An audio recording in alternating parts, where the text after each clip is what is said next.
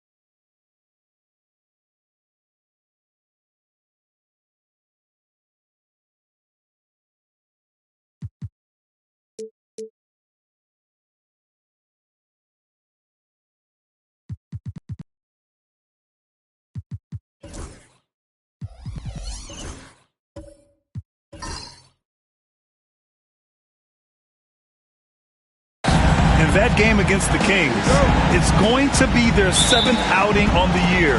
You feel the team will continue to round into form. A look at the opening lineup for the Oklahoma City Thunder. We've got OG Anunoby. He's out there with Jason Tatum. And it's Chamberlain in at the pivot spot, manning the middle. And for the Grizzlies, and it's Nash in at the point. Grant, how about the rise of OKC? In just 2 years, transforming from a 24-win team to the top seed. Incredible, B.A. The Thunder drafted well and gave those picks lots of playing time. Plus, they made some fantastic trades. And of course, don't forget, OKC still has a boatload of picks. Here's Nash. After the basket by Oklahoma City. Here's Dumars. And that's 2 awful trips in a row resulting in turnovers. Refs calling it close already as he picks up a quick early foul.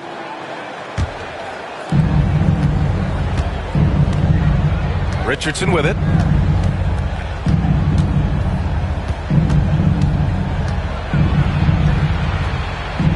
About a minute played here so far in the first. Tatum from long range. On target from range.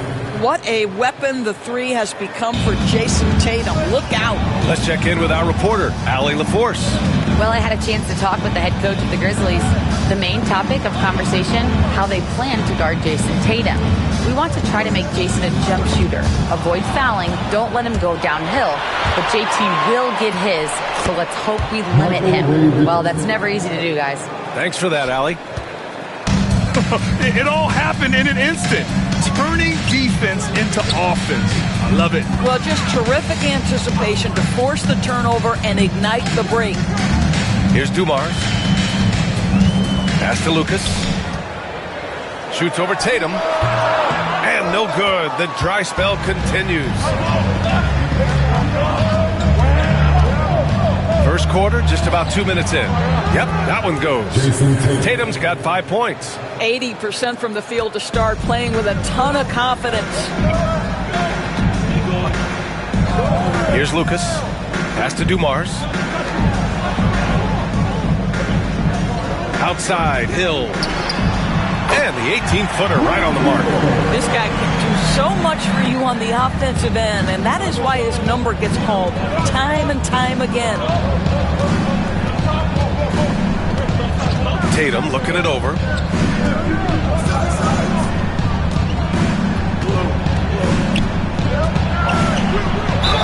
Oh, plenty of contact on that shot. Officials call the foul, and he'll take 2 free throws now. You know, it's easy to focus on Jason Tatum scoring, but Doris, he's excellent in a number of areas. Brian, he's a high-level rebounder. He now knows how to keep his teammates involved.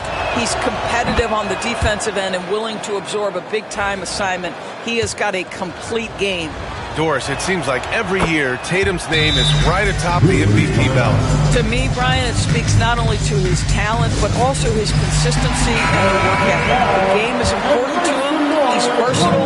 He's clutch. He's everything you want in a star player. Now here's Hill. He came away with 14 points in his last game. So it'll be 2 free throws. He was fouled in the act of shooting.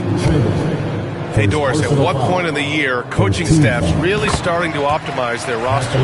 Well, B.A., I think one of the fascinating things is after about 20 games, what teams do analytically is they're going to evaluate what are their best 2-man, 3-man, 4-man, and 5-man units.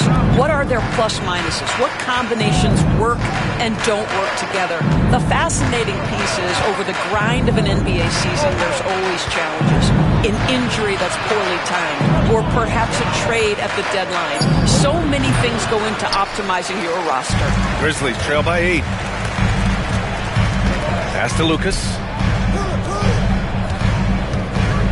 And he lobs it up. I would imagine it's nearly impossible to not get fired up after that play. Grant, check these guys out on the bench. Their reaction says it all. They are fired up. Outside Tatum.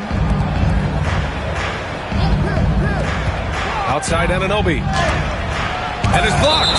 And that'll be Oklahoma City's ball as it goes out of bounds. Thunder able to keep possession.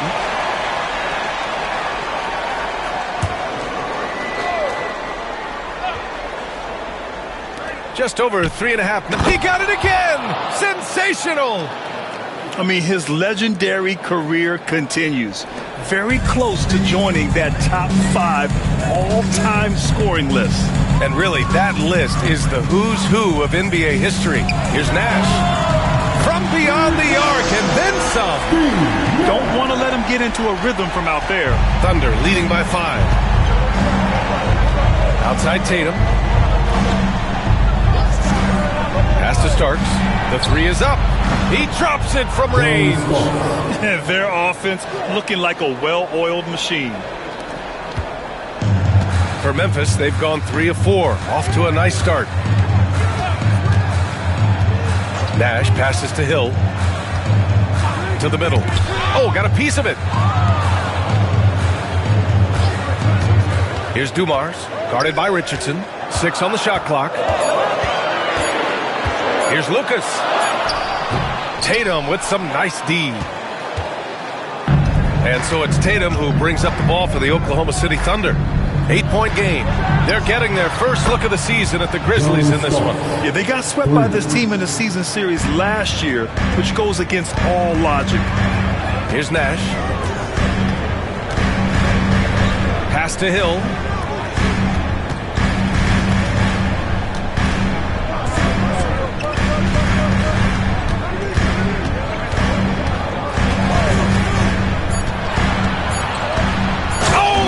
Up high for the two-handed slam. And just a great screen. And they got a high-powered finish out of it. And my question is, where was the help? Someone rotate over and challenge. Yep, that one goes. Richardson's got his third bucket of the night. This has been just a dreadful start for them defensively. Not good at all. After 3 straight playoff appearances, the Grizzlies sadly missed the postseason in 2024, Grant. You know, really, by no fault of their own, BA. Injuries ruined what fans were hoping would be a big year for them.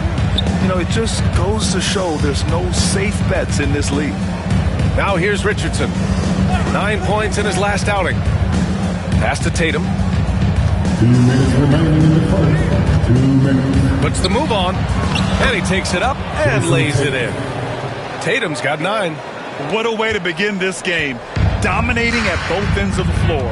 And give them credit for approaching this game with the right energy and intensity. This team has attacked every chance they've gotten. Timeout called. Memphis.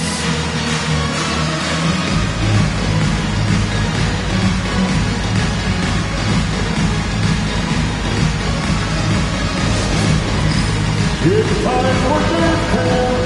Did you see yourself on the big screen? Brown's checked in for Oklahoma City.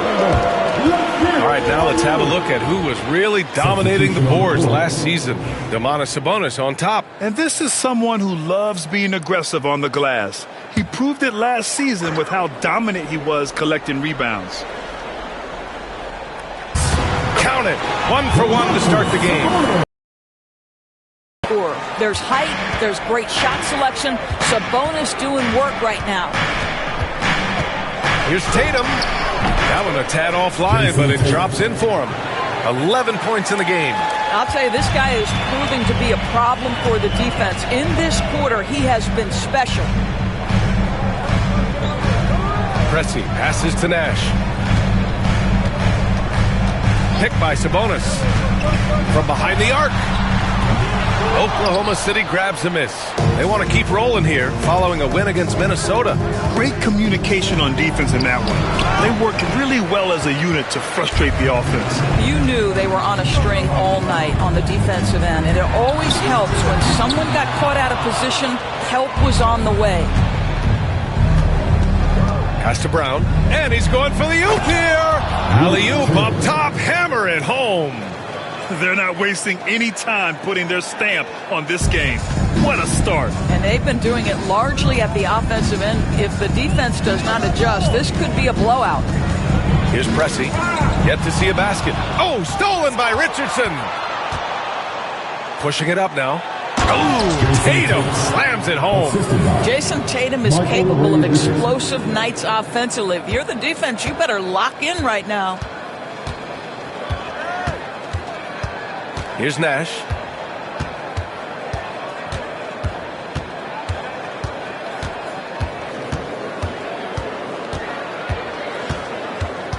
They set the screen. Here's Pressey. Oh, and the release was before the buzzer, but it's off target. And as we conclude the first quarter, a one-sided game so far. It's the Thunder leading by 17. And the second quarter about to get started. We'll be back in a moment.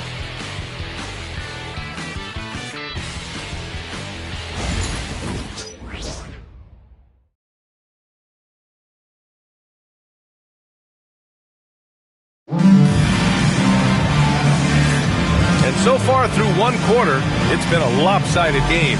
We'll see if that changes here in the second. And a closer look here at the hustle stats for the Thunder. Well, it's all fast break points. Those easy buckets. They're so hard to come by in the NBA. So if you get a chance to run, you have to take advantage of it. Yeah, they've also been alert and active on the defensive end, creating turnovers and turning those into points on the offensive end. Taking a look at the Thunder. Christian Brown out there with Jason Tatum. And it's Chamberlain in at the 5, down low. Middleton from the outside. The rebound by Jason Tatum. And this is exactly who you want taking that shot. He just missed it. Pass to Chamberlain. Now Tatum over Aldridge. Tatum can't hit. Now here's Middleton. Defense is right there. Knocked away. Brown passes to Marin. Here's Brown. And it's going to be a 3-second call.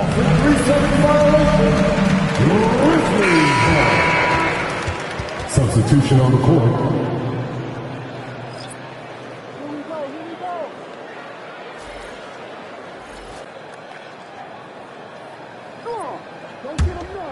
Here's Parker. In his last outing, 8 points for him. Starting the second quarter, about a minute gone. Aldridge with the bucket.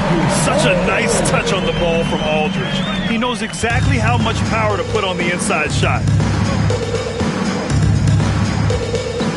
Here's Marin. No points so far. Up top, Tatum. Middleton covering. Tatum can't hit. Grizzlies trail by 15. Well, Grant, in the spring of 2024, a remarkable streak ended. Domantas Sabonis had recorded 61 consecutive double-doubles. Yeah, it was the longest streak since the merger back in 1976. Now, Sabonis has led the NBA in rebounding multiple years. Plus, he has averaged 8 assists in a season, so that is big-time production. Let's go now to the sideline and catch up with Allie LaForce. Grizzlies great Marc Gasol last season retiring from basketball. He embraced the city of Memphis. He said, quote, "I think a player has to feel that it's their city and they have to fight for it. You play with a different mindset when you do that. To me, winning was the most important thing." And they did a lot of winning, Allie. Oklahoma City making a switch here. Time called here. The Grizzlies decide to talk it over.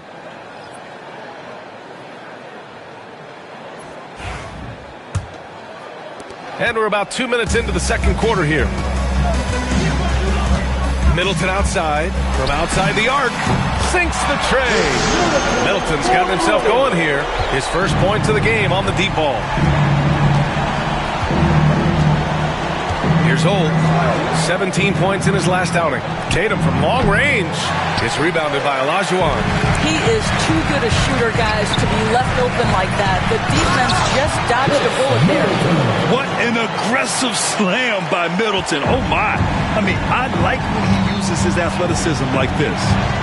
Now here's Tatum. 13 points in the game. Pass to Embry. It's rebounded by Memphis.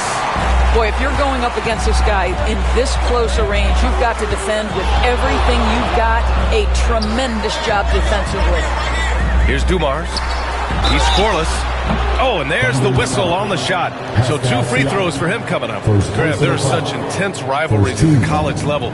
Do any of those carry over to the NBA? Oh, BA, they sure do. I was part of some serious college rivalries. There was a lot of trash talk with the guys on the other side. And it didn't stop that much after we got to the NBA.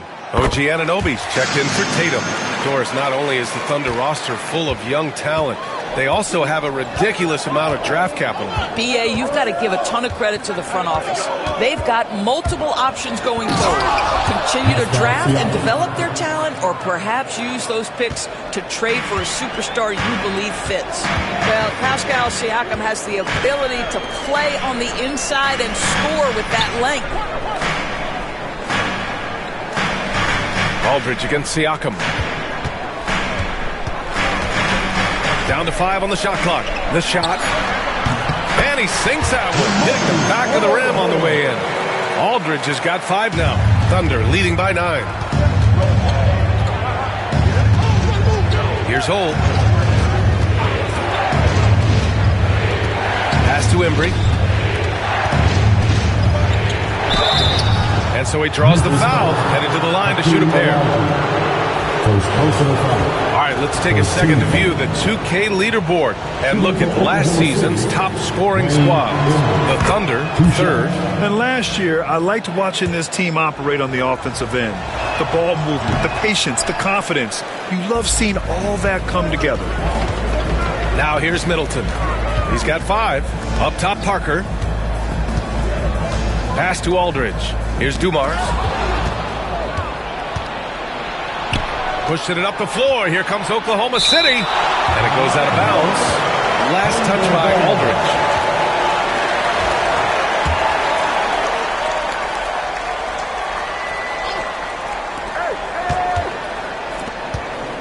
Siakam looking it over. Over Aldridge. And it's in after a nice bounce off the right iron. That's why they call him Spicy P, cooking up a mid-range J. Go ahead, Pascal. Here's Dumars. No made baskets yet. Fires for 3. Second shot opportunity. The offensive rebound. Here's Aldridge. And finally, that one's good. Well, a tough first quarter for this guy. You like to see the shot go in. Nicely done. And Mark Dagnall has called a timeout. A moment to rest and confer on the game plan. I don't think this timeout is just to give the guys a breather. Coach is looking to switch things up. And as you know, it's what comes after that gives you some sense of what has changed. Here's Starks. He has 6.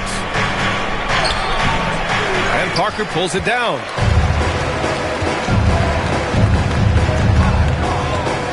He shoots. Embry grabs a miss.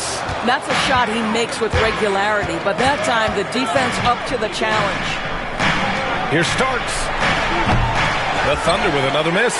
Grizzlies trail by 10. And he's going for the lob. And an emphatic jam on the lob. I would imagine it's nearly impossible to not get fired up after that play. Grant, check these guys out on the bench. Their reaction says it all. They are fired up. Now here's Siakam. He had 9 points in his last time out. And it's all from three-point range. And here's Memphis. They're on a 16-7 run.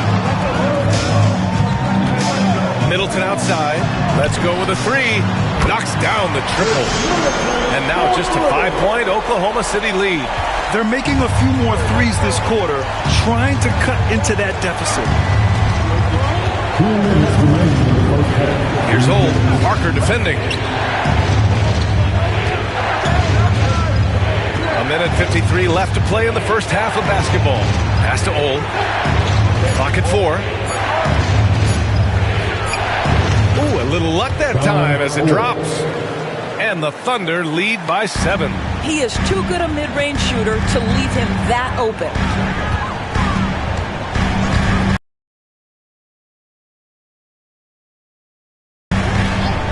Dumars passes to Olajuwon. And the officials whistle a foul on the shot. The bucket is good, and he'll go to the line. They're working the outside game more than they did in the first quarter. The balanced approach seems to be paying off. 1:25 left to play in the first half. Anunoby on the wing. Pass to Starks. He shoots it. The bank shot, no good. I'll tell you, it has not been this guy's best night, but the teammates have been there to pick up the slack. Love it. Middleton passes to Aldridge. Oh, stolen by Richardson. He goes up. And he lays it in on the break. Richardson's got 8. When you get a chance to run the floor like that, you have to capitalize. Great hustle on that play. Pass to Aldridge. There's 42 seconds left in the second quarter. And the whistle on the shot. Got some contact there. Misses the shot, but he'll shoot 2. Memphis shooting their 6th and 7th free throw shots in the game. And give them credit for making a more concerted effort to get to the line this quarter. And the Thunder making a change here. Brown's checked in. He does a great job of drawing contact and getting himself to the line, something he didn't do in the first period. Oh, it's stolen away. Pressey. Oh, a two-handed power slam. And that's gotta hurt. A turnover for a free run at the rim. And now we know who has the momentum. It's still close, though. These teams have been neck and neck. Let's see the response here. And the basket by Siakam. 3 points. There's 18 seconds left in the second period.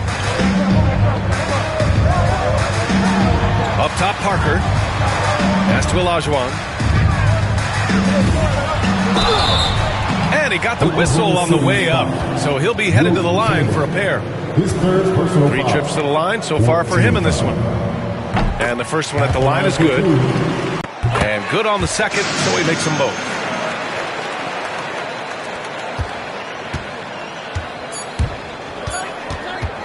Richardson for 3. And another 3 for Oklahoma City. And so it's the Oklahoma City Thunder leading by 6 as we wrap up the quarter. Their key to consistency has been their dominance in the paint. They've been the more physical team. More NBA on 2K Sports right after this.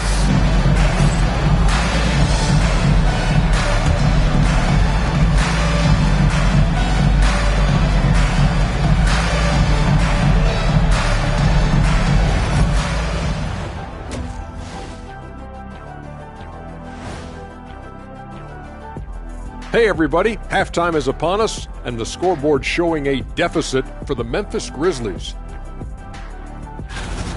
They were sloppy, gave the ball away too much, and that comes down to one thing. Focus. I'm sorry, Shaq. I was distracted. All right, and now one of the more Appreciate you joining us. It's been our distinct pleasure, and I mean that. Let's now take you back over to the third quarter with Brian Anderson.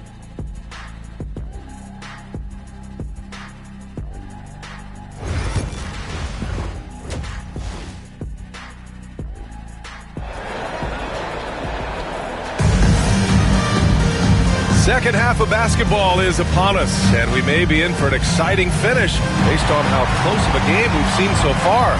And you know, Jason Tatum, he's been really making it happen, guys.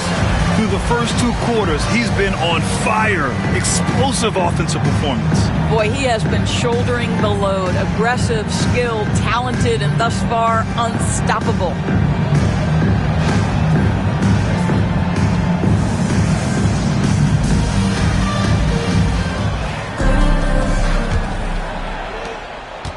Grizzlies trail by 6. And it's Lucas in at the 4. That's the lineup in the game for Memphis. Here's Dumars, guarded by Richardson. Olajuwon can't get it to go. Listen, simply put, he's got to finish that. It's not like the defender was right on top of him. Here Starks. It's hauled in by Hill. I'm sure he's kicking himself. He hates to blow that kind of opportunity. Pass to Olajuwon. Here's Nash.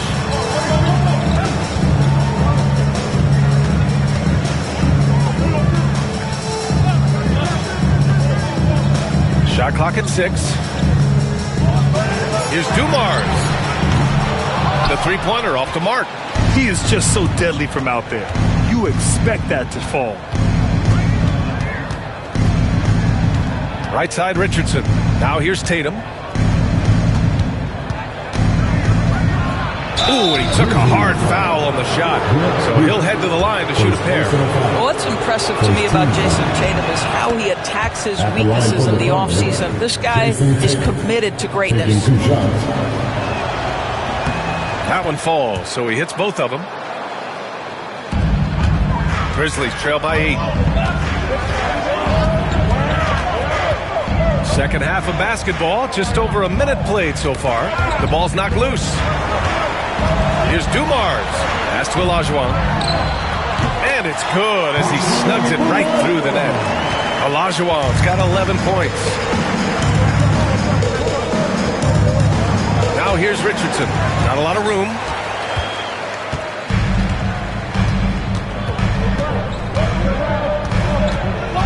And here is Hill. Anunoby covering. Here's Dumars. Here's Olajuwon. Oh, and makes it with the kiss. Olajuwon's got 4 points now in the quarter. Second chance points are always painful. have to make the effort to box out. No doubt those extra possessions can really add up against you when you do not take care of the defensive glass. Timeout call. Memphis. One of the stories here, Jason Tatum. Man, is he getting it done today? This is a timely timeout because this guy is hurting them. They've got to figure it out.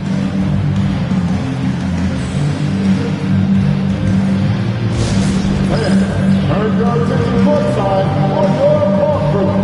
Let's go. Get live and from the Guards have in common is their ability to shoot from the arc. Let's see who topped the charts for threes this past month. Hill, the pass to Lucas. Here's Dumars. Still without a bucket. Drives to the hoop.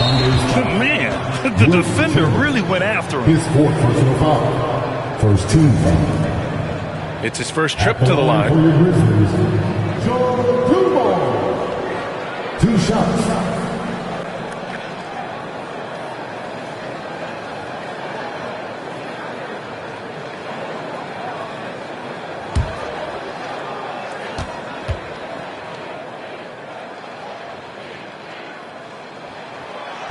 No good on that one.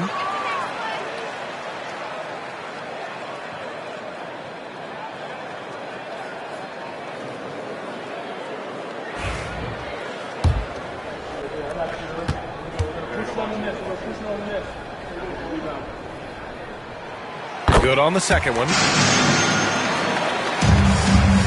Oklahoma City leading by 6.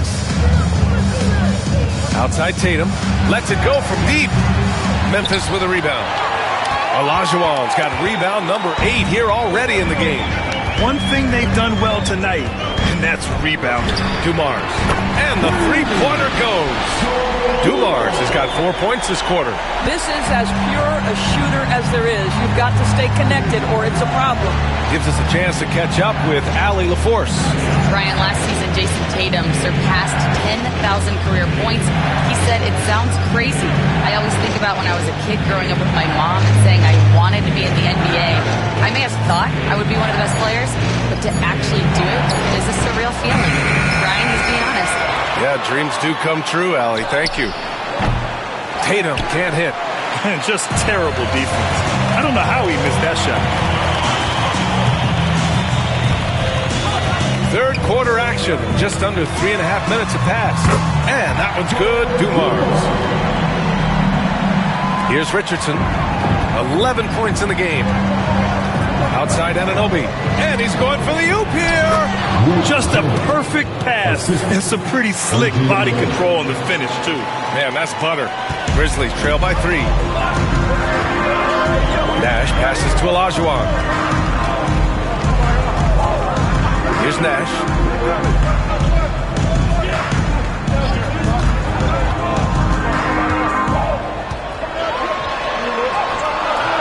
The Thunder pull it in. Outside Tatum to the paint. Here's Anunoby. And the shot is good on the assist by Tatum. And now a 5-point Oklahoma City lead. Well, OG Anunoby is just continuing to add to his skill set. Nice finish on the interior. Nash passes to Lucas. Oh, stolen by Richardson. It's an even 3-on-3 break. And the bucket counts. And he is on his way to the line. He'll try to make it a 3-point play. Second team foul. And a look at how the hustle game has been going for the Thunder. Well, their D has been a major story tonight. I mean, those steals and putting pressure on the ball, clogging the passing lanes, impressive. And you also have to love the way they've gotten out and run in transition. A ton of good chances tonight simply from being willing to run the floor. A tad short, but it's good off the front iron. Domantas Sabonis is one of the outstanding passers from the post position that we have in today's game. If you're open, he'll find you. There's a screen. Here's Tatum. And Domas Sabonis pulls it down. Sabonis has got 4 rebounds now. Pressing passes to Parker.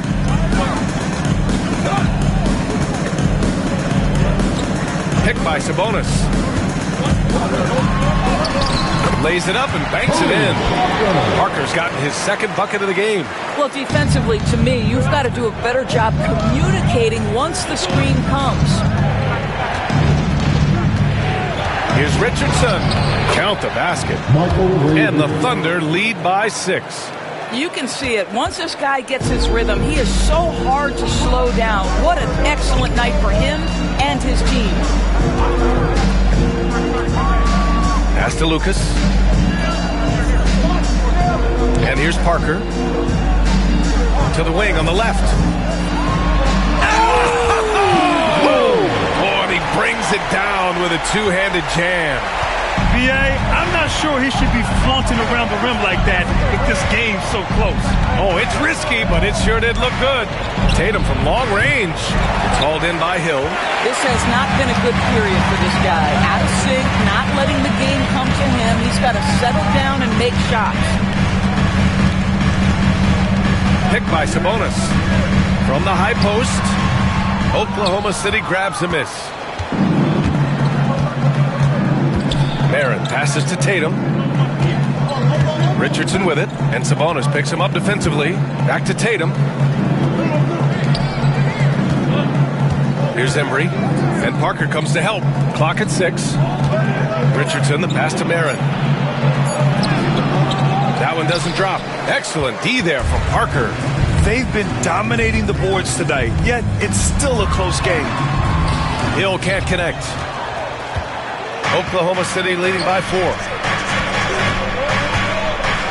Embry passes to Richardson. There's 47 seconds left in the third quarter. Here's Tatum. Memphis with a rebound. Sabonis has got a rebound number 5 here tonight. Boy, what a nightmare quarter for this guy. He's playing right into the hands of the defense at this point. When it's this close, every bucket matters. You need good looks. Richardson, the pass to Barron. Outside Tatum. About 7 seconds separating the shot and game clocks. Nifty move. Out of bounds. It'll go to the Grizzlies. So both teams making some changes here.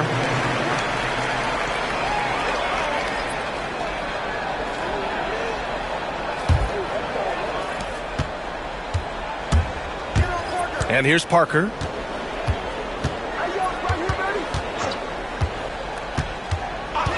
Pass to Middleton for the lead. Not going to go that time. We're at the end of the third quarter, and we've still got a close one. Oklahoma City ahead. They lead by 2. And coming up as soon as we return from break, the fourth quarter gets underway.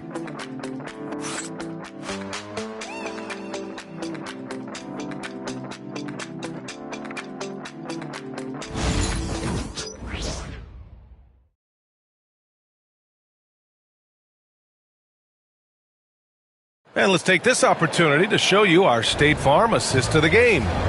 This is the definition of team chemistry. I love to see this kind of communication and connection between teammates leading to the perfect pass. Nothing better than chemistry, right? Working together to create a bucket. 3 tense quarters behind us. One more to go. Thanks for being with us as we get ready for the fourth.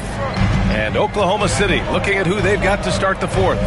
We've got Christian Brown, Pascal Siakam out there with OG Anunoby. And it's Chamberlain in at the center position. And that one's good. Middleton.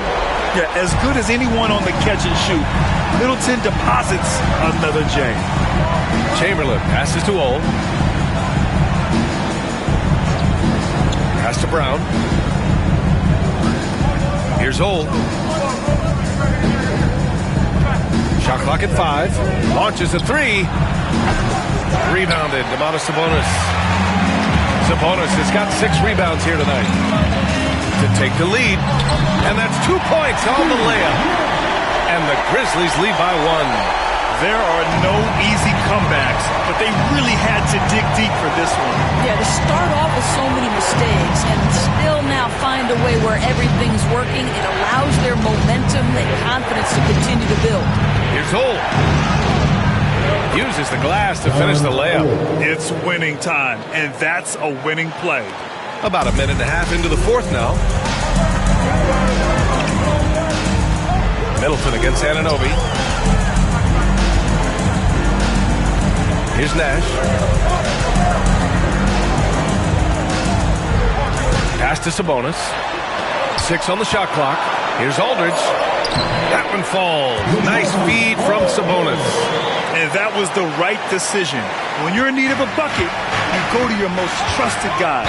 Well, you've got to earn trust and equity by making shots. Nice delivery there. And Mark Dagnall has called a timeout. He clearly wants to talk it over and make sure everyone is focused. All right, let's get a report from Allie. Thanks, guys. Mark Dagnall had some words for his team over the last break, and he was adamant that they need to tighten up their D. That lack of communication at that end has led to breakdowns, wide open shooters, and easy buckets. He sounded pretty frustrated, guys. Okay, thank you, Allie. And out of bounds, the Grizzlies will take it. Jason Tatum, he's checked in for Siakam.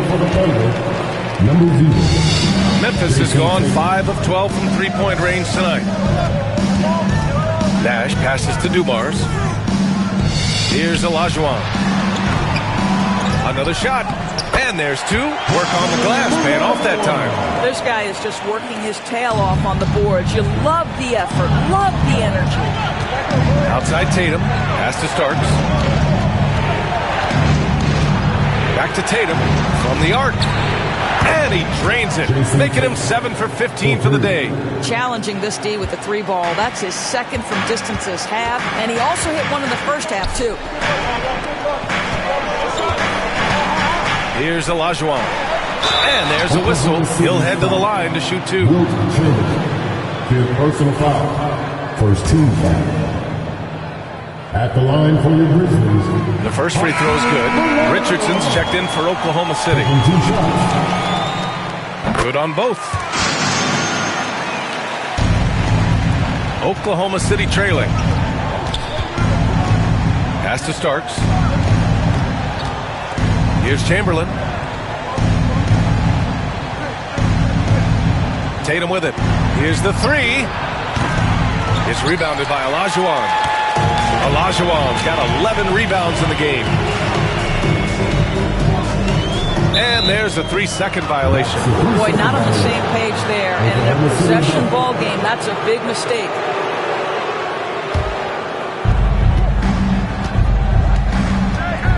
A bit under 3.5 minutes have passed here in the fourth. Richardson, the pass to Chamberlain. Knocked loose. Pass to Starks. And here's Tatum. This one for 3. Counted from distance. Tatum's got 11 points here in the second half. Their defense has to do a better job of smothering those shooters. Now here's Hill. Wide open look. And the rebound goes to the Thunder. Chamberlain's got 6 rebounds in the game. To the middle. Here's Tatum. And blocked. That one goes careening off the glass. Here's Dumars, guarded by Richardson. Dumars misses. Thunder with a lead. Here's Starks. Pass to Richardson. Here's Chamberlain. It's rebounded by Olajuwon. Olajuwon's got rebound number 12 here already in the game. Here's Dumars. And the layup falls. Coming down the stretch. We'll see if someone can capture the lead and hold it. And that's been an issue. 5 lead exchanges tonight. Throws it up high. Here's Nash. Hounded by Tatum. Tatum with the block. There's a pride to the defensive end of the floor. Tatum sends that back. So it'll be 2 free throws. He was fouled in the act of shooting. Doris Anunoby helped the Raptors so much on their title run in 2019. Yeah, the hard part is he was never able to suit up for the NBA Finals. To get through the season and then have an injury at that point, heartbreaking for a player. But consider, he's the first UK-born player to win an NBA title, and that cannot be taken away. Here's Olajuwon. Chamberlain pulls it in. And that closeout certainly made a difference. Well, no question. He altered that shot, and most of the time, that's just as good as blocking it. And he'll take a trip to the line for two. Clearly got fouled on that shot. First one falls for him. If they keep hitting free throws at this clip, it'll help them seal the deal. And that's good as he hits both shots. Timeout, Grizzlies. One of the stories here, Jason Tatum. Man, is he getting it done today? Well, I think this is a necessary timeout so they can figure out a way to limit the impact this guy's having from three-point range. They've got to dedicate more resources to their perimeter D.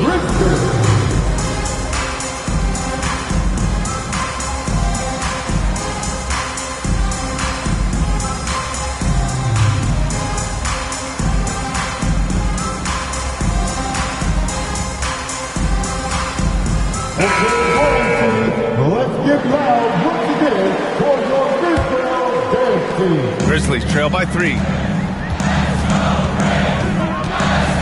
Here's Nash.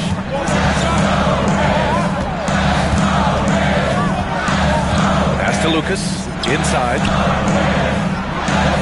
Marked it down low that time. Got hit with the 3-second call. Oklahoma City ball. Just a superb read on defense to come up with the block. Oh, terrific defensive intensity right there. Getting stops like that is crucial for them right now.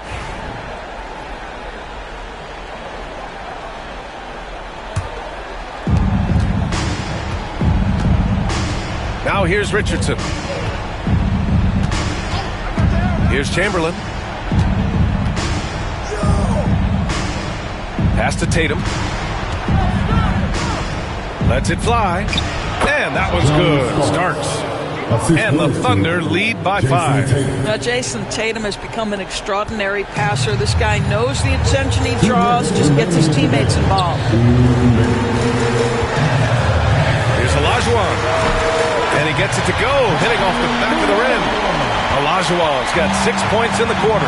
And that's a... I mean, the key was finding the matchup where they have the clear size advantage and putting it to use. Hey, you can't block it. Sending him to the line will be the next best thing.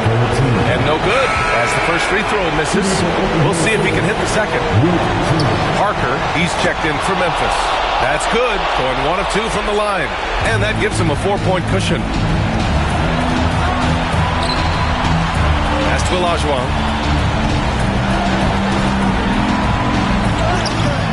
Oklahoma City grabs a miss. 17 points was their biggest margin. And an Obi for 3. They get it again. Here's Tatum. It's deflected. Now Parker. Pass to Olajuwon. Outside, Hill. No good on the 3. I understand why he took the shot. They need the points, but that's just not a good look. Here's Chamberlain. And another miss by Oklahoma City. 46 seconds left in the final quarter. Olajuwon. Count it! Talk about stepping up in a big way. I'll tell you, it takes confidence to pull the trigger in that situation. You love guys who relish the moment. And I think we'll see him milk the clock a bit. Yeah, seems like the heady move right now. Here's Chamberlain. Cash. And he's coming off a huge performance, and his confidence couldn't be any higher. And his coach knows that, too. Well, the best players, to me, deliver night after night after night. So as long as he's hot, keep riding it. Timeout, Grizzlies.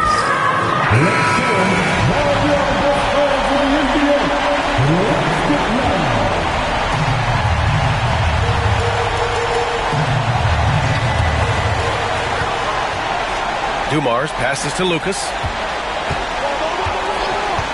Here's Olajuwon.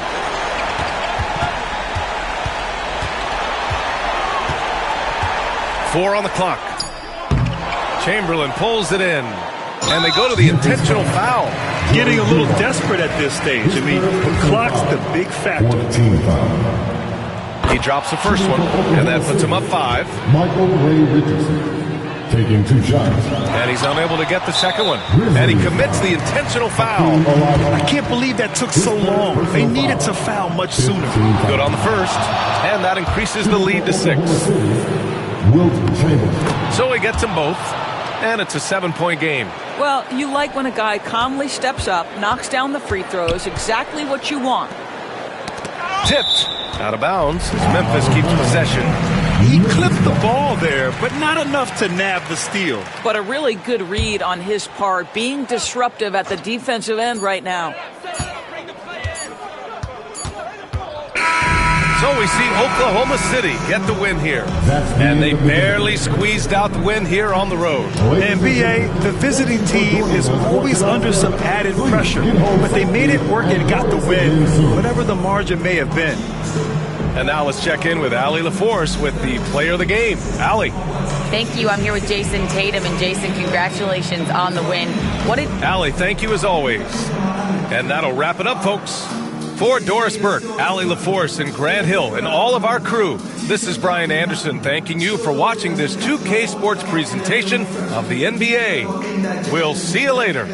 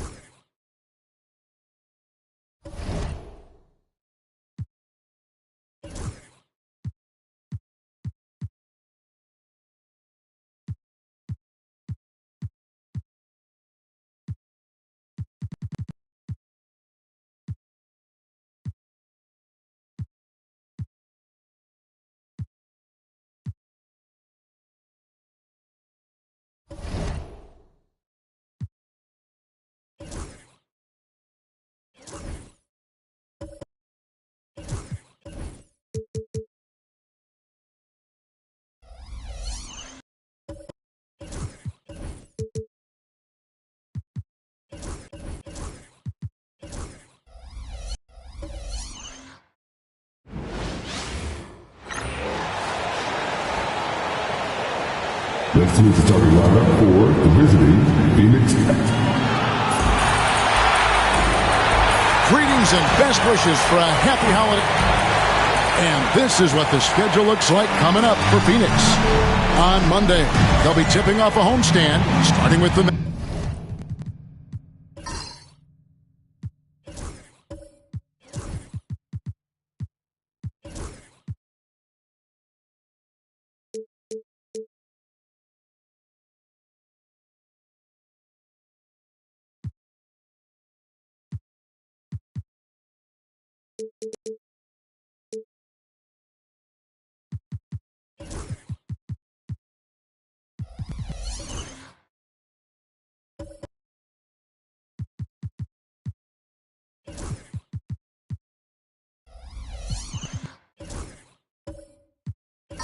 Memphis Grizzlies. Then on Sunday, they'll start out on the road and play the Lakers in Los Angeles. And that game against Houston, that will be the 8th contest of the year for them. The season is young, but they are starting to find their form. And now the opening lineup for Phoenix.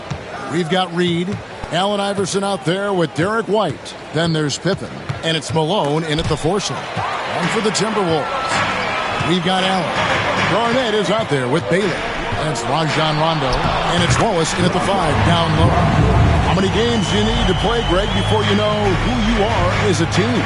I think you basically know already your identity, the pace you want to play at, obviously the development of the younger guys, and your chemistry is always ongoing. And this is how unselfish Pippen can be, wanting to find his teammate. Allen outside. Basket is good. The assist from Rondo. And the lack of effort to fight over the screen there makes that an easy shot. Yeah, as soon as these guys feel contact, they are just disappearing like they're not even there. You got to show some fire and keep defending.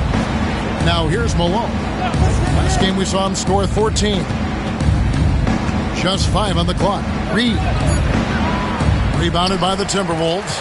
They come into this one following a loss to the Thunder.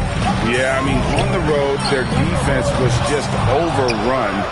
Couldn't match the intensity of the opponent, and it cost them.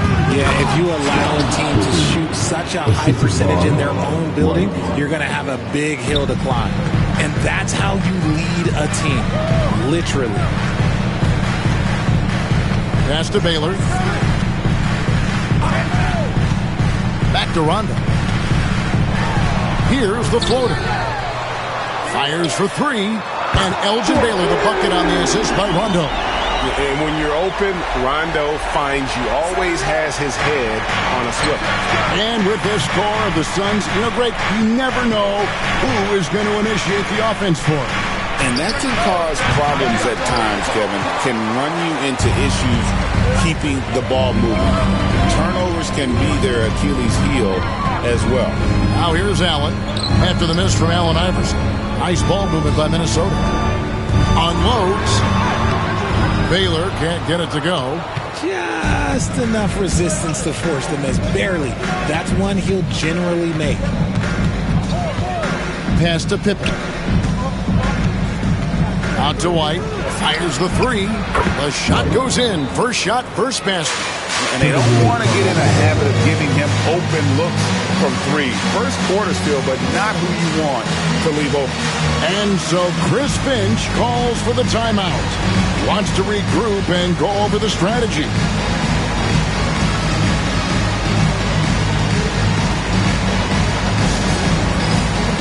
Get ready, everyone. You see yourself on the screen. You show us your best dance move. Let's go.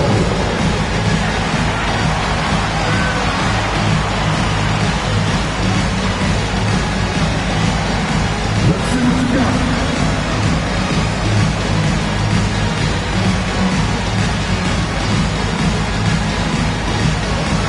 To the feet there.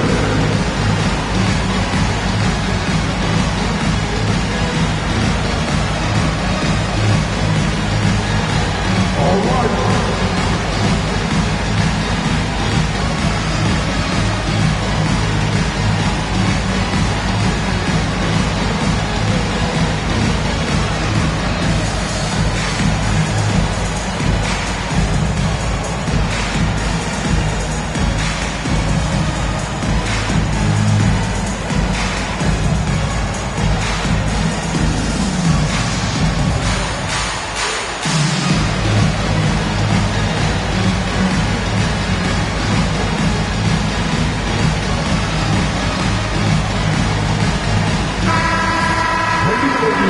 time now to look at the NBA's top shooting teams from a season ago. The Suns 5th. Hard to shoot the ball any better than they did. I mean, they weren't the best in the league, but, man, they were right there.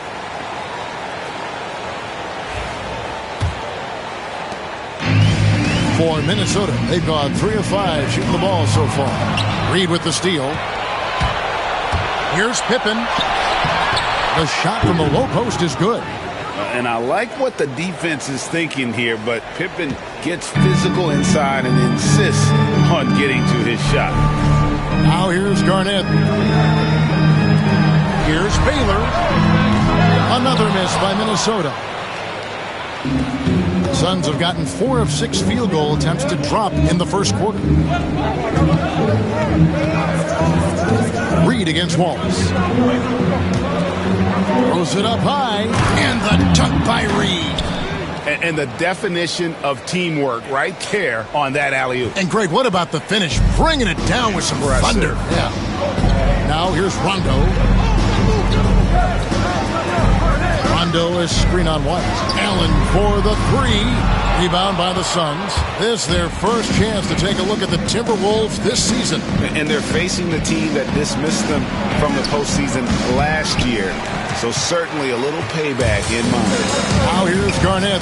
Scottie Pippen unable to get his shot to go. Baylor kicks to Rondo. It's Garnett on the wing, guarded by Pippen.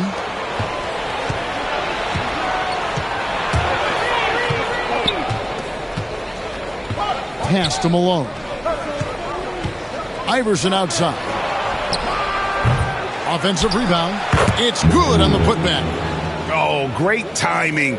He is one tough customer on that offensive glass. You know, it's like he has a sixth sense of where that rebound is going. Now here's Garnett.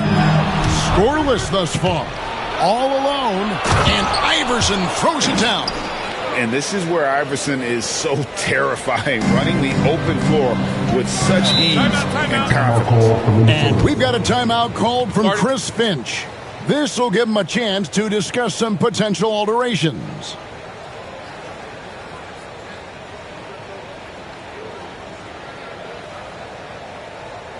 This is Timberwolves regulation.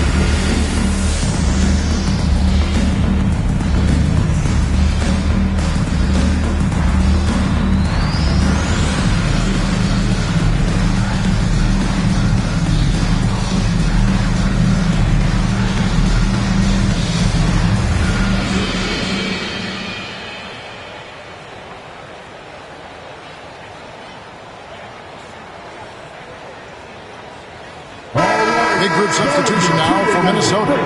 Mark Williams is checked in for Wallace. Scotty Barnes comes in for Garnett.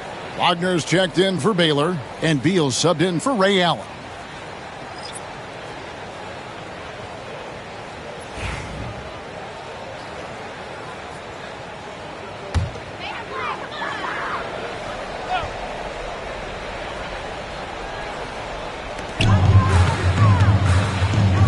Beal up top, light covering. Williams has a screen for Wagner. He's looking for Williams and finds him. And Wagner is comfortable in the pick and roll. His decision-making is impressive in those situations. Greg, this is some kind of note. Last year, Minnesota, for just the second time, had ever won a series in the postseason. Yeah, they've been balanced in the first round, 10 of 12 appearances. But last year's team was different. Their elite defense fueled the conference finals run. And now we'll get a perspective here on the hustle game, how it's been going for the Suns. From the tip, they are not making things easy on them. Lots of steals, playing disruptive basketball. And something else they've done well tonight is finding points in transition. So far, the fast break has been a plus for them. First one falls for him.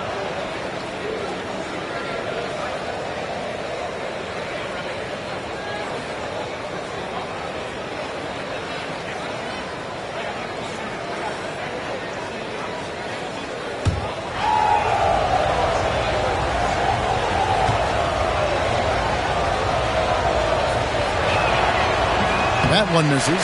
You know, Greg, when you look at the Timberwolves' history, the first round had been a problem for them. But not last year, as they swept the Phoenix Suns. And you got to look at it as being a tremendous success, right? Because going into the season, I don't know that anyone thought they would have made it to the conference finals. But, boy, that young group gelled well together, and the sky's the limit for the future. Let me tell you, Hill is crafty. He will figure out a way to get inside. Outside, White. They set the screen. And again, it's the Suns missing. The Phoenix Suns come into this one after the win against New Orleans. Yeah, and that one, their intensity on the offensive end was not matched by their opponent. That led to some easy buckets. And on top of probably having the better talent, they never let up. Great effort, great win. And now the latest from our reporter, David Alder. Kevin, coming out of high school at 6'0", Derek White didn't receive any full scholarship offers. He says it was humbling, but it drove me to get better. Each time you have the doubters, you just put a little chip on your shoulder. The 29th pick overall in 2017 has come a long way. Kevin, the chips are still there. You're so right, David. Thanks. He's become a heck of a player. And so it's Rondo bringing it up for the Minnesota Timberwolves. They trail by one. Back to Barnes. And he could not get that one to go. Out of contact, and he'll go to the line for two. That one on White. And Barnes, an all-around threat. A good scorer, aggressive rebounder, solid passer, and more than capable defensively. The Timberwolves shooting their second and third shots at the line right here.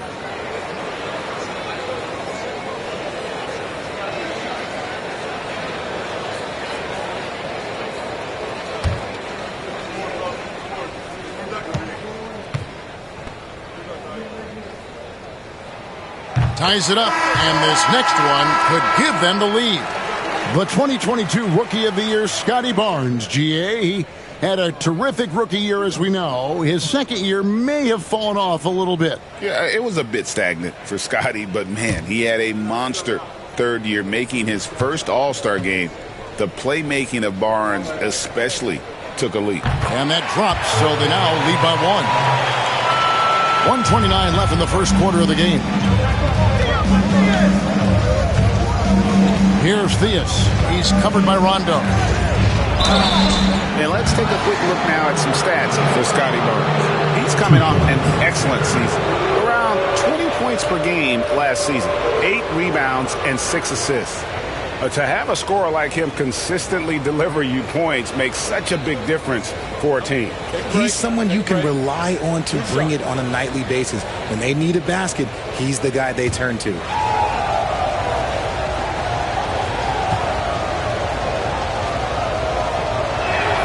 The first one falls.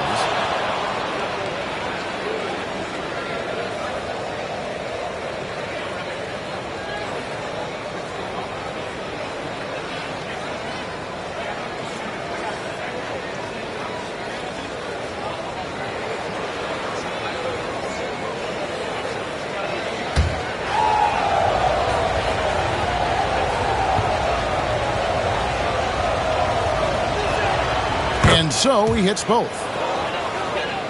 And here's Rondo. We've got 1:18 left to play in the first quarter. Pass to Beal, the Trey. Scottie Pippen grabs the miss. Yeah, they got that one, but early on, it's really been a struggle for them to secure that defensive backboard. Steps back and fires. And that one, good. Pippen's got 6. Timberwolves trail by 3. Here's Williams. Outside, Beal. It's hauled in by the Suns. Head for 3. Buries the long-range jumper. And their offense already in a flow. Some stellar shooting to jump out to this lead. Now here's Rondo. Defense right out. And it's Williams throwing it down. And he pulls off the Houdini to make that catch and slam it through. Stupendous alley-oop. Via's the pass to Malone. Good ball movement here by the Suns. Malone, a screen on Wagner. Here's Pippen. And they call the foul, so he's got the and one chance here to make it a 3-point play. Yeah, Pippen using those long arms inside to get shots off. Feels like no one can guard him down low. And he's got his first chance at the line here.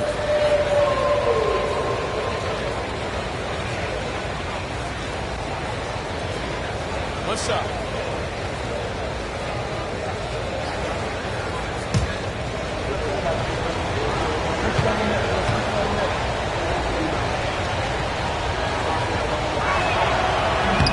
What doesn't Scottie Pippen do? A very polished defender who can also rain buckets down from wherever. Whenever Scottie's on the floor, he is making trouble for you. Williams sends a screen for Beal. Trains it from beyond the arc. He's got 8. It works well there. Not much resistance from the D. Yeah, that just comes down to a lack of effort. The defender has to do a better job fighting through the screen.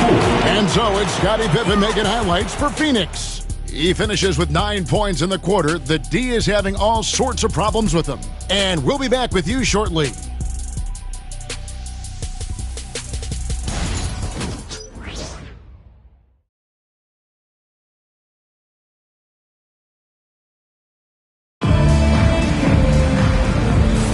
And if you're just joining us, we've played through 1 quarter in this one. And from what we've seen, guys, from Phoenix, what do you guys see? Well, in that first quarter, they were intent on just pounding the ball down low. And let me tell you, when you establish a physical edge, it gives you a mental edge too. Richard, we've seen how far basketball has evolved from 10 years ago to 5 years ago to now. What is it looking like when you go ahead 5 or 10 years? I think in 5 to 10 years, we're going to see more and more centers that are just so skilled. Taller players, more Kevin Durant's. You're going to see more Wemby's. You're going to see more Chet Holmgrens because they're not just putting the tall guy underneath the basket. They're giving him the ball and teaching him how to run pick and roll now. You've got Garnett. Bradley Beal is out there with Rondo. Then it's Wallace, and it's Baylor in at the small forward position. That's the 5 to begin the second quarter for the Timberwolves. Here's Rondo. Bank shot, no good. The Suns leading. Iverson dishes to Reed. Pippen kicks to Iverson. Minnesota with the rebound. From 15 feet away, the putback. He hangs in there and cashes in on the second chance points. Garnett's got the game tied up here for the Timberwolves. And the arms of Garnett go on forever. And that really makes him a problem on the offensive glass. Here's Iverson. Plays it up and makes it in. That's a guy you want taking shots. A quality offensive player. Garnett against Oakley. And that one's good by Garnett. He was inside his own head in that first quarter. You could see it. Now he's doing a much better job of letting the game come to him. Pippen, the pass to Reed. Rondo with the steal. And here we go. Rondo heading to the hoop. Plays it in off the breakaway. Rondo's got his second basket of the night. And Rondo as good as it gets in transition. Whether he's shooting or passing, he tends to make the right decision. And timeout is called by Mike Budenholzer. He wants to talk to his guys.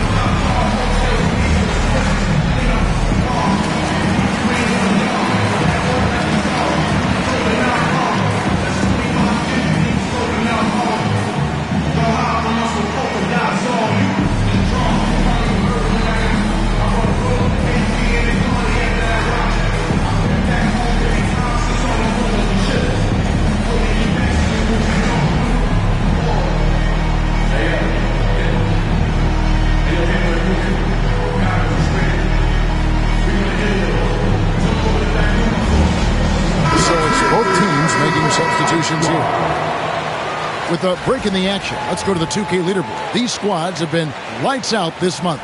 The Suns 5th.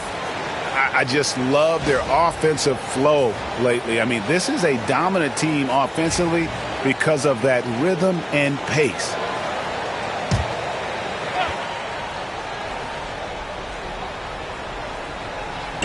On defense, the Timberwolves only giving up 2 points this quarter. And Turner kicks to Oakley. And oh boy, a lot of contact there, but he gets the call and will shoot 2. And if there's one guy who's not afraid of contact, it's Oakley. And let's get your take, guys, on the scoring breakdown for the Timberwolves. Well, so far, their long-range shooting has been the story, doing damage from deep. And another thing Coach will be thrilled with, the assist numbers, spreading the wealth and creating some offensive opportunities. And he knocks down the first one. I mean, Oak is as strong as an ox, has that intimidating nature about him on both ends, someone you just do not want to mess with.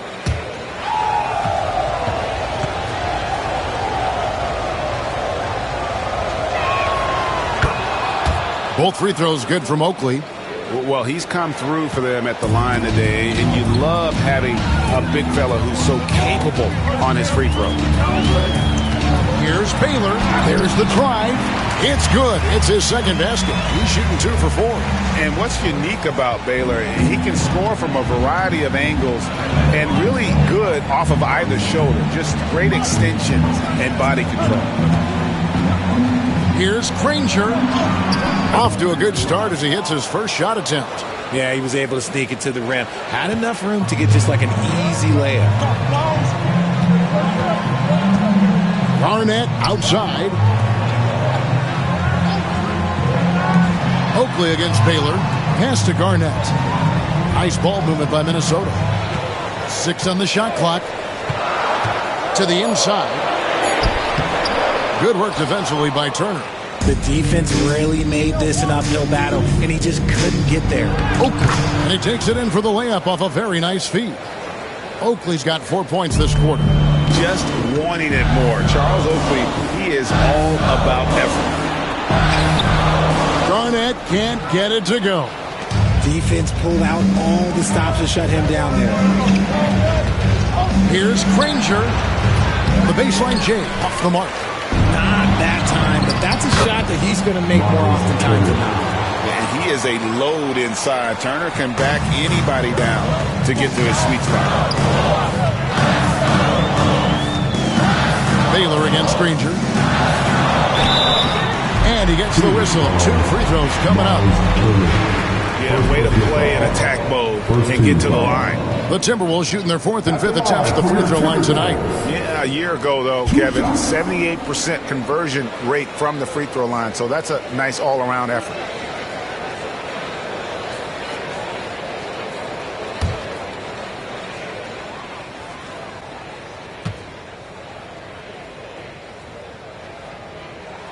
And the first one drops. And, you know, beyond all the things Baylor gives you, he's an entertainer out on the floor. The acrobatics we see, something spectacular from this guy almost every game. Whitey's checked in for the Suns.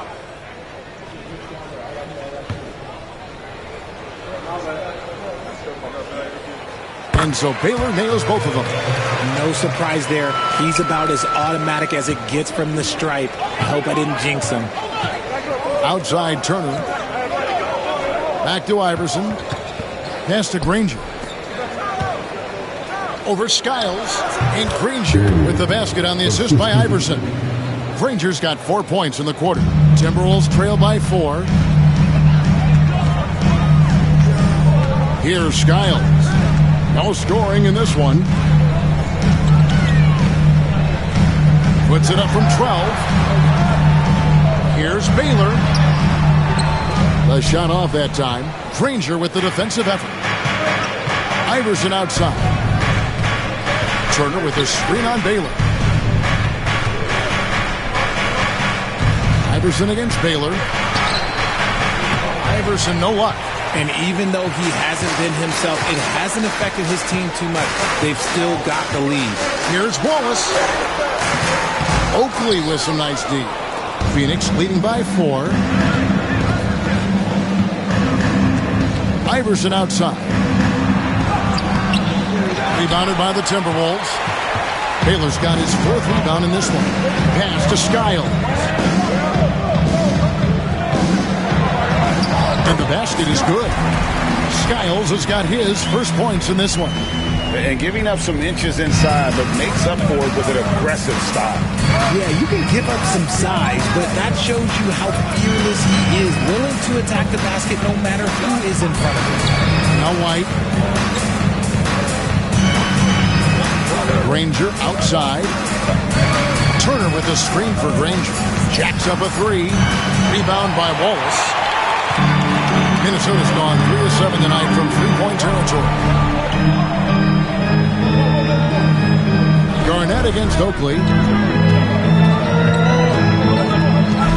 Left side Baylor, and they double up Baylor. Garnett wide open. Good. It's Beal picking up the assist. And that's now 9 points for Kevin Garnett. The height of Garnett's release makes it so hard to cover and opens up options for him offensively. Turner with the screen for Granger. And that one clearly a foul. Gets the whistle and 2 shots coming up. All right, a chance to check out the stats for White. Good season for him last year. Averaged 15 points a game, 5 assists and 4 rebounds.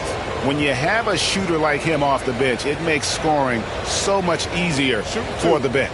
Guys like that can really stretch your weapons offensively.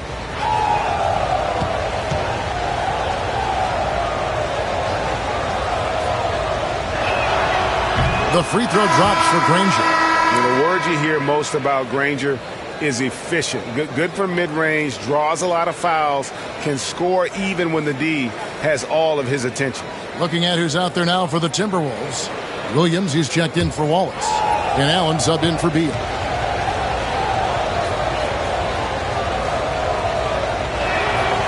And the free throw's good from Granger. 1:53 left in the first half. And so Chris Finch calls for the timeout. And coach has decided they need a moment to talk things over.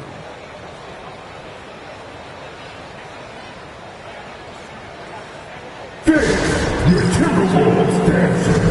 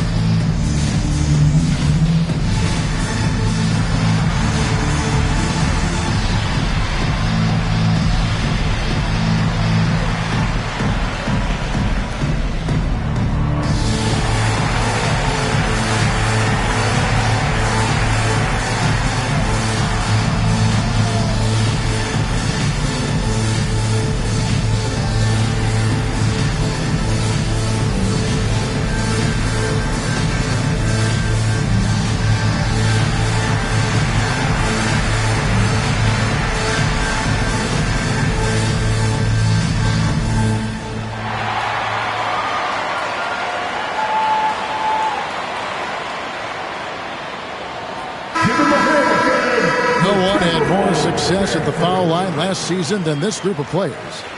Derek White, 3rd. He was locked and loaded from the free throw line all season. Never suffered through any real lulls in that department.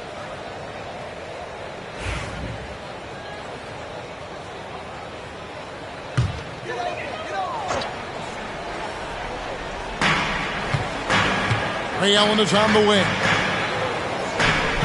Baylor a screen on White. Allen for 3. It's hauled in by the Suns. Well, he's got a great stroke. That one almost dropped. And again, it's the Suns missing. Timberwolves have gone 7 of 14 in the second quarter, shooting to the tune of 50%. And Derek White, he's one of the most valuable guards, Richard, in the NBA. White can play the one, he can shoot the ball, plus he is an all-league defender. So Derek White gives you everything you want in your backcourt. Here's Theus. And he wills that one in, sinking right through off the back iron. Timberwolves trail by 3. Here's Skiles. Pass to Baylor. Williams trying to break free. Moves back up. Baylor can't get it to go. Well, his shooting is unfortunately not a big thing. And his lackluster accuracy is probably the thing that's keeping them behind. Theus the pass to Turner. And here's White. Turner with a screen on Garnett. 5 to shoot. White dishes to Granger. Over Williams. Granger misses. Minnesota's gone 1 of 2 on 3 corners here in the second quarter. And it's slammed in by Garnett. And how about the incredible timing on that alley-oop? He absolutely hammered it down. Here's Theus. He has 5. Screen by Oakley. Out to White. Pulls it up. Just in time. One eye on the rim, one on the clock. What a play. Boy, that was close. Got it in just in the nick of time. And some good action through the first 2 quarters as we reach halftime. Suns lead by 3. We're going to step away briefly, but get you right back out here for the start of the third quarter after our halftime.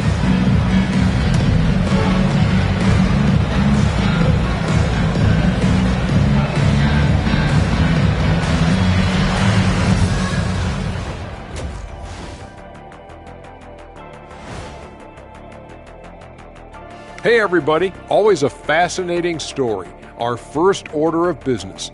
Let's catch you up on some trades around the league.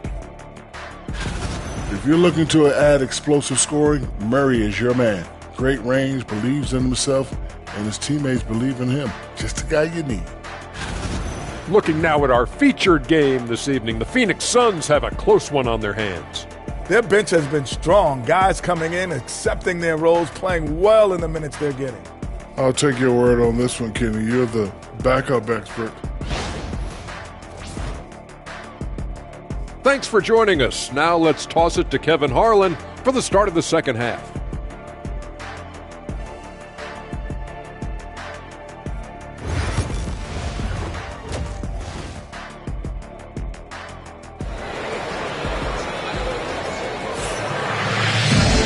Halfway through this one, plenty of basketball left in a game that's been fairly even so far. Look at Kevin Garnett. What a contribution. You just love the patience in that first half. Waited until he got the look he wanted. You love guys who can get their shots within the flow of the offense.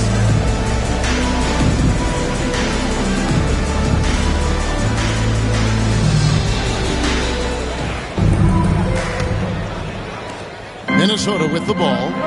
It's a 3-point game. And on the floor for Mike Budenholzer starting the second half. White is out there with Iverson. Then it's Malone. Then it's Pippen. And it's Reed in at the center position. Pippen with it. Now Garnett defending. Pippen sets a screen for Malone. Outside for Pippen. Out of bounds. Minnesota takes possession. Let's just say they weren't on the same page there. Not sure he was expecting that pass.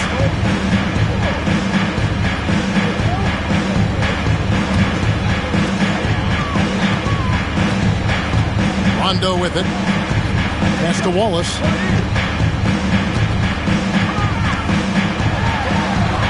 And there's the whistle. 3-second violation. And that is an absolute heartbreaker of a turnover. In a close game like this, that might be enough to impact how it ends. Suns leading by 3. Outside, White. Now, here is Reed.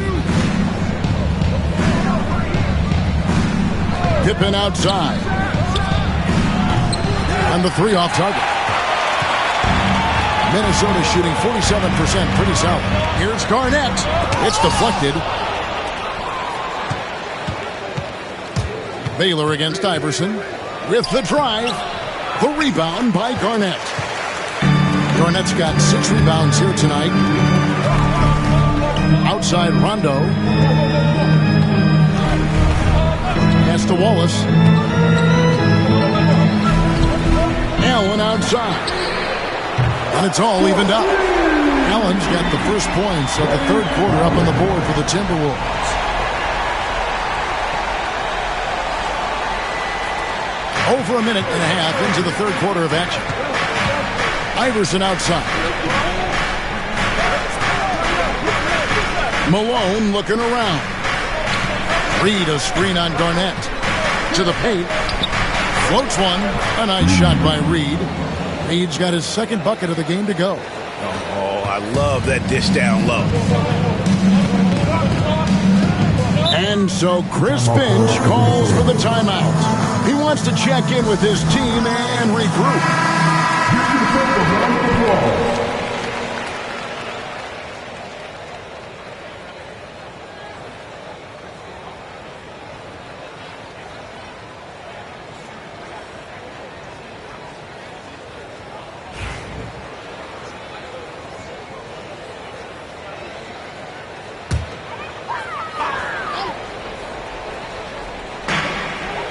Right side, Rondo. They get a hand on it, and stolen by Iverson. And here comes White, leading the fast break. Out of bounds, Minnesota takes possession. While we have a chance, let's now take a look at the teams that top the league in shooting from beyond the arc. In the third spot, the Timberwolves. The Suns, 5th. And it's no secret that both of these teams rely heavily on the three-point shot. That was the case last year. Look at those numbers. Rondo against Iverson. Allen outside for the lead. He's off on that one. And they have been cold coming out of the break, only getting one of their first 4 shots to drop this half. Got to pick it up. And now the Timberwolves on the break. That's tipped. Yeah, the offense scuffling a bit to start this second half. Only 1 for the first 5. Garnett with the block. Yep, it counts.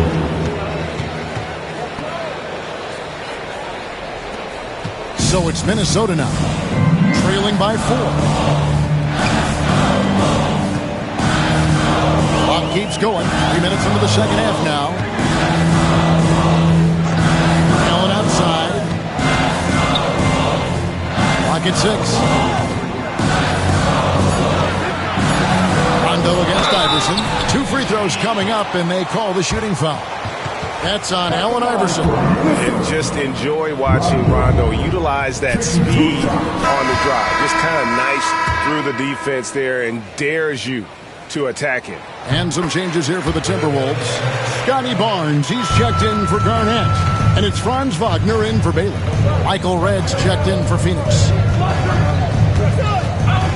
Looking to get it going. Iverson, no luck.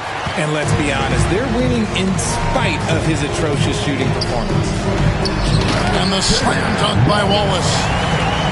And you can see him give a little nod and then just burst to the rim for the alley-oop slam. A pair of teammates, Greg, with a terrific feel for each other. Rondo against Iverson. And it's Wagner with the rebound. I'd like to see him a bit more efficient. He has not been great this quarter. GA, when you look at the development of Franz Wagner, what now is the next step for him? Kevin, for me, it's the three-point shooting, specifically becoming more efficient out there. And I also think he's going to have to become a better passer, ball mover. I got total confidence he'll get there because the rest of his game is complete. And let's quickly check out the scoring breakdown here for the Suns. They have found a lot of success in transition, running at every opportunity and getting points before the defense can get set. And they've also forced a lot of turnovers, capitalizing and turning those turnovers into points. Way to get after it. He hits one, then this is the second attempt from the free throw line. I know he's kicking himself for not snatching the lead, but look, here's Reed, and he jams it right over Scotty Barnes. Wow. And guys, I don't know that this is the time for that kind of flair. In a close game, the important thing is to get the 2 points, not necessarily the dramatics. Oh, come on. He had to go for that, didn't he? My goodness. Outside, Malone. Back to Iverson. The 3. Kept alive. Ed kicks to Reed.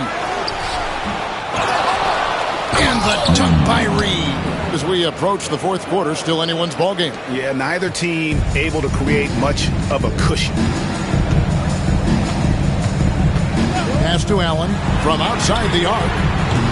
Phoenix grabs the miss. Reed's got 6 rebounds here tonight. Malone, the pass to Red. Pippen with it. Malone outside, over Barnes, and Barnes sends it back. Oh, tremendous defense there from Barnes. That 7'2" wingspan coming in handy. For Minnesota, they've gone 3 of 8 so far in the third quarter, looking to lock in that rhythm.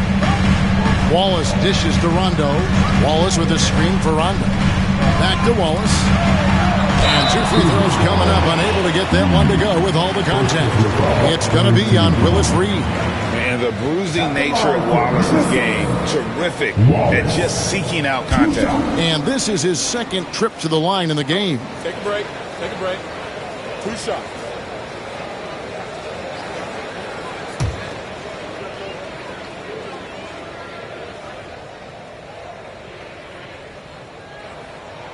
No good on the free throw. And Wallace, just an unreal defender. An undersized center who blocks shots and pounds the glass like a madman.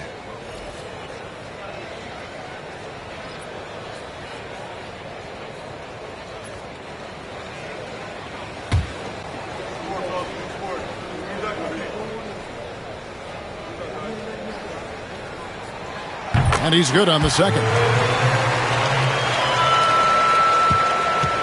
Phoenix has gone 0 of 2 from deep to start things here in the second half.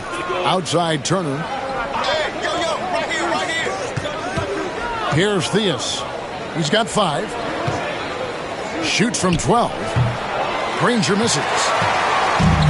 Minnesota's gone 2 of 5 with the 3-point shot since coming out of the break. 1:56 left in the third quarter. And so it looks like the Timberwolves will retain possession here. Williams is checked in for Ben Wallace. For the Wolves, number 5, Mark Williams.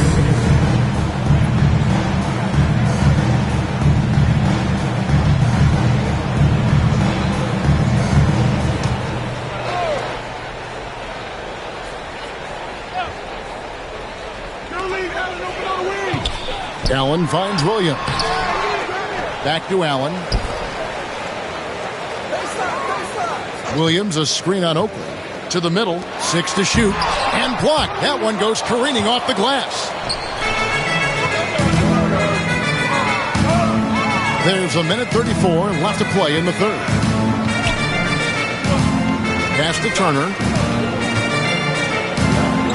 Yeah, that was bound to get ugly. Turner is so assertive, working inside. Defense got messy. He's getting his first free throw attempt of the night right now. And at the line last year, he was good on about 77% of his attempts. And so he makes both from the line. The Timberwolves trail. Here's Skiles. On the wing, Williams. Pass to Skiles. Williams a screen. The Timberwolves again can't hit. Not quite enough defense. That time around, just lucky he was off. Theus. Williams with the block. And he gets it back. And it's Theus missing. Minnesota's got the 3-point bug tonight. They've taken 15 shots outside the arc. 6 of 15. Skiles' shot is off. No one to blame on that one but himself. You get looks like that, you've got to take advantage. Oakley misses. Timberwolves shooting a mediocre 41% in this one. Pass to Barnes.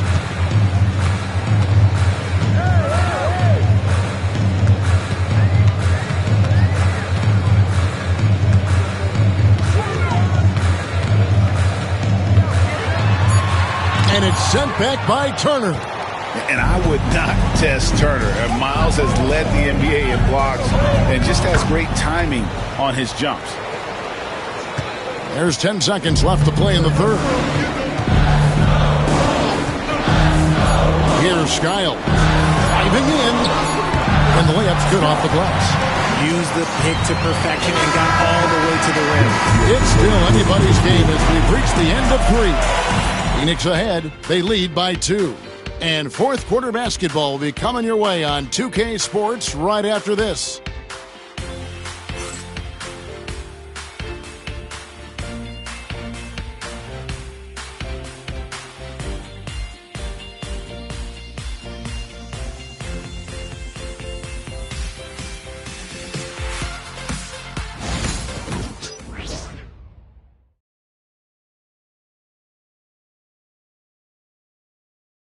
And now let's go back to a play from earlier as we show you our State Farm assist of the game. Just true artistry right there. I mean, great decision on where to go with the ball, and how about the perfect delivery? A lot of times a spectacular pass is more impressive than a spectacular shot. This is one of those times. It's the fourth quarter. 3 quarters behind us. One more to go. Thanks for being with us as we begin the fourth. They've got Wagner. Williams is out there with Garnett. Then there's Allen. And it's Rondo in at the point. So that's the lineup for Minnesota. White looking around. The shot. Rebounded by the Timberwolves. Williams has got 7 rebounds in the game. Here's Wagner. That shot misses. Nice D from Pippen. Drives to the hoop. Whoa, look out! Look out! Okay, I see you.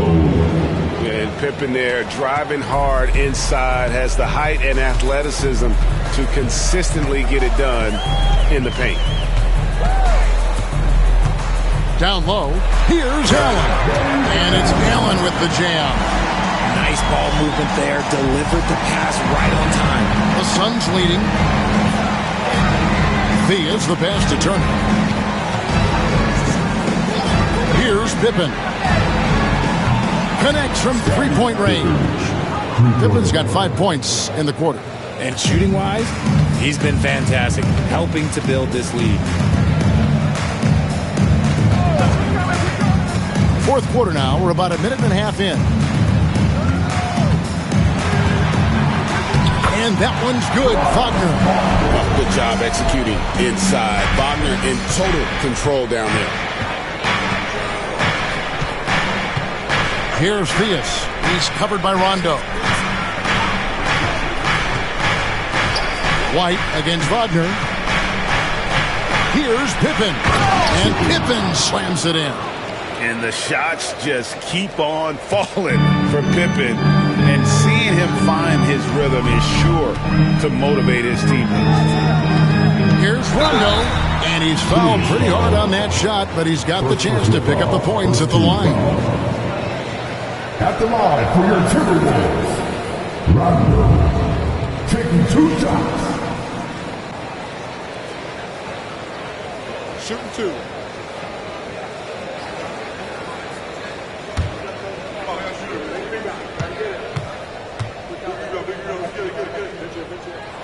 First free throw is good. And when engaged, Rondo is special. A triple-double threat who does a little bit of everything for his squad. Looking at who's out there now for the Timberwolves. Wallace comes in for Williams. And it's Baylor in for Wagner. And the Suns making a change here as well. Reed's checked in. Second free throw, no good. Listen, they're still right in this thing. Missing that free throw, though, keeps this a 2-possession deficit. And it's sent back by Allen. And it's out of bounds. Last touch by Allen.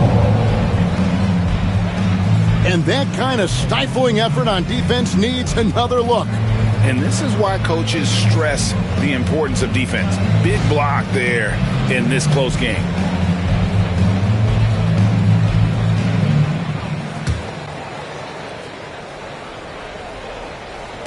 Timberwolves on defense. 4-point game. Here's Theus, and he could not get that one to go. Out of contact, and he'll go to the line for 2. It's on Rajon Rondo. Yeah, just a very creative player. Theus has the skill set to score in so many ways, and if that means using his body to draw contact to get to the line, then so be it.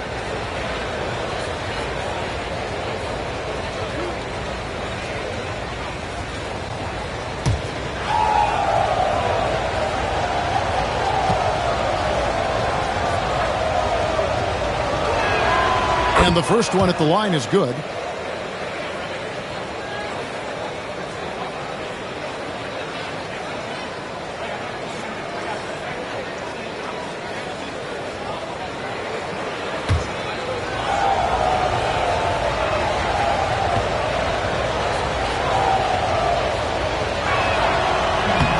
So he makes 1 of 2 as the second one misses. It hasn't been his best game, but his team is still doing just enough to be up.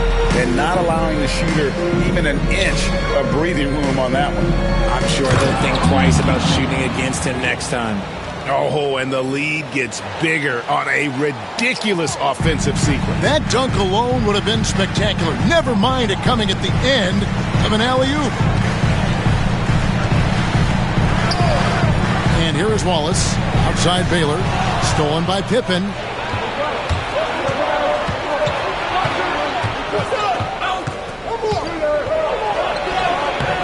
The putback controls the rebound and puts it back up and in. And now a 9-point Suns lead. And defensively, guys, they've been unable to shut down the middle. Baylor dishes to Wallace. And 2 free throws coming up. Unable to get that one to go with all the contact. Second team foul. At the line for 2, Wallace. Shooting 2.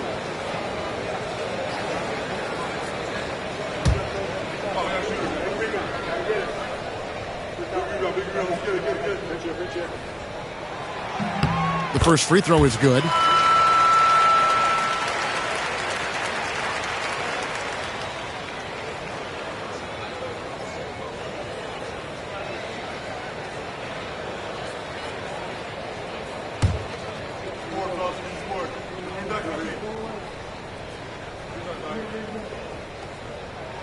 He's off on the second.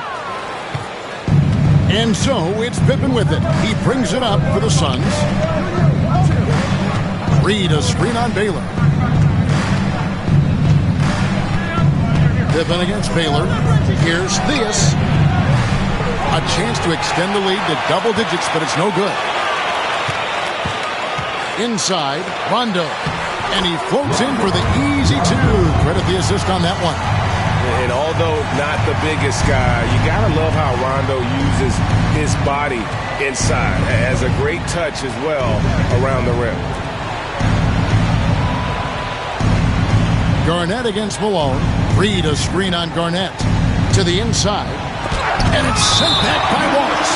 And this is why Wallace is an elite-level defender. Has a great sense of timing for when to rise up and contest shots. Allen Iverson's checked in for Phoenix. Outside, White. Pocket 4. Over Allen. Phoenix, no good that time either. Credit the defensive effort there, not giving him room to operate.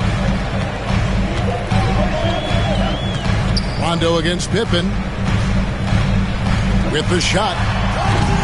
Wallace misses. Suns leading by 6. Here's Iverson. And the call on the shot sends him to the line. It's on Rajon Rondo. I tell you what, he earned his money on that foul.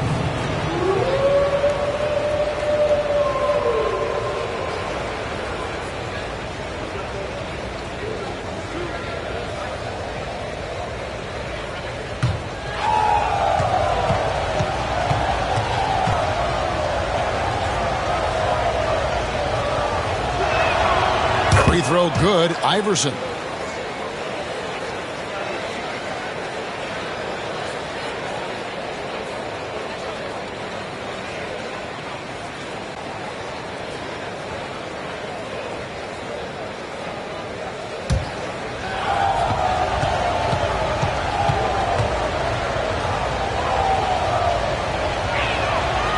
And both free throws good for Iverson. Timberwolves trail by 8. Now Rondo. Nice ball movement by Minnesota. Arnett surveying the defense. Allen, that's good. Well, after an uneven first half, he's managed to right the ship and get things going. And timeout is called by Mike Budenholzer. And clearly an important juncture. He's going to have some choice words with his team.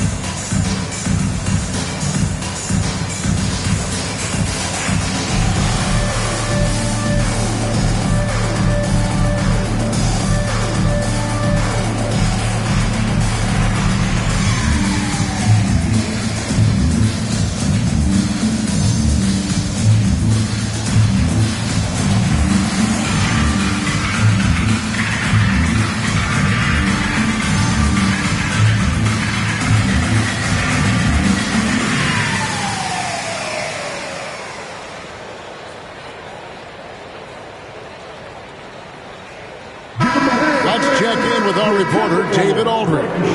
Hey guys, well, Mike Budenholzer had some advice for the team during the timeout. Now his perspective was to play like we're behind. He said that's the energy we need right now. We haven't won anything yet. Back to you guys. Thanks, David.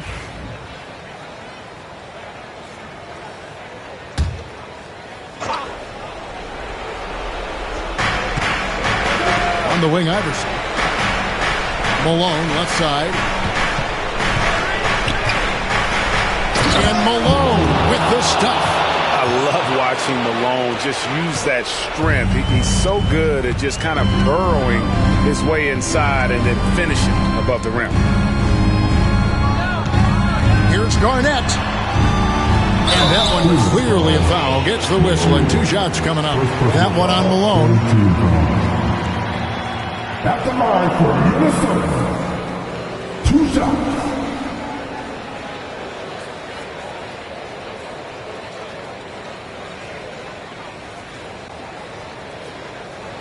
Take a break. Take a break. 2 shots.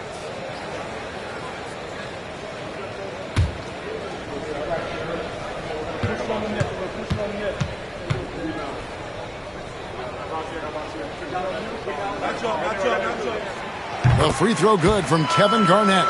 And that passion that Garnett plays with is really infectious. He's always talking and trying to get himself and his guys going. Both free throws good from Kevin Garnett. Phoenix leading by 5. Iverson outside. And the layup falls. Another bucket down low. They've been the aggressors, taking the ball inside and attacking at the rim. Inside, here's Garnett. And it's slammed in by Garnett. And so far, Garnett has dominated this game, getting to his spots and executing. Here's Iverson. Almost, but it rolls out. Minnesota's gone 1 of 2 from three-point range here in the 4th.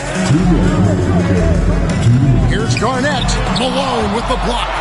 And he's able to get it back. And that's out of bounds. Minnesota will retain possession. And we got to take a second look to admire that outstanding block. And boy, did he get up quick to reject that shot. That's as fundamental as defense gets.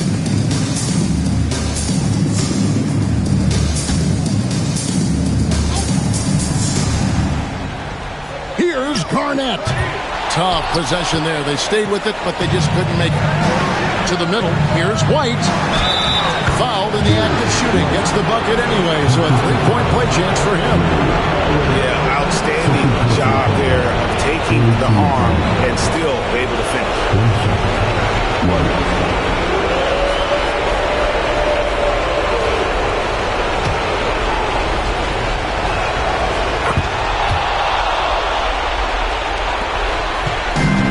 Rondo with the ball for Minnesota. Trailing here by 8. To the paint. Here's Garnett. And it's Reed pulling it down. Reed's got rebound number 8 here tonight in the game. Pippen, the pass to Reed. Nice ball movement by Phoenix. Pass to Pippen. Malone sets the pick for Pippen. Down to 5 on the shot clock. Count the basket. Malone's got the lead up to 10 now for the Suns. Big miscommunication on defense. He recognizes it and quickly takes advantage. Yeah, they're going to do a much better job of putting a little bit of pressure on him on his way to the hoop. And it looks like just playing the last bit of this one out in what should be a nice win here for the Suns.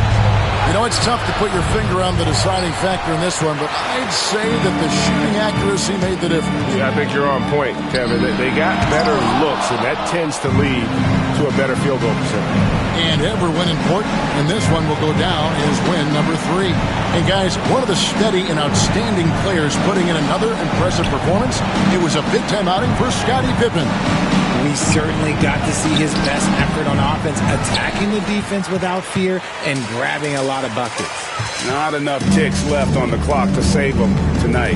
Yeah, they got to be disappointed with this result. Fires from deep. It's hauled in by the Suns. Now here's Iverson.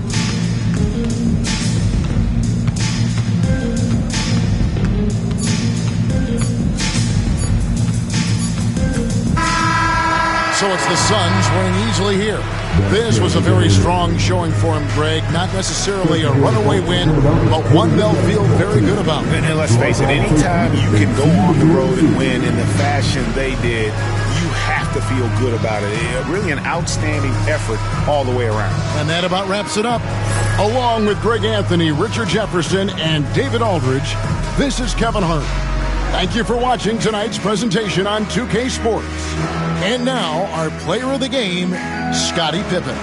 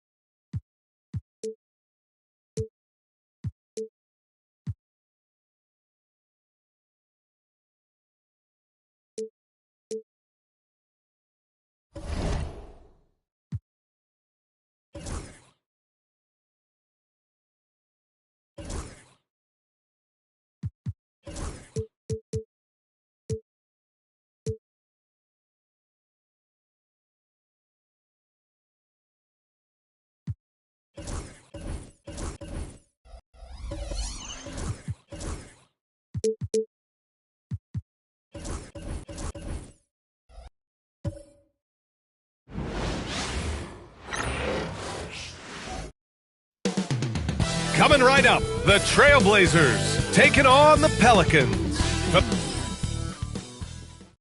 Happy holidays, everyone, from all of us. And now a chance to see what's coming up for the Portland Trailblazers.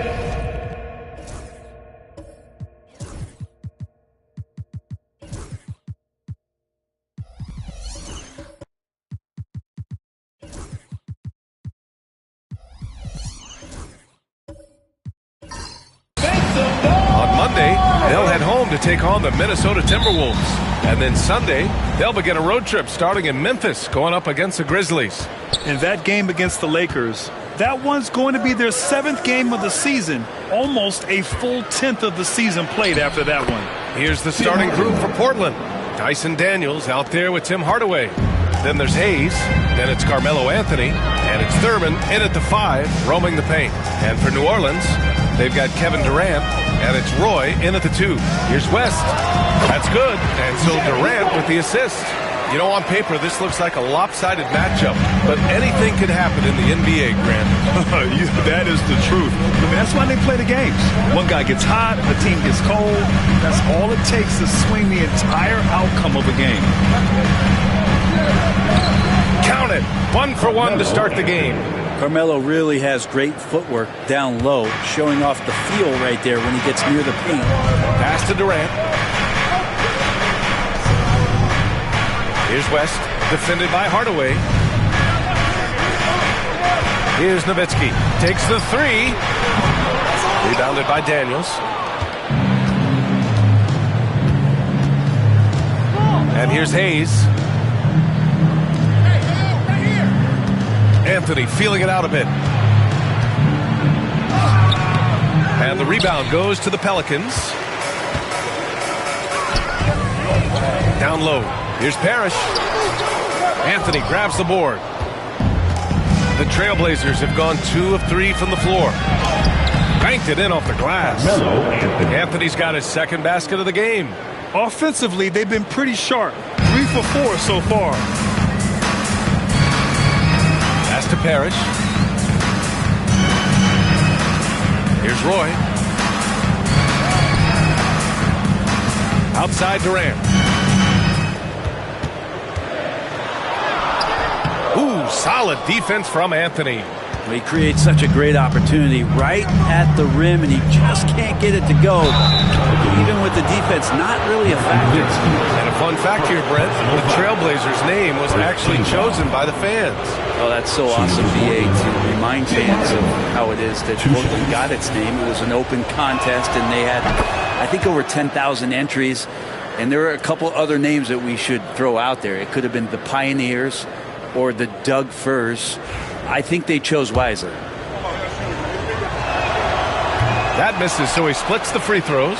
Well, Brent, after ups and downs, it seemed like New Orleans is really trending in the right direction.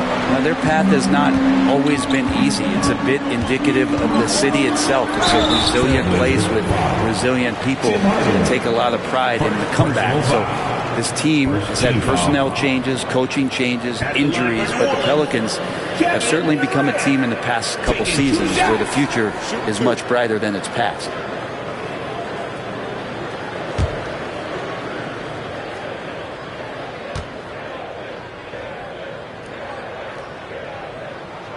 And he knocks down the first one. When you look at the career of Kevin Durant, he's had an amazing list of teammates, Grant. Yeah, that's true, B.A. And it started with Westbrook and Harden. Then he had Steph, Clay, and Dre, Kyrie, and then Booker and Beal.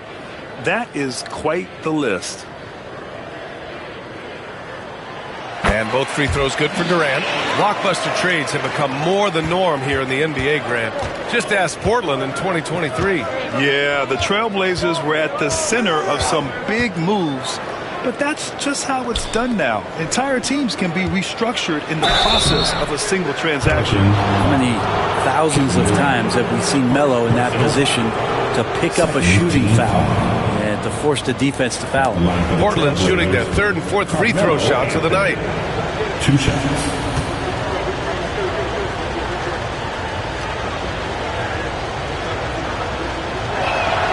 The free throw drops for Anthony. Grant, when you look at this Pelicans team, their length is so impressive. Yeah, they've made a point to draft players with big wingspans, and that really helps them on the defensive end.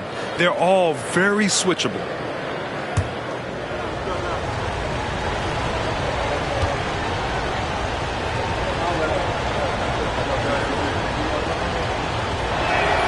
And Anthony drops them both. Well, Brent, the Pels bowing out to the Thunder in the first round last season. Not a bad showing, though. Yeah, no shame in that. You lose to the #1 seed in the Western Conference. They have a great collection of young players and just need to spend more time together to try to take that next step. One change could take them from a playing game to home court advantage this season.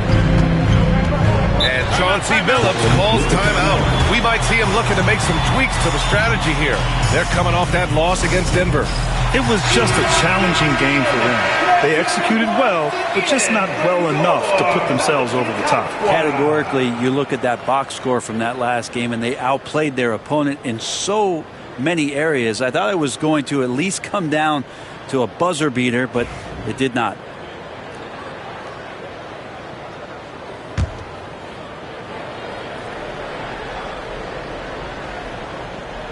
About 3 minutes gone here in the first quarter. Pass to Daniels. And he lobs it up to the rim. And that one's good. Thurman. Now that's what I call great basketball. Finding a way to get all the way inside. Man, that's a painted possession right there, a masterpiece, especially when the defense is not a factor. Right side Durant. Second chance shot. And that one's good. Parrish. The defensive effort was lacking a bit, but hey, give him credit for finding a weakness there. Just really smart basketball and exploiting whatever holes that he's seeing right now in the defensive squad. Pass to Hayes to the inside. Here's Roy. Hasn't gotten one to fall yet. Oh, got that one up quick. One of the more skilled offensive players that is on the floor here tonight. Not an easy fella to hold in check. Now here's Anthony, guarded by Durant from 7 feet away. And Durant with the block. Huge block as the length of KD paying off there. Pass to West. And that comes off the assist by Durant. And they may have talked about shot selection coming into this. Portland trailing here. Hayes with it. To the middle. And Anthony slams it in. Melo showing that he's still got it down there. Gets enough space to get up and get to the rim. Here's Roy. Oh, and he got fouled on his way up. He'll head to the line to shoot 2. Personal foul. Brent, how good does it feel as a player when your team really starts to hit its stride? Well, it's just awesome, BA, when players understand their role and how locked in that you can be. And there's a whole other level to that when you know going into any NBA contest whether or not you're going to win the game is dependent on what you do. And the opponent has no chance of taking that away from you. That's when you're a championship caliber team. That free throw, no good. Just 21 wins for Portland last year, Brent. Their lowest total since the 71-72 season. Yeah, BA, and if history serves me right, that was just their second year in the NBA. I do like the youth movement. This team has to rebuild in the Rose City. They've got some interesting pieces, but this one's going to take some time.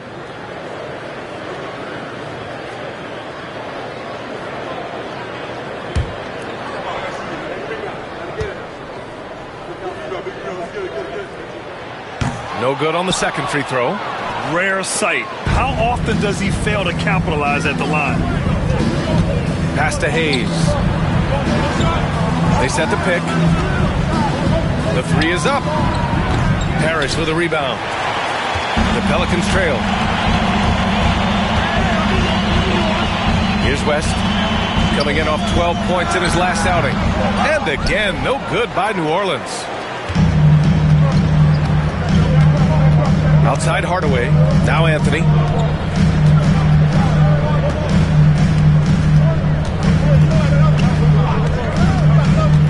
Inside. Here's Thurman. And he takes the feed in stride and slams it home.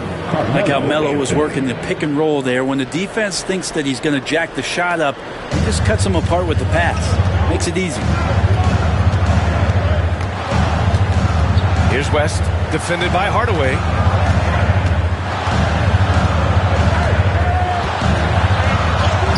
The basket by West. West has got 6 points. Now they're playing working to perfection there if that was their plan. And if it wasn't, maybe that should be their plan. And Chauncey Billups calls time out here. He wants to give him a breather and talk things over.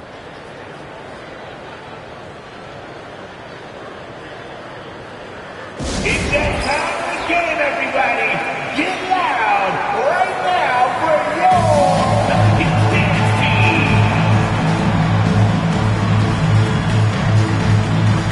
New Orleans making a change here. Lewis has checked in. John Collins checked in for Portland. Cunningham comes in for Daniels.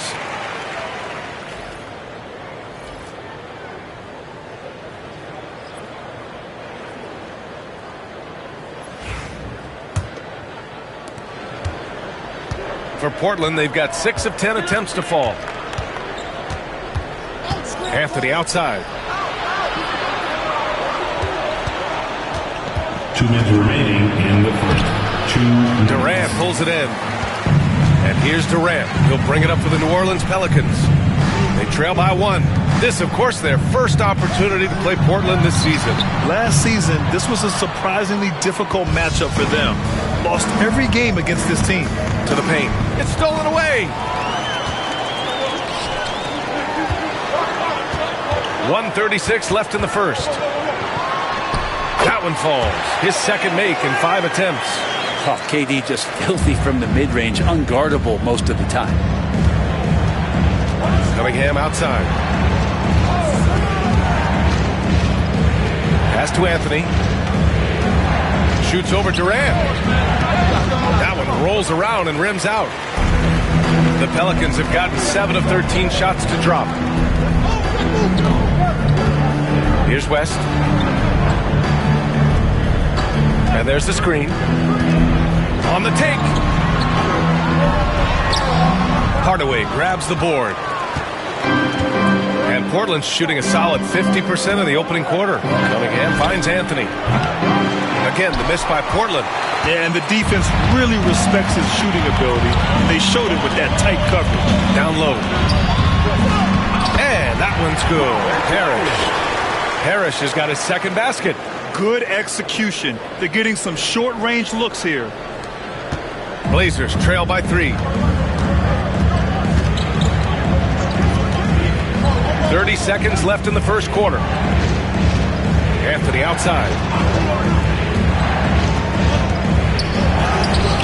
And he drains it. That basket makes him 4 for 9. Well, lots of years of service from Melo and a great play there with the contact. Durant against Anthony. Durant looking around. Over Anthony. And it comes off the front of the rim. That's got to frustrate him. He knows he should have made that one. Yeah, you can't make them all, and you for sure you'll want him taking that kind of shot. So at the end of 1 quarter of play, still a close game. It's New Orleans up by 1. Let's take a quick break, and then it's on to the second quarter after this.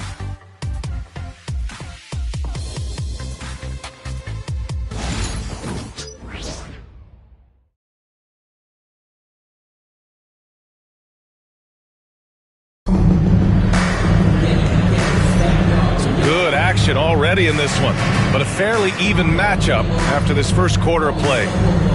And an important part of every team's game, a look at the hustle stats for the Pelicans. Yeah, I love the energy and aggressiveness I've seen from them on defense. They're really getting after it with all these blocks. They've also done a great job of taking turnovers and producing out of that, working really hard that they're not wasting extra chances that they're creating. We've got Steven Adams, and it's Parrish in at the power forward position. That's the Pelicans' 5. It's tipped. Now here's Cunningham, tightly guarded, and stolen by Durant. Takes a step back. Here's Terry. And that one goes in as he's fouled. It'll be 3 points if he converts the free throw. Defensive foul. Jalen Williams. First personal foul. And he's got his first opportunity at the line here tonight. Desmond Bane, he's checked in for the Pelicans. Jason Terry. 1 shot. 1 shot.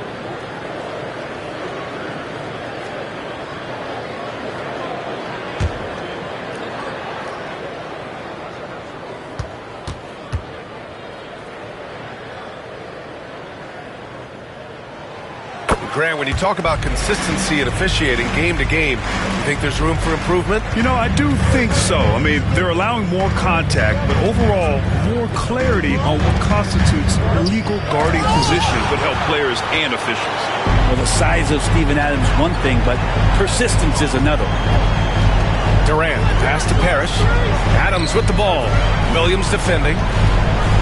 Here's Terry. Hits a three-pointer. Terry's got 6 points. That right there, that's the kind of look this system is designed to create.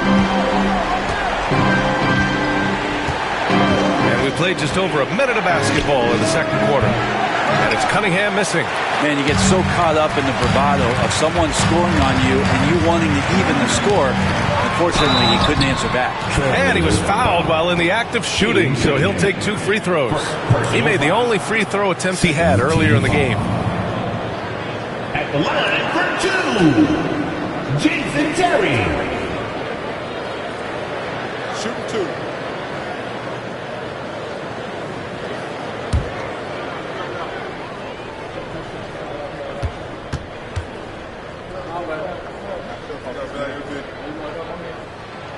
First free throw is good.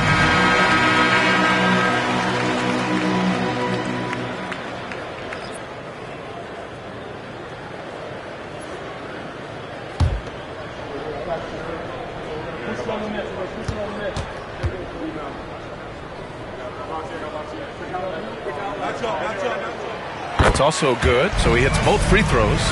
You can tell he's feeling confident right now at the line, and when he's on, he can be lights out.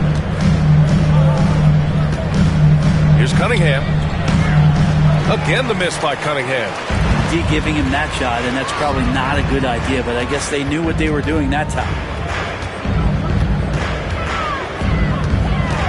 Second quarter of basketball, just over a minute and a half played so far. Here's Bain. And he buries his first look. We've seen that more than once today. An effortless basket inside. They need something good to happen here. Yeah, they've gone way too long without a score. And Chauncey Billups calls timeout here. I think right now he must be looking at some adjustments.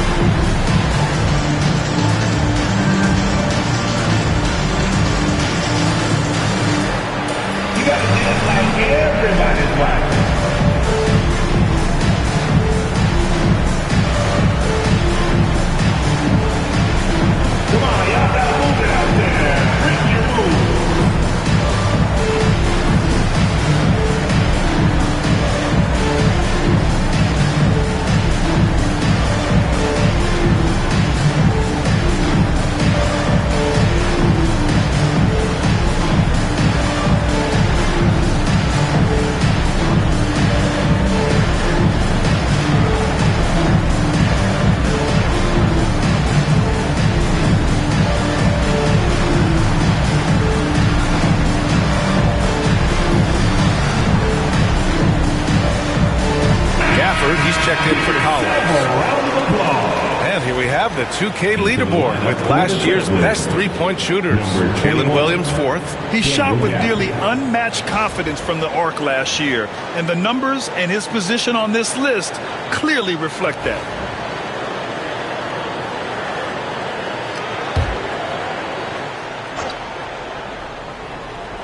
Second quarter of play with around 2 minutes gone so far. They need this. 2 points. That one goes. Williams has got his first bucket in this one. And I like when Williams works in these mid-range areas. I mean, such an impressive score. Well, it's rare to see a young player as efficient as Jalen Williams, Brent. Yeah, it's been remarkable, especially when you factor in that this guy is relied on for a lot of shooting. I mean, his shooting volume is very high. This is a blossoming star for this team, and I'm not sure we could put a ceiling on what that potential is. And it's Cunningham missing. Well, he's just really struggling right now. And with everything he's throwing up, nothing really helping out in terms of his confidence. I mean, these ones aren't even close. Nice one-handed jam. Simple and effective, B.A. Hey, with the lead, I'm surprised he didn't come up with something a little more creative. And the foul on Steven Adams. That's his first foul. Hayes is checked in for Portland. First team foul. Substitution on the court.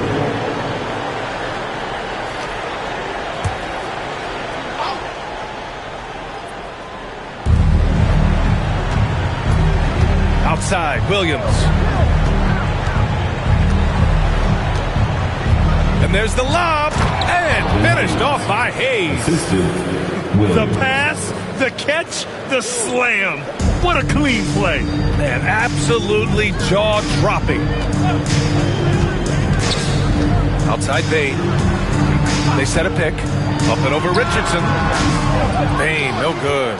Great work by the defense. That's the intensity coaches want to see. Cunningham finds Gafford. Outside, Williams.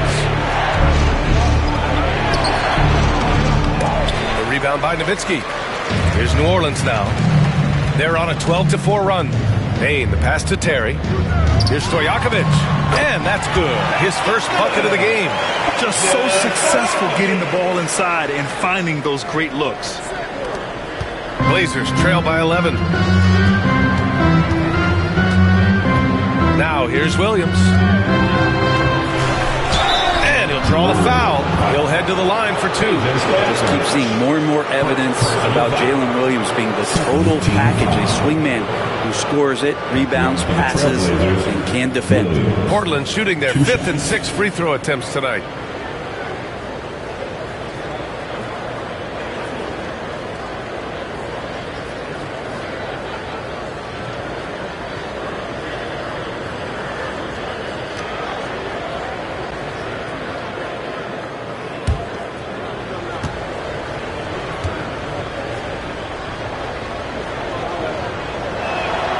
First free throw is good. Portland making a switch here.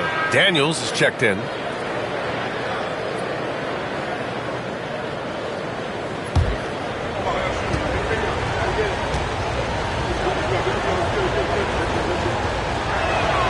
Both shots good from the stripe. Grant, it seems like teams today are much more data-driven than in years past. Yeah, I agree, B.A. It's much more sophisticated. And, of course, coaches and executives are still watching the games and forming their gut opinions. But now those impressions can be cross-checked with the numbers. Terry's shot is good. This run has been fueled by their matador defense. And Williams has got the ball here for the Portland Trailblazers. 11-point game. 15 feet away and off the glass. That one's good. Williams has got 6. It took a little bit of time, but now he's taking the pen off the cap and putting his mark on this game. Here's Bain. Got it. And the Pelicans lead by 11. Yeah, right there with Bain, you see the advantage of size and toughness in the backcourt. Back to Daniels. Stolen. And it's the Pelicans on the break. Here's Stojakovic. Misses from close range. Blazers trail by 11. And he lobs it up top. Cuts off the pass. Here's Terry, guarded by Richardson. And rejected. Fires for 3. Daniels misses. New Orleans leading by 11. Here's Terry. He's got 10. And again, no good by New Orleans. Bain against Williams.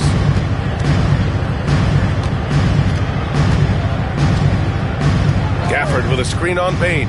Williams with it. He's picked up by Bain. And it's rejected. And they'll keep possession. Daniels, that one's true. And we've got a timeout called by Willie Green. Coach wants to speak to his guys, maybe alter some of the game plan. All right, everyone. Make some noise for your bucket breaker.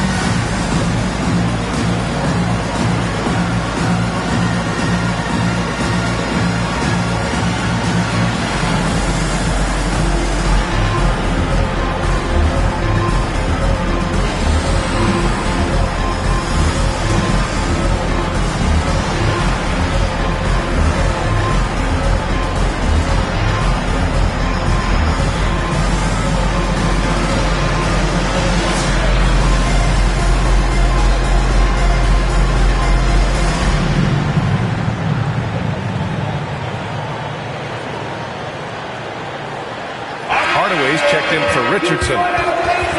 With this break, let's bring up the teams who've been clicking offensively over the last month. Portland, third. Well, over the last month, they've started to hit a high percentage of shots, and I think it's due primarily to great shot selection.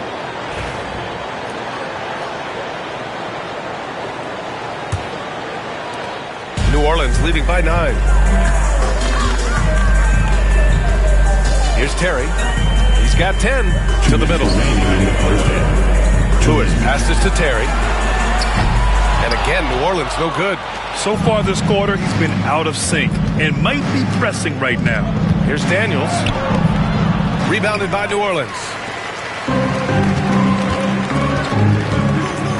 A minute 42 left in the first half of basketball. And a foul called on the way up. So he'll take 2 from the free throw line. Well, that was clearly a foul. And this is his second trip to the line tonight. Brandon Roy taking 2 shots. Shooting 2.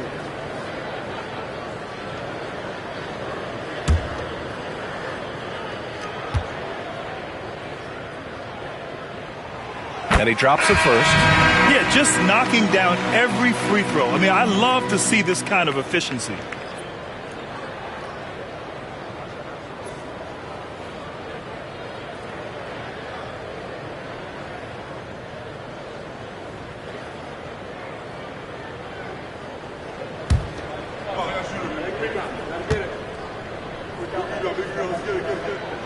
And he makes both free throws.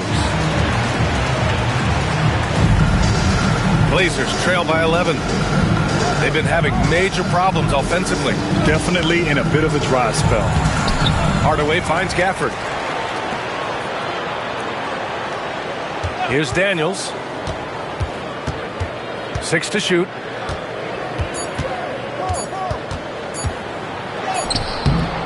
Parrish with a rebound. Parrish has got rebound number 5 here tonight.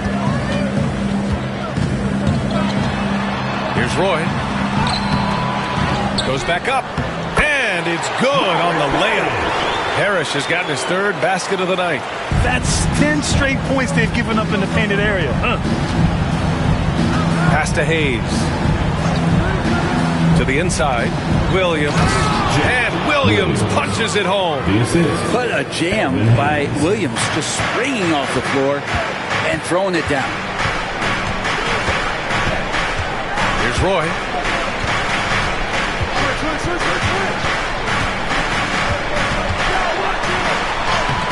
And it falls. 2 for 3 from the field so far. And they keep on figuring out ways to force the rock inside and convert. Hardaway into the lane. And the rebound goes to the Pelicans. Parrish has got 7 rebounds in the game. Here's Roy. Portland grabs the miss. On the wing, Daniels. Hardaway on the wing. Oh, plenty of contact on that shot. Officials call the foul, and he'll take 2 free throws now. Yeah, you never want to let shots at the rim go uncontested. Portland shooting their 7th and 8th free throw attempts of the game. Tim Hardaway taking 2 shots.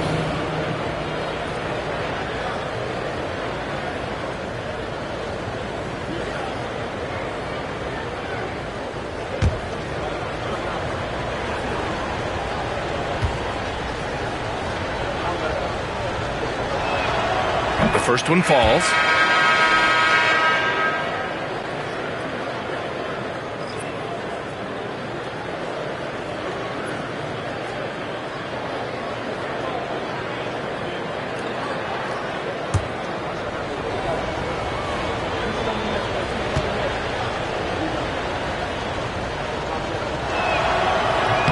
And so he hits both.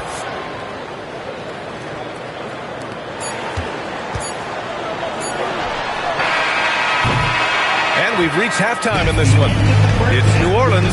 They're up by 11. Stay with us, folks. We'll be back just after halftime to get the 3rd quarter started. Blazers 31.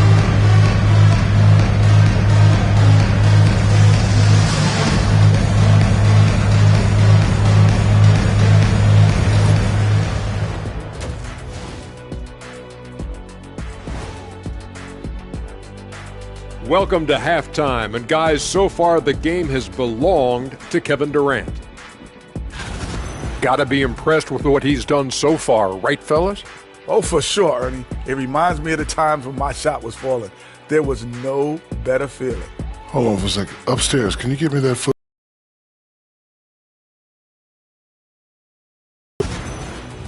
And time to talk now about that first half. What A shot early on, going right at the defenders and keeping them on their heels. With the way he's played, it makes sense they'd want to keep looking for him. And I'm guessing that's the plan. And that's a wrap on halftime. Thanks for watching as we send you back to BA to call the second half.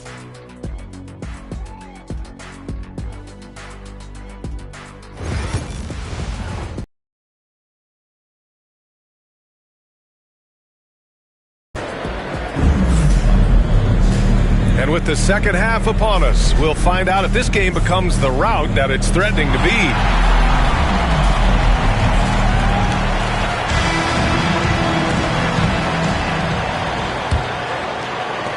New Orleans leading by 11.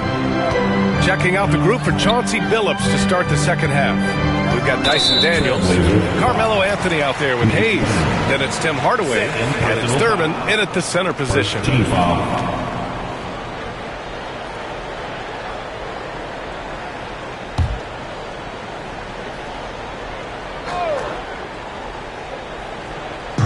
And here's New Orleans now. Outside Durant. Here's Nowitzki. And count the basket. He was fouled, and he's going to the line for one more. Defensive foul. First trip to the free throw line for him tonight. Second team foul. At the line for one, Dirk Nowitzki.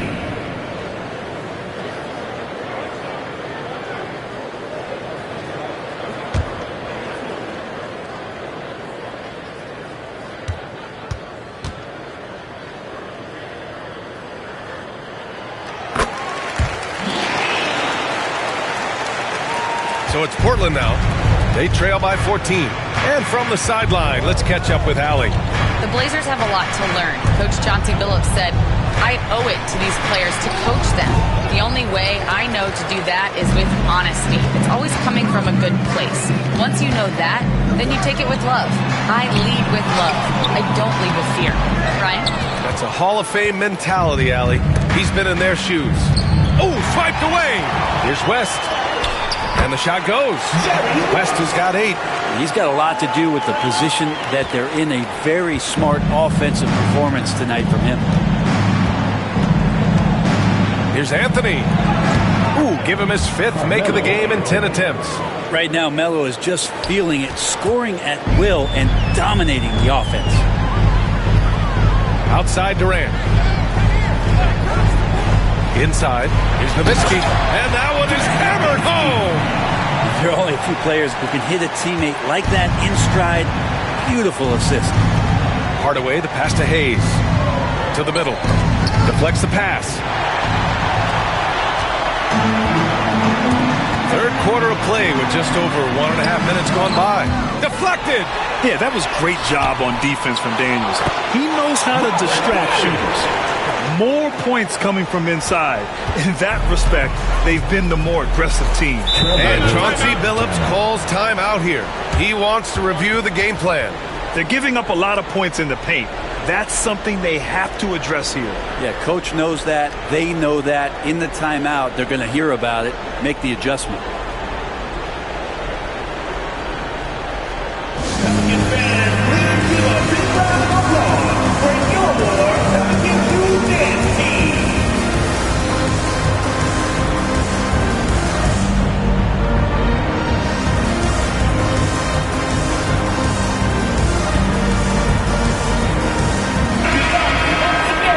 While we can, let's bring up a list of the top scorers across the NBA in the past month.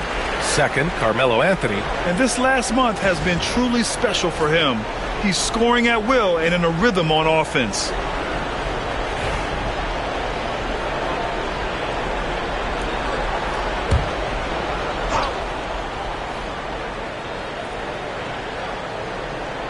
Here's Anthony. He's got 12.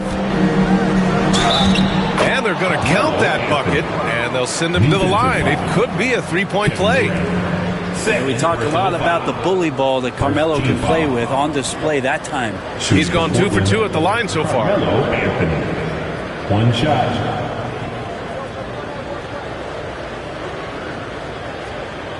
One shot.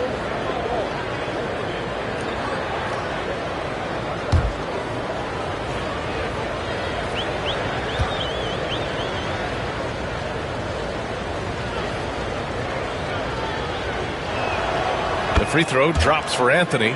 Just get a feeling like Melo has brought some extra energy to this one. This guy eats, drinks, and breathes basketball, but he's at it here tonight. Here's Nowitzki. He's defended by Hayes. Oh, there's the alley. Up high and down it goes on the lob. Great to see when Melo spots his open teammate. Good at noticing the overcommitment that time. Here's West, defended by Hardaway. Pulls up on the wing. It's Hayes with the rebound. Blazers trail by 13. Outside Hardaway. Just over 2.5 minutes gone by in the second half.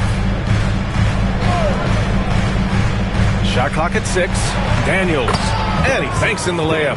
Yeah, they've only missed 1 out of their first 5 shots here in the second half, guys. Their offense really moving well, ball snapping, and the shooting looks to be in great rhythm.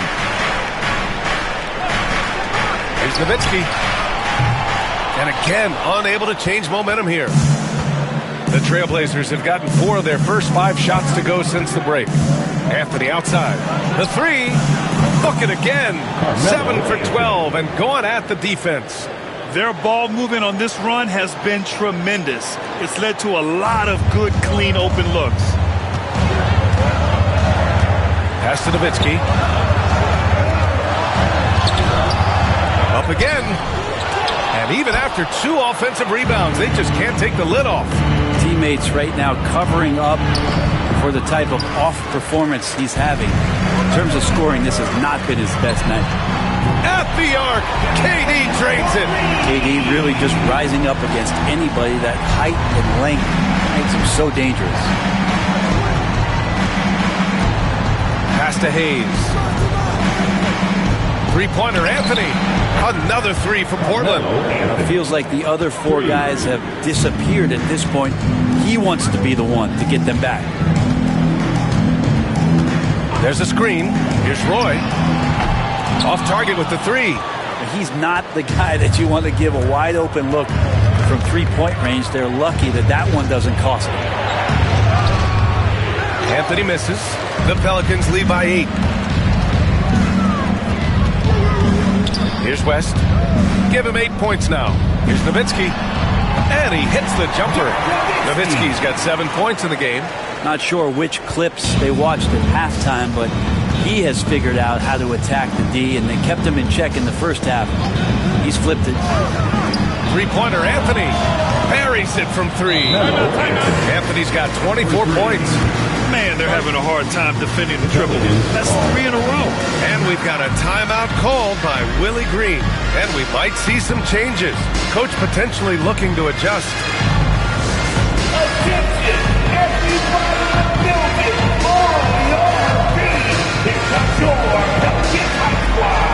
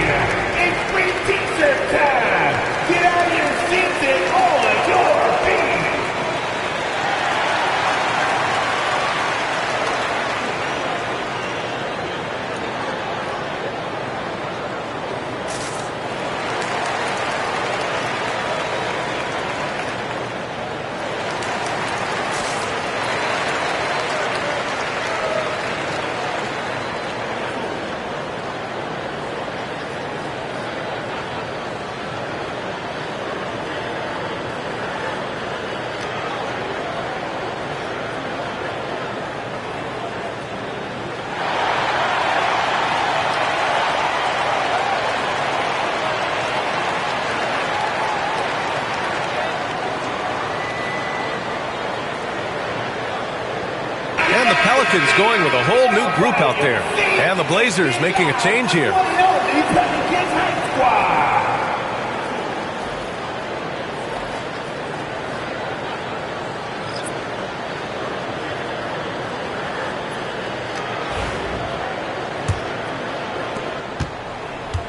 The Pelicans lead by 7.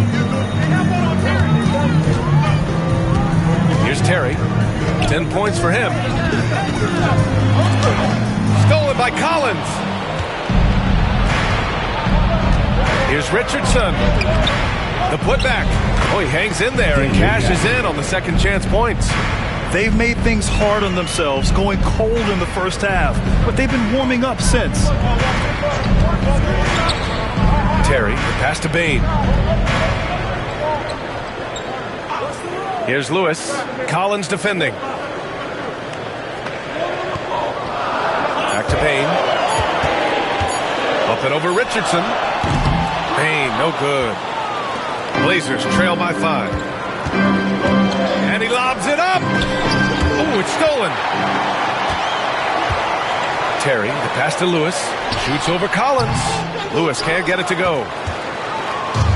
The Trailblazers have gone 8 of 12 from the floor in the third quarter. Pass to Anthony. Back to Richardson.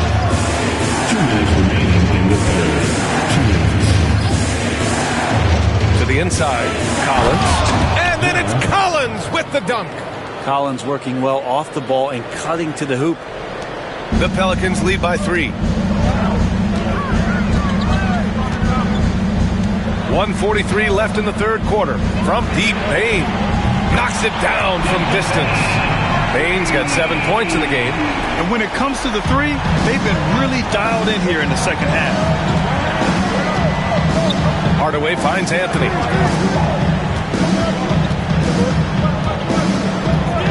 Fires at the elbow. Again, the Trailblazers good for 2. This is a one-man show right now. He's on a mission to get him out of this hole. Here's Terry, defended by Hardaway. Bain against Richardson. And you can count it. He'll go to the line with a chance at a three-point play. And what concentration from Bain. Hit, and he still makes it. And guys, let's get your take on the scoring breakdown for the Pelicans. Well, they've had no problem getting into the heart of this defense with the dribble. And they've made the most of their chances there as well. And I feel like there's been an old school aspect to what they've done tonight, and that is pounding the ball inside, getting it down low, getting those looks in close. That's been effective. And Bain, no good on that one. And such a unique player. Bain is a powerful guard with an incredibly soft touch. And that was just moving the ball quickly. And he's rewarded at the end with a high percentage look. Yeah, the defense trying to do their best to slow him down. But when he gets room like that, you got to look out. Terry, the pass to Bain. Puts up a 3. Williams grabs the board. Williams has got his 5th rebound in this one. Gotta love how they've been crashing. I mean, something else, man. Wow. And make it happen. Yes, such a smart player. Jalen Williams making people around him better. 8-second difference between the shot clock and game clock. Pass to Bain. Here's Stojakovic. Here's Lewis. Sends it home from three-point land. Lewis has got himself on the board with a 3 there. He does so much out there to stretch out the defense when he's out on the perimeter, and he drains the triple. Collins finds Williams. There's Cunningham with a 3. No good. Misses at the buzzer. And that does it for the third quarter. Both teams clicking offensively as we approach the fourth.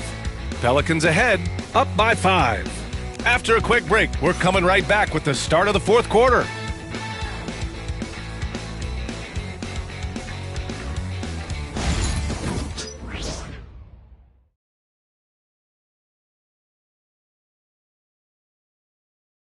And a moment now as we take a look at our State Farm assist of the game. You know, I'm kind of stoked this was the choice because I love this pass. A remarkable find. He put his court vision on full display. Well, a great job with the eyes. And what separates great playmakers, as we know, is peripheral vision.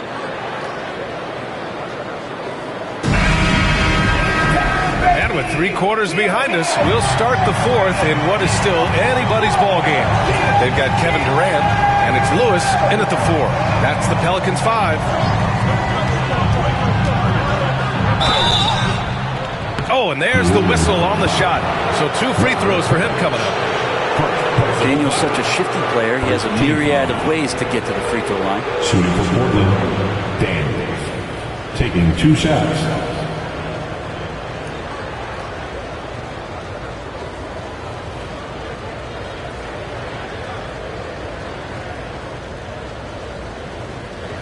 Take a break. Take a break. 2 shots.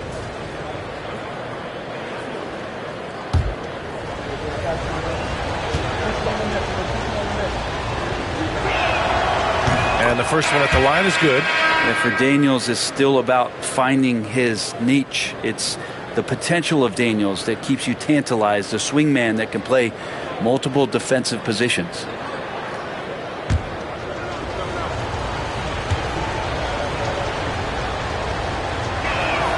So he hits 1 of 2 from the stripe. Just a tough miss at the line. They're down 2 baskets now. Here's West, outside Durant. And again, it's New Orleans with a 3. This defense just can't stay connected to shooters. And here's Cunningham. He'll bring it up for the Trailblazers. Pass to Daniels. Now here's Williams.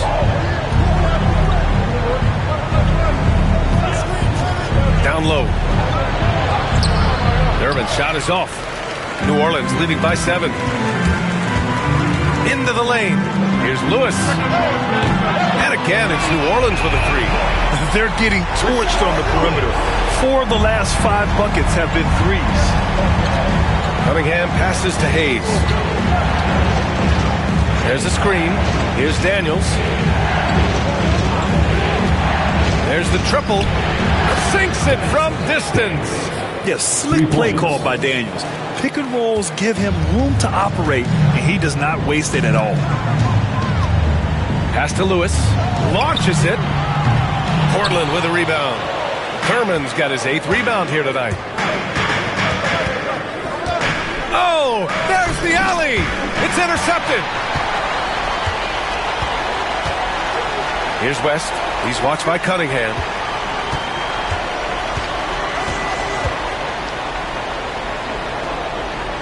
Here's Lewis. He's defended by Hayes.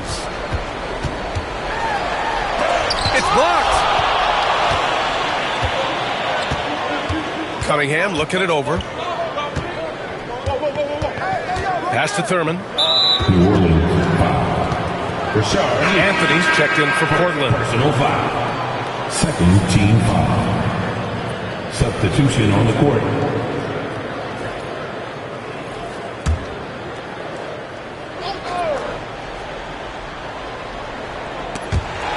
Away. Here's West. He's watched by Cunningham. Here's Durant. It's hauled in by the Trailblazers. Thurman's got 9 rebounds in the game. Boy, he's getting it done. No coverage that time. Anthony's got 29 points. Their 3-point shooting has been on point here in the second half. Just over 2.5 minutes played now. Final quarter of regulation. West misses. Blazers trail by 4. From outside the arc. Anthony misses. For New Orleans, they've gotten only 2 of 6 attempts to drop in the 4th. Here's Roy. From 13 feet, down it goes. Portland has gone 5 of 12 from 3-point range tonight. Pass to Anthony. Melo can play big down there in the paint, so using his size that time to draw the contact. Third team foul. Shooting for Portland, Carmelo Anthony. Taking 2 shots. shooting 2.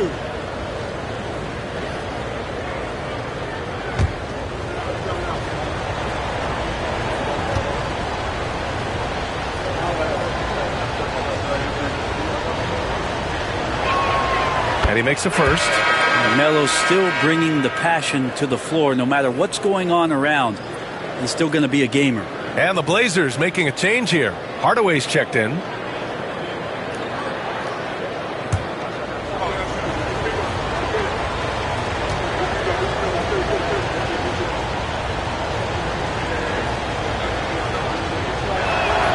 And Anthony drops them both. The Pelicans lead by 4. Here's West.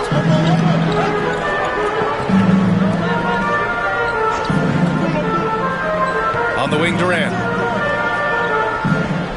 Clock at 6. From downtown. Rebound by the Trailblazers. A little over 3.5 minutes in the books now in this fourth quarter. Pass to Thurman.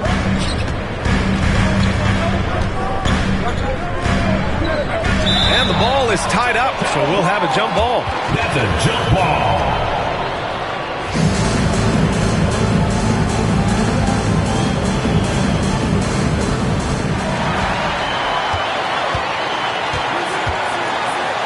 Here's Roy. Portland with a rebound. Thurman's got the glass covered here tonight. That's 11 boards for him. Not great numbers, but great effort in this one. Sounds funny, but I think he's been a positive for them. Daniels passes to Hayes. And here's Hardaway. Trailblazers got to hurry. Got to get up a shot. Lets it fly from 18. Nice touch on the bank shot. Anthony's got 7 points here in the quarter. They've still got work to do, but it's impressive how they've battled back. Finally got themselves in the trenches. Momentum completely shifted now. We've got a tight one here in the final period. And we've got a timeout called by Willie Green. He is not messing around. Calling them into the huddle. And keeping us updated from the sideline, Allie LaForce. Hey guys, well, Willie Green had some advice for the team over that last break. Coach was urging his team to play strong defense, reminding them no easy hoops, give effort and help when needed. They do say defense wins championships, guys. Good job there, Allie. Thanks. So it's the Pelicans now. The lead is 2. Here's West, defended by Hardaway. And again, New Orleans no good. Portland has gone 2 of 3 from beyond the arc here in the fourth. And finished off by Hayes. Even though he's young, Daniels tends to make the right decisions with the ball in his hands. And so Durant will bring it up for New Orleans. Pass to Nowitzki. Blocked. Anthony outside. I don't know if you push the panic button now, but that's the 4th personal. And he needs to stay aggressive out there. So it's going to be interesting to see how he plays moving forward. And a look at how the hustle game has been going for the Trailblazers. Yeah, they've done a great job of challenging every shot they can. Their totals in the block column are a result of that aggression. Well, if we add another thing to it, it's about the urgency they've played with. I mean, you look at the eyes of these guys. They're focused, wanting to get up tempo, and that's helped them score on the fast break. The Pelicans making a switch here. Baines checked in. They come away with the lead, but I'm sure he's kicking himself over that last miss. Man, I'll tell you what, the pressure is cranked up. Who better to call than this guy? And here's Portland. They're on a 13-4 run. Back to Hardaway.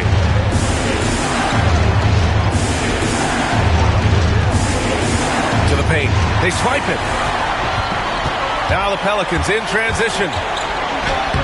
And the basket by West. Now it's a 3-point Pelican lead. This is how you execute in transition, getting all the way to the cup. Yeah, sweet finishes like that, you see everybody get up. Look at the guys on the bench. They're fired up. Hardaway's shot is good. Love to see that from Dyson Daniels. He's a gifted passer. And it's Willie Green calling the timeout here. He wants their game plan to be crystal clear at this point. Everybody, let's hear it for Here's West. 1:56 left in the fourth quarter here. Here's Hayes. And finished off by Hayes. Neither team able to build a lead and sustain it. After 6 lead changes, it feels like it could come down to one big play. Payne with a screen on Hardaway. Out to the right wing.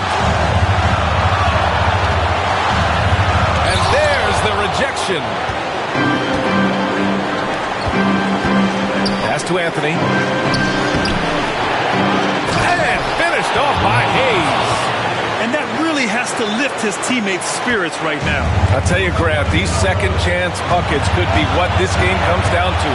Well, especially in a close game, every possession matters. Can they get it? Oh, a clear foul there on the missed shot. So he'll get a pair at the line. Personal foul. First team foul. At the line for your Republicans, Dirk Nowitzki. 2 shots.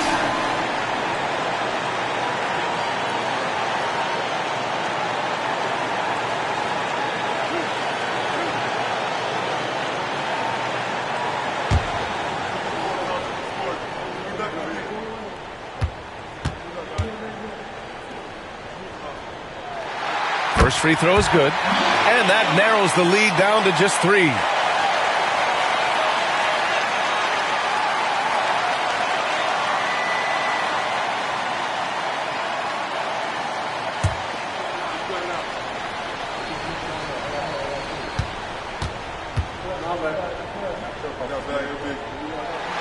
And so he makes both from the line. When it's this close, he's exactly who they want at the strike. Outside Hardaway. And he's going for the lob. And Anthony slams it in. Melo wants every bit of those moments. 1:06 left in the fourth. Here's West. Out to the right wing. Outside Payne. For 3. Just 5 to shoot. It falls! Oh, what a sensational bucket! That brings it within 1. Expect them to take their time this trip down. Yeah, B.A. The clock is theirs to burn. A little mid-range shot is up. Oh, he nails it! Wow. That takes steady nerves right there. Not backing down from this moment here. When the game is close, he kicks it up a notch. Pass to Nowitzki. To the middle. Second chance effort. And it's good! A stronger defensive presence would have saved them 2 points. And a smart choice right there. You can't allow them to just drain the clock. Tim Hardaway. At the line for 2.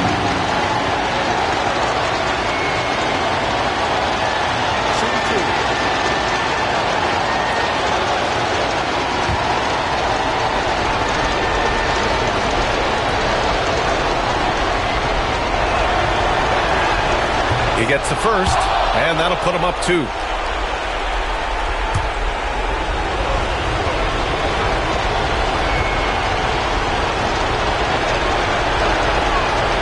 And so both free throws good, and it's a 3-point game. Calm under pressure, and every point here means a lot. And it's Willie Green calling the timeout here. Great time to call his guys into the huddle at a very tense moment in this game. Turning here to our analysts. What elements become the primary keys at this point? If they leave the arc open, take it. But it may be safer to get a quick 2 and then foul. Don't force something up. You got to be smart here.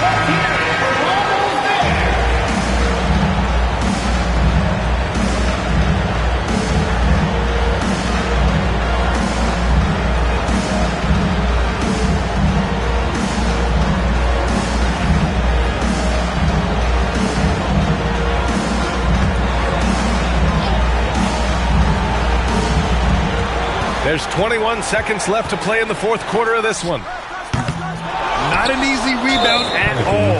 But when you win that kind of battle, it gets your blood pumping. Team in the penalty. Shooting for Portland, Edwin Hayes. 2 shots. good on the first, and that gives him a 4-point cushion.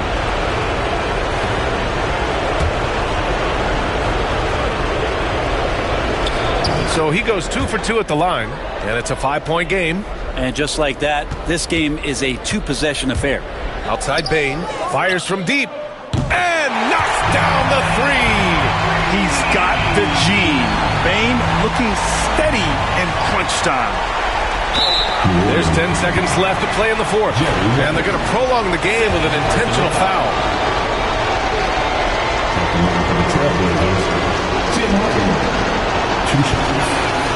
First free throw is good, and that makes it a 3-point lead.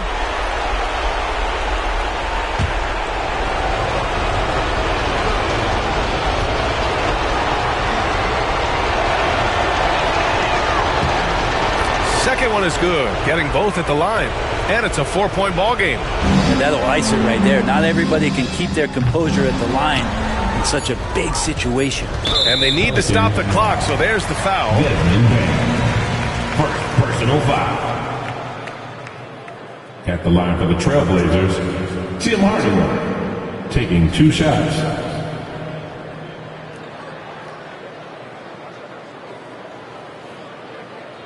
Take a break. Take a break. 2 shots.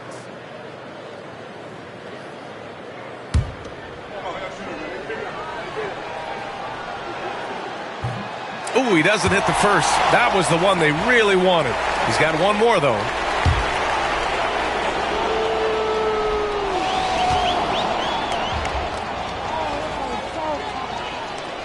So he comes up empty at the line. So it's the Trailblazers taking the W in a close one. They played the villain tonight, and they played it well. Yes, they did. And, you have 2 choices. You can either succumb to the hostility in this arena, or you can feed off of it and use it as motivation. They did the latter. Well, folks, that's going to do it for now. For Brent Behring, Grant Hill, and Allie LaForce, this is Brian Anderson. Thank you for watching this 2K Sports presentation of the NBA.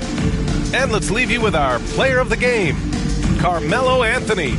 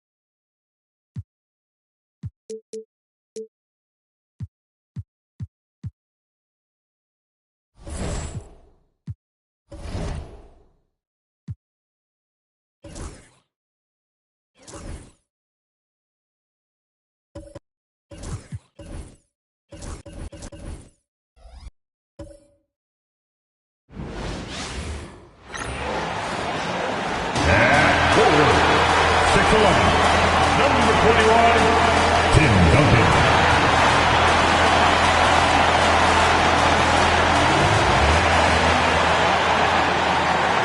It's that time of the year. Happy holidays, everyone, from 2K Sports as we get set to bring you some mid-season NBA action. With Greg Anthony and Stan Van Gundy, this is Kevin Harlan, and we're joined by our reporter. A moment now to see how the schedule is looking for Detroit. On Sunday, the New York Knicks coming to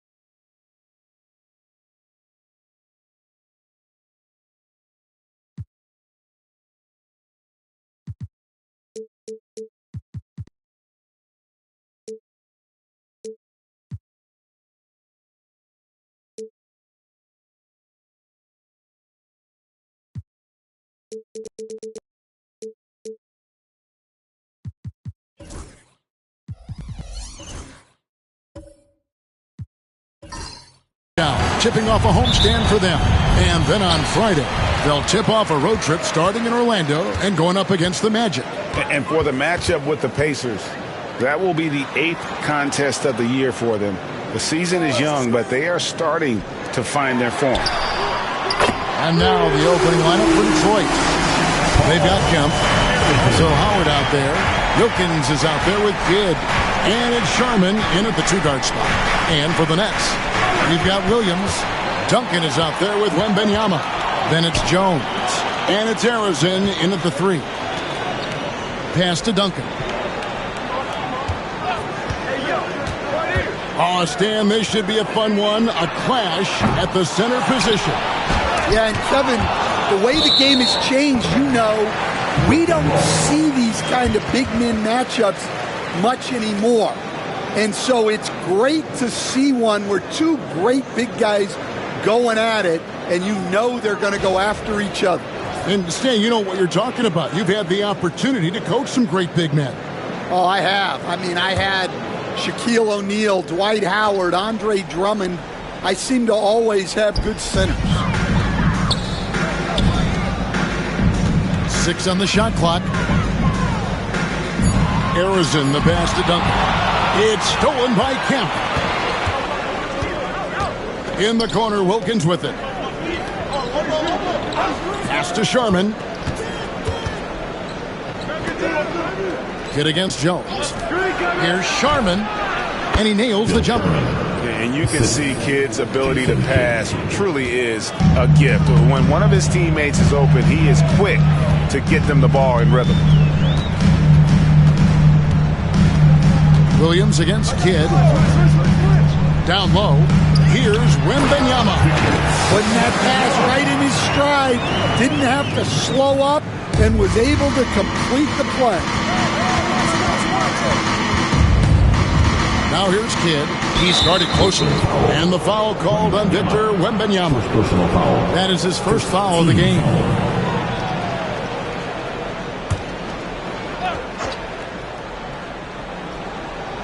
On defense, the Nets. Wilkins outside. Pass to Howard. Wembanyama knocks it away. And the wingspan of Wembanyama, massive. He's fantastic at using it to erase shots. Here's Duncan. Goes to the reverse layup and puts it in. And the combination of his quickness and soft touch around the rim really allows him to pull off shots like that. A lot of players don't have the reverse in their arsenal. And here's Wilkins from the arc. It's hauled in by Duncan. That's another miss. Already they've missed 3 out of 4 to start. He stands since 2009. The Pistons have just 2 playoff appearances. Yeah, that's true, Kevin. And they got swept in both of those playoff appearances. And with all the lottery picks they've made recently, their fans are itching to see some progress. Pass to Howard. Here's Sharman. Here's Kemp.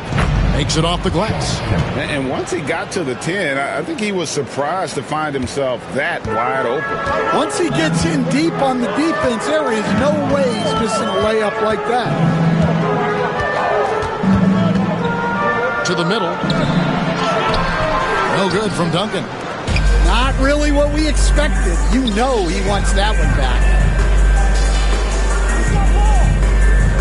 Howard in the post. He's guarded by Williams. And it's out of bounds to the Pistons as Detroit retains possession. And timeout called by J.B. Bickerstaff. He wants a minute here to get things straightened out with his team.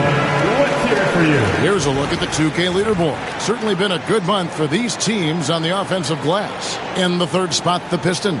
And they've really put an emphasis on offensive rebounding. And guys, it's paying off. The second chance points are coming in bunches.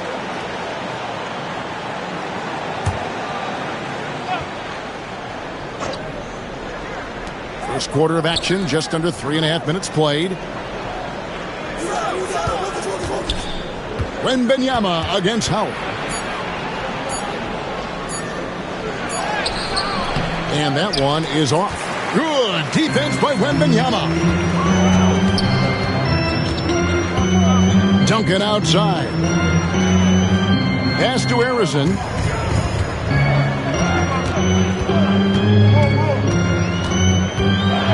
Floats one up. That's in. He's got 2 made now, and he's shooting 2 for 3.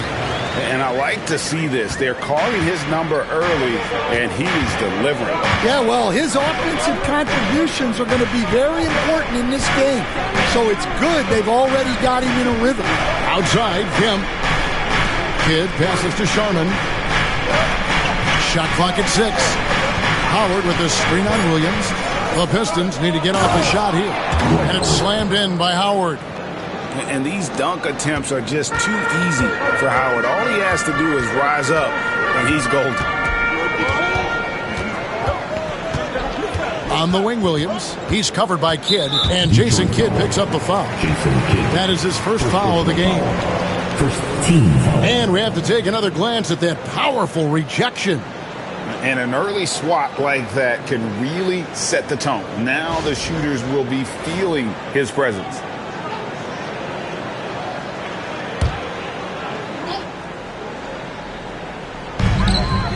Jones, the pass to Wembanyama. Takes the 3. And Jones gets it to go in on the assist from Duncan.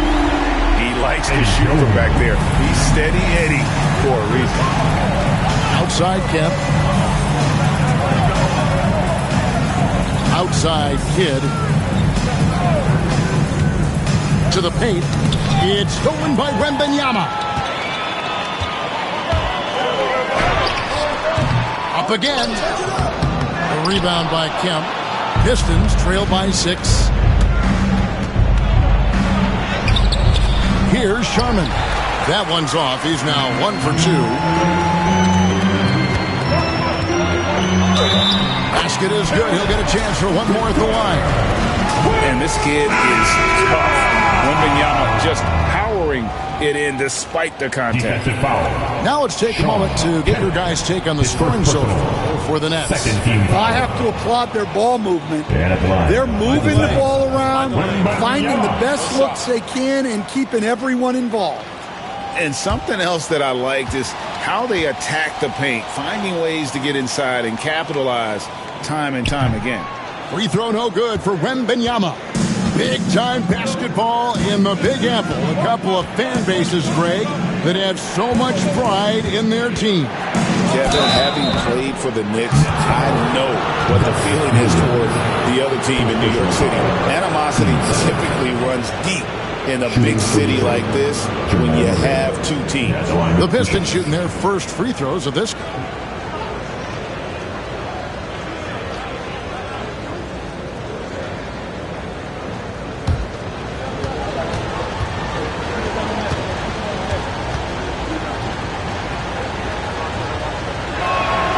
And he makes the first. You know, Coach, guys who are really productive, like Jamal Murray, often have turnover issues. But you know what? He really doesn't struggle with that. No, he doesn't, and that's one of the great things about him, Kevin. He can be that aggressive but stay under control and take care of the ball. Always poised. Nothing seems to bother him. That's an added quality that you don't see with a lot of guys who shoot and score as much as he does.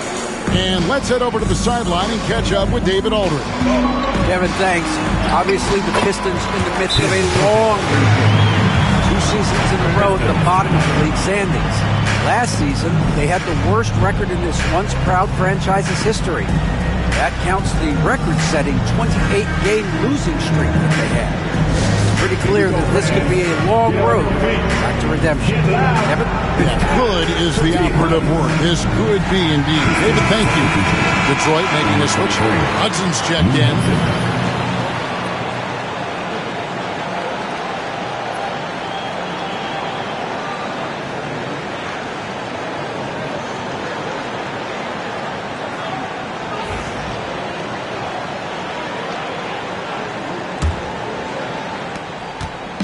And so it's Murray with it. He brings it up for the Detroit Pistons. 8-point game.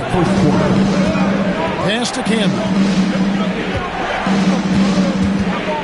Fades. And it goes down 2 points. Well, that's just great awareness there from Murray to take advantage of what the defense was giving him and go to work in the mid-range. Back to Williams. 1:37 left to play in the first. And contact on the shot, so he'll be shooting free throws here. First personal foul. Yeah, easy call. The recent history of the Nets. You know, Greg, they're always looking for a big splash or a quick fix to be competitive.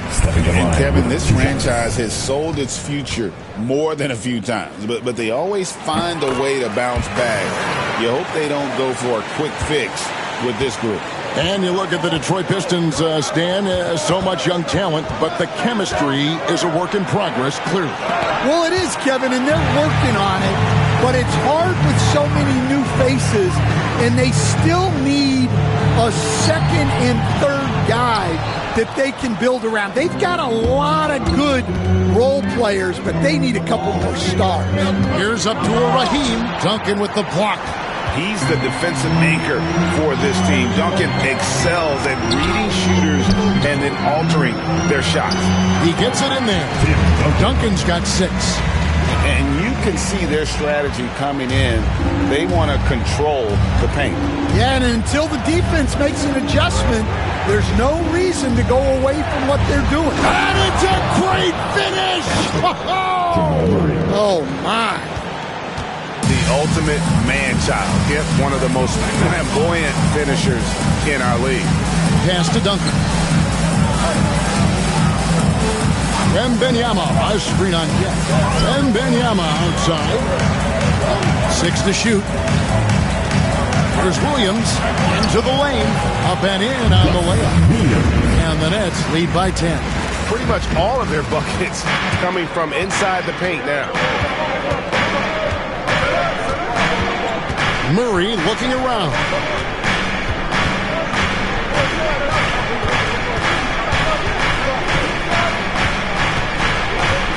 Inside. Kemp's shot is off. And not allowing the shooter even an inch of breathing room on that one. There's no air space there whatsoever. That's as close as you can get without foul. And so it's Brooklyn going into the break with a 10-point lead. They're pounding the ball inside, and that's where they've gotten their best production tonight. We'll return shortly.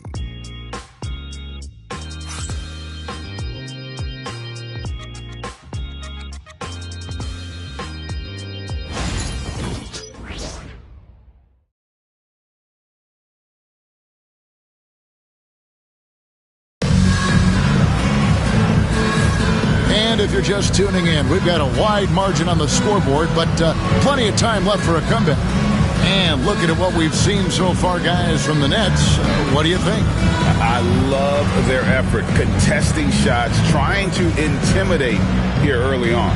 Yeah, well, the best way to get in the head of your opponent is through aggressive defense.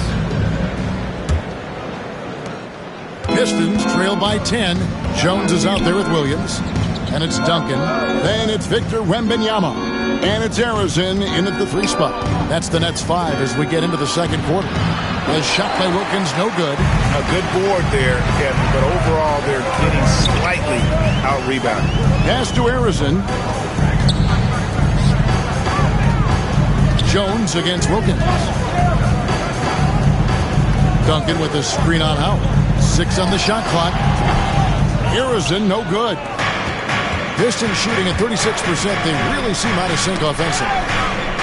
Kidd kicks to Kemp. Wembanyama against Hamilton. Pass to Howard. And it's slammed in by Howard. And the strength of Howard is tremendous, which makes him hard to stop when he catches it that low. Now here's Jones. Nice ball movement by Brooklyn. Here's Harrison. Driving inside. And it's sent back by Wilkins. He lobs up the alley-oop pass. Stolen by Duncan. Here's Harrison. He's covered by Kidd. And the call on the shot that sends him to the line. And eventually every player, GA, has to grapple with age, realizing they've lost a step or two against the young fellas. And sometimes that is a very slow realization. Oh, it is, Kevin. Hopefully by that point it's less about financial security and more about prolonging the inevitable, simply for the love of the game.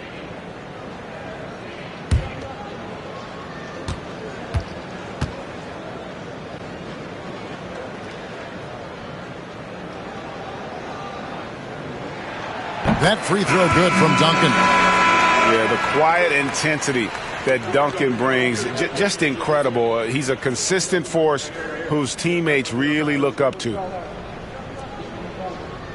got this. We got this.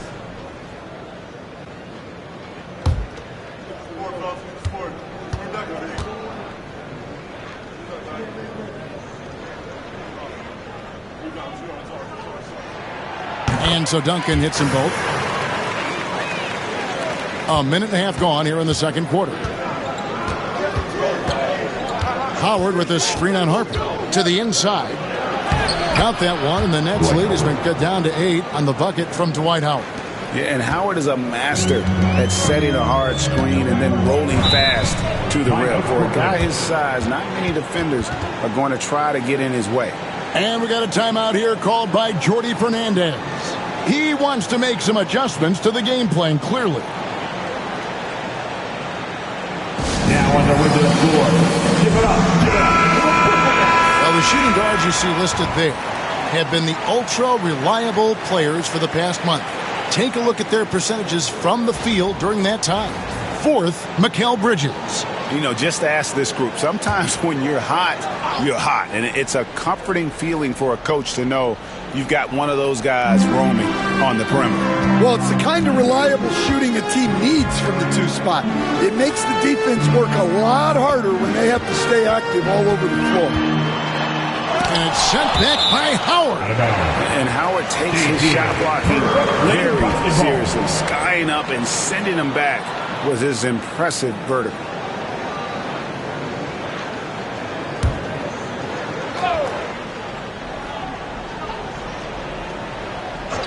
Quarter number 2, we're about 2 minutes in.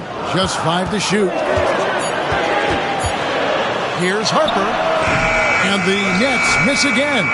Well, that's a miss you can live with. I expect they'll go to it again, especially if the defense continues to concede it. Howard kicks to Kemp. Pass to Kidd.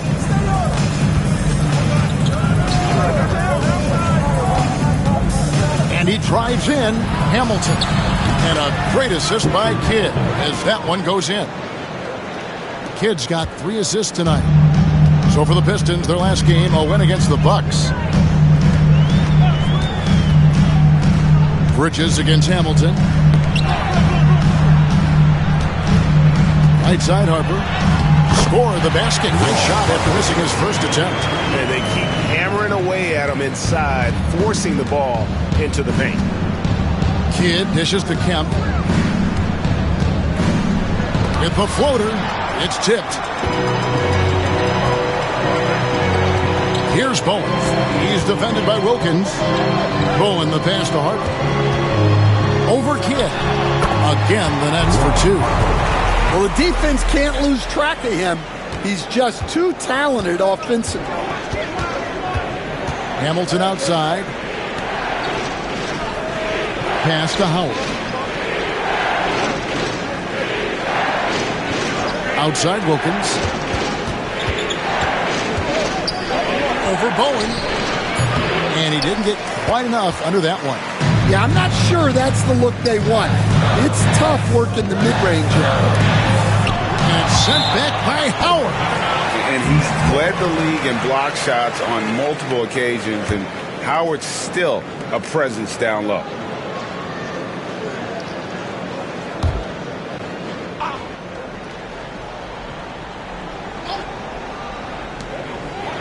Pass to Harper. Over Kidd. Ron Harper once again. Harper's got the lead up to 11 now for Brooklyn. From that in-between range, they've been the much better team. It's Kemp on the wing.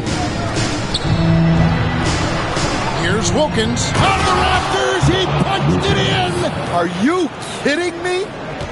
How about the high-flying acrobatics by Wilkins on that? Yeah, they call him the human highlight film.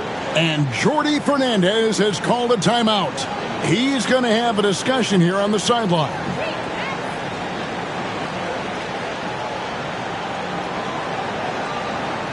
Now heading onto the floor, your Brooklyn Nets. Make some noise, everyone.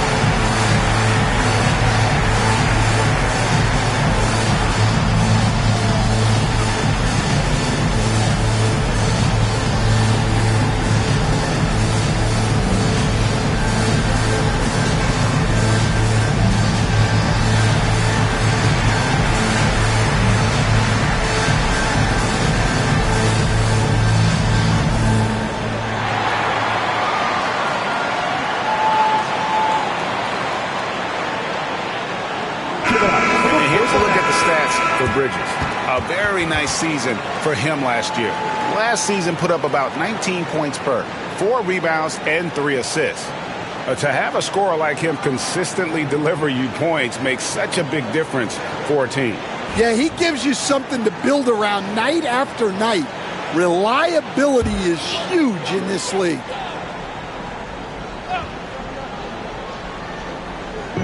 On defense, the Pistons, they trail by 9 points. Nedelicki, the pass to Harper. No good off the front iron. The Pistons have gone 4 of 7 from the field in this second quarter so far. Bobbed up there for Howard, and Howard with the stuff. And love how Howard throws it down. Just spectacular to watch on these alley-oops, given his strength. Outside Harper. Here's Bowen. Still scoreless. Lively high post. Clock at 6. 18 feet out. Harper, no good. Pistons trail by 7. Hamilton outside. And here's Kidd from the arc. Brooklyn with the rebound. Defeated by the Pacers in their last game. They'll try to put that one behind them. Yeah, in that one, the shot selection wasn't terrible, but they had to tighten it up. It did not happen. Seems like they did all they could, and sometimes it still doesn't go your way.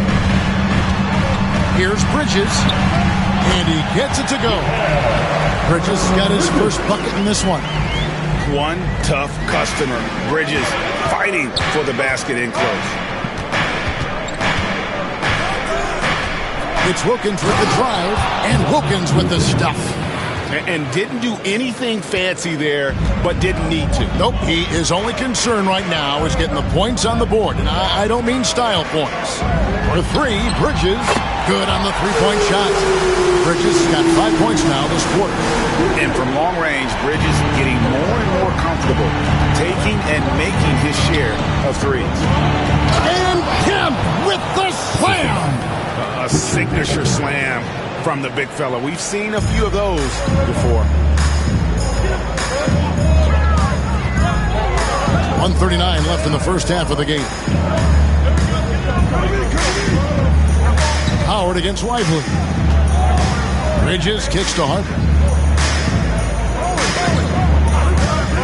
Over Kidd. Harper, no good. Pistons trail by 8.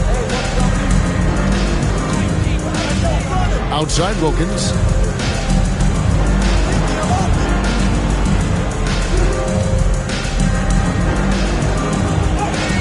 Lays it up off the glass. Wilkins has got 6. Man, have they been effective at getting the ball inside. Harper against Kidd. Pass to Nedelicki. Dwight Howard pulls it in. Howard's got his 7th rebound of the game with that last one. Kidd dishes to Howard.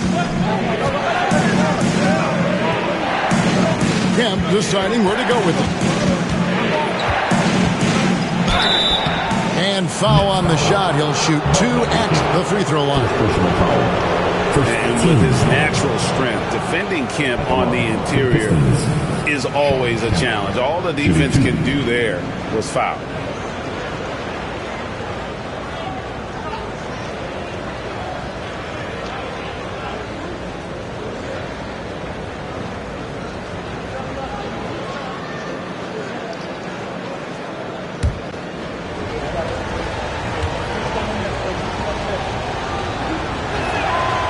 That one falls for Kemp. And this is a guy, Shawn Kemp, all the talent in the world, could be a perennial double-double machine, just a matter of staying focused.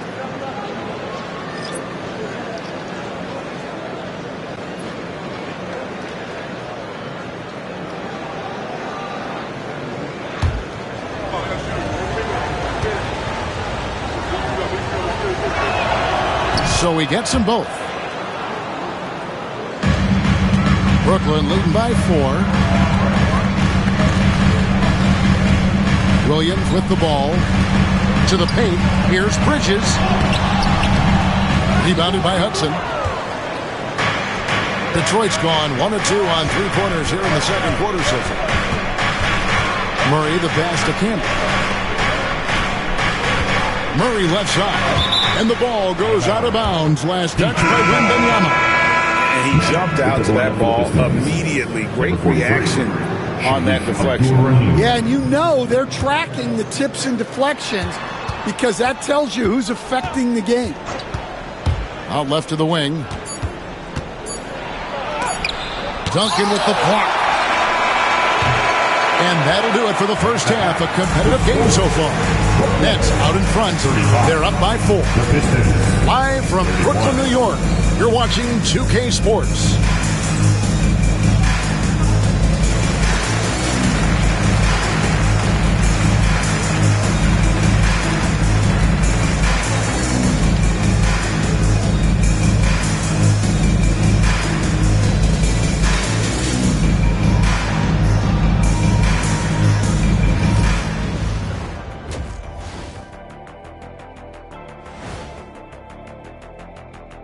Welcome to the 2K Sports Halftime Show. The Detroit Pistons finding themselves in a closely contested game. Showing they know how to play, team chemistry is on display. Like what I did there? Showing they know how to play, chemistry is on display. Kenny, anything you like to say? Oh. Shaq's chosen to rap because in the first half, he was taking a nap. Oh. What you said was not full. In other words, it was terrible.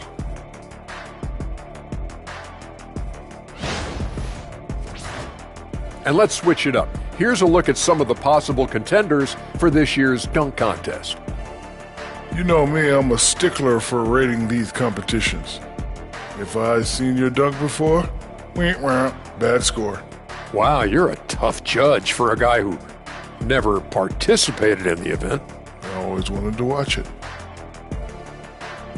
And that about wraps it up. And as the third quarter is about to begin, we go to Kevin Harlan for the call.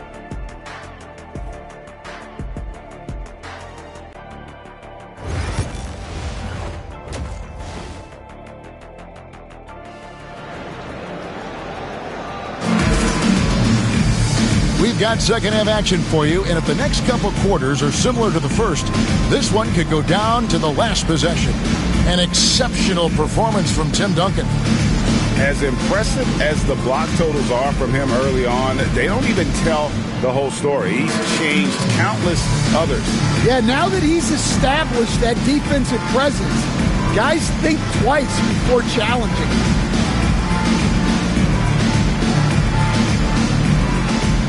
And Stan, we seem to be in the midst of a big man renaissance in the NBA. And I personally love it.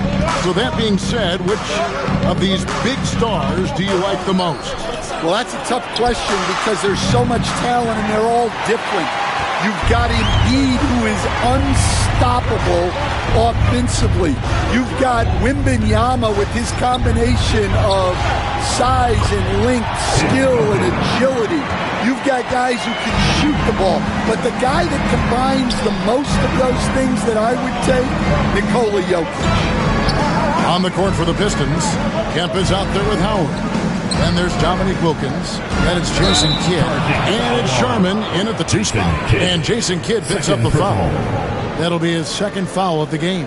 And really just a great play to sacrifice his body and take the charge.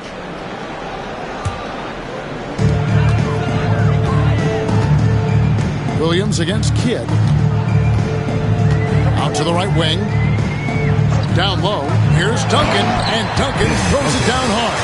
Yeah, and at 7-1, Duncan is a problem in the paint. Outstanding with his extension there, just hammering it home. Kidd a screen on Williams. Back to Kidd. The kick out to Wilkins. And there's the call on Jones.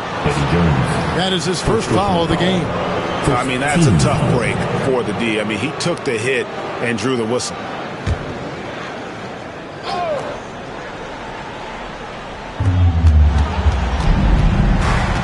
Outside Kidd.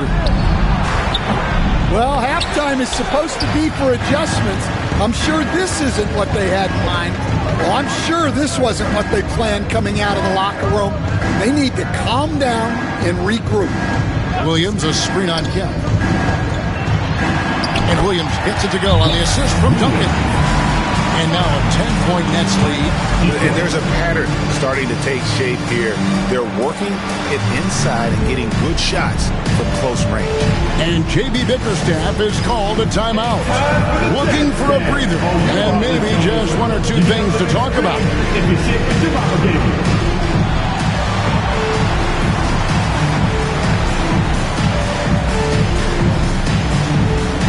You're off beat, dude. You're off beat.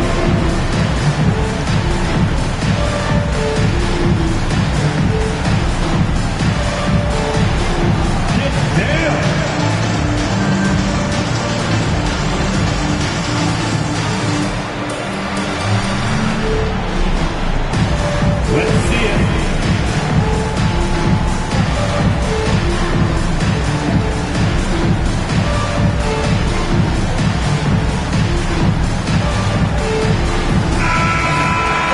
Here now is the 2K leaderboard. Over the past month, these teams have tortured opponents defensively.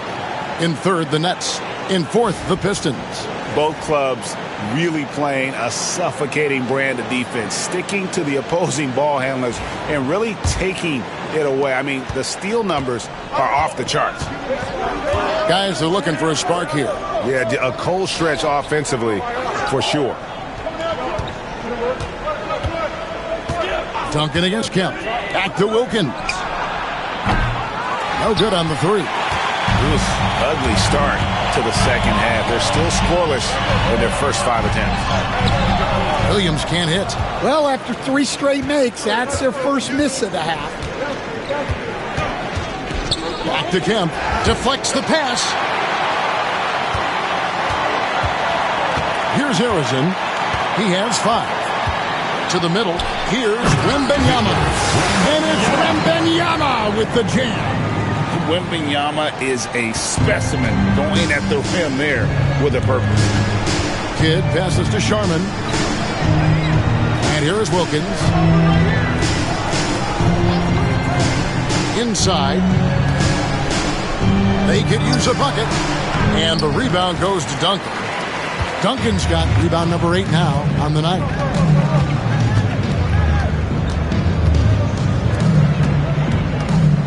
Pass to Wembanyama. And it's sent back by Howard. Kidd against Williams. Now here's Kemp. Back to Kidd. Duncan against Howard. Outside Wilkins. Shot clock at 6.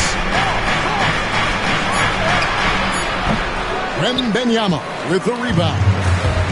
Wembanyama has got 4 rebounds in this game. Harrison, the pass to Wembanyama. Williams with a clean look. Off target from 3-point range. Well, clearly it hasn't been his best game offensively, but collectively, they've still found a way to get the lead. The Pistons working the ball around now. Here's Sharman. And the rejection by Wembanyama. Pass to Williams. Here's Duncan. Kemp defending. And Duncan with the basket on the assist by Williams. Williams has got 3 assists tonight. And a closer look here at the hustle stats for the Nets. Well, they're shot blocking. The defensive effort level has been great. You got to love that intensity. Another thing they're doing well tonight is getting steals, and that can be attributed to their tenacious style defensively. And with an update from the sideline, let's check in with David Aldridge. Kevin, thanks. A move that likely helped the league's parity has been shortening max contract. Commissioner Silver says he used to refer to it as dead money. A star player toward those end years sitting on the bench. We've reduced max contracts to 5 years, in some cases 6. This way, moves to more pay and performance. Kevin? I think that's a pretty good business decision. It's going to have nice ramifications.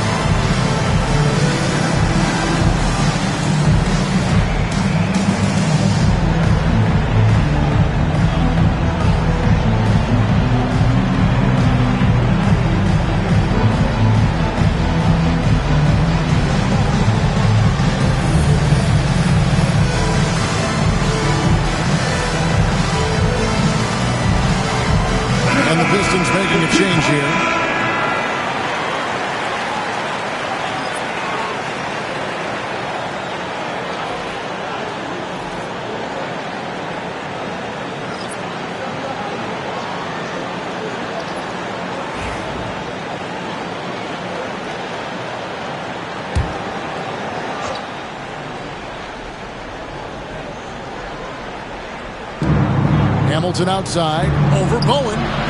And again, it's the Pistons missing. And they just can't find a way to end this thing. Nothing falling right now. Well, this is a spot where you have to be able to go to your leaders.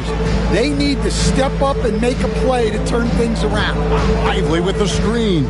Harrison. And again, Brooklyn with the triple. I love that they're continuing to attack despite being up big. Yeah, they're being absolutely relentless. Building this lead in every way possible. Here's Nedolicki, covered by Hamilton. Shots good by Nedolicki. And now you see them starting to really work the ball inside. Pistons trail by 20. Here's Sharman. Hamilton outside. Here's Abdul Rahim on the mark with the 15-footer. Abdul Rahim's got his first 2 points.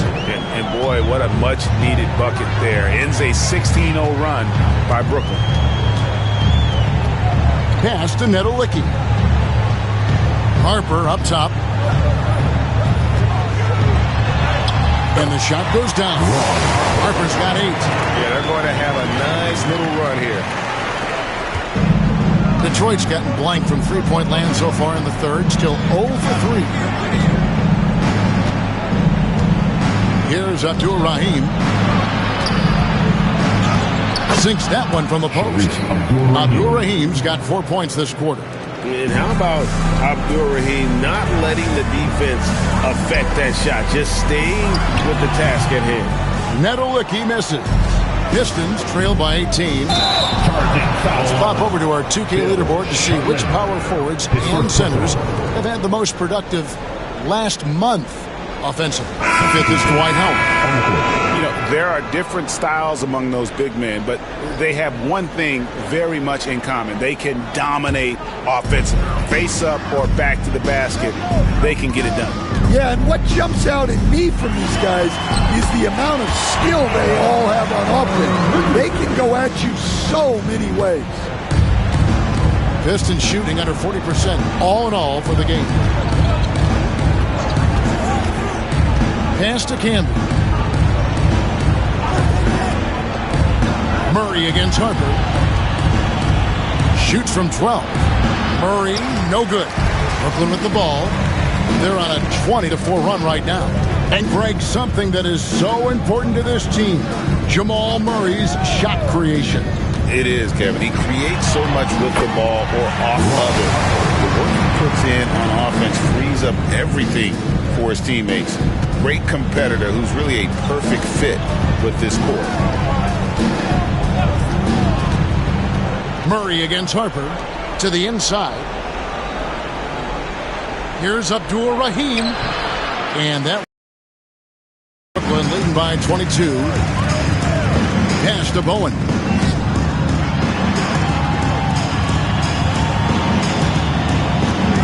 Here's Nedolicki.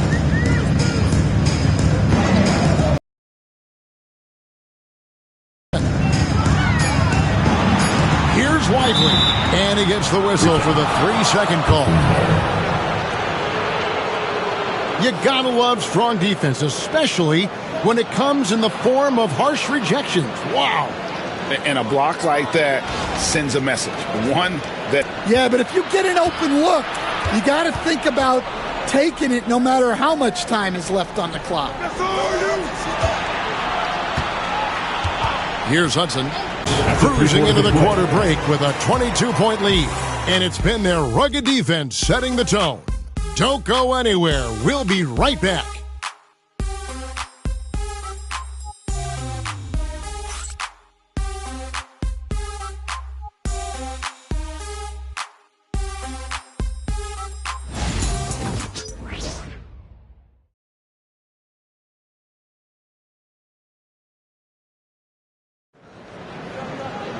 And 1 quarter to go in a game that to this point has not been an evenly fought contest.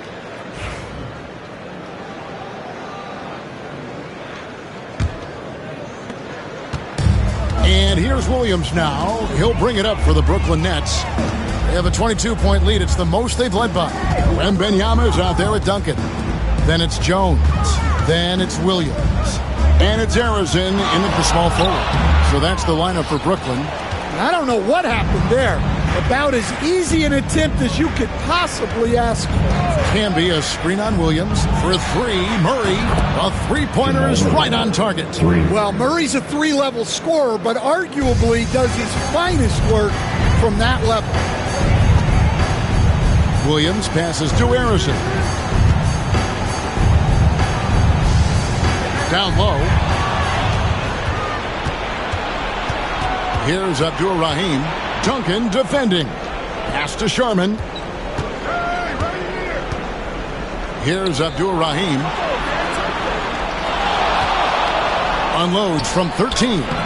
Murray, no good. Yeah, that was $1 million crossover to free him up, but that finish, give him 50 cents. Pistons trail by 19. And we're seeing some big paydays for NBA head coaches these days, Stan. Do you miss it? Do I miss the paychecks, Kevin? Yeah, payday was always really good in the NBA. No question about that. What about now, though? What about now? Well, it's gone through the roof, but look, the trade-off is the paydays are big, but there's not a great deal of job security. And the league limiting players from making public trade demands. This makes sense. It's a big change from the past, isn't it? Yeah, I think it saves franchises from being put in a tough spot. Keeps a player's trade value high, which helps the team they're leaving. Take a break. Take a break. 2 shots.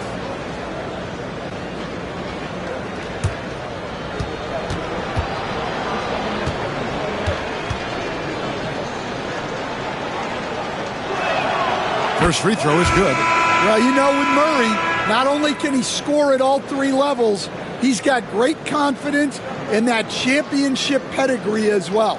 Dominique Wilkins, he's checked in for Detroit.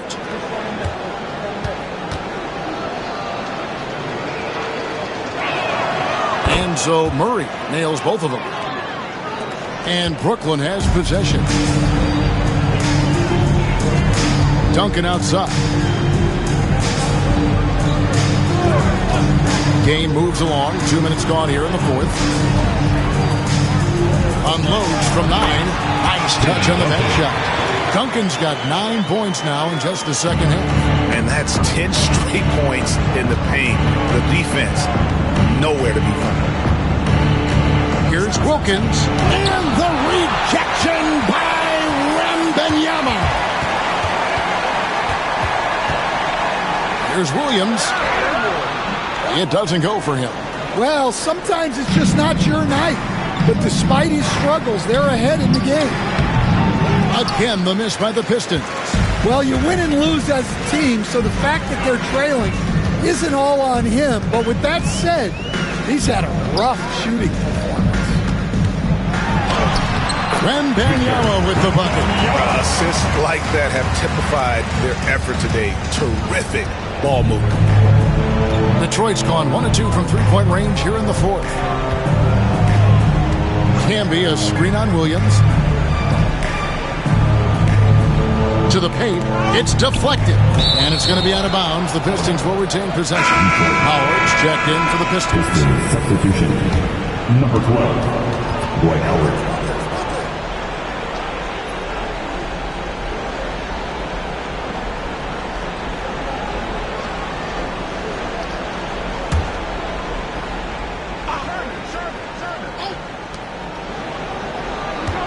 Six to shoot.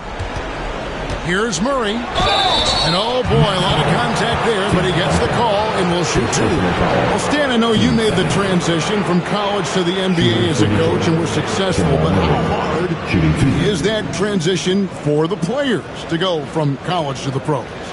It's an incredible transition, Kevin. In college, let's think about it.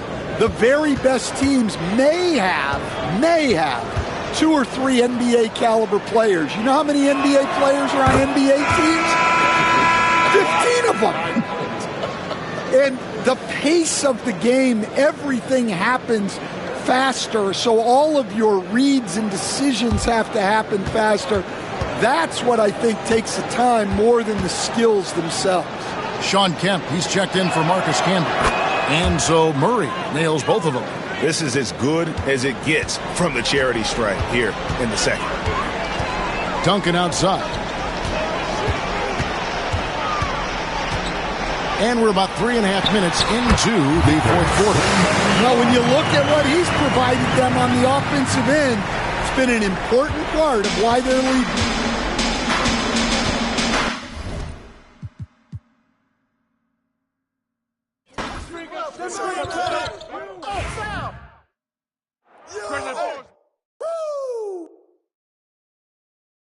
And a foul! What's that? Hey, who got it? Get it! Tim. Oh, that's my ball. Who's watching here? Hey, watch Timeout. Start it.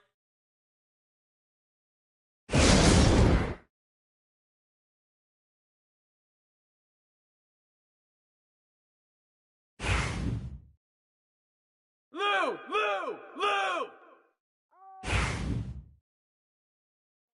Hey, who's got Jamal? I'm gonna keep coming. Don't do too much. Booing.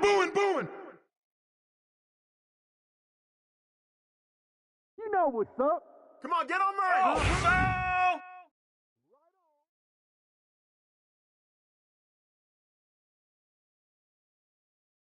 Don't do too much.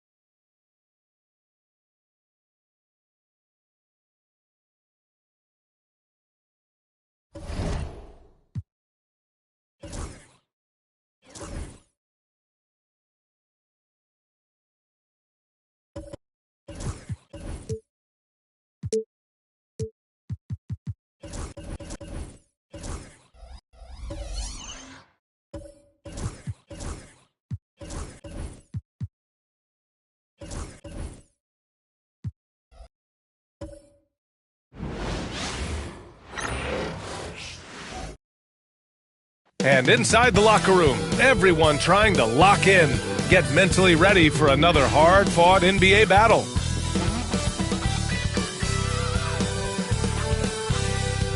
Welcome and thank you for spending this holiday season with 2K Sports as we get ready for the special NBA presentation. With Grant Hill and Clark Kellogg, I'm Brian Anderson. Allie LaForce is our reporter. Here's what the Cleveland Cavaliers have lined up on their schedule. On Sunday, they'll kick off a homestand, starting with the Brooklyn Nets. Then on Friday, they kick off a road trip to New York, where they'll take on the Knicks.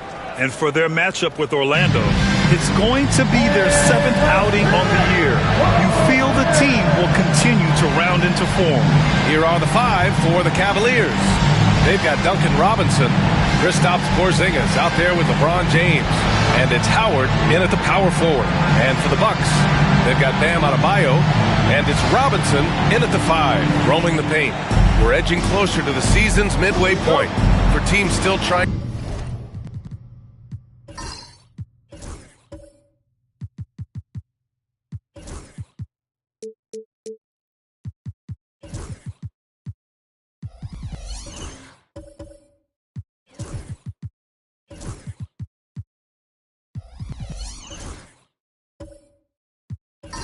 Find their stride, Clark. How do they stay positive? BA, it's one of the hardest things to do. I mean, it's not easy at all. It takes a coach who really knows how to massage and motivate his players. And it takes a group of guys. Internal leadership within the team, I think, is critical when you're going through a stretch like this. It's good on the putback. Dominant play from Porzingis on the glass, securing the ball and finishing the play strong. Thomas passes to Robinson. To the inside, Barry. And he buries his first look. Just taking it right to the rim, and no one was there to greet him. Well, this early, they should be showing a lot more energy on defense. It's not there. Here's Price. Howard finds Robinson. Inside, here's Porzingis. It's hauled in by Robinson. And the Bucks with possession. Adebayo passes to Thomas. Nice move, and the foul is called. He missed it, so he's got a couple of free throws coming his way. You know, Thomas plays the game with such an edge and attitude and great confidence, and I think that gives him an edge out there on the court. He's always willing to go the extra mile. First trip to the free throw line for him in this one.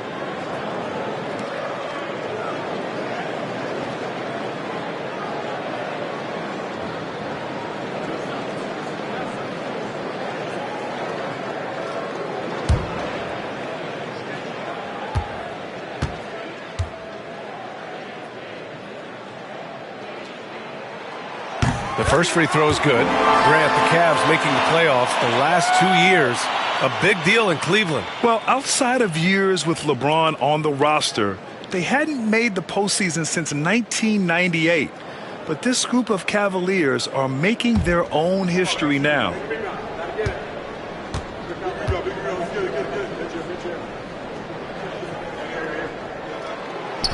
And both free throws good for Thomas. Already a very confident player. Knocking down those free throws only fuels that. Outside Robinson. Back to James. Takes a 3.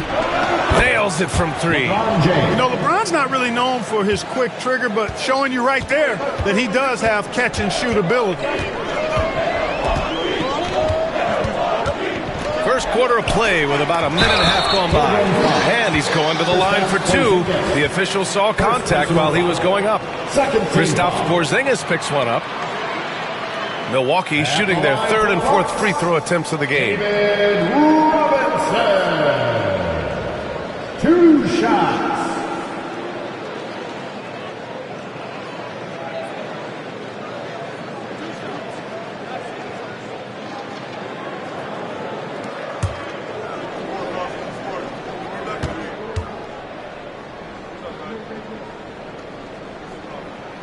And the first one at the line is good.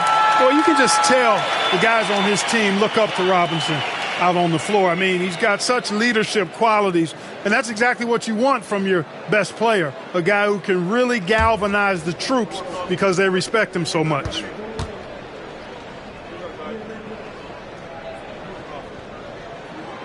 And that one goes in. 2 from the line that time. The Cavaliers have gone just 2 for 4 from the floor. A little over a minute and a half into this first quarter. Here's James. It's Milwaukee with a rebound. Aggressive mindset, but the defender just as determined to send him away empty-handed. It's stolen by Howard. Outside Robinson. Oh, got that bucket in no time at all. This team looks to him to score the ball. They feel good when he's taking the shots. James against Jordan. Pass to Barry. And here's Thomas. Adebayo, a screen on James. Lets a floater go. Howard grabs the miss. It does not get much easier than that, but somehow he came up empty there.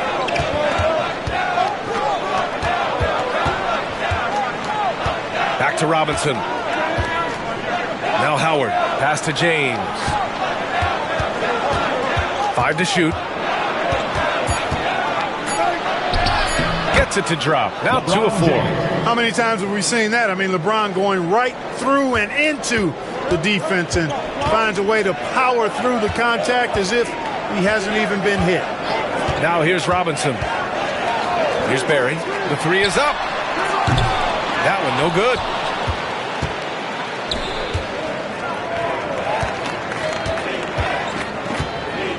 Here's Price. Beyond the arc. Oh, Robinson with a block. Here's Barry. Robinson defending.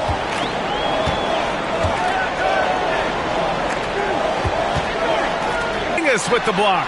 Hey, with that length, Porzingis is always a threat to block shots. I mean, when he matches that length with really good energy and awareness, he can be a good defender. Now here's Robinson. Out to the wing. James outside. Hits the trifecta. James has got 8. Yeah, this period, they're letting him go to work, and it's paying off. And Doc Rivers calls timeout. He'll take the opportunity to regroup.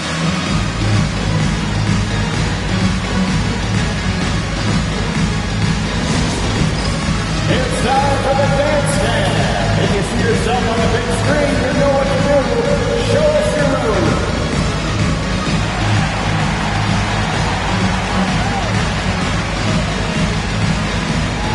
Get the camera on you.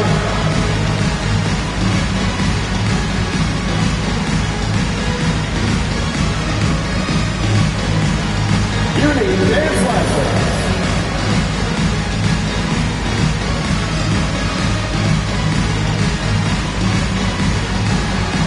Keep on dancing.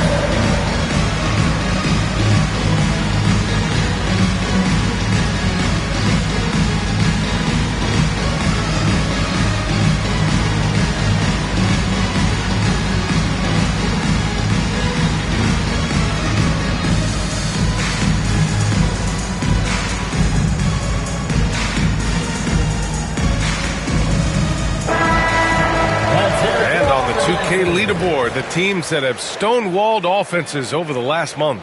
Cleveland, number 1. The coaching staff has emphasized the defensive end of the floor, and you can see over the last month they've really improved, doing a great job of keeping their opponents' points down. It's Thomas on the wing. James outside. Outside Robinson to the wing, right side. And out of bounds. Milwaukee will have it. 4th in scoring. And the way they attacked the glass was absolutely infectious, finishing in the top 10 in total rebounding in the league. And when you look at their scoring numbers from last season, this was a team that always got it done on that end of the floor. Here's Thomas. All right, let's check in with Allie LaForce. I was able to catch up with the head coach of the Bucks. I asked him, what makes Kristaps Porzingis such a great player? He said, look at him. He's over 7 feet. He's just a huge guy. Kristaps has serious skill on offense, and defensively, that size can really be a factor. He's a two-way problem. It'll be interesting to see how they play him tonight. Allie, thank you. It's James with the drive. Can't get it to go. He's made 3. He's missed 3 so far. Pass to Thomas.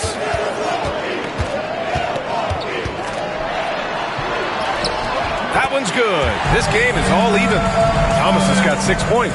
Boy, inside, the defense goes all out trying to stop Thomas, but he stays focused and manages to get around him for the bucket. Here's Price. Outside Robinson. Out of bounds. It'll go to the Bucks. Not sure what he was thinking about with that pass. Just sailed it right out of bounds. And Cleveland making a change here.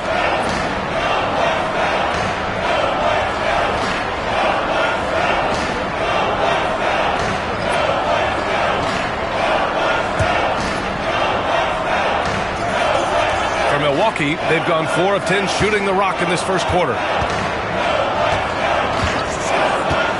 Kuzi, pass to Jordan. Drains the triple. Trading the lead back and forth. Neither side is willing to back down. Yeah, and the lead has changed hands, and it just hasn't stayed in those hands very long when it's changed. Back and forth we go. Now here's Porzingis.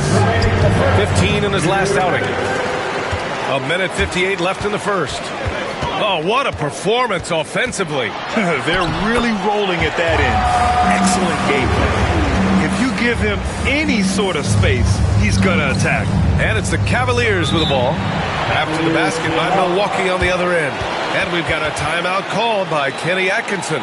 He's going to talk it over with his guys.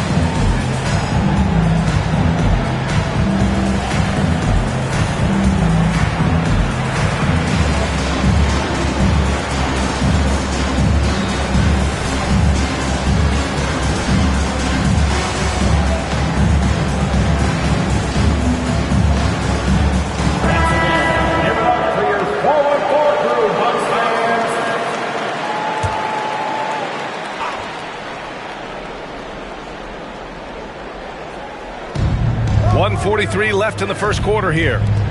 Back to Suggs. Porzingis sets a screen. Suggs, no good. And the Bucks with possession. They're on an 11-3 run. Here's Kuzi. And here's Jordan. 6 on the shot clock. Howard grabs the miss. Howard's got 4 rebounds now. Porzingis passes to Suggs. Back to Porzingis. Robinson with a steal. In transition. Here come the Bucks. Here's Williams. And Williams punches it home. Well, it's good to see Jordan focus on distributing the ball some. I mean, an all-around talent who does everything for this team. Suggs, the pass to Porzingis.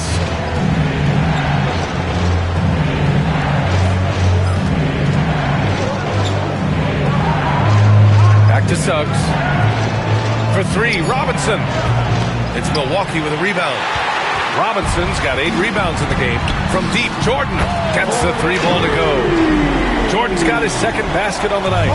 Building a big advantage early with a terrific all-around performance. Yeah, you know, they've had the advantage at both ends. They've got all the momentum early on. Now here's Porzingis.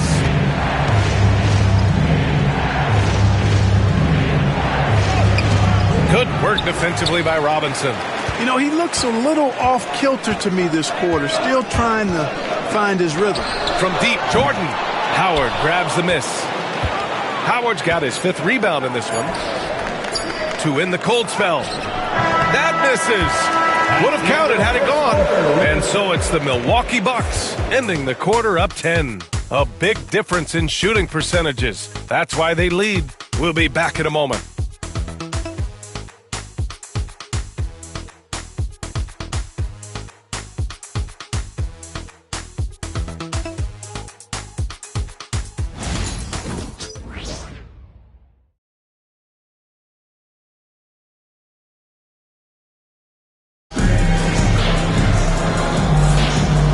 Great to have you with us.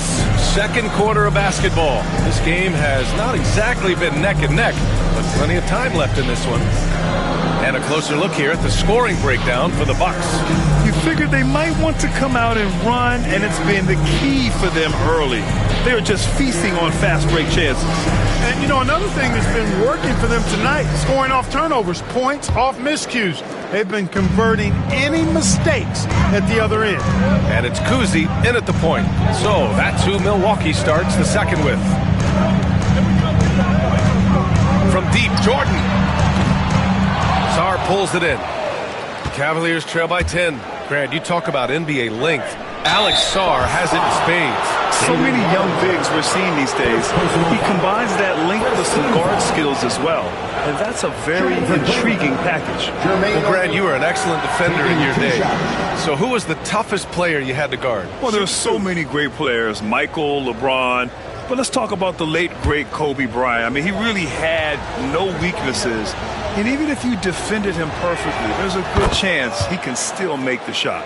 And O'Neal is simply a beast. Jermaine O'Neal, a long, athletic, big guy with a nice shooting touch from mid-range.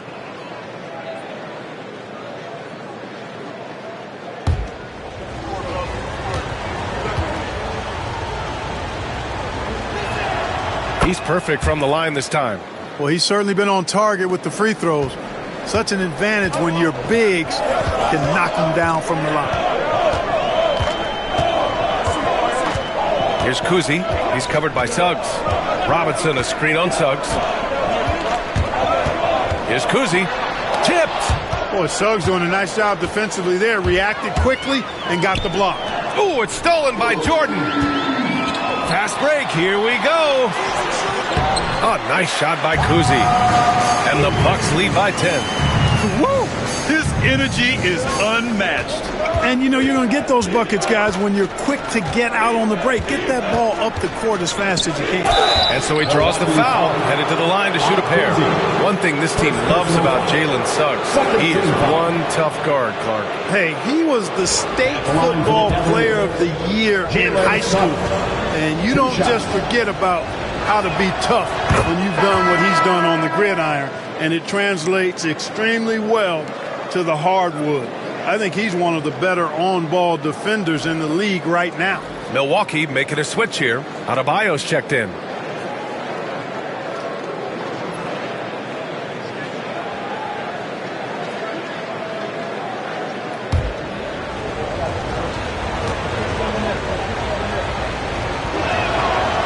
Off on that one, so he goes 1 out of 2 at the line.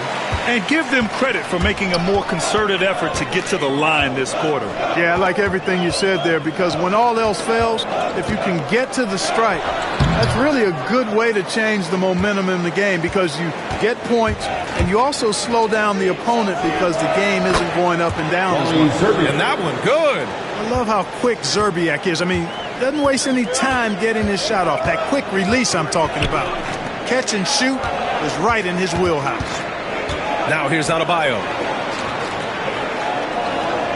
Pass to Jordan. And he converts the layup. Jordan's got 8 points. We've seen that more than once today. An effortless basket inside. Well, listless and lifeless at the defensive end. I mean, especially inside. They've really got to pick up that interior defense. And we've got a timeout called by Kenny Atkinson. He wants a few moments to regroup with his players. And the Bucks making a change here. And while we have a moment, let's see some of the contenders for this year's three-point contest. Some of the players who have a shot to make the final cut. Hey, not a bad list of shooters at all. And really, with how many threes we see in NBA games these days, some of these games have become three-point contests. Well, you look at James. He's currently up there in the voting at number 2. So clearly no one is sleeping on his abilities as a lights-out three-point shooter. Yeah, it's his long-range shooting that puts him on another level. Definitely a guy who belongs in this contest. And as we continue to count the votes, we'll update you on any changes to the list. No matter who is in it, though, it's going to be fun. Maybe this is the year we see a perfect score. Who knows? I'll be sure to be locked in on all of All-Star Weekend, especially the three-point contest. Here's Suggs. After the basket by Milwaukee on the other end. Three-pointer. The Cavaliers again cannot hit. They've had a slight leg up on the boards and a big leg up on the scoreboard. Well, you take a look at all of the stats, the team stats that is, and that's one of the many areas that they've had the advantage. And as a result, they've got a big lead. Let's check in with our reporter, Allie LaForce. Brian, there are some players who felt the 65-game requirement for postseason awards was too high. The NBA's executive VP and head of operations, Joe Dumars, said, quote, "You're still allowed to miss 20% of the season.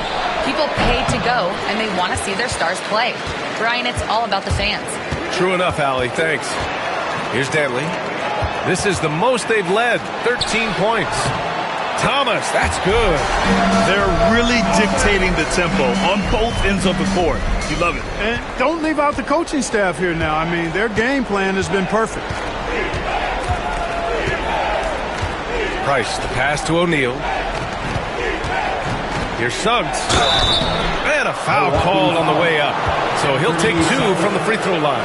First personal foul. And the future Suggs has is certainly promising. An effective combo guard who can really get it going at times. This is his second trip to the line in the game.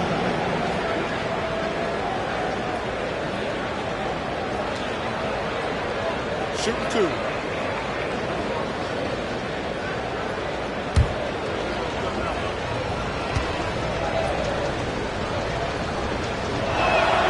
That's good from Suggs. You know, one thing about Jalen Suggs, he takes a ton of pride in his defense. I mean, he's shut down some really good scorers in this league.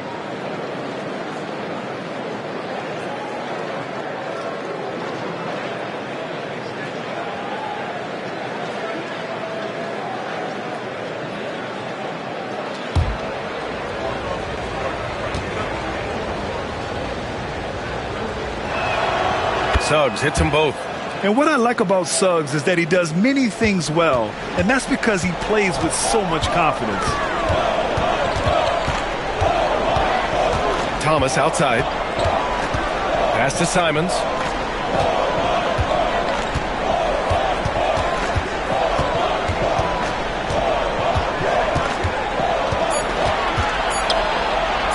"14 feet away, and the Bucks getting another bucket right there."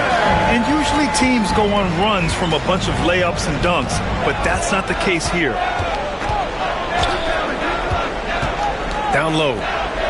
Here's O'Neal. Robinson with the block.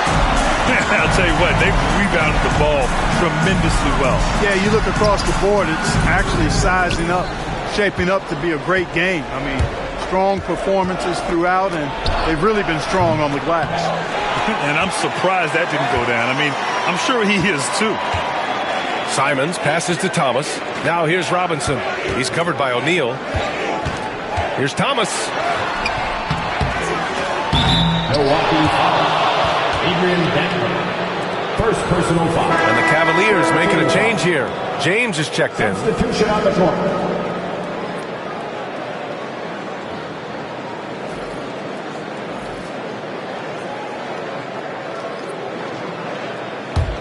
The Cavaliers trail by 15.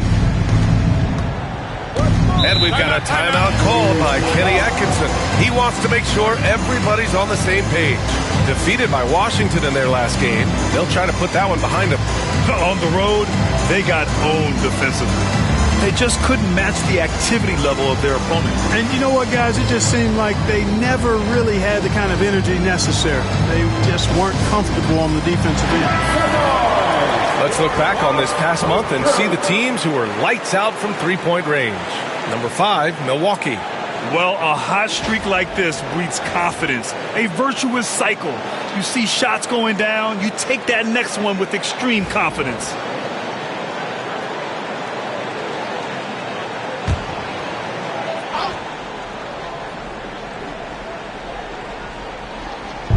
And it's the Cavaliers with the ball, down by 15.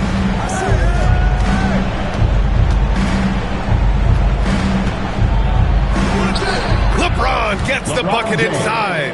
The mid-range jumper has really been a vital part of LeBron's game in the second half of his career. Thomas outside. And Adebayo slams it in. Oh, it's almost scary. watching Adebayo throw it down. Incredible natural power. And James has got the ball here for Cleveland. And he was fouled in the act of shooting. Opportunity for a three-point play here. He's trying to will this team back into it, doing all he can offensively. Kristaps Porzingis, he's checked in for O'Neal. Look, the physicality has always stood out with LeBron. It's been obvious, but his basketball IQ is what makes him such a special, special player. I mean, he sees the game like very few ever have. Here's Barry. Simons outside. Pass to Thomas. To the paint. Clock at 6. And a big finish by Robinson. And the Admiral, David Robinson, a big-time threat to dunk it down. Can't give this 7'1" center any room down low. They set the pick. Sarr passes to James. The Bucks. Amazing job on the glass.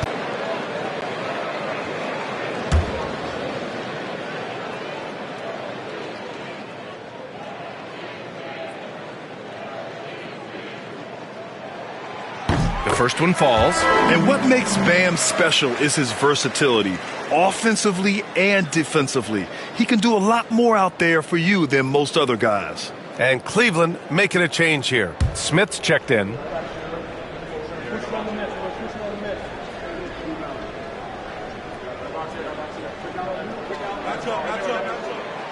That one's no good. The Cavaliers trail by 15. There's the drive. Adebayo grabs the board. For Milwaukee, they've gotten 8 of 12 attempts to drop since the beginning of the second. Simons outside. And that one goes out of bounds. Last touch by Simons. 7th in opponent points per game. And they finished top 10 in assists. No surprise given their emphasis on ball movement. And they were a solid defensive club, finishing in the top 10 in opponents' field goal percentage. A team that played with effort on D. James deciding where to go with it. Robinson with a steal. Here's Barry. Check by James. Pass to Robinson.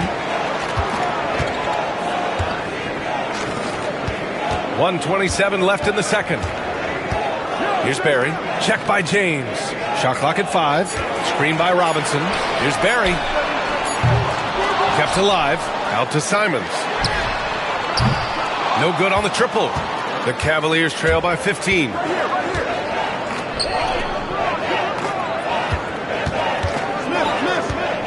James passes to Porzingis. Over Simons. Porzingis misses. I think he's gone completely dry. Nothing is hitting. And, you know, you can sense his frustration. This is going to be a test of his resolve here. Now here's Simons.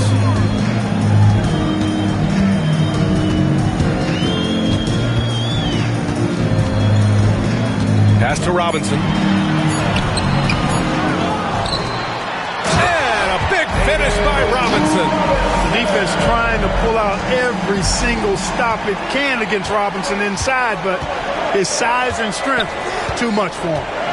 Now here's Suggs. 8 points in his last time out. Robinson with the block. Adebayo against Porzingis. Adebayo passes to Robinson.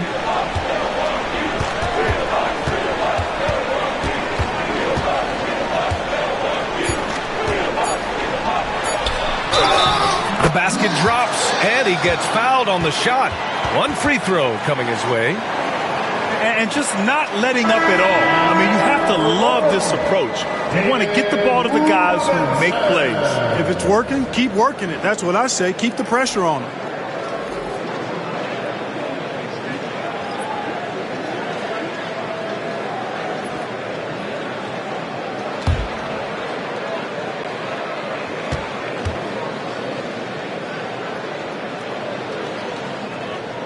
Free throw good, Robinson.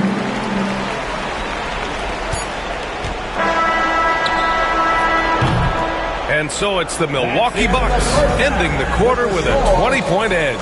Their defensive efforts have paid off, effectively shutting down the opposing offense. All right, Allie's ready to go. She's courtside. Hey, Allie. Thanks, guys. I'm here with Doc Rivers and Coach. You guys came out aggressive in the first half. What stood out to you? You know, we're getting to the paint and making plays. They're a great team as far as rotation, so we just got to make the right passes. It all starts with attacking the basket. Thanks, Doc. All right, Allie, thanks for that. We will see everyone right back after this break, ready for the second half. Direct your attention to center court and get ready for the half-court shot. Give me a beat. They're thinking about the shot.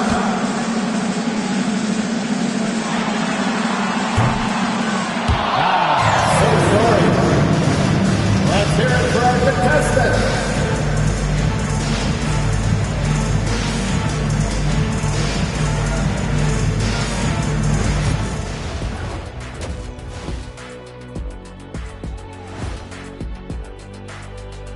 Pleased to have you tune in. What better way to start than by checking out the contenders for the dunk contest on All-Star Weekend? What are some moments you guys remember from past dunk contests? I remember when Kenny got edged out by the great Dominique Wilkins. How'd you let that happen, Kenny? Well, first of all, I got cheated. God did the same dunk 3 times in a row. But beating Dominique is like trying to beat Michelangelo in a painting contest. Yeah, well said, Jed. Well said, I guess. Now we'll take a look back at that first half. What an all-around performance it was for the Bucks. How about the points in the paint? Clearly, they made it a priority coming in, and it's paying dividends, Ernie. Yeah, I remember those days pounded inside. Break your opponent's spirit. Easy now.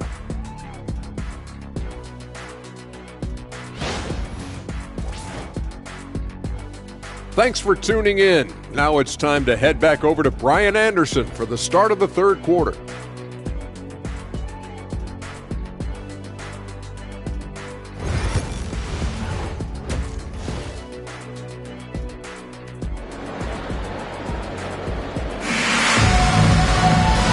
After a very lopsided first half, we'll see if things play out a little more evenly in the second. You got to like what we're seeing from LeBron James. You just love his patience offensively in the first half. Waited until he got the looks he wanted. Well, you know what, guys? It was all about efficient offense, not rushing things, taking your time, finding the best shot on every possession.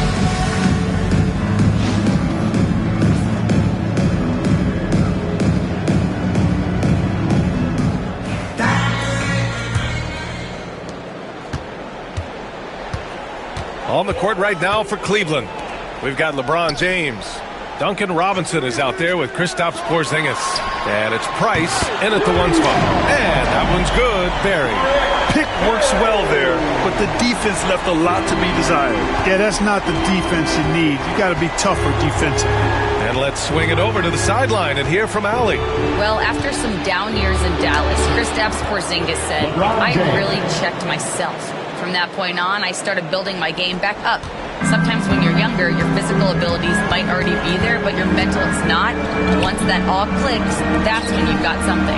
Well, it's a good way to think of it. Thanks, Allie. And here's Milwaukee now. The Cavs getting their last shot to go. It's Thomas on the wing. 6 to shoot. Screen by Robinson. Pulls up. Oh, he used the shot fake to create the angle, but he couldn't get it to fall. Here's James. The top of the key jumper is on the mark. James has got 4 points this quarter. You know, what's so impressive to me is the defense is trying to make adjustments, but LeBron's making even quicker reads. That's his IQ at work. Jordan misses. Good contest. Can't let him have open shots from mid-range. James outside. Back to Howard. Pass to Price. Jacks up a 3. He buries it from 3. Excellent execution coming out of the break. They've taken 3 shots and made 3 shots. James against Jordan. Here's Barry. 5 points in the game. Thomas left side. And now around 2 minutes gone by in this half. And miss after miss right now. And they've been able to maintain this lead despite his inconsistency from the field. And there's James from the arc. LeBron fires and hits a three. Not the guy you want to give three-point opportunities to. LeBron doesn't hesitate to take these shots and knock them down. And a timeout called here by Doc Rivers. And we might see some changes. Coach potentially looking to adjust.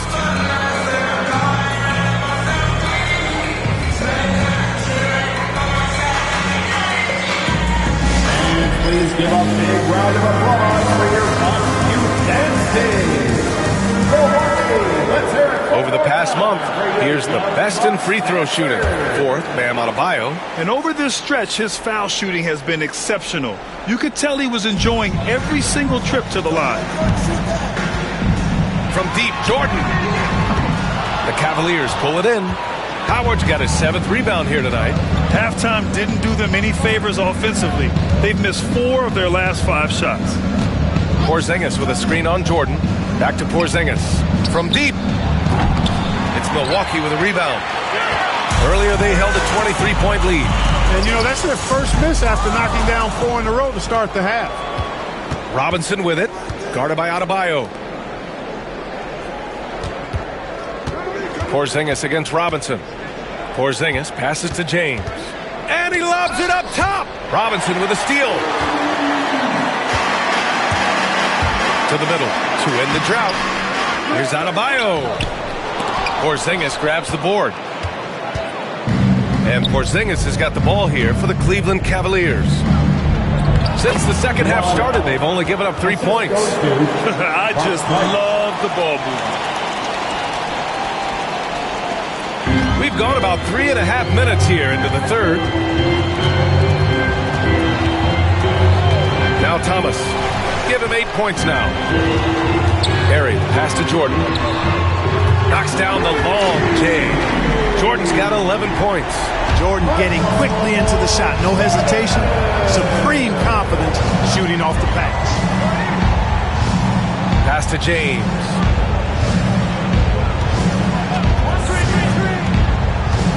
Here's LeBron. Good on the bucket. James has got 22 points. And after a rough first half, they're finally finding a nice groove here. Now here's Thomas. Here's Barry. And again, it's Milwaukee from deep. Well, he's so crafty, Isaiah Thomas, and really unselfish. A pass-first point guard who knows exactly when one of his guys is open and how to get it to him. Now, here is James.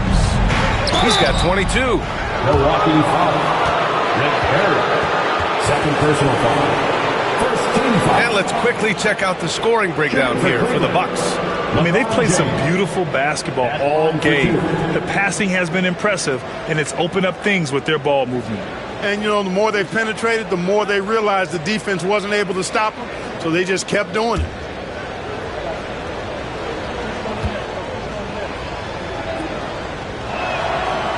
He misses the free throw. Guys, I tell you what, just really enjoyable watching LeBron still do his thing. I mean, we're witnessing extended greatness. And it's a completely new group for the Bucks.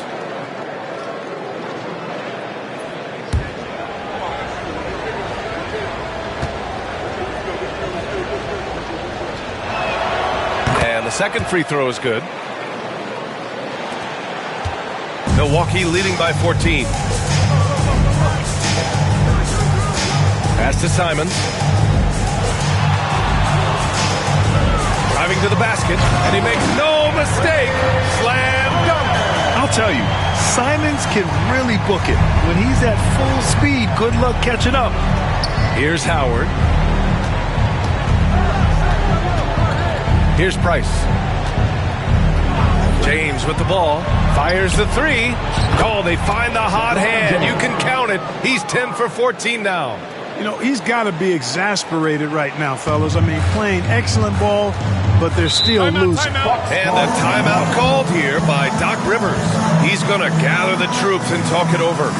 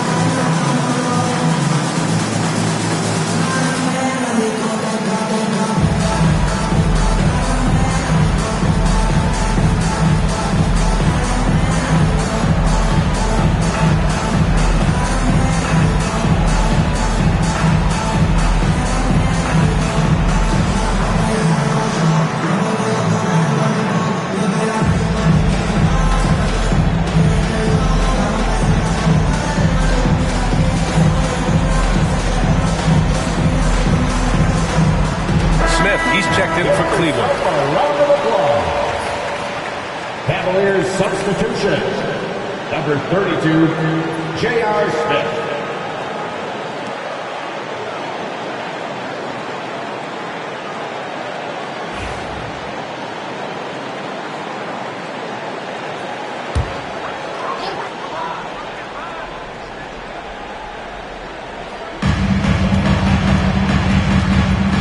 Here's Kuzi. Pass to Simons. Let's go with a three. The Cavaliers pull it in. To the inside. Howard. And it's Howard finishing it off. And what an aggressive move to the rim. He's really trying to fire up his teammates right now. Boy, it's not hard to feel inspired after a teammate makes that kind of finish.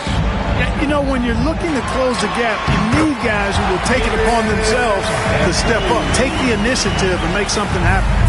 Imagine how much bigger this lead might be if he were a little more selfish. 2 minutes remaining in the third. 2 minutes. A minute 58 left in the third quarter. It's stolen. In transition, here come the Bucks. And he dunks it. What a pass to set him up. And I think that play tells you everything you need to know. They're simply playing at a higher level, getting a steal and turning it into quick points. Here's Price.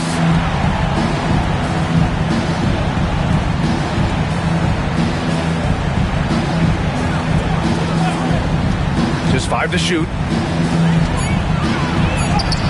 That one goes. Count it. Price has got 5 now. It's interesting. They definitely had more three-point attempts in the first half.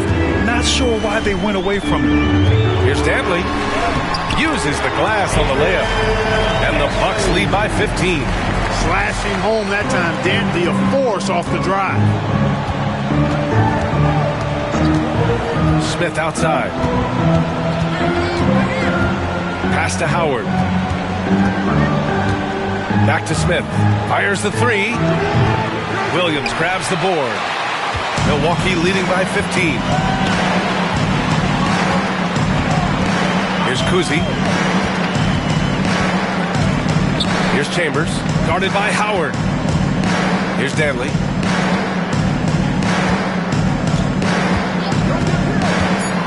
The Bucks need to get up a shot here. And Williams punches it home. For a high-volume scorer, Dantley also does a pretty good job sharing the ball and getting others involved. 4 seconds separating the shot and game clocks. Inside. And he says right back at you with a big dunk of his own. Now, B.A., you know they would love for him to get more of those opportunities. Well, that would cut into the deficit quickly if he does. I like the way he capped off that drive. A one-hand pull punch. Here's Price.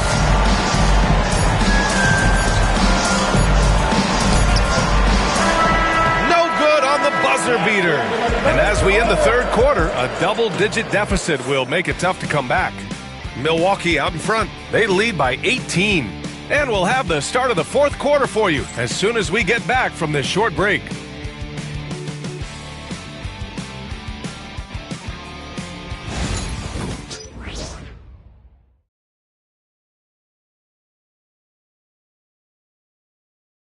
And it's time to bring up the State Farm assist of the game. You have to love his unselfishness and ability to make those around him better. Well, clearly he's the guy that stirs the drink for him, and that's how he does it, with his dynamite passing skills.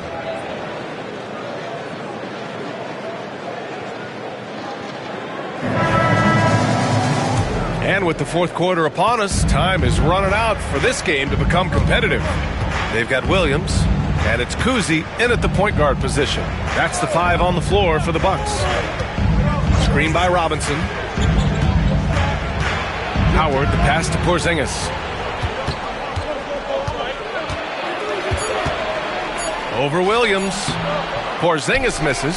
Well, that's a rare miss for him inside. He may have just rushed it a bit. Maybe lost concentration, too. Man, the defender really went after him. Yeah, if you're going to foul, then make sure that you don't give a chance for the and one. At the line for 2, Rick Barry.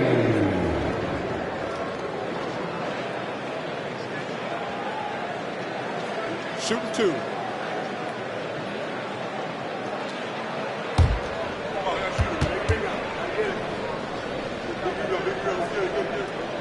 And he knocks down the first one. And I like the energy Barry plays with. You can tell he has a real love and passion for the game, always looking to give it his best. Adebayo's checked in for the Bucks.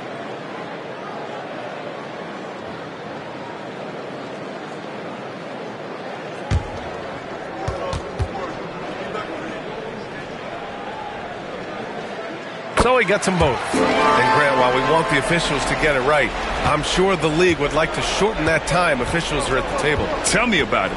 You wonder if a time limit should be instituted. If they can't figure it out after a minute or so, just go with how it was called on the floor. And the shooter had very little space on that attempt. And guys, that's exactly the kind of high-impact defense they want to see out of him. Here's Barry. Pass to Jordan.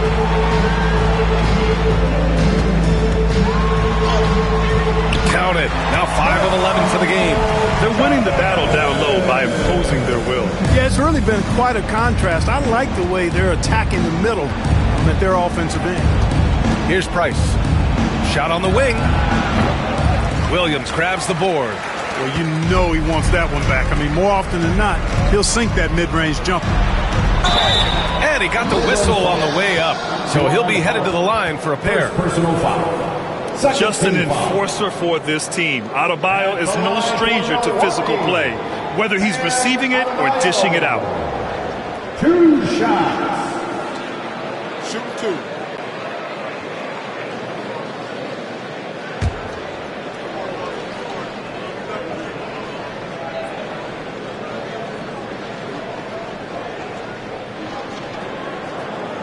That free throw misses.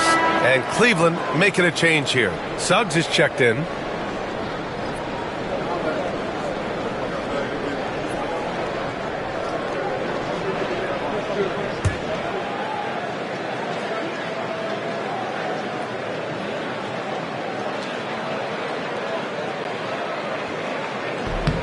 And he sinks the second. And a vital mission for the NBA, mental health. Commissioner Silver has said it's the most important issue for the league. And I applaud Adam for those comments he's made about it. I mean, the season is so difficult. It can really take a toll on your mind. So it's great the league is trying to help players out through this. Here's Kuzi. And that'll be Milwaukee's ball as it goes out of bounds. Bucks able to keep the possession.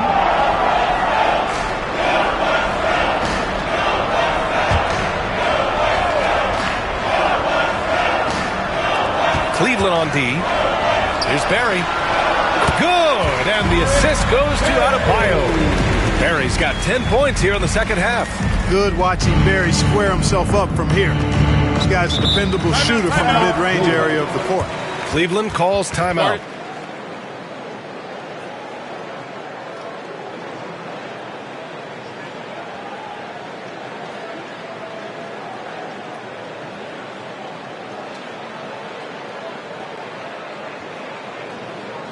Attention fans, here come your Bucks Breaker crew.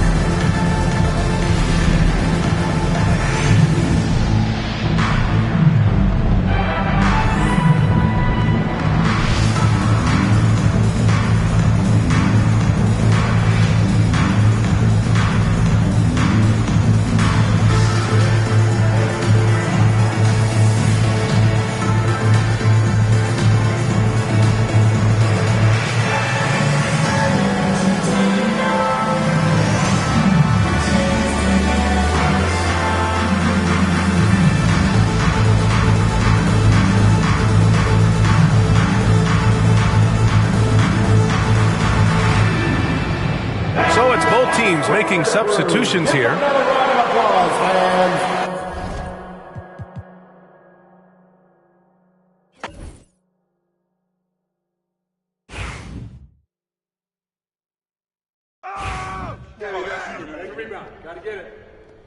Go, baby! I got it! I got it! Out! Out! Blue! Get the Grab the board! Grab the board! Grab the board! With the foul! Shot! Watch Isaiah. And one!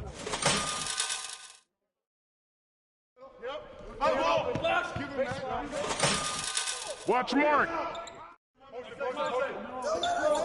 Screen coming! James! Hey, D up on Mark.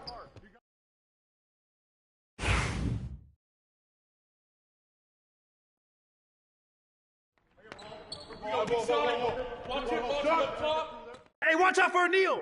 Oh, that was pretty. Oh, foul!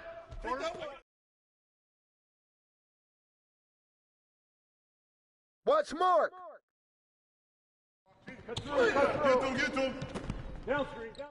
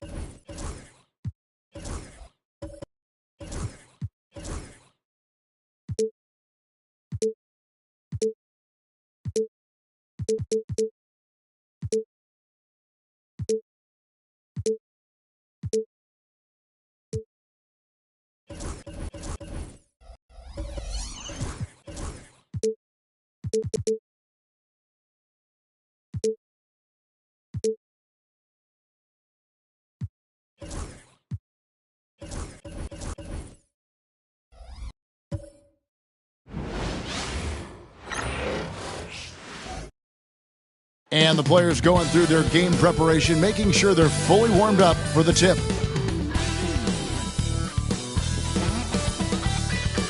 Welcome and happy hour. Here's a chance now to check out the New York Knicks' upcoming schedule.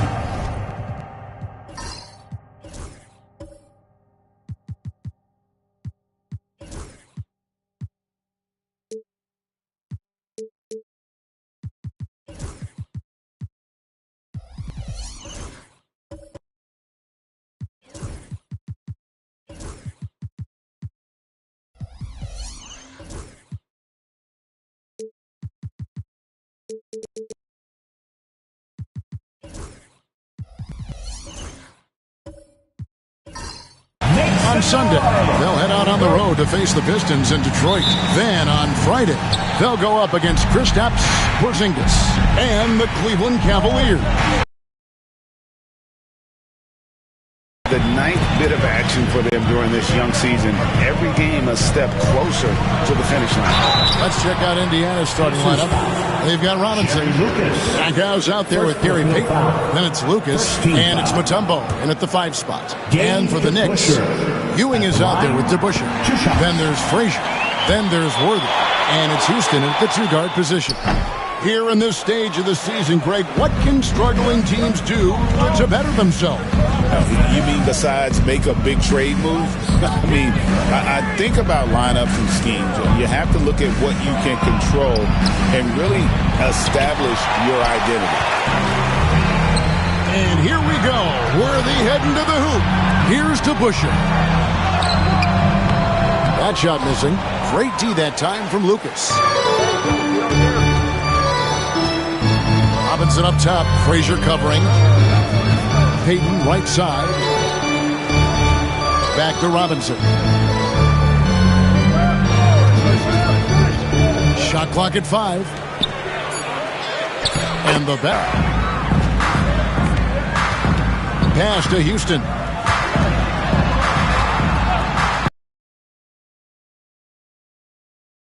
On his first attempt of the game. To the inside. And finish off by Robinson.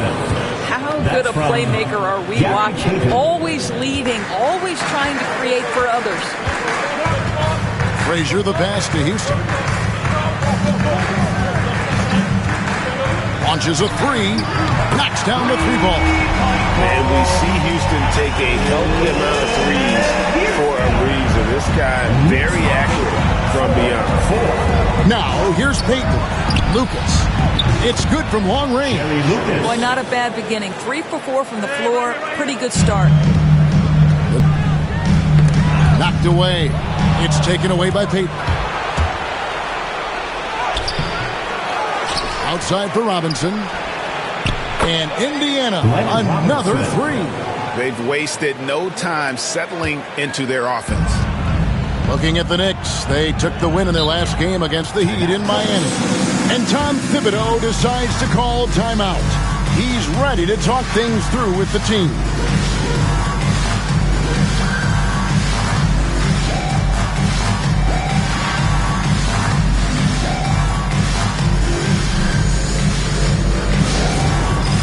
Dance cam. Get ready, everyone. You see yourself on the screen as you show us your best move. Let's go.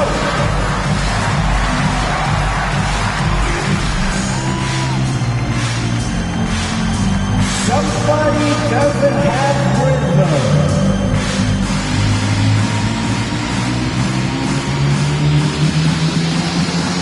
Keep on passing.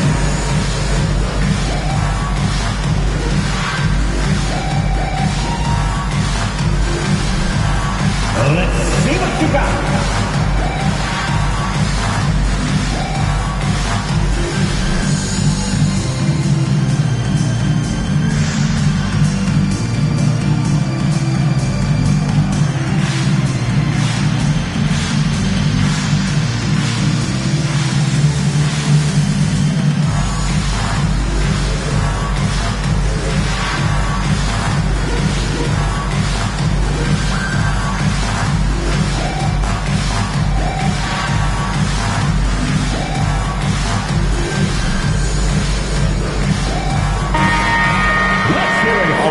Let's take a look at last season's best transition teams. The Pacers 4th. I mean, it's a crowd-pleasing style, right? I mean, this club just got out and ran at every possible chance.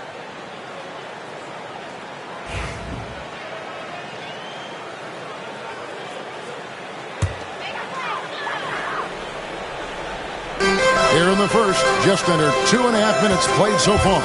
And stolen by Lucas. Payton passes to Lucas. Now Stackhouse. And a lot of contact on that one, so he'll shoot 2 here. And talking about the Knicks, GA, do you feel they took a step forward last season? I do. I mean, losing in 7 in the conference semis with all the injuries they had, that really kind of set them back. They ended that game 7 with the Pacers missing 4 of their starting 5. So, no doubt, expectations will be high. The free throw drops for Stackhouse.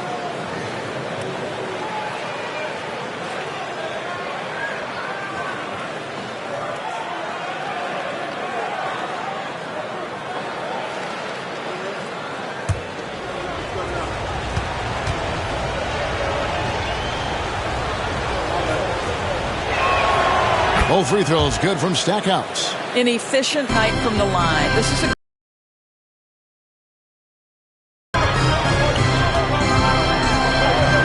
Frazier against Payton. They need this from 13. And he gets that one to go off the front iron. Poor design there defensively. They know he's a knockdown shooter from that spot. That's not coming with the right mentality. The defender neither closes the space nor challenges the shot. That's frustrating as a coach, boy.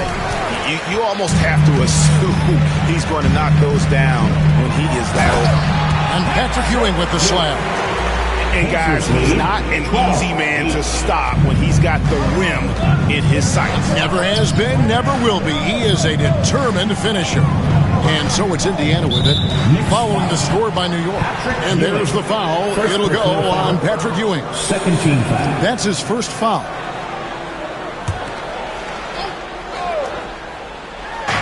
And we're approaching about 3.5 minutes played in the first quarter. Stackhouse against Frazier. Moving the ball is certainly important, but forcing passes like that is simply bad basketball. Solid play on the low block, and that one's good. And I like to see this. They're calling his number early, and he's delivering. They know that if this guy goes off, their chances of winning rise exponentially. Now here's Payton. Still without a basket. Great chemistry between two teammates. Love the passing. And it's Frazier with the ball for the Knicks. 4-point game. This their first chance this season playing the Pacers. And they won the season series last year against this club, but fell to them in the postseason. You can't just stop when there's a pick set up. Gotta fight over it as a defender. You know exactly what that takes. It takes energy, it takes activity, it takes intensity. Another nice bucket down low. They've really been able to work the ball into the post effectively here so far. Now, here is DeBusschere. Frazier left side. That one falls. Frazier's got 9 points. He has not missed a shot in this quarter. They've tried running different things in him, but he's been unstoppable. Pass to Stackhouse. Here's Mutombo. Stackhouse outside. Here's Robinson. And the rebound goes to the Knicks. They come in fresh off a win against the Heat. Yeah, facing that hostile crowd, they've just found a way to kind of tune out the noise and focus on the game. Well, the best way to silence a crowd is with your offensive game. Those fans got quiet in a hurry when the buckets started raining down. Now, here is Robinson. 11 points for him in that last game against Brooklyn. 5 on the clock. Here's Stackhouse. And good, as it just snugs right down through the net. This guy, a tough cover for any defender. Creative and assertive scoring the ball.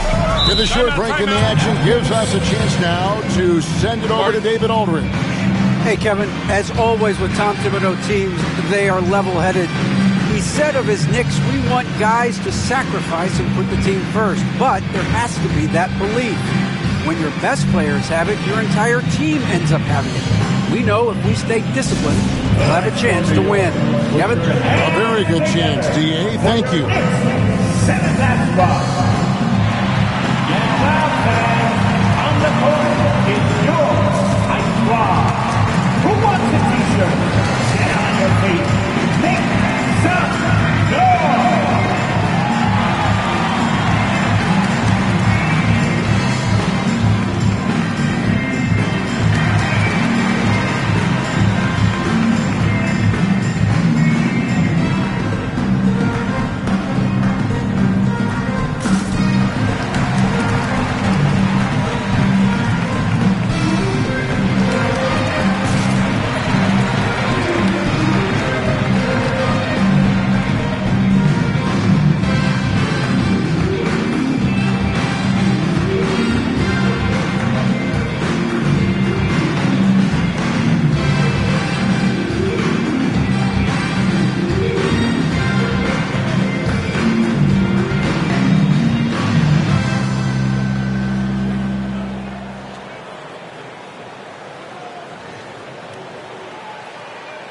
Knicks, Gasol's checked in for Ewing. And it's McDyson for DeBusschere.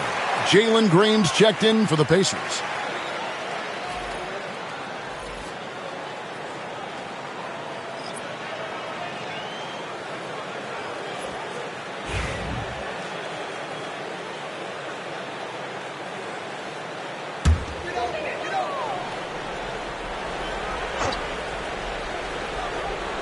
Here's Gasol. He picked up 12 points in their last win against Miami. Frazier kicks to McDyess. Frazier against Payton. And it's sent back by Mutombo.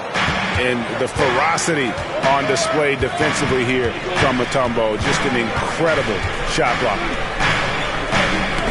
It's stolen by Frazier. 1:46 left here in the first quarter. Banked in off the glass. The Pacers have gone 7 of 11 from the field to begin the game. Payton finds Green. Fires from the wing. And again, it's Indiana. Not even thinking about it. When Green is catching and firing like that, you know he's feeling it. Here's Houston. He had a 12-point outing in their last game against Miami. And too much time in the lane. They get called for the 3-second violation. And let's briefly take a look at the stats for Green. Last year, getting it done. He was around 19 points per game last year. 5 rebounds and 3 assists. And it's nice to be able to bring someone with his defensive skill set off the bench. I think, in fact, to win a championship, you usually need a guy like this on your roster. Kings checked in for James Worthy. Payton dishes to Mutombo. Takes a 3. Payton can't get it to go. And you could tell he thought that triple was going to fall. To the paint. Here's Houston. Payton with some nice D. Pacers leading by 3. Green taking his time here. Robinson left side. King with the block. Well, I'll tell you what, he's going to buy himself a ticket to the bench. If he keeps shooting it like that, he has been putrid here this quarter. And he gets the whistle. 2 free throws coming up. A truly skillful 7-footer. Pau Gasol doesn't just rely on his size to beat others to buckets and boards. There's a finesse to his game most big men don't possess. Shoot 2.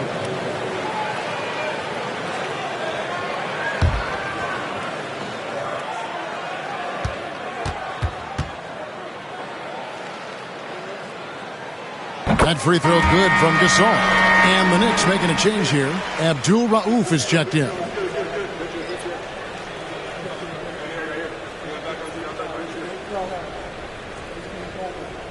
got this. We got this. Come on, I got shooter, man. Big guy. Gotta get it. Big girl. It's good. Pitcher. Gasol drops 2. This is what makes him a challenge to stop. He will beat you from the floor, and he can also beat you from the line. Payton passes to Mutombo. Now Green. We've got a 9-second difference between the shot clock and the game clock. Pass to Payton. Payton can't get that one to fall. It's almost as if there's a lid on the hoop for him right now. He still hasn't gotten one to fall in the quarter. Outside, Green. Inside. And Lucas slams it in. And offensively right now, each team getting what it wants. Yeah, this is already a high-scoring game, but we knew that was a possibility coming into this one. A nice first quarter of play. We've seen plenty of offense so far. It's the Pacers up 3. After this break, we'll be back with the start of the second quarter on 2K Sports.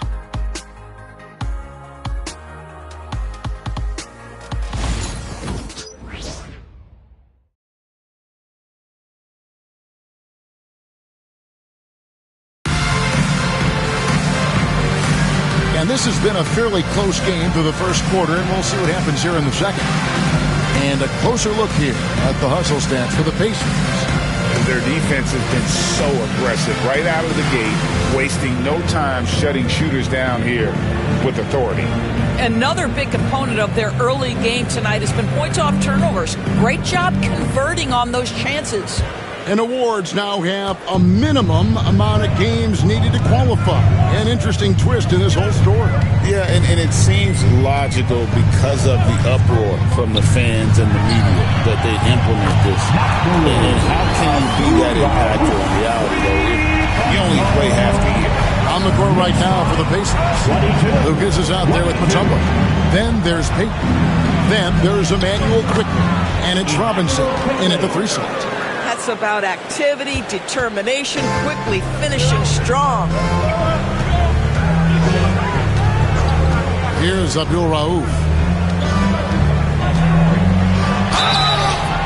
Now we'd like to take this moment to show you the teams that a year ago made a trademark of scoring points off turnovers.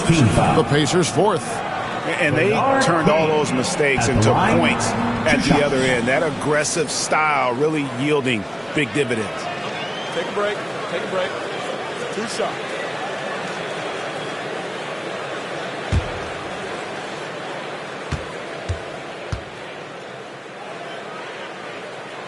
And the first one at the line is good. And what I like about King, he doesn't try to get flashy or fancy. He only cares about being effective. And he goes out there and just takes care of business. And in the end, the points just pile up.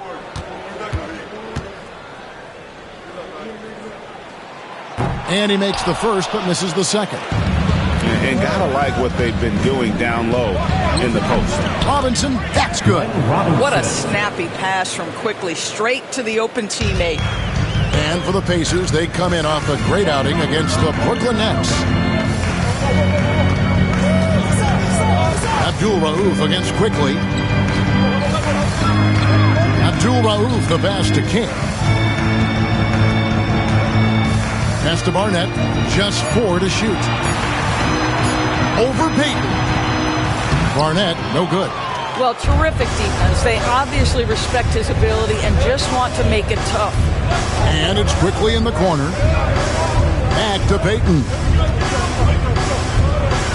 Bumpy, battling down low. Gary Payton is more than comfortable in those situations. First trip to the free throw line for him in this one. Gary Payton at the line.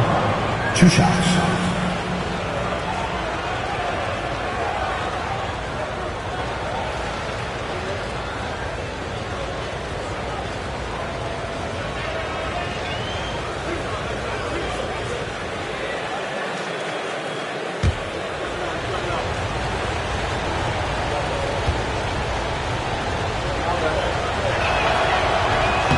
And the first one drops.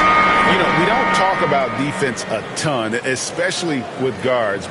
But Gary Payton, he can change a game with his D. Looking at who's out there now for the Knicks. Ewing's checked in for Gasol. And it's DeBusschere in for Antonio McDyess.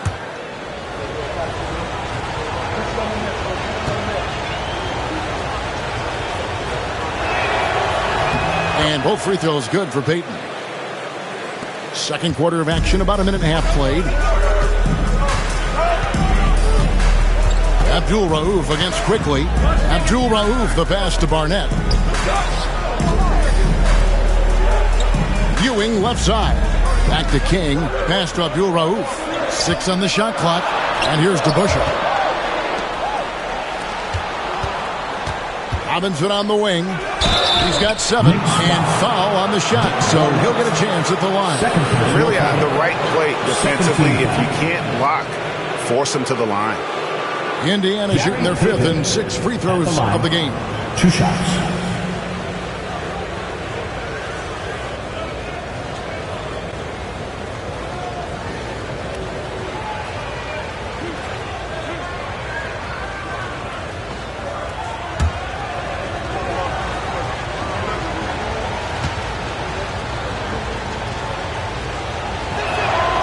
And he knocks down the first one.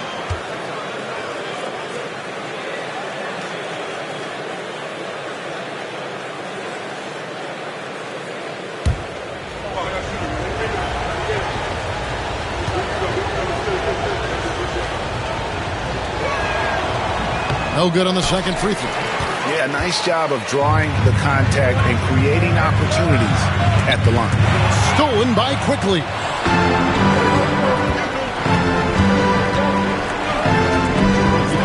Driving the lane. And oh boy, a lot of contact there, but he gets the call. He will shoot two. What an aggressive drive by the speedy Emmanuel Quickly. Look out. This is his first chance at the line tonight. Wound up shooting 85 from the line a season ago, which is an exceptional percentage.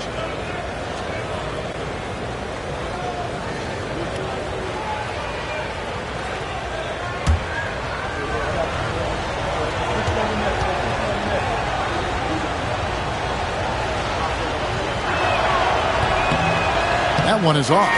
One of the things I always like about Emmanuel Quickly, he's decisive with the basketball. Jerry Stackhouse is checked in for Indiana.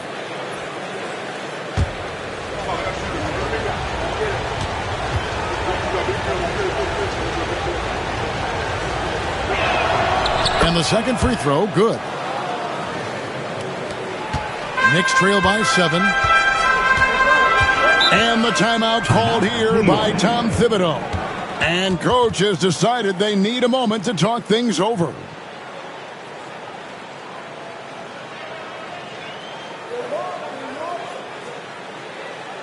On your feet, fans, and make some noise. It's your Knicks City Dancers. Worthy's checked in for the Knicks. For your Knicks City Dancers. Let me hear you once again.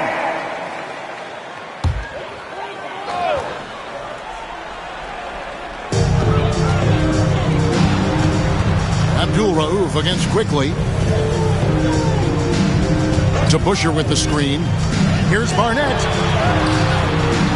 And the rebound goes to the Pacers. And they're controlling the boards, Kevin. That's +5 in that category. Stackhouse. And that's out of bounds. Indiana will retain possession. These players have been vacuums on the boards recently, leading the league in rebounding the past month. You take a look at Ewing. No doubt one of the most efficient rebounders in the game.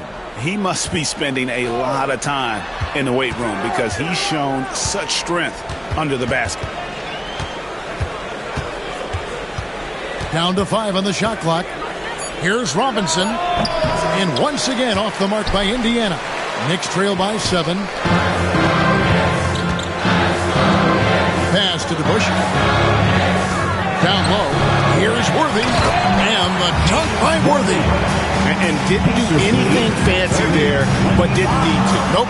His only concern right now is getting the points on the board. And I don't mean style points. Back to Robinson. Another shot. It's hauled in by Ewing. Boy, with his shot not falling right now, it might be time to look in a different direction. See if you can get your teammates started. The Knicks shooting their 7th and 8th attempts at the foul line tonight. And just to mention, a season ago, they were very comfortable at the line, hitting about 78% of their free throws.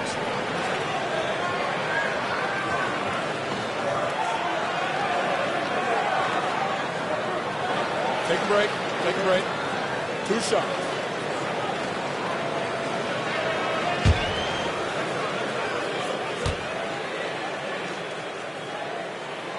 Free throw drops for Worthy. And one of the most feared, versatile scorers at that forward position. Big game James always seems to make the most out of any situation. Alex Caruso. He's checked in for Robinson.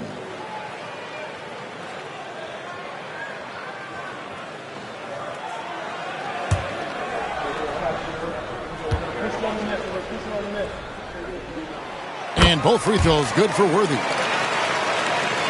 And in the second quarter, a little under 3.5 minutes played already.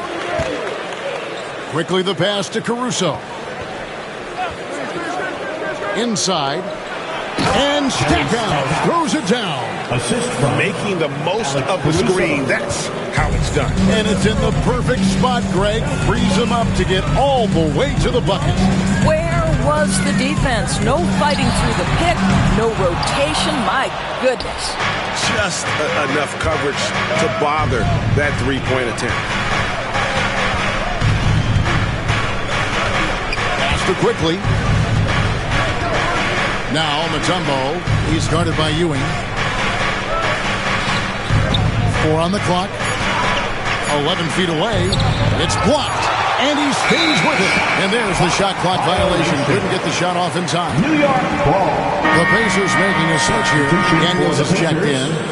Number 34, Mel Daniels. Knicks trail by 5. Here's Abdul Rauf.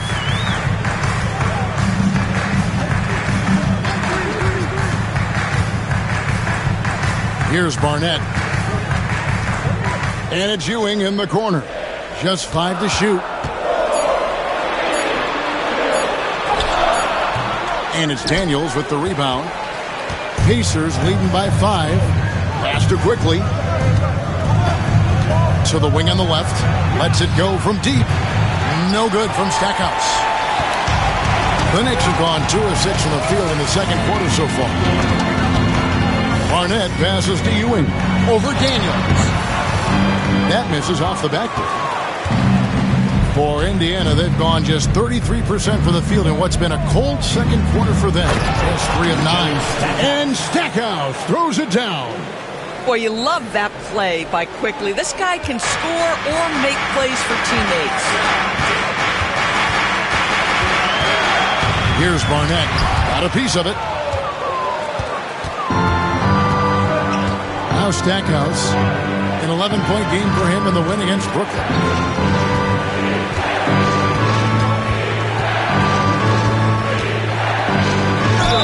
Cross contact on the shot, and now a 3-point play chance as he'll head to the line. Yeah, they're going to have a nice little run here.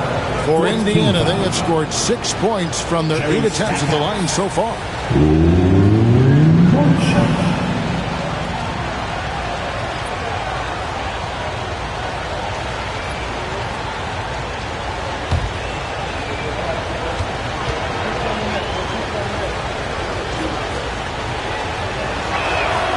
The free throw drops for Stackhouse.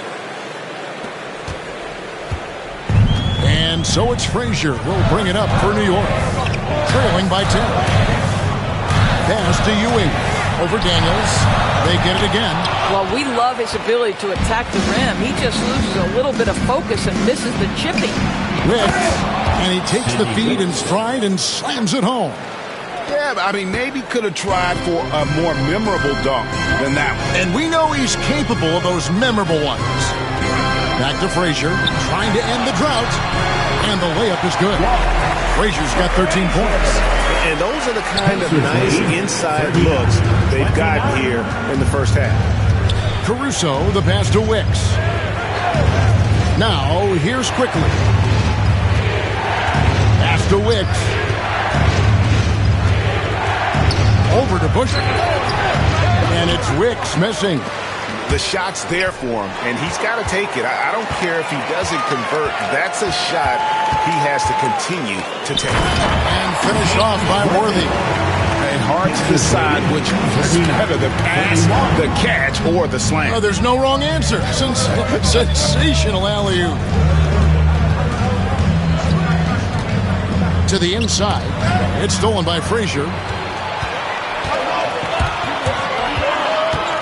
55 seconds left here in the second.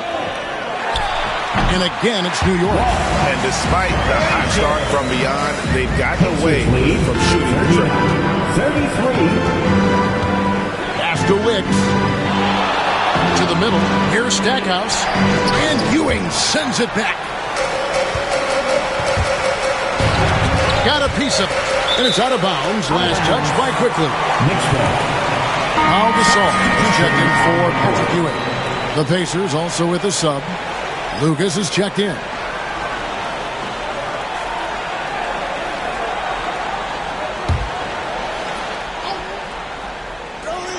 .35 seconds left in the first half. Back to Worthy. To the paint. Here's Frazier. Good, and it's Worthy picking up the assist. Frazier's got 6 here in this quarter. Hey, guys, they continue to put a lot of pressure on the interior defenders with their work down low.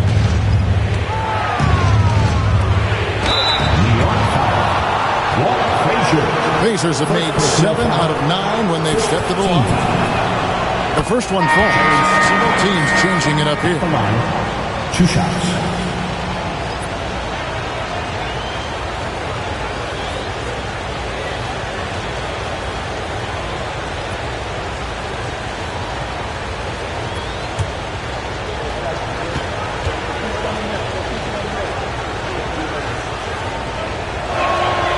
Both free throws good from Stackhouse.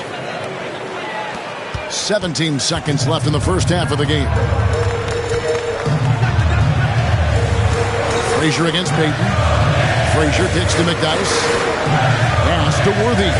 Gasol with it. 3 seconds left.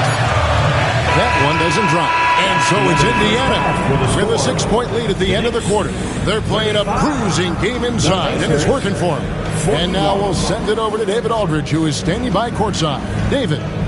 Thanks very much, Tibbs. Going against a high-powered offense like this, I know you have your work cut out for you at the defensive end. Yeah, they're tough to guard. They put a lot of pressure on you. You can't make body position mistakes. We've got to make sure we try to make them work for the points. We'll see if you can be more effective in the second half. Thanks. Back to you guys. Thanks for the great interview, David. And we'll be back for the third quarter of basketball following halftime.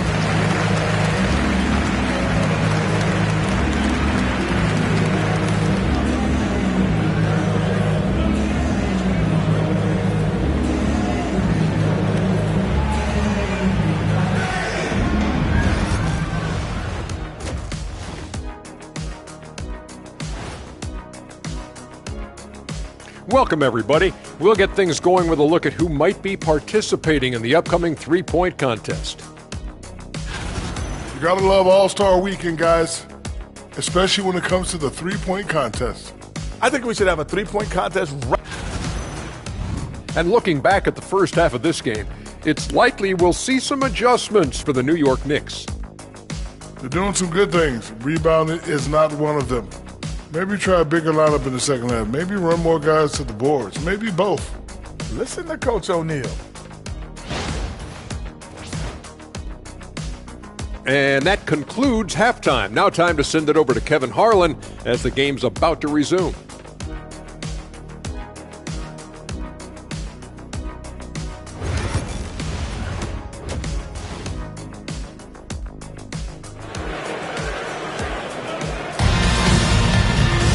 And we've got second half action for you. Thus far, a pretty evenly contested game. Walt Frazier really has his fingerprints all over this one. What a menace he was on defense through the first 2 quarters. Just disrupting everything. Well, it was about effort and anticipation. Hard to get into an offensive rhythm when you know this guy is lurking.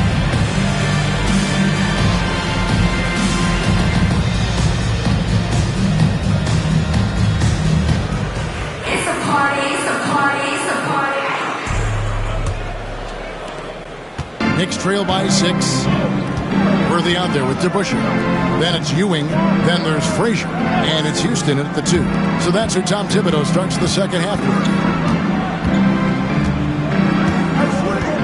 Worthy outside. 6 to shoot. Here's Houston. Guarded by Robinson. And they continue to control the glass. Payton kicks to Robinson. Over Houston.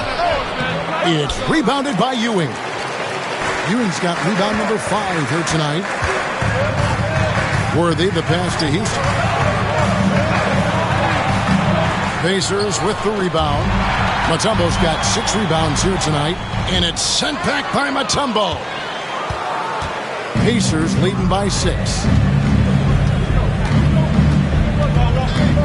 And with a little over a minute gone, the second half is underway. Down low. That's good. And it's Payton with the assist. Mutombo's got the first bucket of the third here for Indiana. And so it's Frazier who'll bring it up for New York. Outside Worthy. Robinson with the block. Wow, another empty possession out of the gates. 0 for 4 in this half. Brutal. Excellent D there from DeBusschere. Well, when you've been struggling as he has, you love that your teammates have really stepped up and taken the challenge. Count it. Ewing's got his second bucket. That's the 10th straight point they've given up in the paint. Stackhouse outside. Back to Payton. And Ewing with the block.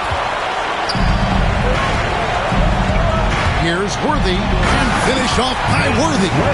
Hard not to be a fan of the way Worthy plays. You see the quickness and agility there on the drive. And Rick Carlisle decides to call a timeout. Wants to talk some things over. Might be seeing some things to adjust.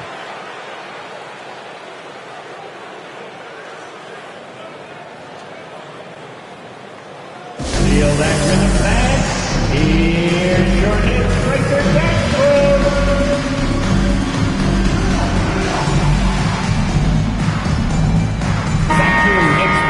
Let's pause to take a look at the teams that were tops in field goal percentage last season. Number 1, the Pacers. They were remarkable in terms of their efficiency on the offensive side of the ball. I mean, they did a great job of finding the open man and working for great looks. Really just an unselfish group.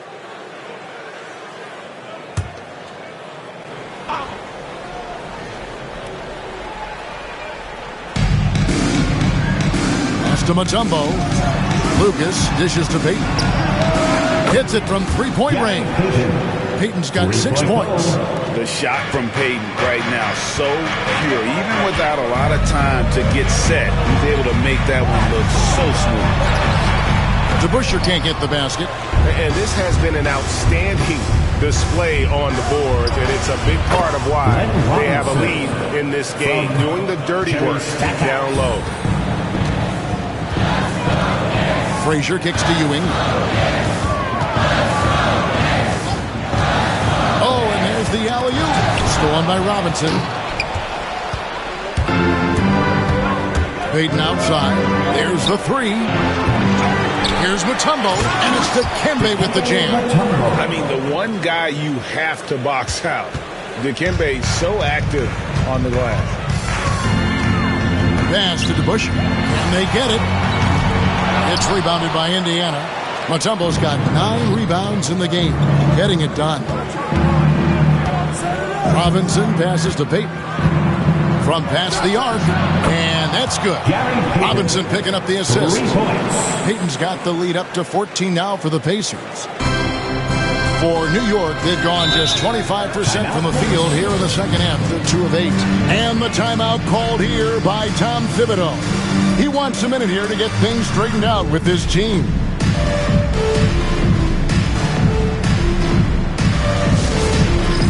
All right, fans, it's dance band time. Get ready to dance like everyone's watching.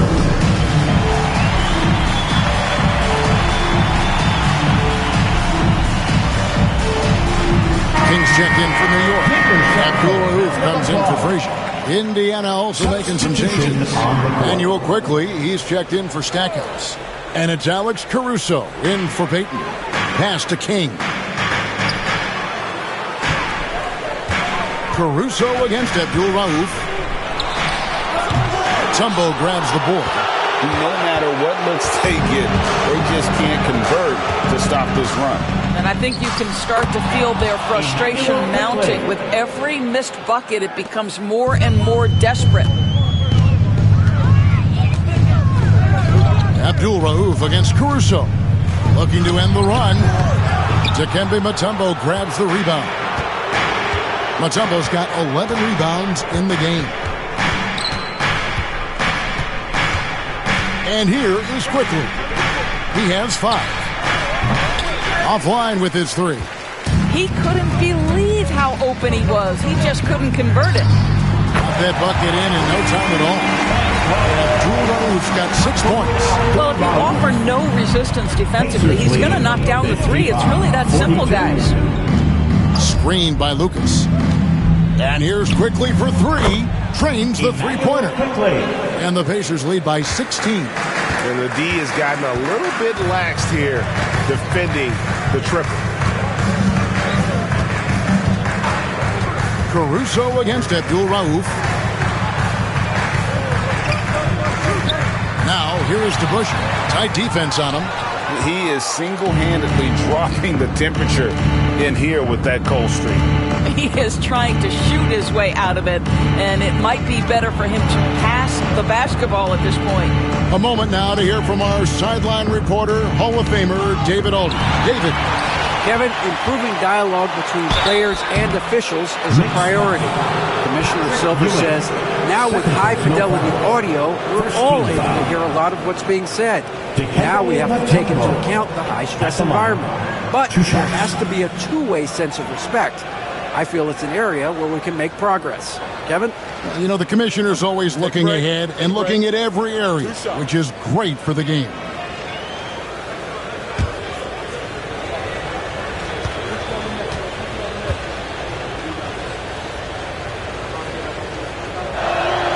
First one falls for him. And Mutombo, a defensive force, a long, intelligent player who plays well on both ends of the floor. Catching up on the changes now for Indiana. Daniels is checked in for Lucas. And Jalen Green subbed in for Robinson.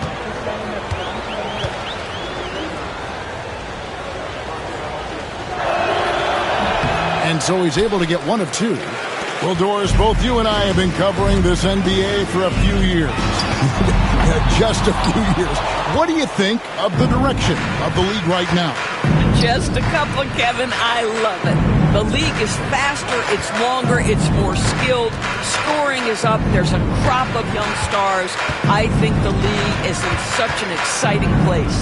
Clock at 6. From deep, Green. That shot, no good. Knicks trail by 17. Pass to Gasol. 2 minutes. Some nice passing by New York here. Here's Abdul Rauf. McDyess, a screen. New York, no good that time either. And here are the Pacers now. They're on an 18-7 run. And here's Daniels. Green, the pass to Mutombo.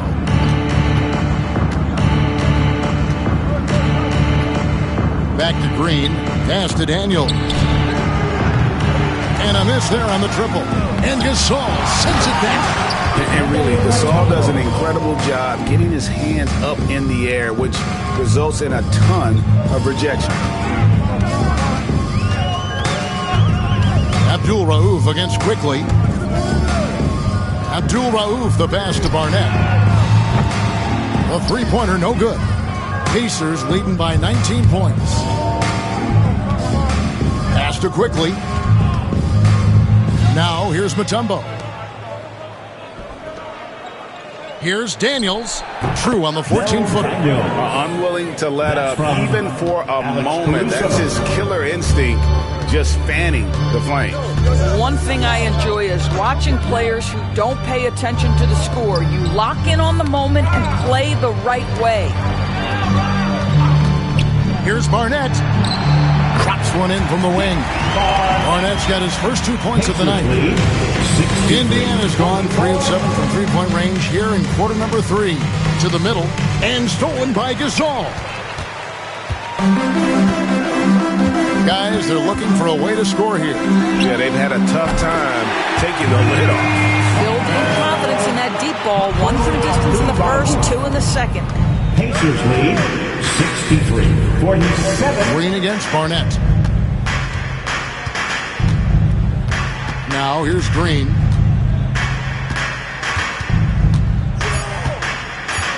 This one for 3, and the 3 ball is good. Green's got 5 points so far. And so it's the Indiana Pacers with a 19-point advantage heading into the next quarter. From the field, they have been outstanding, amazing shooting. That's what has them headed to a blowout. And we'll be right back after this.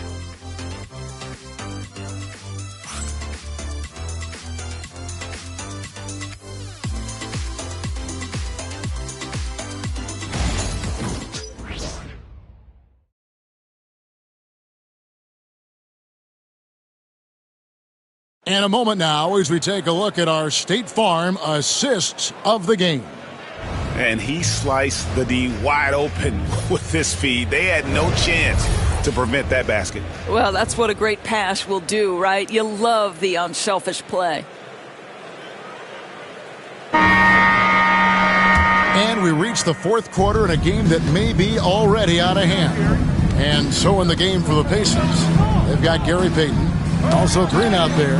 Stackhouse out there with Lucas. And it's Wicks in at the four-man position. Here's Payton. And McDyess pulls it down. I'll tell you, despite his struggles at the offensive end, this team still finds themselves in control of the ball game. Houston, the pass to Worthy. Here's Houston, guarded by Green. McDyess, a screen. Here's Houston. Basket, good. How about how he sets his man up there, runs it right into the screen, and then gets the basket. Pacers leading by 17. Here's Wicks. Here's Stackhouse. That's good. He's 5 for 9. How many times have we seen a possession like that from them today? Ending with a basket, coming off a pretty pass. Pass to McDyess. Now here's Gasol. Defended by Lucas. Outside Worthy. Back to Gasol. Here's Frazier. And again, it's New York. Pick works well there. Not much resistance from the D. It takes incredible effort to stay connected to the hip of the offensive player. You've got to want to work. It's stolen by Frazier. And a fast break now for the Knicks. Here's Worthy. And the bucket is good. Three-point play chance here for him. No, we're never opposed to a little creativity. Ooh, did he have plenty of that? The double pump, having some fun. First team foul. And a moment here to take a look at the scoring breakdown for the Pacers. At the line. They're playing beautiful basketball right now, racking up the assists by playing so unselfishly, just finding the open man. They've also done a heck of a job at the free throw line tonight. Good aggression has led to a number of easy chances and points at the line. Free throw drops for Worthy. And here's Payton. He'll bring it up for the Indiana Pacers. Their biggest lead of the game was 21. And Rick Carlisle decides to call timeout. Clearly, he's got something his players need to hear. And immediately. Time for your Knicks 7th squad. Give it up for them. Attention fans, now on the court is your Knight squad. Get loud and let them hear it. It's time for T-shirts.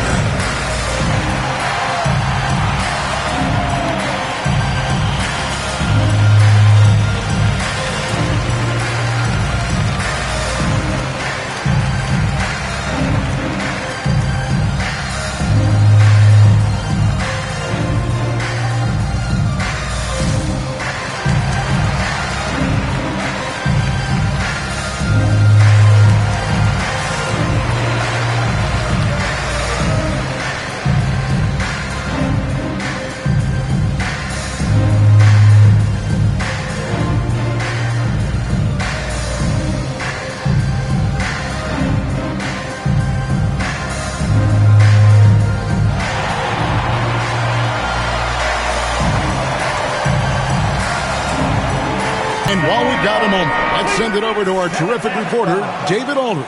David? Well, during the break, I listened in on Rick Carlisle's huddle. He told them it's all about maintaining the lead. He told them he knows it's easy to get comfortable when you're in this position, but that they need to keep the pressure on. Guys? Okay, David, much appreciated.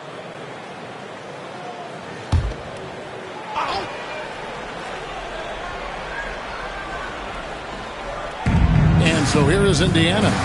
They lead by 14. The offensive rebound. Here's Wicks. Frazier covering. 4 on the shot clock. Here's Stackhouse. And it's good off the back of the rim and in. And the Pacers lead by 16. This guy has been a catalyst for them all game long. What a job leading them to this lead. Pass to Ewing.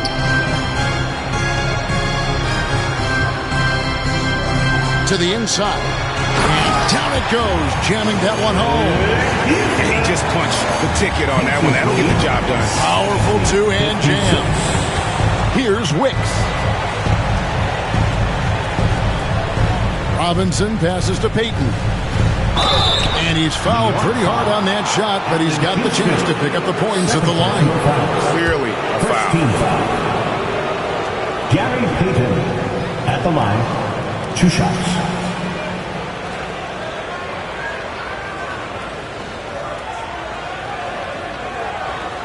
Take a break.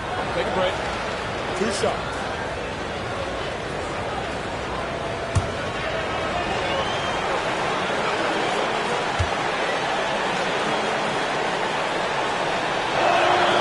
That's good from Payton.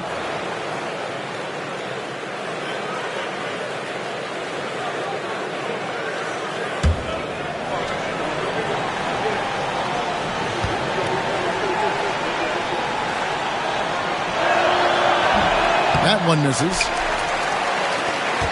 Knicks trail by 15. And Gary Payton is going to pick up the foul.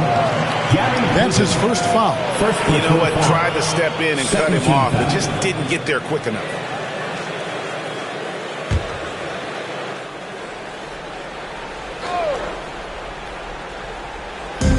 Ewing the pass to Worthy. Frazier with it. Robinson picks him up. Frazier against Robinson. A nice shot by Frazier. Frazier's got 4 points now in the quarter. I'll tell you, individually, he is doing all he can. But right now, somebody's got to step in and support this guy. Here's Payton. And it's good for 2.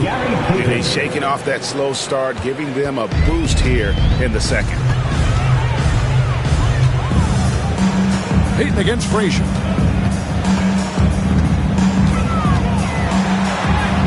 And he drops in the layup off the glass. Frazier's got 23 points. Coming off a big game, his confidence couldn't be higher, and Coach knows it. Well, the best players, to me, deliver night after night after night. So as long as he's hot, keep riding it. Over to the wing. Out of bounds. Indiana takes possession. Indiana ball. Mutombo is checked in for Indiana. Number 55, Dikembe Mutombo.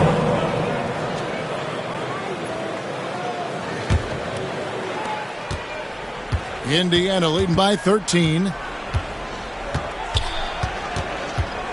Stackhouse outside. Shoots over Frazier. Will not go. This is off the front iron. Knicks have gotten absolutely red hot shooting the ball here in the fourth. A perfect 6 for 6.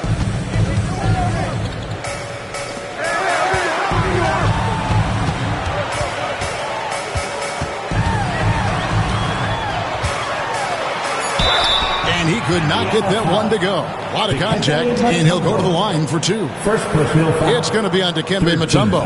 And Frazier's playing philosophy was established back in high school. Aggressive defense and hitting an open man is more productive than taking the wild shot.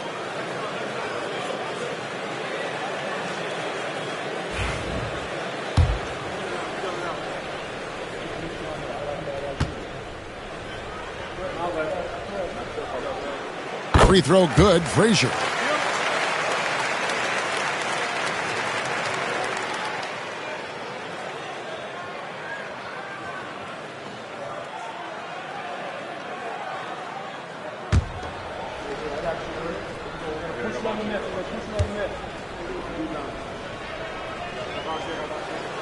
And Frazier drops them both. Pacers leading by 11. Payton passes to Lucas. It's stolen by Frazier. Here's Houston. And with that one, the lead is trimmed to single digits. Houston's got 6 here in this quarter. Lead 73-64. The Pacers have gone 3 of 6 from the field so far in the fourth quarter. Stackhouse against Frazier. Nice D from Frazier. And it's still a close game. I mean, despite the fact that they've struggled to compete on the boards. Here's to Busher. It's blocked, and they'll get another chance. Frazier against Stackhouse. Shot clock at 6. From downtown, count it, and the Pacer lead has been cut down to just 6 points with the basket from Houston. Well, that's his second 3 of the game. 1 in the first half, 1 here. Indiana's gone 6 of 14 with the 3 ball tonight, just a little over 40%. And Rick Carlisle decides to call timeout. And that timeout by Coach was carefully measured, wanting to make sure that everybody is on the same page here. Jalen Green's checked in for Stackhouse.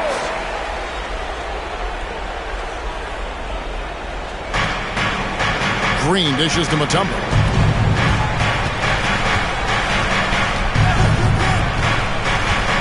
Pass to Lucas to end the drought. It's rebounded by DeBusschere. DeBusschere's got 6 rebounds here tonight. And here's Frazier. And here's Ewing, covered by Mutombo. Unloads from 13. Ewing can't hit. Pacers leading by 6. On the wing, Payton. Frazier covering. Here's Lucas. And Ewing sends it back. And he recovers it. New York foul. Walt Frazier. Second personal foul. Second team foul. Gary Payton at the line. 2 shots.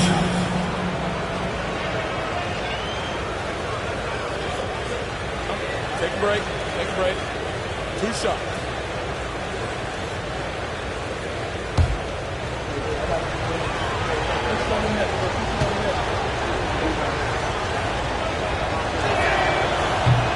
The first free throw is good.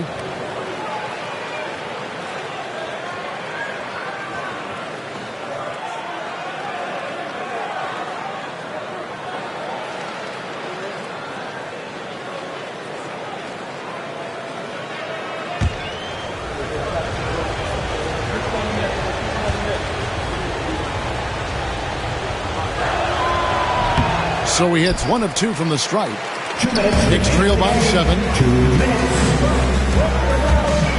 And Houston, a pro at initiating the contact, an aggressive shooter who's looking for opportunities to get to the line.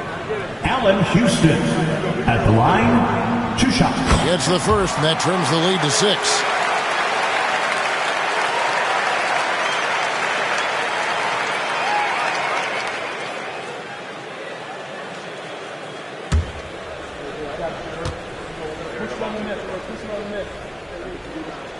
Both good from the line that time. Crucial that he converts those shots. They've got to keep eating away at the lead. Frazier against Green. Pass to Lucas. Here's Payton. Takes it off the glass. Payton's got 12 points in just the second half. Oh, nice play call by Payton. He sees the defensive layout and knows the pick and roll will open things up. Inside, Ewing. And Patrick Ewing with the slam. The big guy attacking the rim. The throwdowns are loud and emphatic. And so Green will bring it up for the Indiana Pacers. 1:22 left to play in the final quarter. Knicks trail by 5. Houston, the pass to DeBusschere. A good finish at the rack off the slick feed. And that's right in his wheelhouse. Looking to make an impact when it counts. And this is a player who understands when the game is hanging in the balance. He knows it's winning time. From deep, Green. James Worthy comes up with a rebound. New York's gone 6 of 14 with the 3 ball tonight. Just a little over 40%. DeBusschere kicks to Frazier. Pass to Ewing. Over Mutombo. Ewing can't get it to go. And so it's Indiana with it. It's a 3-point game. Payton inside. Covered by Worthy. A big bucket there to quiet this crowd. And they need something to cheer about again, and soon. And Tom Thibodeau decides to call timeout. He's clearly intent on wanting to lock in and make sure everyone's on the same page.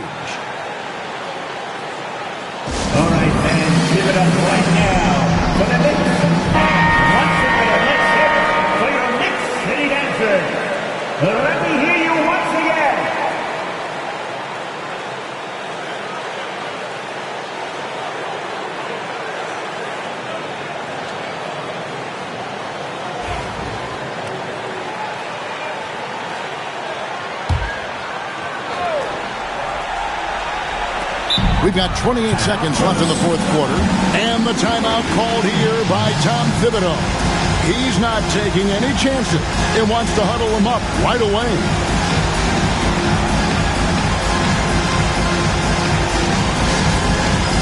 It's time for touchdown. If you see yourself on the big screen, then you know what to do. Show us the move.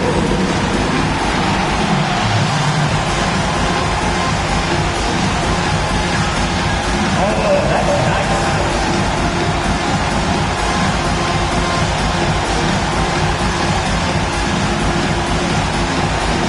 Come on, let's go.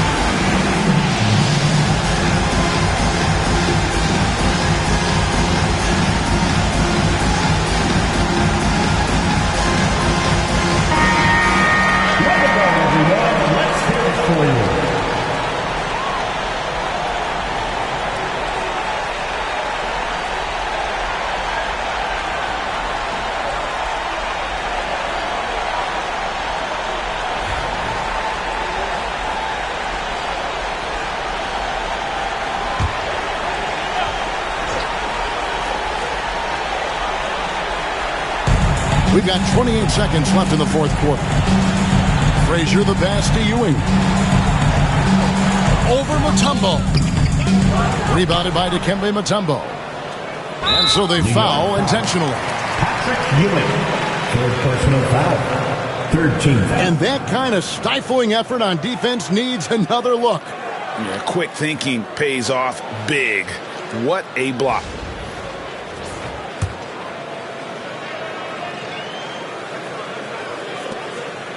And now they decide to foul intentionally. Allen Houston, third personal foul. Fourth team foul. Gary Payton at the line. 2 shots.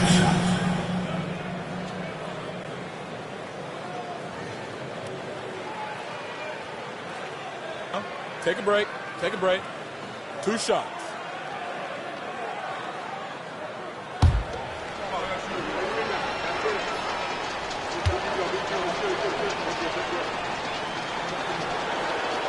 He hits the first one, and that increases their lead to 6.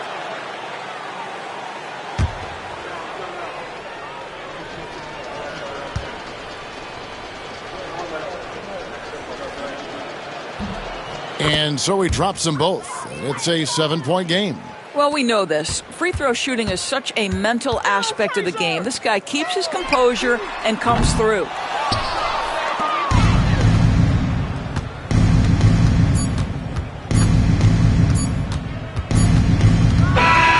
So it's Indiana picking up the win.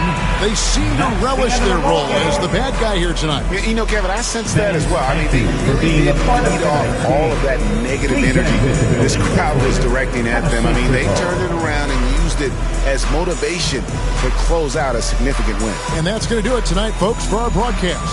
For Greg Anthony, Doris Burke, and David Aldridge, this is Kevin Harlan. Thanks for tuning in. Now it's time to present our player of the game.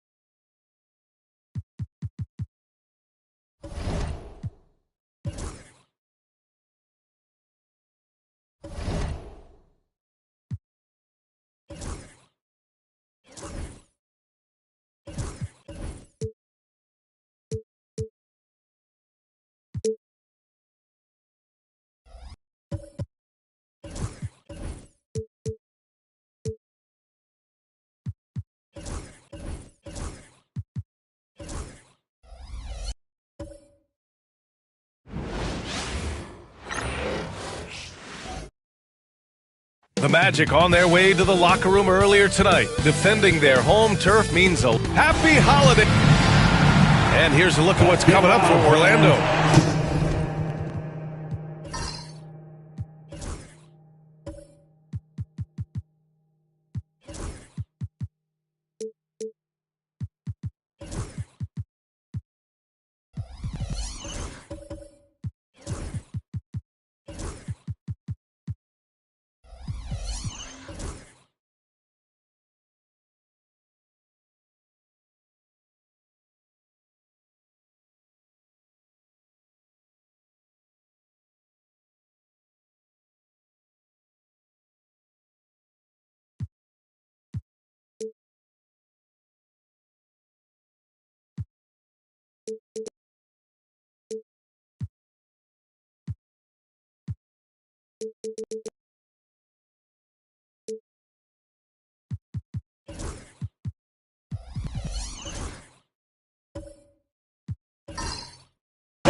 Sunday, they'll begin a road trip starting in Indiana, going up against the Pacers. And then on Friday, they'll go back home and will be hosting the Detroit Pistons.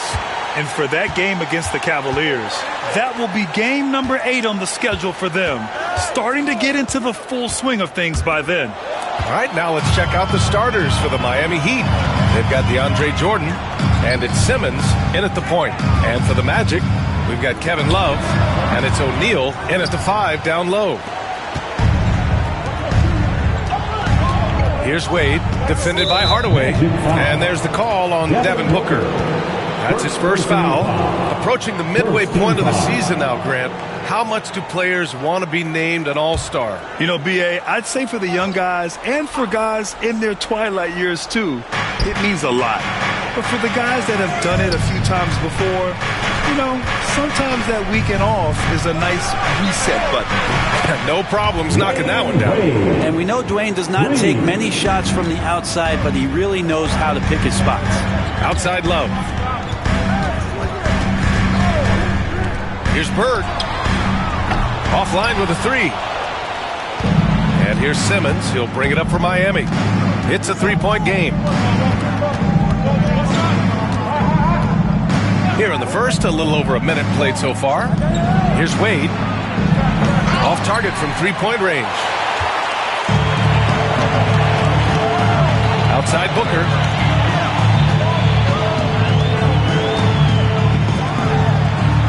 Yes, on the jumper. That's what he does. Devin Booker with a beautiful shot there. Miami has gone 1 of 2 from three-point land so far.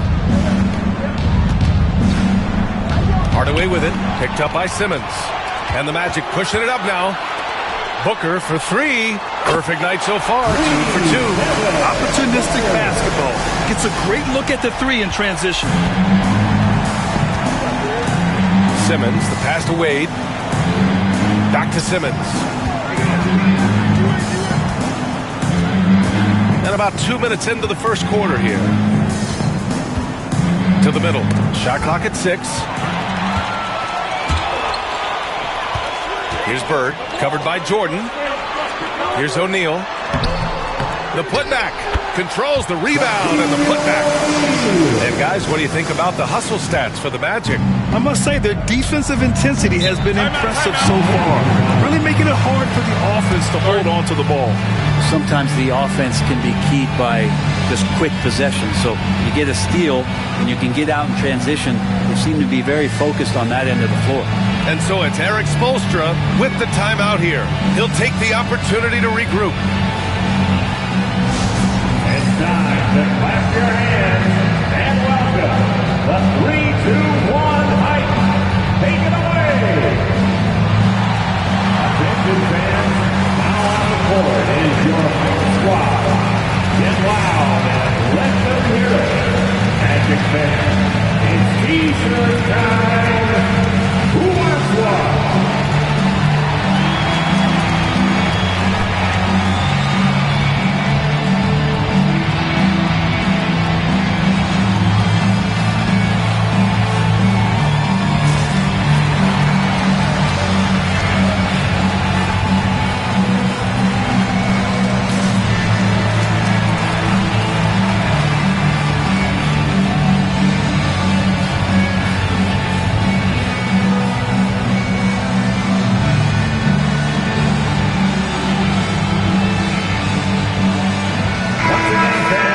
This break gives us a chance to look back on the last month and see which teams racked up the most points in transition. The Magic, 4th.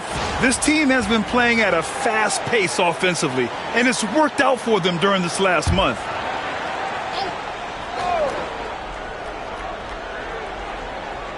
First quarter of ball, almost 2.5 minutes in.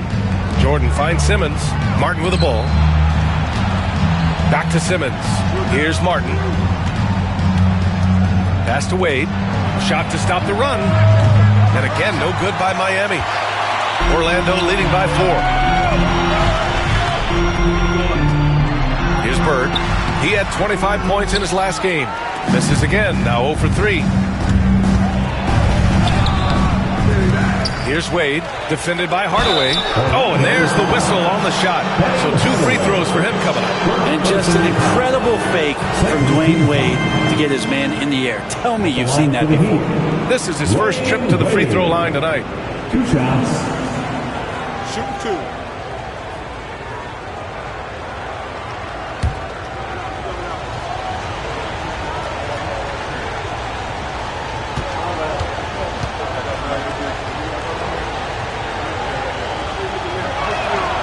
First one falls for him.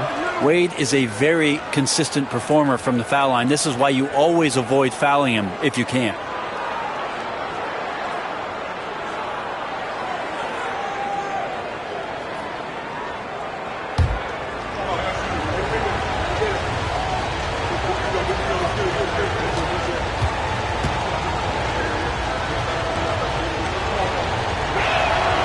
Both good from the line that time. About 3 minutes gone in the first quarter. Hardaway, the pass to Love. They set the screen.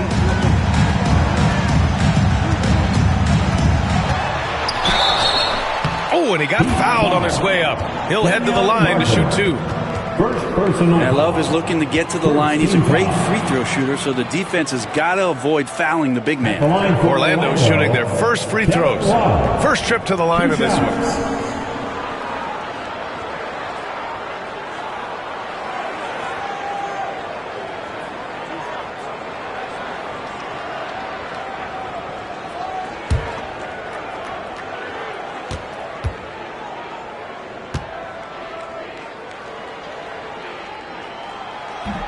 Free throw drops for Love.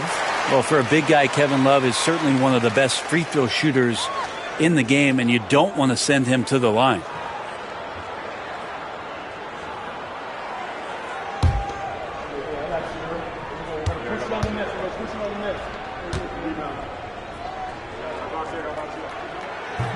And Love drops them both. This is what you get with Kevin Love. He can slide down to play the center position, and obviously he's a great stretch four, so that's some flexibility. Now here's Martin. Outside Simmons. Here's Hagan. And he buries his first look. Yeah, here's a list of things I don't want to do, and right at the top is guard that guy. Outside Love. Outside Booker. The 3-ball. Rebound Miami. Outplayed in the previous game on their schedule, losing to the Knicks. It was just a challenging game for them. They executed well, but just not well enough to put themselves over the top. Categorically, you look at that box score from that last game, and they outplayed their opponent in so many areas. I thought it was going to at least come down to a buzzer beater, but it did not. And that's what they want to do.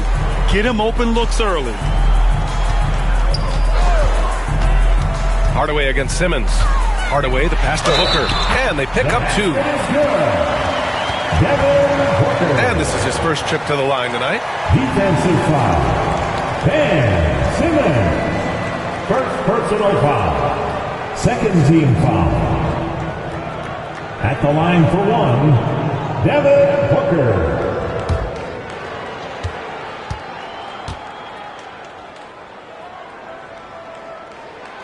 You know, you think about it, in 2015, a dozen teams passed on Devin Booker. Got to be tough for those front offices to watch him play this way. Now here's Simmons. He's scoreless. Martin with a screen on Love. Here's Wade. And the dunk to finish it off. A beauty. And even though Dwayne Wade is a little older now, it does not stop him from getting up like that one. Sick jam. Outside Love. Back to Hardaway.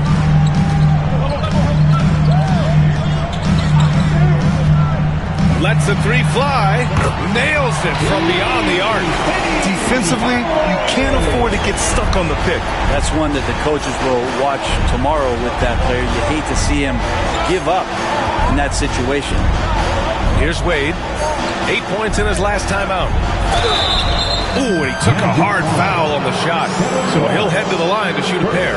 These are his first free throws of the game. At the line for the Heat, Cliff Hagan. 2 shots. Take a break. Take a break. 2 shots.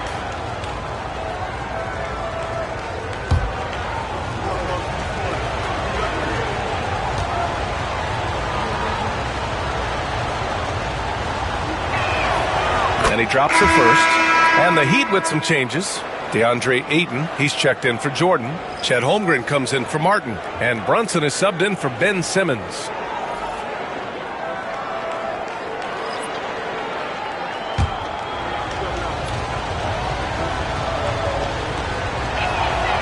It's both from the stripe.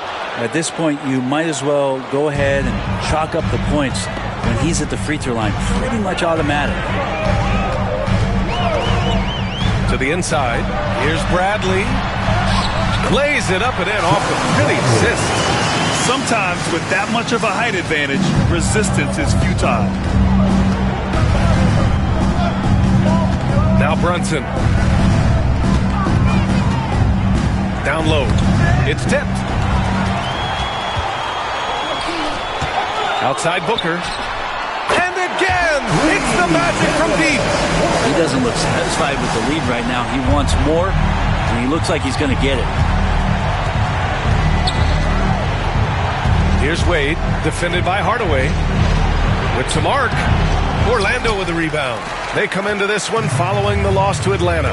Just a tough road loss. You're going against players who are comfortable shooting in their own building. You have to find a way to disrupt their focus. Yeah, they couldn't do it in that one. Always a step slow in closing out the shooters and maybe even recognition of who was on the floor. Just not enough energy, and that's a tough way to win on the road. Now here's Booker. 11 points for him last game against Atlanta. Pass to Turkoglu. Just 5 on the clock. Launches it from deep. And Ayton pulls it down. Heat trail by 6. Things just don't seem to be clicking for them offensively. Yeah, they really need to find a way to get back on track. A beautiful finish through contact. That's the dog in Hungary. For Orlando, they've gone 7 of 14 and looking in control. All right, let's get a report from Allie. Here's a great quote from Coach Eric Spoelstra, who said, "The Miami Heat culture is a system based on discipline and hard work. We stand for something. That's competition. That's winning. We feel that there's a championship DNA that you can develop." And Brian, they walk the walk. One of the great organizations in the league, Allie. A superb three-point threat. When Holmgren is knocking down triples, he's hard to contain. Hardaway, the pass to Bradley. Outside Booker. Three-pointer. Shot is off. 4 for 7 in the game now. And so it's Brunson with it. He brings it up for Miami. They trail by 1. Pass to Holmgren. On the wing, Wade.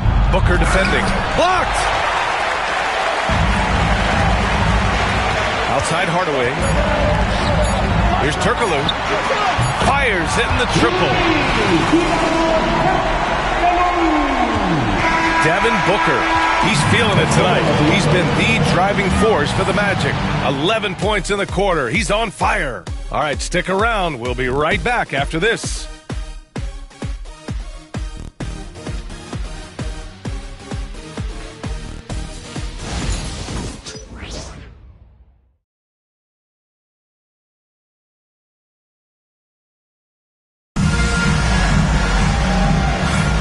And thanks again for tuning in. If you're just joining us, we played through 1 quarter of action so far. All right, guys, what do you think about the Magic here in this one?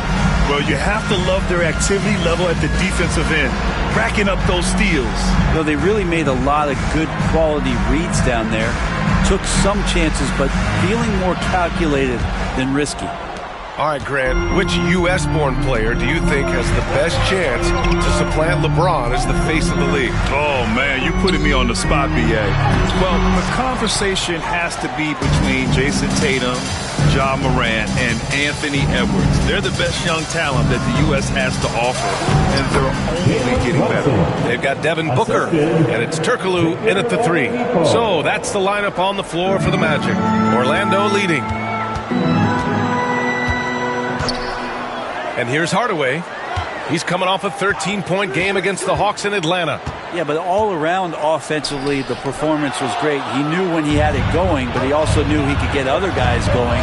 So his passing right up there on the level with his scoring in that one. And we're going to have a jump ball. Jump ball violation. Jump ball.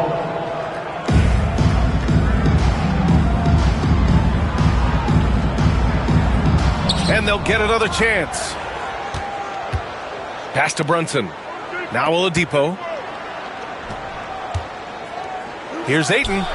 And Miami again with the bucket. Ayton showing it could be a problem on other spots on the floor, not just the post. Here in the second quarter, a little over a minute of play. Hardaway against Brunson. Outside Booker. Back to Hardaway. Bradley sets a screen to the paint. Stolen by Ayton. Brunson with it. 20 points for him last game against New York. Brunson against Booker.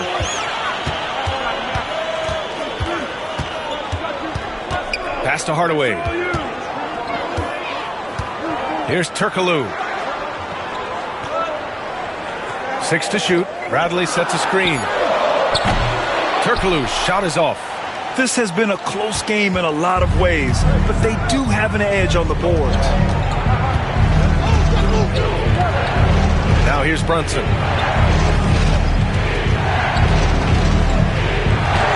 Banging his way through. Jalen Brunson.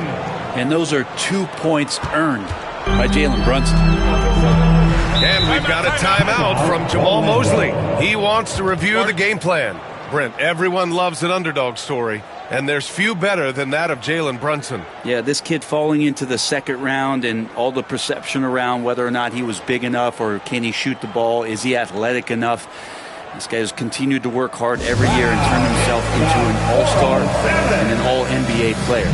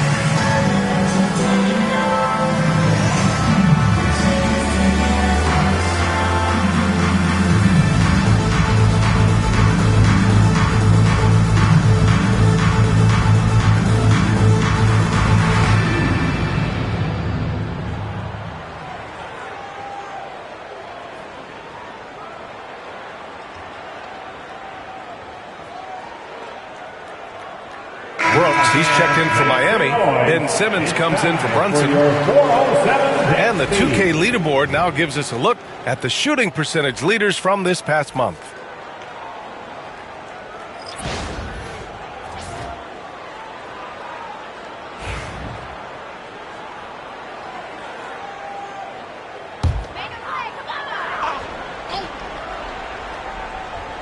Here's Ball. 11 points for him last game against Atlanta. Felt like he had a sense in that game that the defense was being over-aggressive, and he tried to take advantage of that. He continually frustrated them throughout the night and got to the free throw line. Yeah, terrific work from the mid-range.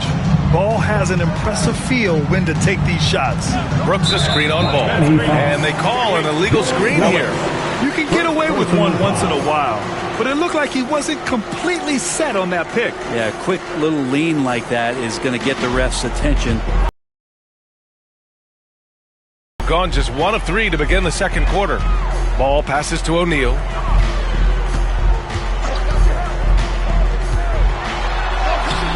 Miami grabs the miss. Holmgren's got 5 rebounds tonight. And he lobs it up to the Holmgren. Powers it in off the lob. And timing like this will serve Holmgren well. Leaping at the exact right moment for the alley-oop. Here's Turkoglu. Brooks defending. Pass to O'Neal. Here's Winters. Over Oladipo. Winters can't hit. And Simmons has got the ball here for the Miami Heat. They've only given up 2 points this quarter. With a tantalizing combination of size and skill, Ben Simmons has to be a headache to guard. And let's get your take, guys, on the scoring breakdown for the Heat. They've done a great job facilitating so far. So moving the rock and finding the open man, just great selfless basketball. Well, I like that they've also emphasized the three-point line. That's a big difference maker. Free throw good, Simmons.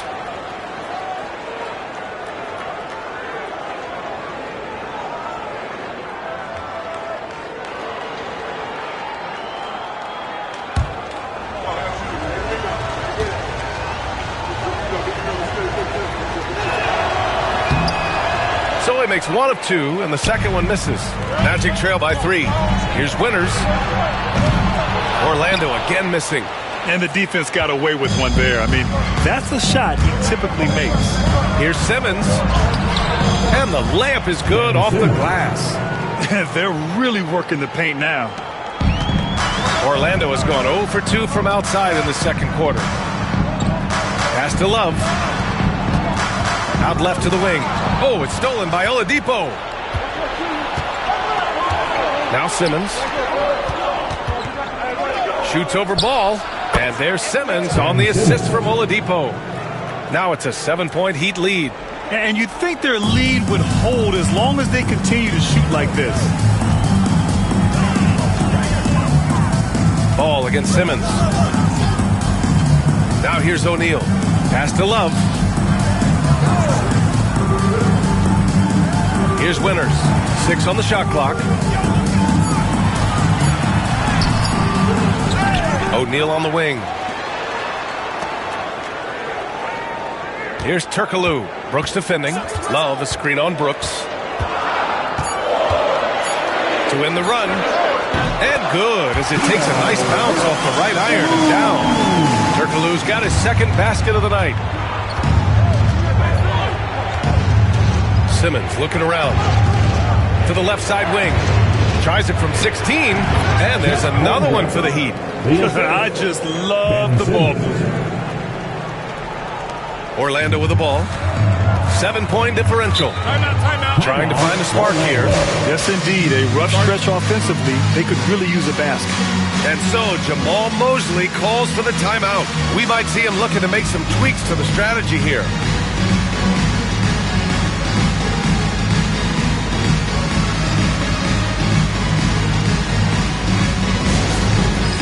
It's time for Dance Camp. If you see yourself on the big screen, then you know what to do. Show us your moves.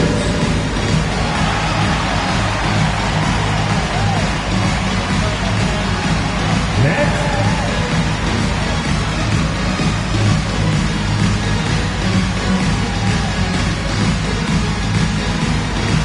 All right.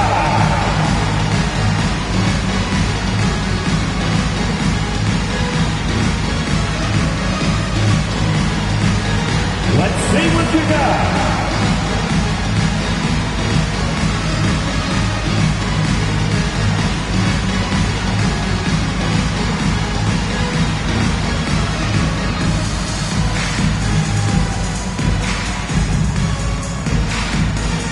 Miami making a switch here. Martin's checked in. Substitution on the court.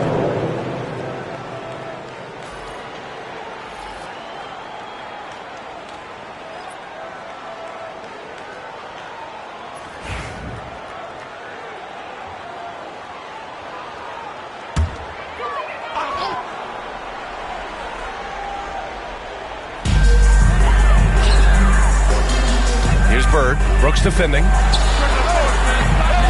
another miss by Orlando. And they just continue to dominate the boards. The 3. It's good. And a beautiful setup from Simmons that time. Simmons has got 4 assists in the game. And keeping us updated from the sideline, Allie LaForce. LaMelo Ball is such an instinctive playmaker. Talking about his approach, he said, I'm just making it up. I see someone, I throw it, whatever comes to mind. Ryan, the way he sees the game makes him box office attraction. I like it. It's that new school flair with a game that harkens back to some of the greats. He's special to watch, Allie. Now here's Oladipo. 2 minutes remaining in the first half. 2 minutes. Jordan's checked in for Miami. Ryan Winters. First personal foul. Second team foul. Heat substitution. Here's Simmons. He's got 5. There's the block. Here's Ball. The teardrop. Ball ventures inside and converts. What a gentle shot by Ball. not overpowering with his release. And given LaMelo Ball is 6'7", how does this give him an advantage in his position, Greg? Well, B.A., he's able to score on smaller guards as well as see over them and find his teammates. His height and quick decision-making are real weapons. Heat leading by 8. Simmons, the pass to Martin. Love with the defensive effort. That's the only kind of defense that's going to cut the mustard here tonight. You got to stay on top of a guy like that who can play at such a high level offensively. Here's Simmons, and it's Simmons with the jam. Well, that break started by Jordan Steele. Long arms helping to get into the passing lane. Simmons against Ball. From 10 feet away. And misses it off the right side of the rim. They really have a commanding lead, not just in points, but in rebounds as well. Oladipo, the pass to Simmons. So it'll be 2 free throws. He was fouled in the act of shooting. And this will be his second trip to the free throw line. At the line for the Heat, Ben Simmons taking 2 shots. Take a break. Take a break. 2 shots.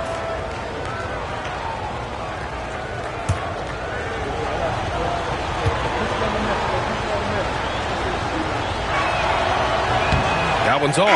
Well, his body control is phenomenal, and his ability to get to the line has always been impressive. That's a huge part of his game.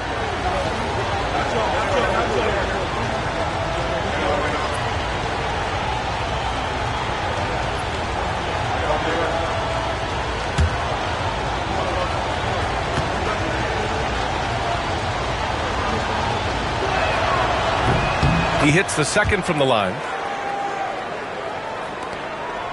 Magic trail by 11. Pass to Love.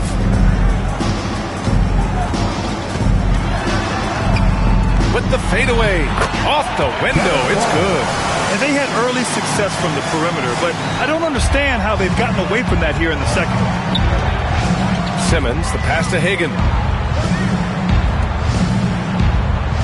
Simmons against Ball. To the inside. Intercepted. In transition, the Magic on the run. And he gets it to go. Hardaway's got 5 points. You saw he altered his release, allowing him to get around his defender and then laid it in. 1 second left. It's good! It's good at the buzzer! Wow!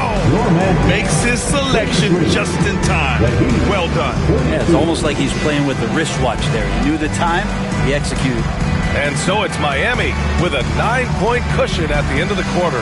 And it's all due to their ability to own the paint. They've been dominant down low. We'll be right back with you shortly.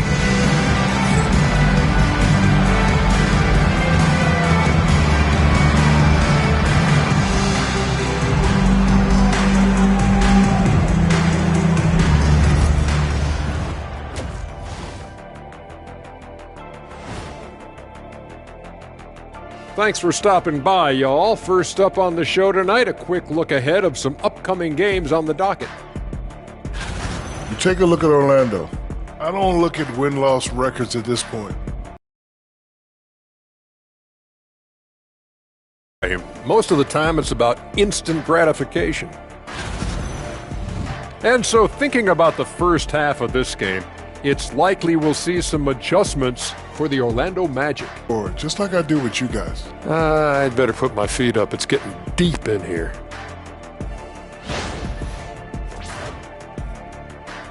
Thanks for tuning in. Now it's time to head back over to Brian Anderson for the start of the third quarter.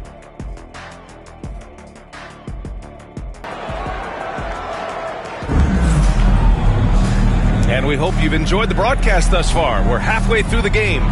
Nice game. Great performance by Devin Booker. Through 2 quarters of play, he's been an excellent source of points. Yeah, he's shouldering the load right now and looking really comfortable. Magic trail by 9. And on the floor for Eric Spoelstra starting the second half.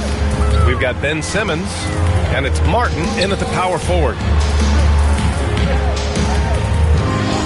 Here's Bird. Still no points.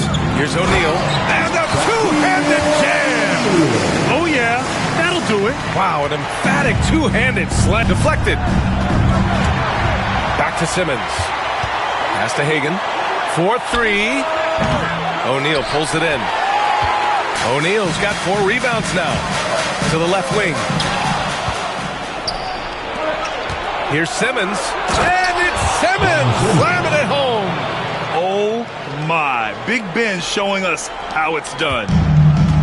Magic shooting just 42% so far in the game. O'Neal passes to Love. Down low.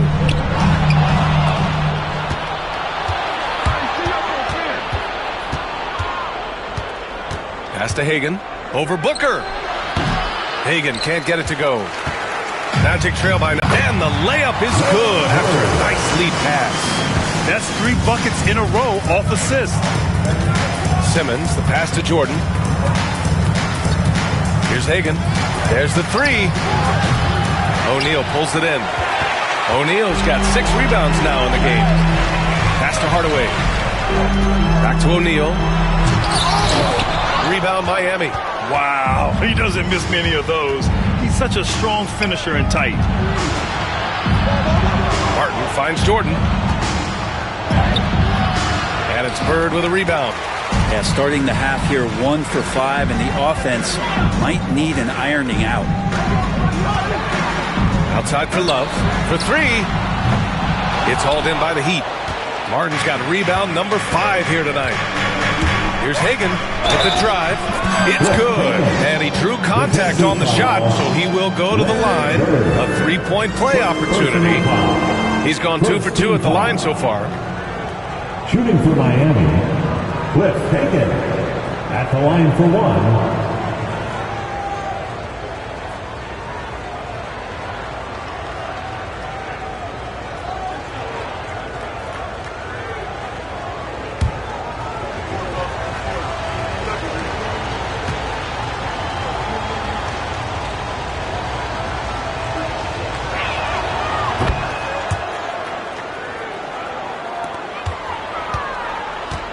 Magic trail by 10. Boy, they need something to go to regain some confidence. No question. Way too many empty possessions for them. And right now, they're +8 in the rebounding category. That's helping them run away with this. Tries it from 19. Simmons, no good. Oh, can't punish the defense for leaving him open that time. That's a frustrating miss for a really steady jump shot. Incredible. It sometimes falls to the point guard to be the offensive catalyst. Seems like he always knows when his squad needs a lift. Did you see how much air he had under him? Wow. Here's Wade following the bucket by the Magic.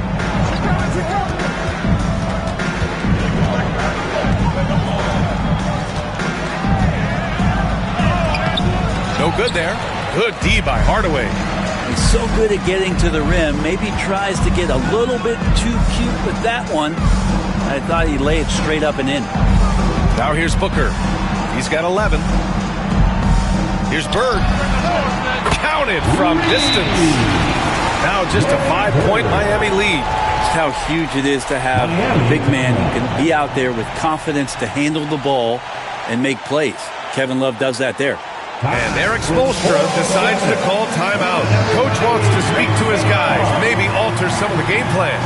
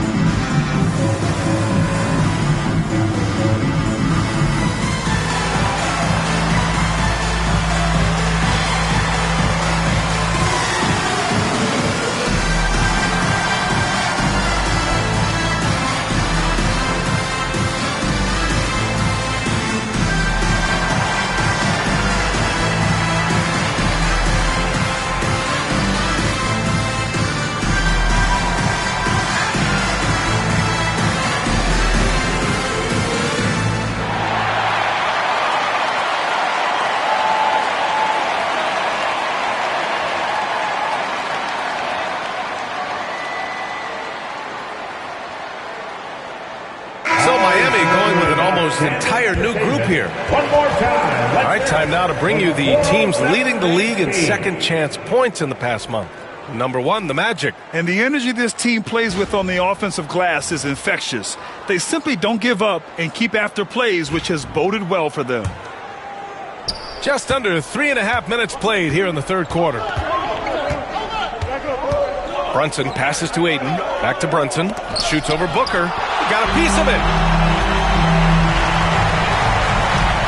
Here's Bird. He's got 5. Pass to Booker. Three-pointer. And it's Holmgren with a rebound. Holmgren's got his 6th rebound on the night. Here's Brunson. The Heat rebound. Aiden. Oh, he missed the layup. He had it with the pump fake. Magic trail by 5. Booker, the pass to Bird.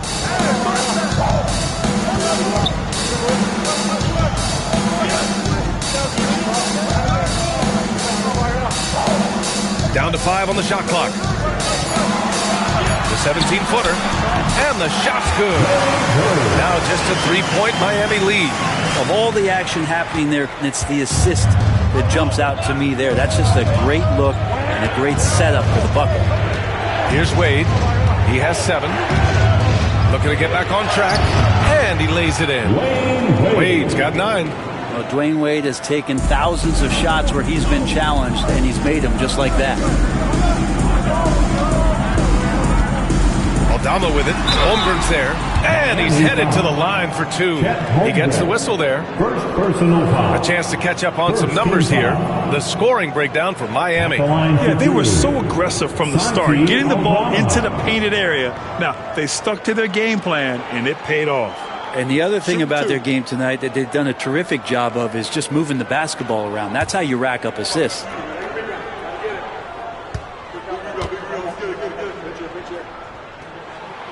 First free throw is good. Bradley, he's checked in for Orlando. LaMelo Ball comes in for Devin Booker. And Miami with a change here, too. Oladipo's checked in.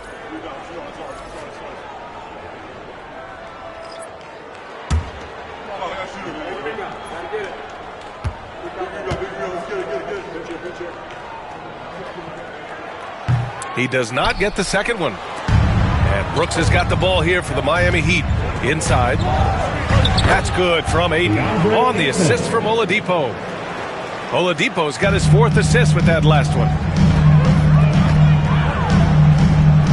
Here's Bird. Brooks defending. Picked by Aldama. The 3. And it's Bird missing. Miami leading by 6. Oladipo outside.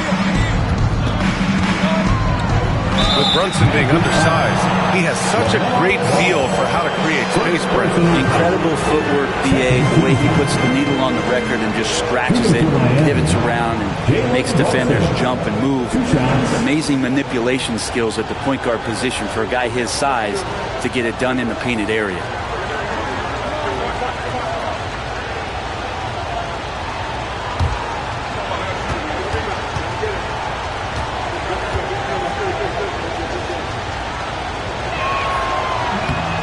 First free throw is good. Well, if you're a basketball player, through your entire basketball life, you're going to hear coaches harp on you about free throws. It seems like Brunson has heard those messages loud and clear.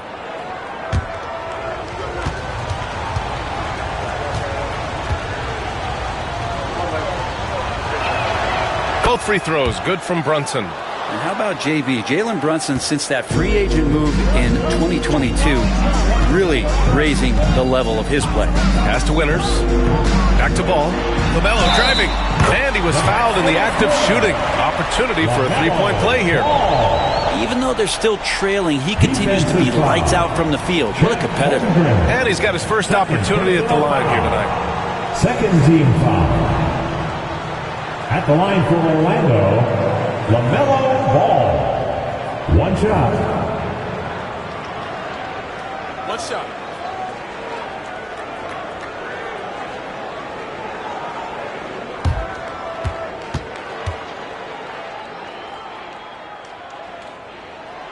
And the free throw, no good. You got to respect the enthusiasm LaMelo Ball brings to his game. He thrives out here under the bright lights with all eyes on him. That kind of looks like a predictable shot, one that they want. The defense has to prevent the ball from getting into that sweet spot. Brunson against ball. Pass to Bird. Here's Winters. Here's Bird. 7 points in the game. Down low. And he jams it after taking a nice feed on the run. Oh, come on, B.A. I mean, where's the defense? That's just too easy. Yeah, they got to do a much better job in help. Yeah, we see this all too often. The team gets a huge lead, and then their guard gets let down. Now here's Oladipo. Pass to Ayton. And Ayton with the stuff. Does it feel good as a big man like Ayton to throw it down? You bet it does. Magic trail by 8. Here's Bird. With the crossover. Crafty move. And there's a whistle. He'll head to the line to shoot 2. It's going to be on Dylan Brooks. Orlando shooting their 7th and 8th attempts at the foul line tonight. At the line for the Magic, Larry Bird. Taking 2 shots. And he drops the first. And that one goes in. 2 from the line that time. Well, a big fella with the ability and confidence at the free throw line is something that every team wants. Don't have to make those late substitutions. Keep your big guys on the floor. Now here's Brunson. Oh, and the jam by Ayton. Just great hands for Ayton to time that one. Orlando has gone 1 of 4 here in the third from range. Ball passes to Bird. Oh, Brooks with the steal. Fast break Miami. He's all alone. Rips down the breakaway slam. What a two-way play. Just tremendous. Yeah, the steal was slick. The slam topped it off. And we say it time and time again, so I'll repeat it. Have to be careful with the ball, or this is what happens. Out of bounds. It'll be Miami's ball.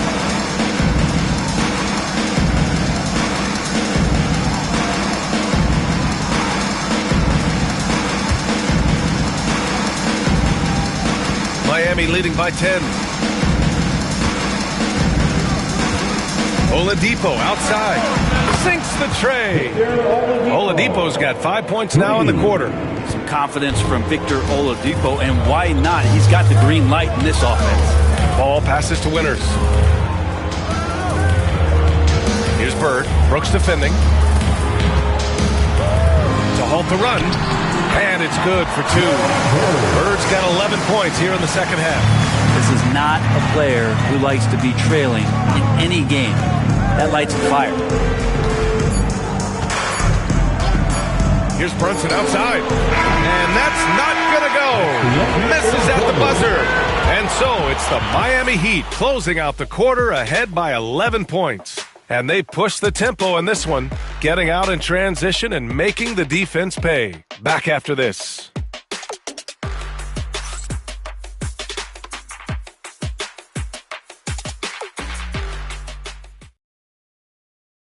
And while we have a chance, let's go to our State Farm assist of the game.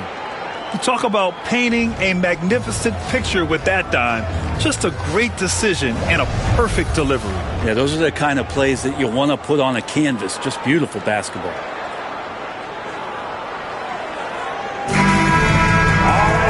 And there have been 2 very different performances from these teams today as we get going in quarter number 4. We've got Santi Aldama, and it's Hardaway in at the 1 spot. That's who's out there for Orlando. Here's Hagan. Goes up and lays it in nice and easy. Hey, they're just getting pushed around inside. Magic trail by 13. Outside Booker. Outside O'Neal. Here's Bird. Back to O'Neal. Deflects the pass. Ooh, it's stolen by Jordan. Fast break Miami. Here's Wade. Second shot opportunity. The shot misses. Good D by Hardaway. It's not his best night from the field, but looking for other ways and finding them so he can chip in. And he was fouled while in the act of shooting, so he'll take 2 free throws. First personal foul. First team foul. At the line for Orlando, Santi. No good on that one. Staring at this deficit, they're trying to be more aggressive and get themselves to the line.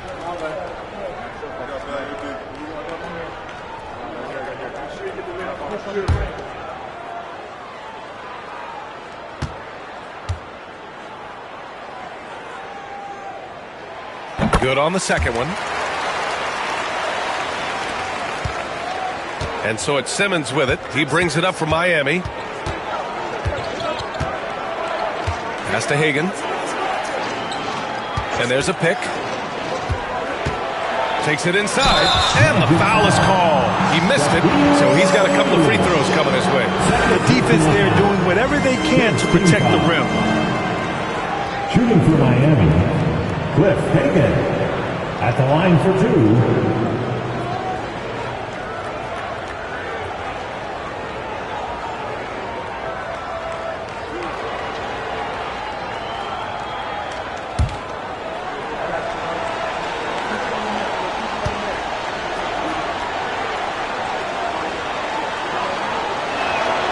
And he knocks down the first one. If they keep hitting free throws at this clip, it'll help them seal the deal. Love is checked in for Orlando.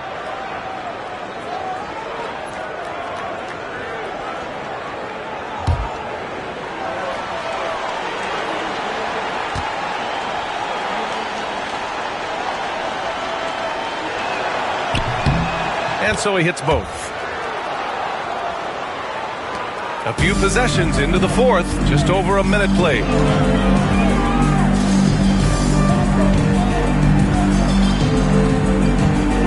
Back to Hardaway. And he takes that one up and powers it through.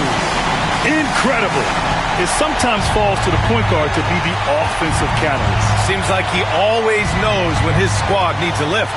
Did you see how much air he had under him? Wow. That's out of bounds. Miami will keep it.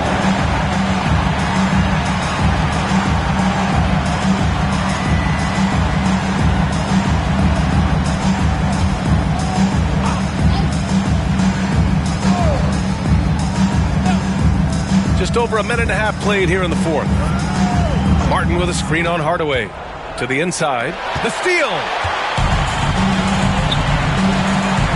Here goes Booker. Ooh, great D that time from Simmons. And their physical dominance has been on display. A 10-rebound advantage is a good indicator of how this game has gone. Blocked. Hardaway against Simmons.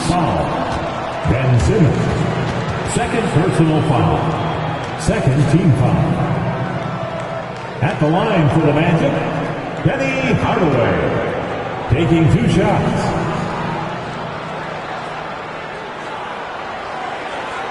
Take a break. Take a break.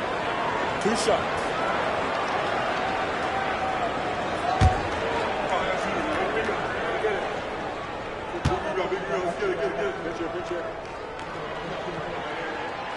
And he makes the first.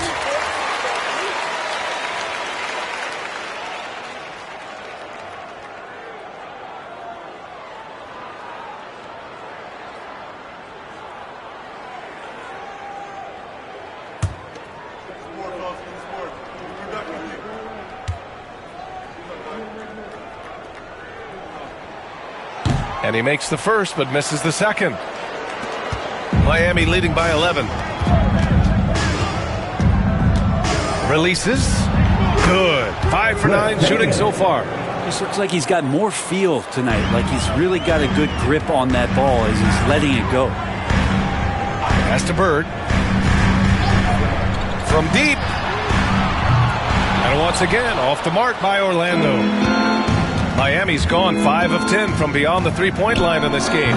The putback. Love grabs the miss. Not great numbers, but great effort in this one. Sounds funny, but I think he's been a positive for them. Now here's Hardaway. Simmons defending, and it's out of bounds. Last touch by Hardaway.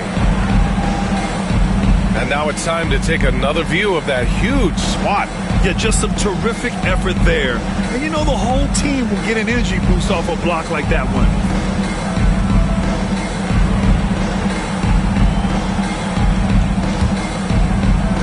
little over 2.5 minutes have passed here in the fourth. And Eric Spoelstra decides to call timeout, looking to get everyone dialed in and engaged.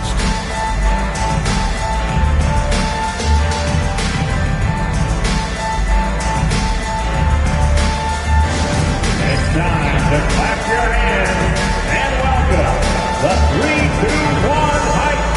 Take it away. Get loud, fans. On the court is your hype squad. All right, Magic fans, here we are. The T-shirt. Make some noise.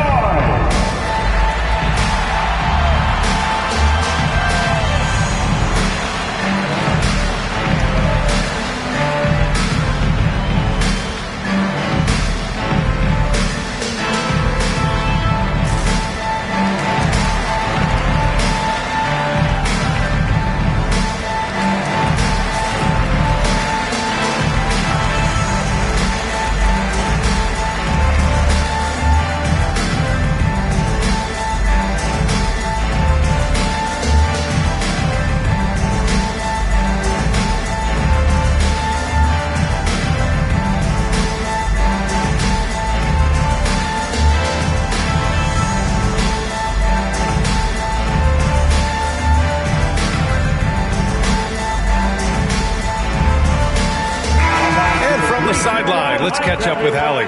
Over that last break, I got a chance to hear what Eric Spoelstra said to the team. He loves what the D has been able to accomplish, saying to his team, every turnover is a big success for us. Keep forcing those errors. Don't let them feel comfortable out there. So expect them to keep trying to be disruptive. Okay, thanks, Allie.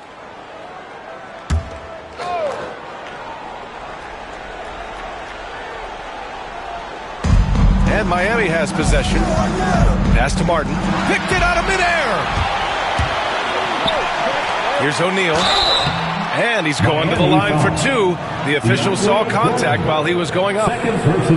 They'll pin that one on DeAndre Jordan. No debate there. He got hammered. At the line for two, Shaquille O'Neal.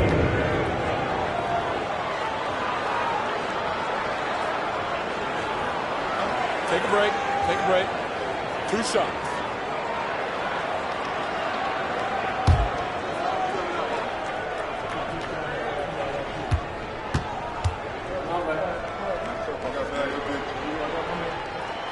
The first one falls.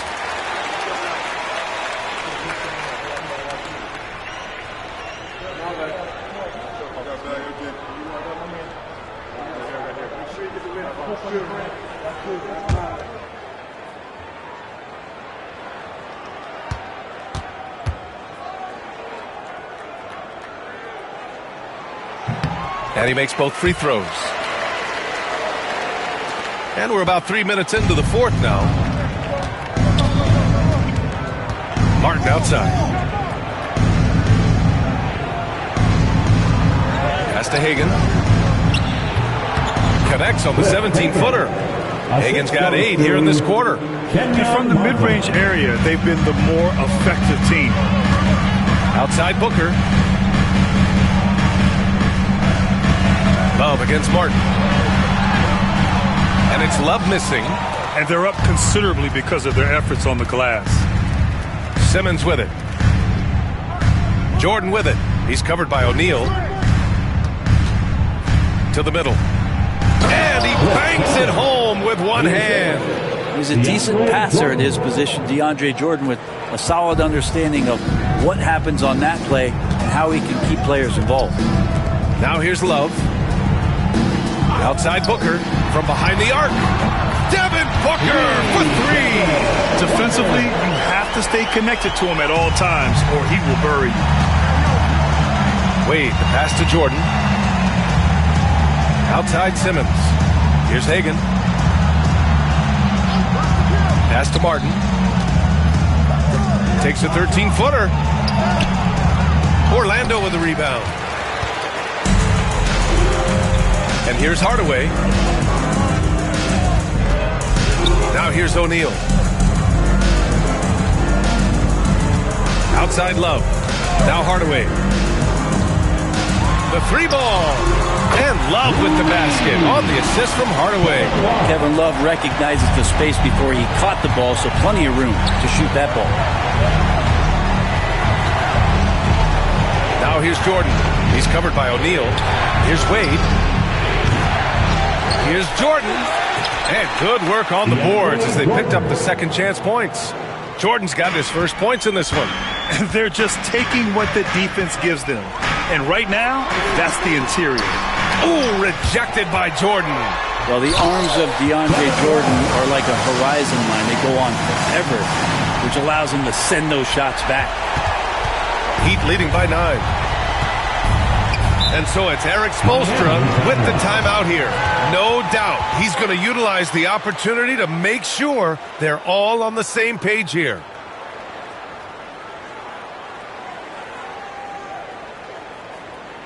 Here we go, fans. It's the one and only 407.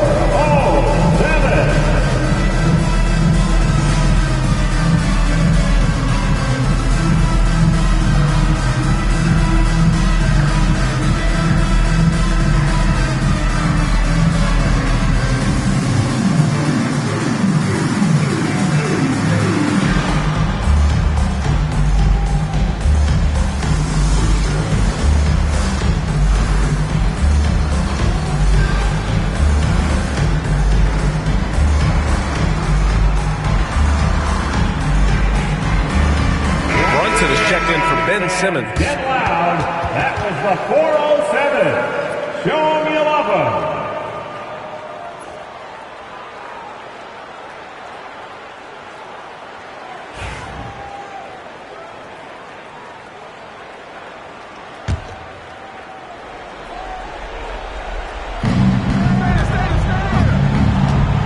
Now Brunson. Pass to Hagan. Martin with a screen on Love. Hagan. Yes, and a nice assist from Brunson. Brunson's got assist number 5 here tonight. They've been a little soft with their defense on the interior. To the paint. Bird, that's good. And he was dominant in their last outing, and the same thing here tonight. He is in a terrific groove right now. Seems to be nobody standing in his way, no roadblocks for him to get to his spot, capitalize, and continue to be aggressive. Boy, he overdid it there. Too much force on the foul, and he's called for the flagrant one. You know, it's just hard to watch a player put the well-being of an opponent at risk. He rightfully earned that flagrant. Yeah, the officials are all over that one, sending a clear message that that kind of roughness is unacceptable.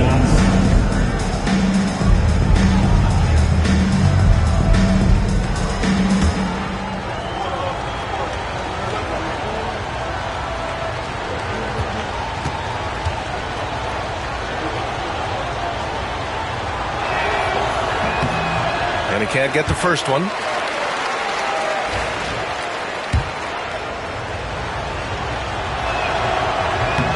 And the second free throw is good.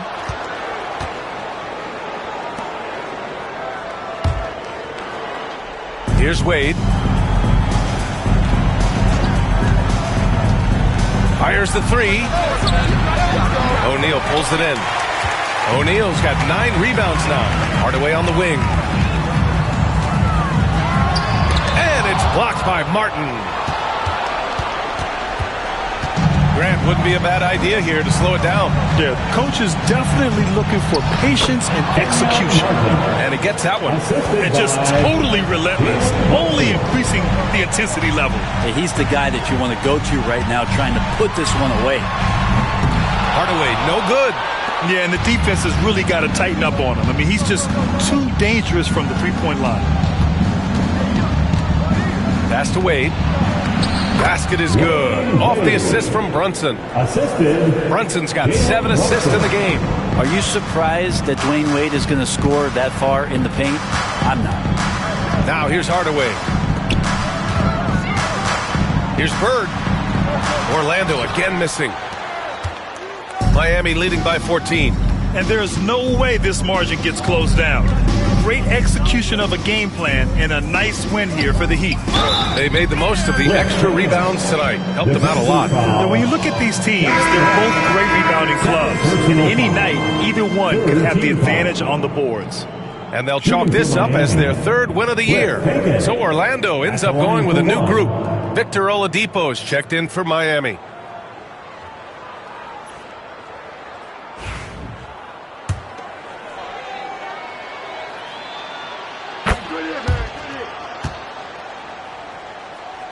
.58 seconds left to play in the fourth quarter.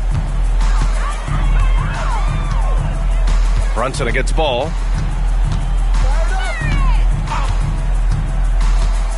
Over Brunson, and Ball gets it to go. 44 seconds left in the fourth quarter. Oladipo outside. Brunson against Ball. Here's Hagan. And the three off target. Ball right side. Over Brunson. Ball no good. Boy, you love how guys are making plays for one another here. Yeah, just a balanced attack, a total team effort. Here's Hagan.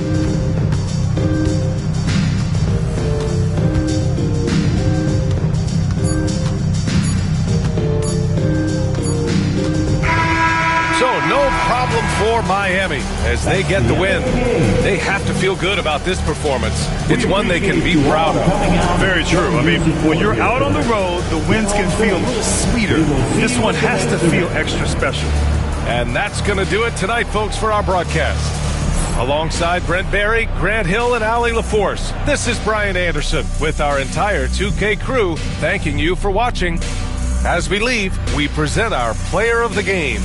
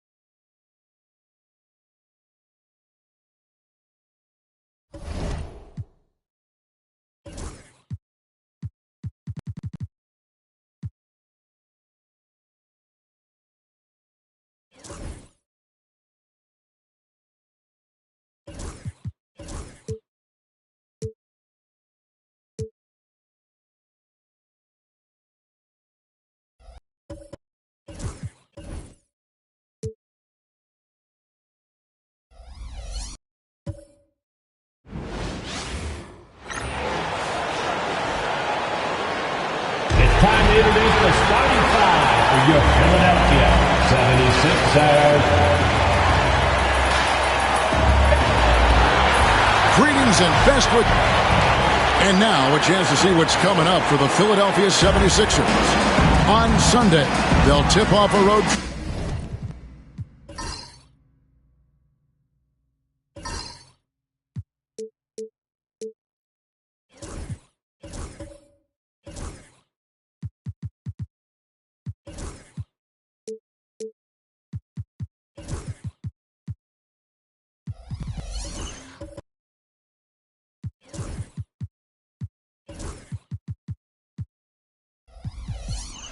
Trip in Miami.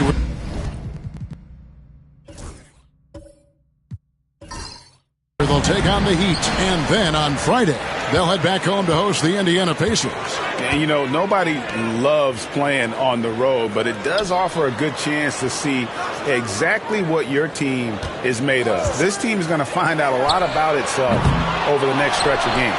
So with Conley sitting on the bench, here's the five for Quinn Snyder right now. Johnson is out there with Thompson. Then it's Green. Then it's George. And it's Lanier in at the pivot spot, manning the middle. And for Philadelphia, we've got Smith. Johnson is out there with Thompson. Then there's Jaylen Brown. And it's McAdoo in at the 5. And so it's the 76ers getting on the board first. The shot by Thompson, no good. And Greg, we were talking Jaylen Brown making the 2023 All-NBA second team. That was big for him, wasn't it? Yeah, Kevin, it made Jaylen eligible for the Supermax, signing for that 5-year extension in July of 23. At the time, the largest contract in NBA history. Now here's Brown. Johnson outside. And that's out of bounds. Philadelphia will retain possession.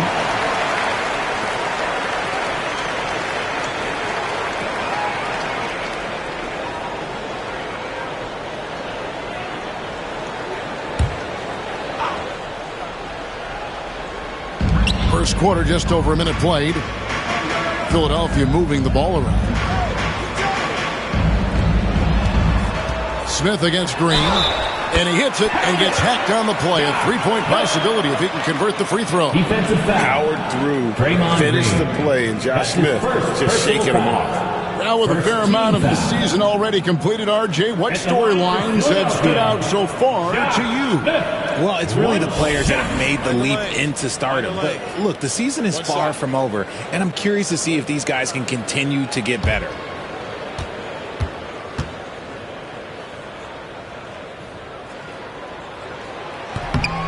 Greg, since making it to the Eastern Conference Finals in 2021, the Atlanta Hawks haven't been that good.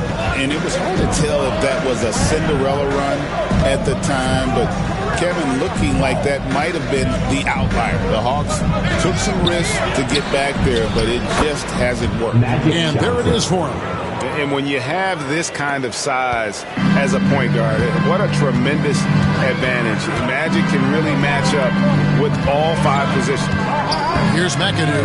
Brown wide open. 85. Gets it to go from beyond the arc. Brown's got a couple of threes now in the first with the 76ers. Johnson against Thompson. To the middle. Outside for George. There's a good screen. 6 on the shot clock. And it's sent back by McAdoo. And it's going to be out of bounds. The Hawks will retain possession. And timeout is called by Quinn Snyder. He's made the decision. He wants to huddle up with his guys.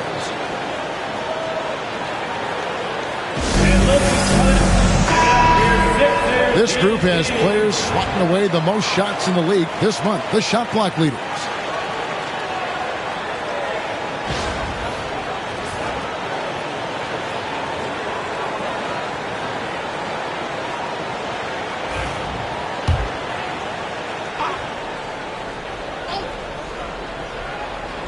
Here's George. Clock at 2. Good. Great play by Green to set it up. And he takes advantage of whatever the defense gives.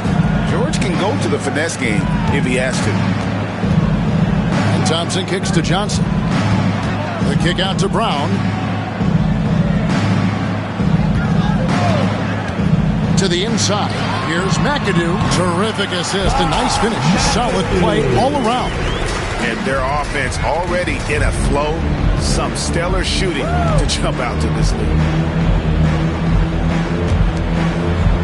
Thompson against Johnson. George passes to Thompson. And Thompson throws it down. An impressive athlete. I like seeing Thompson take it inside and drop the hammer. Smith outside. Pass to Brown. Three-pointer. Thompson with the rebound. The Hawks trail by 5. Here's Johnson. 2 free throws coming up, and they call the shooting foul. That's on Jaylen Brown. And Nick Nurse, Greg, the 26th head coach in 76ers franchises. And Kevin, known for his creativity and that outside-the-box thinking. I think it's a good fit with this forward-thinking front office.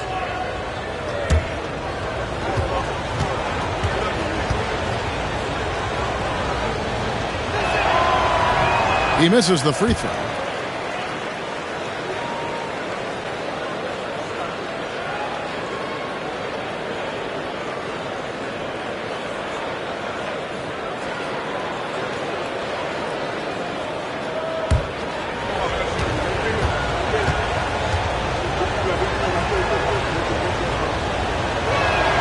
He hits the second from the line. And with this era of the Atlanta Hawks, Greg, they've gone as far as their defense has let them. You look back at their conference finals run in 21, that was the last time they had a top 10 defense. So scoring's never been the issue with this core, but defense has been non-existent. Johnson, a wide open look, nailed from three-point land. Off to a strong start here early. 6 points off second chance buckets. On pass to George, throws down the alley-oop slam. And a little verticality there from George, not to mention the timing between those two on the alley-oop. Johnson against Johnson. Here's Brown, and finished off by Brown. Oh, inflicting some punishment with the two-hand flush. They're going for the throat. Thompson outside. And it's sent back by McAdoo. Thompson, high post. Johnson's there. And Thompson kicks to Smith. To the paint. Here's Brown. He is hauled in by Paul George. The Hawks trail by 7. Down low. Green inside. He's against Smith. And Lanier is one of the most graceful big men to ever play this game. From his post moves to his outside shot to his defending. Everything about Lanier is fluid.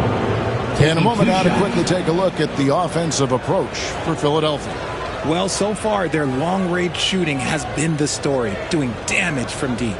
And they've also refused to give up on their plays tonight, chasing after their shots and just working hard for second chance points.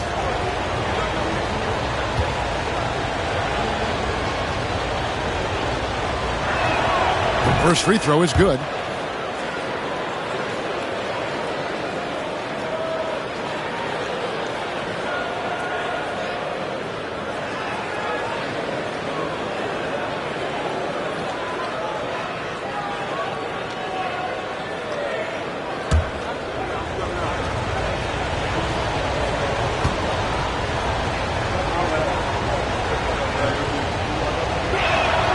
And so he makes both from the line.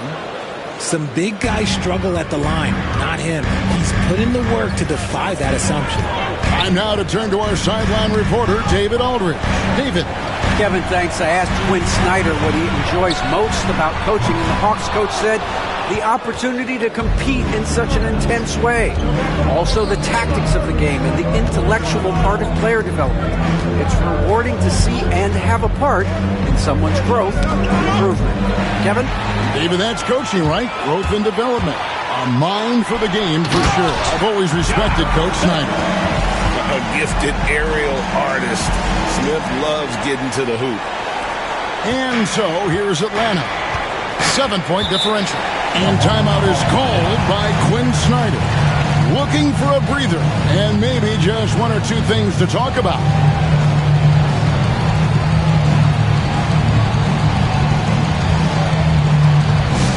Attention everybody out there. Now coming on the court, your Sixers DNT.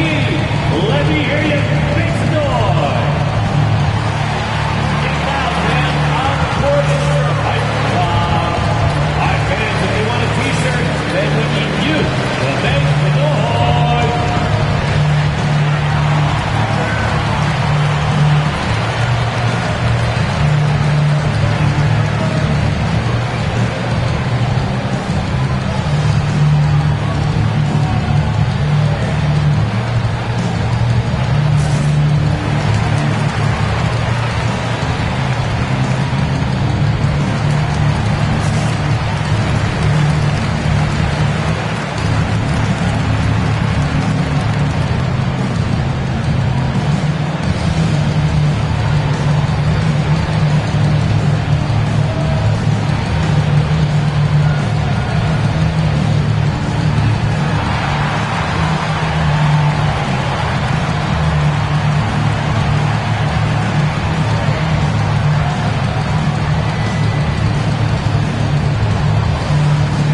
Some changes here for the 76ers. Williams comes in for Jaylen Brown. And Levine subbed in for Thompson.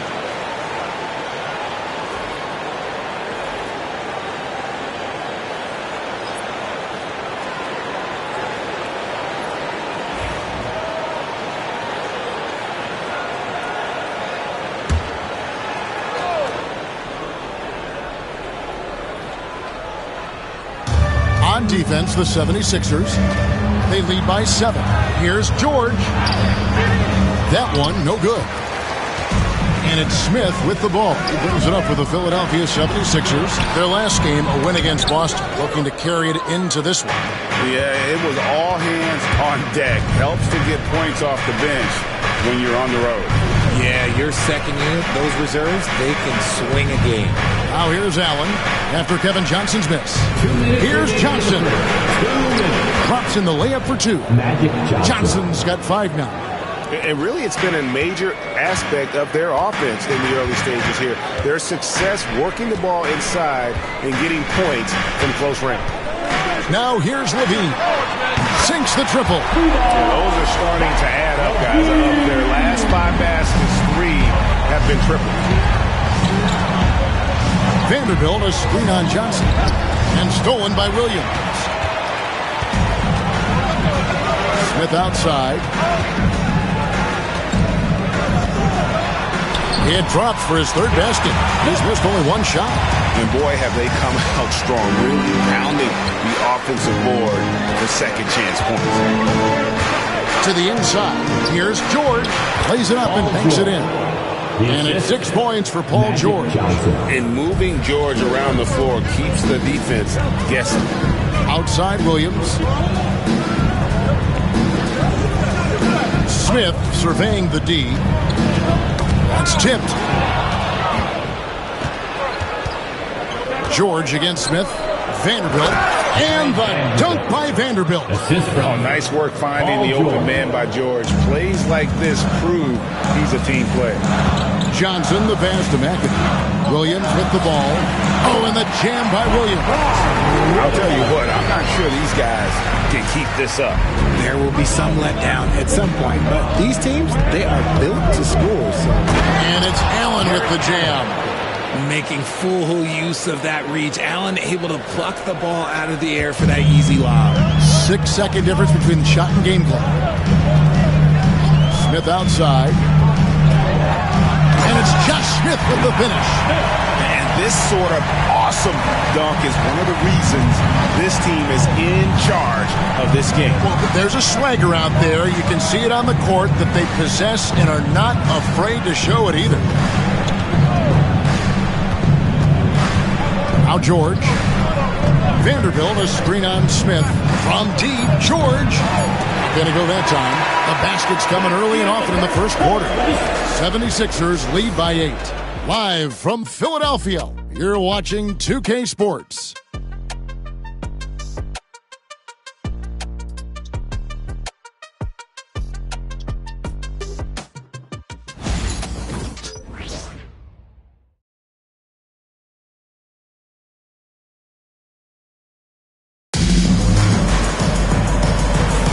And hope you've enjoyed the broadcast so far. Halfway through the first half in this one.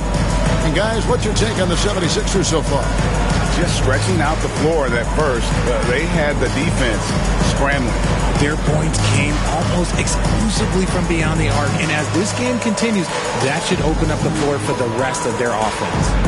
Well, we've seen this a few times, Richard. Players getting booed at home. And that's got to be painful for a player. You get taken back a little bit. For some players, it's deserved, but it's always a surprise. But you have to be self-aware. Did you deserve to get booed? In most cases, it's true. Hot Rod Williams out there with McAdoo. Then it's Johnson. Then it's Gilbert Arenas. And it's McDaniels at the small forward position. That's the group for Philadelphia to start the second quarter. Here is Arenas. Paul George making his last shot. And that'll be 2 free throws coming up. Officials on the call with the foul. Yeah, the defender all over. It's his first trip to the line. At the line for Philadelphia. And he can't get the first one. Whiteside's checked in for the 76ers. And the Hawks making a change here. And he sinks the second. Here is Conley. Pass to Lanier. And here's George. Tries the spin move. And it's Hassan Whiteside with the rebound. Philadelphia leading by 7. Arenas dishes to Johnson. Now McDaniels. Whiteside sets the pick for McDaniel. Outside for Arenas. 6 to shoot. The 76ers need to get off a shot. Williams can't get it to go. The Hawks trail by 7. Here's Green. Williams with the block. And Arenas running the floor all by himself. Unable to get that one. Excellent D there from George. And we're a little over a minute and a half into the second quarter of action. The putback. Great positioning on the putback. I don't know what's happening defensively, but they're not putting up any resistance. George against Arenas. Whiteside, a screen on George. And slammed in by Whiteside. Taking it to the rack with power. Hammering down the two-hand slam. Conley, the pass to Lanier. Here's George. The Hawks working the ball around. Hands it from downtown. Battier's got himself on the board with 3 there. And I love when Battier looks for his shot on offense. Great job there. And it's Nick Nurse calling timeout here. He wants to make some adjustments to the game plan, clearly. The 76ers making a switch here. Thompson's checked in. Thompson, he's checked in for Atlanta. Substitution on the court. The 76ers leading by 4. Pass to Whiteside. That's good. It's Arenas with the assist. Whiteside's got 4 points now in the quarter. And you can tell Arenas just has that ability as a distributor. He can pick out the ready shooter and get them the rock. Now, here's Thompson. Coming off a stellar performance against Orlando. That's 2 bombs in a row from long range. Philadelphia's gotten fewer than half of their 3-pointers to go down tonight. They're 4 for 9. Pass to Arenas. And that one clearly a foul. Gets the whistle and 2 shots coming up. And it goes on Draymond Green. And really the defense fouling there to prevent the layup, but that's exactly what you need to do. The 76ers shooting their 4th and 5th shots at the foul line in the game. And one of the highlights last year for this group was the fact that they were so efficient from the charity stripe. That's a huge factor. Take a break. Take a break. 2 shots.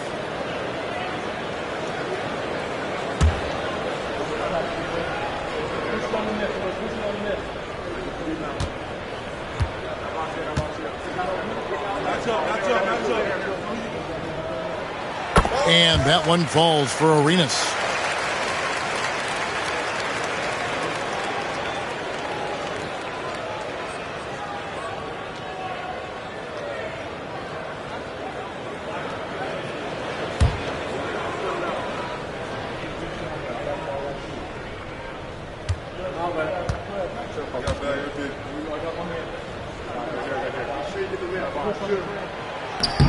That's also good, so he hits both free throws. As we've gotten closer to halftime, their style has become more and more physical. Thompson outside. Pass to Battier.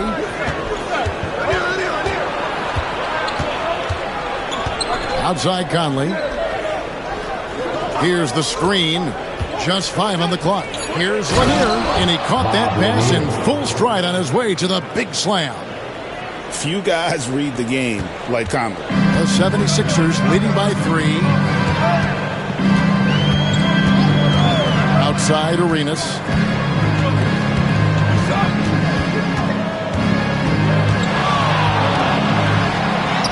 An easy 2 points on the layup.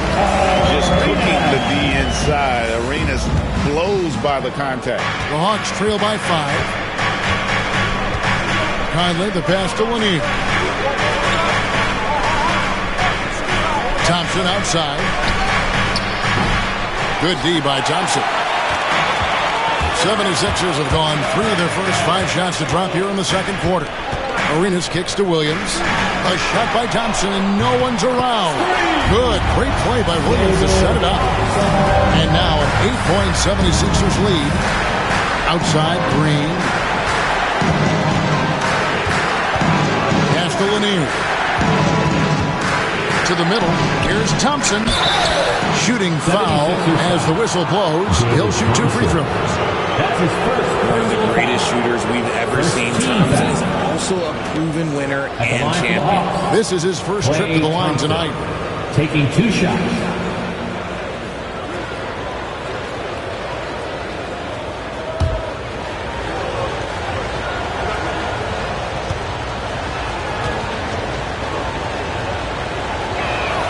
And the first one at the line is good. Well, Thompson is known for that shooting ability, but deserves more recognition for his defense. He's got the size, the lateral quickness, and most importantly, the desire defensively. Brown is checked in for McDaniels.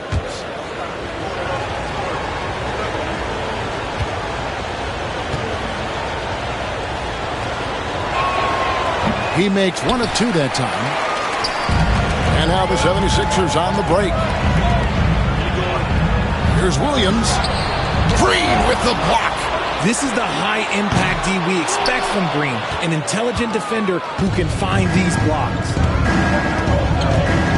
Conley kicks to Thompson. Thompson with the 3. And his presence as a scorer, it just has a calming effect for the rest of the team. He's a fallback option whenever they need him. Such a great athlete, an elite athlete. JB is at his best, in my opinion, when he is attacking the rim. Now here's Conley. Scoreless thus far. Green against Williams. Nice ball movement here by Atlanta. Conley, the pass to Lanier. And he can't jam it through. The 76ers leading by 6. Brown outside. He gets hauled in by Lanier. Just not there from a rhythm standpoint right now. It's really eluding him. RJ, we've seen multiple all-star games for Jaylen Brown. Can he become a superstar? Well, to me, if you've got a finals MVP in your back pocket on your resume, you are now a superstar, and Jaylen Brown is that. Philadelphia with the ball, following the bucket by the Hawks. And it's Nick Nurse calling timeout here. He wants to talk to his guys. All right, coming up on the court right now, it's your Sixers. Hawks Ducks making a switch here. Vanderbilt's checked in. You can just chalk up the points when these guys get to the line. Here are your top free throw shooters for the past month. In third spot, Gilbert Arenas. And during that time, guys, he's been an absolute dead-eye shooter from the free throw line. His concentration just never wavers.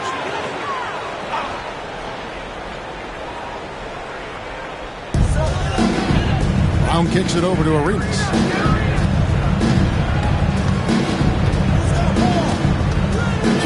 Taking a look at some stats for Jaylen Brown. Coming off a terrific season. Last season, put up about 23 points per, 5 rebounds, and 3 assists. And the phrase stats don't lie absolutely applies here. He's been a monster on the court for this team. Yeah, they rely on his production night in and night out. There are times when he absolutely carries them.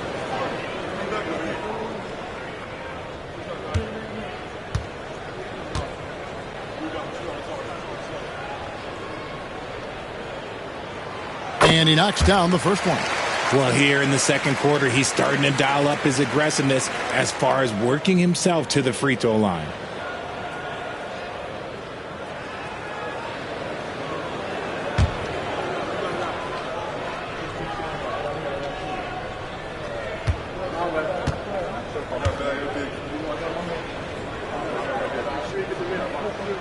That one falls, so he hits both of them. And it's a luxury to have a great shooter like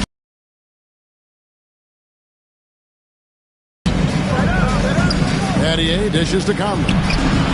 It's hauled in by the 76ers. They've led by as much as 10. And a wide open look for Arenas. The shot's good. Brown making the play. Arenas has got 9 points in the quarter. You have to honor the three-point shooting of Arenas. A big-time scorer who's shown the consistency from beyond. Now, here's Thompson. He has 6.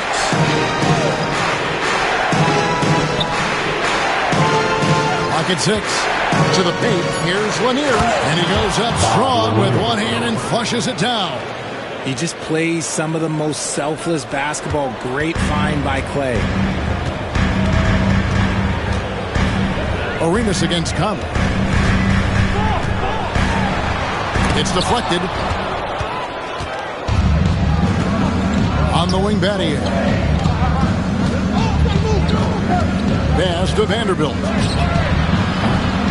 Off target with his 3. And we haven't seen them get to the line as much here in the second quarter. They might be settling a tad too much offensively. Thompson looking for an opening.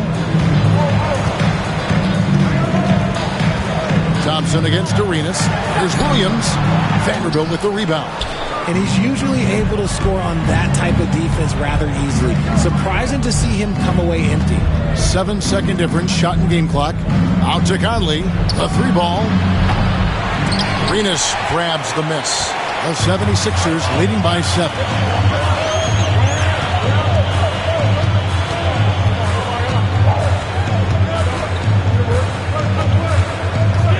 Williams, a screen on Conley. And here's Arenas outside. The shot missing. And so it's the Philadelphia lead is where it is because they've gotten good shots. A lot of good shots. And a chance now to send it over to David Aldridge standing by courtside. David. Thanks, guys. With Quinn Snyder, Coach, they came at you offensively. So what has to change for you defensively? Well, a lot, obviously, with everybody on the floor. They're capable of doing this, but we're not. It's just too easy. Got to tighten things up as we go along. Thanks for your time. Back to you guys. Thank you, David. And we'll be back for the third quarter of action following halftime.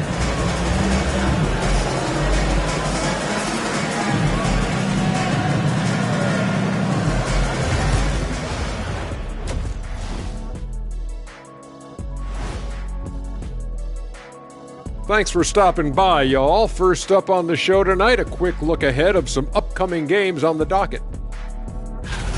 Look, I know this is going off topic, but during the first half, we were doing some dribbling drills. So, Kenny, as the point guard here, I want you to rank our handles. Okay, obviously, first is me. Second, I'll get that to you, Ernie. Third, I'll go with our IT guy. He really surprised me. Then you, Shaq. There's no way I'm after Ernie. Shaq, if you want to be better, you can be. So let's dig into that first half now, and what was a very solid performance for the 76ers. They're getting good looks from range. That's been the key. But they also hit a bunch of contested threes, playing with great confidence. You could see the lead snowballing in the second half.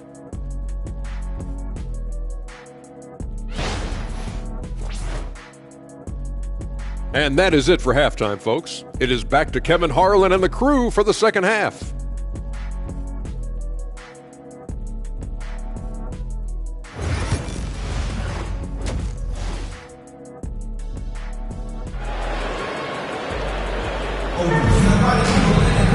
And we've got third quarter of basketball for you. 2 quarters in the books. You look at Jaylen Brown, what a contribution. Man, he's been running wild on him through that first half. Absolute dynamite on offense. If they don't change their approach in the second half, let's just say his success will continue.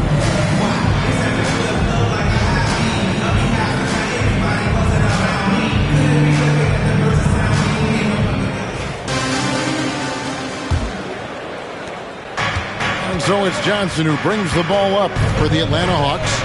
They trail by 7. So with Conley sitting on the bench, here's the 5 for Quinn Snyder right now. Draymond Green is out there with Paul George. And there's Klay Thompson. Then it's Magic Johnson. And it's Lanier in its center. That one good for 2. Johnson's got the first points of the second half up on the board for Philadelphia. The Hawks trail by 9. Now here's Johnson. Pass to Lanier. In the corner, George with it. Shot clock at 6. Over Brown. Hits the front of the rim and out. See, that miss right there, it's why teams try to avoid the mid-range jumper these days. McAdoo, the pass to Brown. Rebound, Atlanta. Lanier's got 4 rebounds now tonight. Johnson inside. He's covered by Thompson. And George gets it to go. And you love the way that PG can get you a bucket on and off the ball. That versatility speaks volumes. Now, here's Johnson. 5 points in the game. There's the screen. Smith for 3. That's no good. It's his second miss. He's made 4. And they're 1 of 4 here to start the second half. Green kicks to Johnson. Lets the 3 fly. And it's Philadelphia with the rebound. They've led by as much as 10. Smith outside. Johnson sets the screen for Smith. And he's good on the 3-ball. Smith's got 12 points in the game. And when Smith's in rhythm, he can become so difficult to stop. And right now, he's got his foot on the gas. Johnson, the pass to George. And 2 free throws coming up. Unable to get that one to go with all the content. So, Greg, you played the point. In create a player, if you had to pick a different position to play, which would it be? Good question. Probably small forward, wing. I'd like to be a fearsome finisher who can soar and dunk over everybody.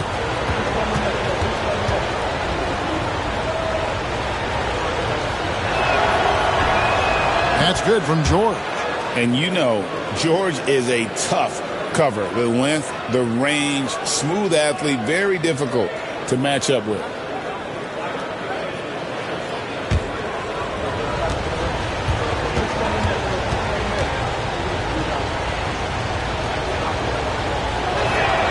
And both free throws good for Paul George. And what I love about Paul George is the production year after year after year. And we will have a timeout called by Nick Nurse. He wants to check in with his team and regroup.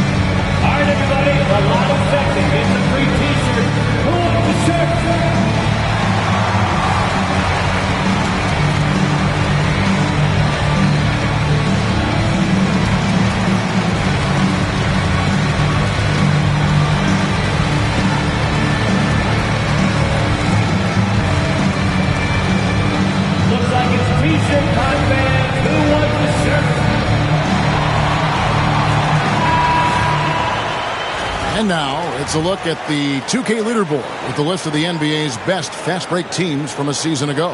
Fifth on the list, the 76ers.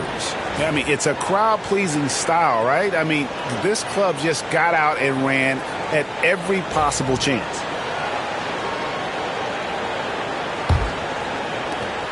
The 76ers leading by 7. On the wing, Brown. Back to Johnson. And that one clearly a foul. Gets the whistle, and 2 shots coming up. Magic Johnson picks one up. Yeah, but you got to like that fearlessness of Johnson. Just outstanding at drawing contact on the way up. The 76ers have made 6 of their 7 attempts at the line in this one.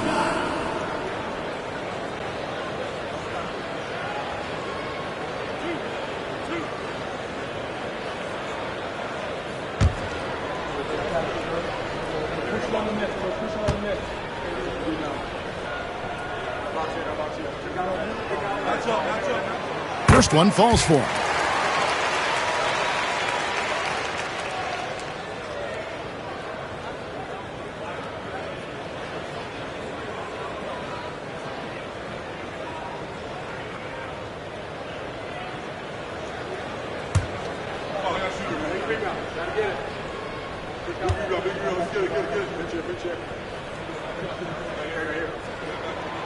And Johnson drops them both.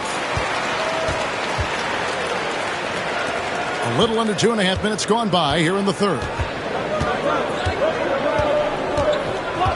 Johnson against Thompson. Thompson outside. There's the triple. And good coming off the assist by Magic Johnson. Johnson's got his 5th assist in this one. Smith outside. Pass to Brown. Here's the 3. Atlanta with the rebound. And close to making the defense pay for the lax coverage that time. Out of bounds. Philadelphia takes possession. Zach LaVine's checked in for Thompson. And a change for the Hawks. Allen's checked in.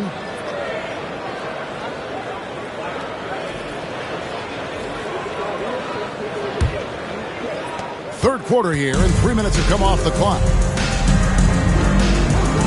Pass to Smith.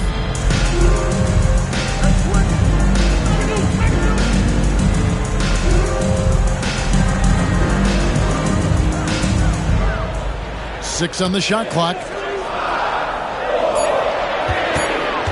Thompson against Levine. Over Thompson. The 76ers again can't hit it.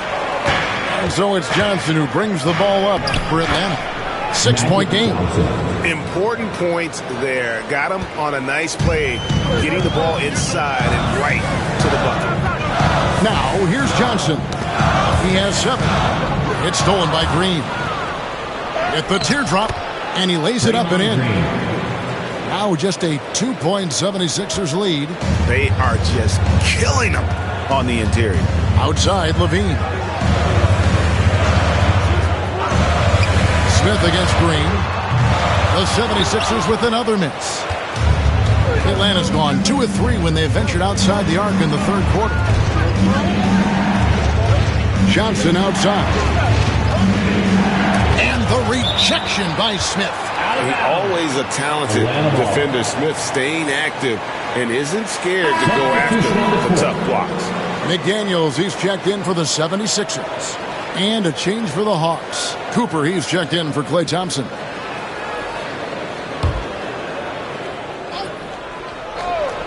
Here's Johnson. Pass to Cooper for the lead. Basket is good. The assist from Johnson. Johnson's got his 6th assist on the night. He is just always a step ahead of the defense. Magic runs this offense with absolute precision. And we will have a timeout called by Nick Nurse. This will give him a chance to discuss some potential alteration. Taking a look here at the numbers for Allen. Last season, he played outstanding. And he also finished the season in the top 10 in rebounding. Just a terrific year on the glass. And it's a pretty terrific feat to finish top 3 in field goal percentage. Just a testament to how hard he works to become the consummate pro. Yeah, he earned that one. I mean, taking the hit and still able to get that one to go down. Breaking down some numbers here, the hustle stats for the 76ers. They've been just suffocating on defense the whole game. Look at their shot blocking. The opposition doesn't have any room to breathe. And also, guys, how about the hustle we've seen on the board? They're getting after it and cashing in on second chance scoring opportunities. Now, here's Green, stolen by McDaniels. And now the 76ers on the break. And the slam dunk by Johnson. Because he draws so much attention on offense, the D, they're going to have problems with Levine, and it opens up some great passing lanes for him. On the wing, Green, covered by Smith. George with no one around. And all around the rim that time before dropping in. And obviously his momentum from the last game has carried over here tonight. He's just riding the wave of momentum right now, getting to his spots and keeping things simple on the offensive side. And denied. He sends it right off the glass. Inside. And the rejection by Smith. And now the 76ers on the break. Here's Johnson. Lays it up off the glass. Johnson's got 11 points here in just the second half. And he has flat out taken over this quarter. Keep feeding the beast. Outside, Green. George looking over the floor. Allen, a screen on McDaniel. George, no good. You can't look at the result of that shot. They'll take that whenever they get it. Yeah, it's a great look for him. One they'll try and manufacture again. Those are the shots you want him to take. And that is a big-time shot and a really dumb foul. Don't give him the and one on a three-pointer. And, Richard, you look back, Zach LaVine has been one of those microwave-type players. He can get hot in a blink of an eye. Zach LaVine is one of those players that when he catches fire, there is nothing you can do about it. He can score from deep, multiple level score, and when he gets going, ooh, it could be a problem. Free throw good, LaVine. Players with this type of athleticism at Zach LaVine, historically, they keep people watching on TV and they keep people in the crowd. Why? Because you never know what you're going to see from them. Okay, let's just say it. This has been an ugly quarter for him. Not quite a break a mirror ugly, but it's getting there.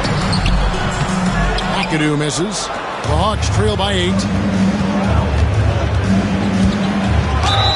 Whistle blows. Bucket is good. And he'll have a chance at the line to make it a three-point play. Exposing the defense and taking advantage in the paint. And Philadelphia making a change here. Whiteside's checked in. This is his third free throw attempt of the game. The 76ers leading by 5 to the paint. Here's McDaniels. That's good. And it's Arenas with the assist. Arenas has got 3 assists in the game. Just a textbook lead pass right there, putting it right where it needed to be. And we'll have a timeout called by Quinn Snyder. He's going to have a discussion here on the sideline. Mike Conley's checked in for Magic Johnson. Now here's Conley. Still yet to score. Out of bounds. Philadelphia takes possession. And a look now at our 2K leaderboard to see which wingmen have come away with the most steals over the past month. Second, Jaden McDaniels. I mean, if you're an opposing small forward, this could also be called a list of the league's most annoying players. I mean, they will be in your jersey all night when you're up against them. These guys are stoppers. There is no assignment that is too tough for them. Now here's Arenas. 9 points in the game so far. Can't cash in from close range. Battier dishes to Conley. Allen, a screen on Arenas. Conley, the pass to Allen. And slam dunk by Allen. For a big, Allen is so fluid, setting a pick and then gracefully rolling into position. And here's Arenas.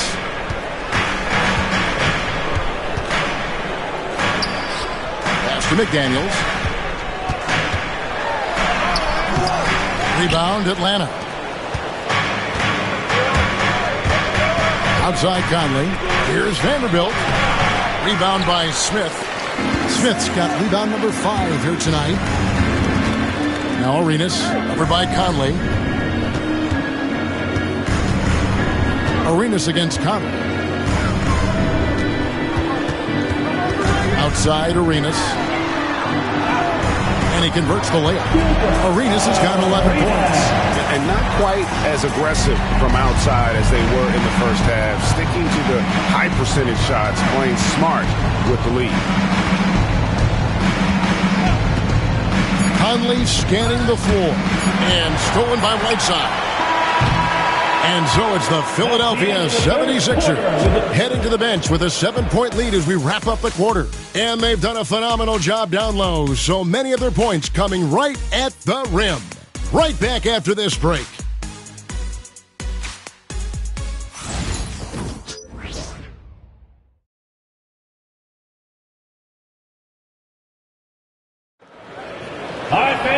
And with 3 quarters behind us, let's see what this fourth period holds in store for us.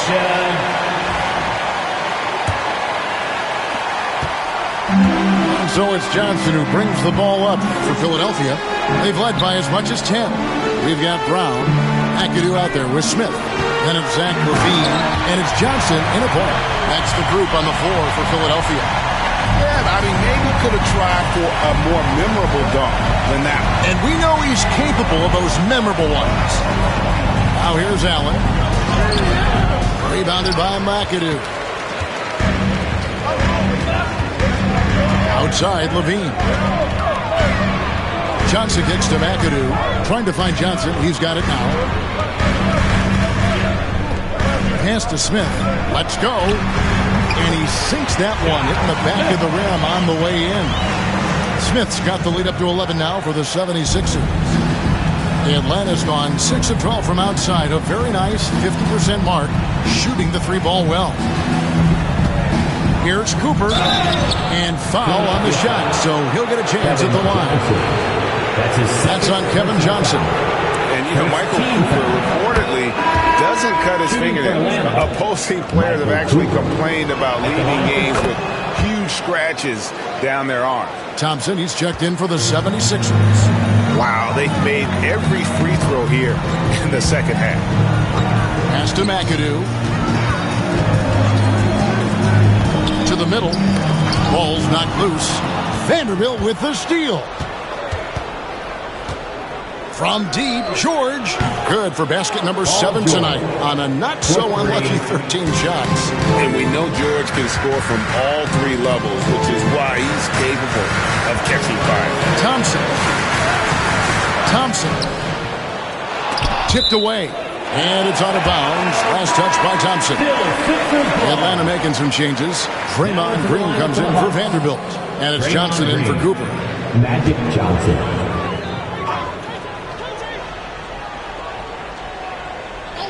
Just over a minute and a half played here in the fourth.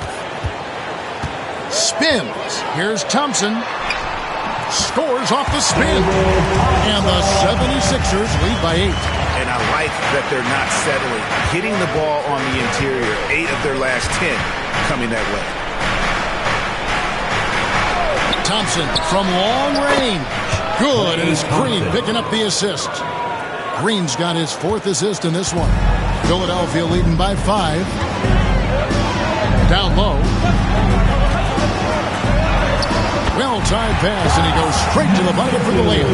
And that shifty nature of Johnson's game really helps him out. An effective combo guard who does a nice job of sharing the ball. Now, here's Johnson. Thompson for the triple. It's hauled in by the 76ers. Smith's got 6 rebounds in the game.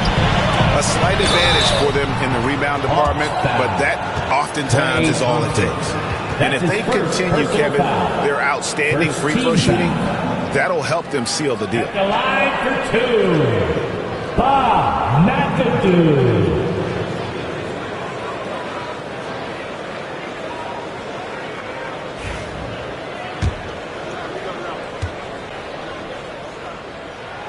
Free throw good, McAdoo. The most impressive thing about McAdoo is how diverse his game is. Attacking the rim, hitting jump shots. He's got a lot of ways to punish him. Now here's Thompson.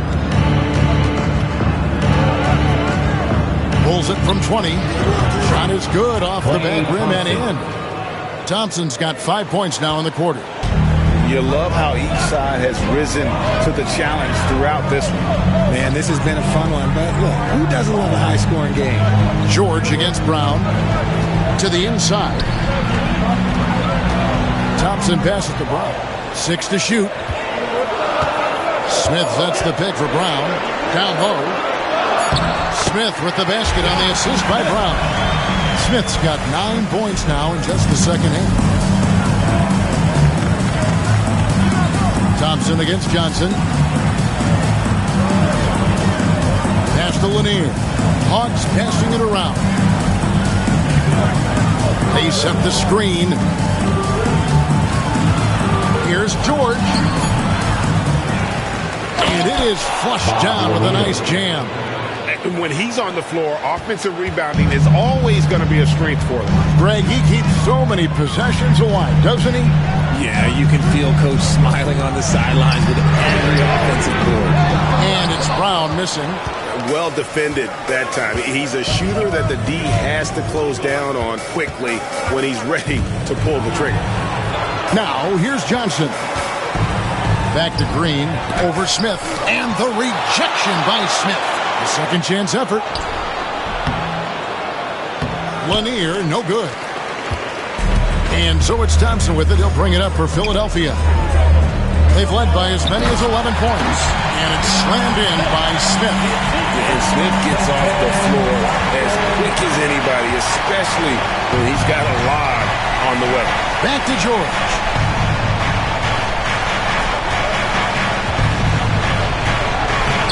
8 for 15 with that made basket, but he's not satisfied yet. Yeah, nothing too fancy. Just getting the job done when they need to.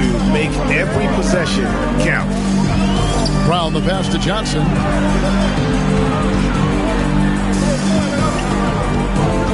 Pass to Smith. Thompson in the post. It's up against Thompson. Thompson misses. You know what? They're winning, though, despite the fact that he has just been really off. George against Brown. George dishes to Thompson. There's a good screen. And here's Johnson outside. That's good. Basket number 5 on a 5 for 8 night shooting. Big shot maker. When the game heats up, so does magic. And it's Nick Nurse calling timeout here. He's very aware of the timing here and the significance of getting things squared away with his team.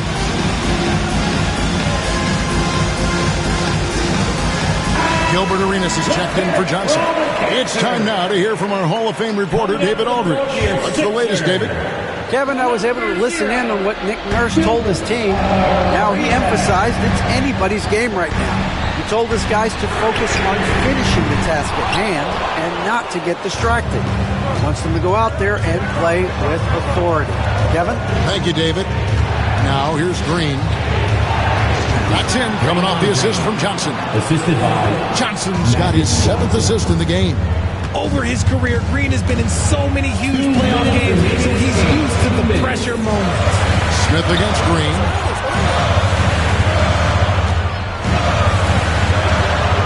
Left side, Brown. Back to Smith. They can't stop the run with that one. The Hawks trailing. Greg, their offensive approach has been rock solid here. And they're finding the weak spots in the D and attacking. Wow, he got whacked on that one. Shouldn't be much debate there. shooting for the win. Paul George. 2 shots.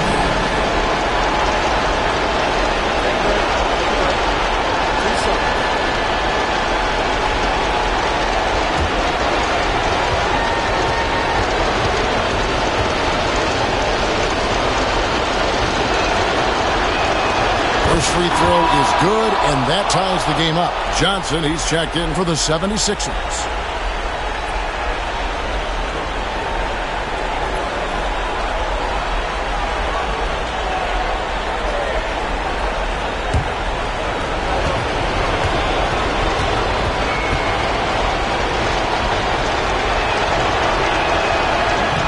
He's off on the free throw, unable to get that second one to drop in.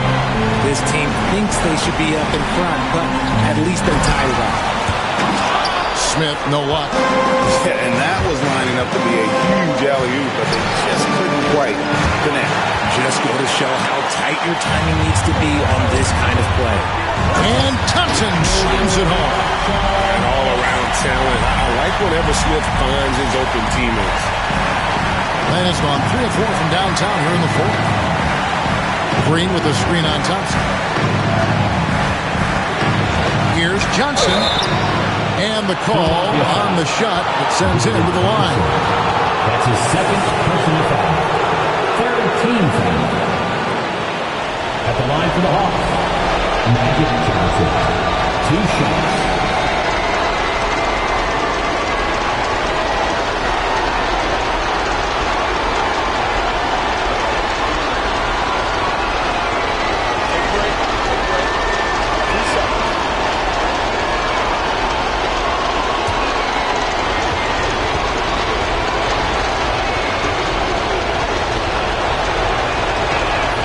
So the first one drops, and that narrows the gap to 1.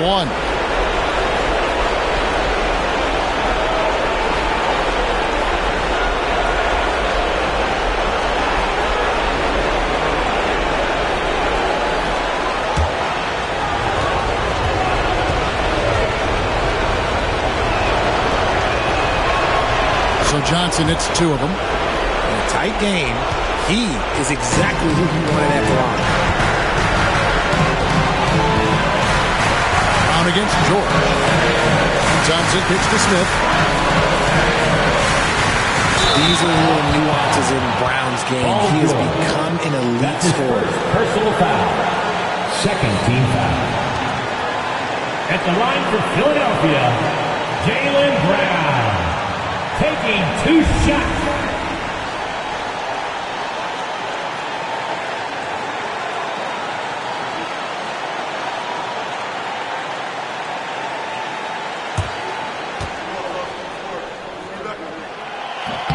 He knocks down the clutch free throw. And he hits both free throws here.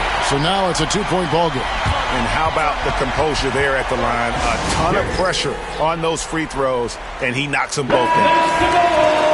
Come on, everybody. We're the 6th man. There's 53 seconds left in the fourth quarter.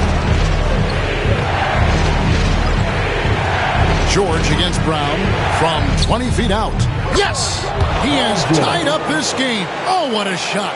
And you can't get a bigger bucket than that. What a huge play coming through when it matters most.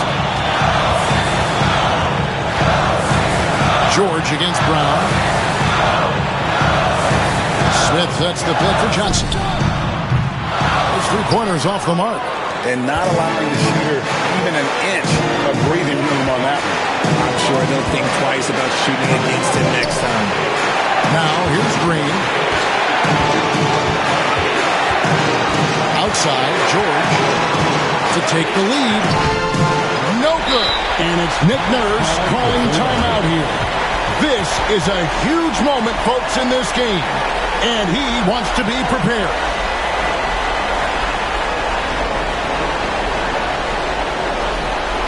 Here they come, Sixers TNT.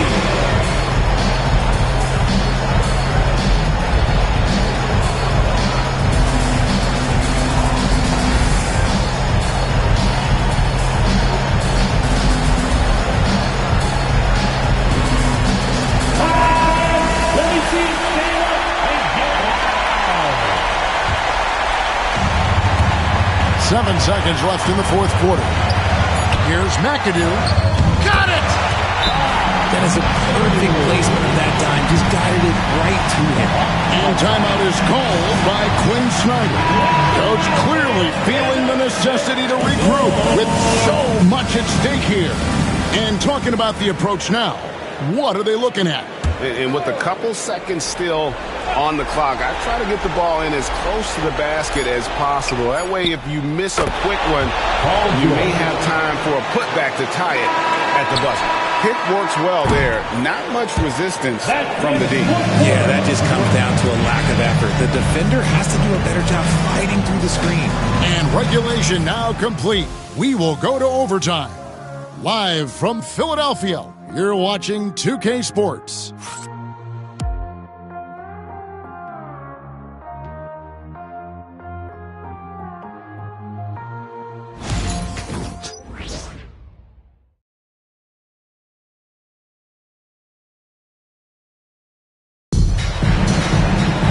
Well, 4 quarters weren't enough to decide this ballgame. Sit back and enjoy as we move on to overtime.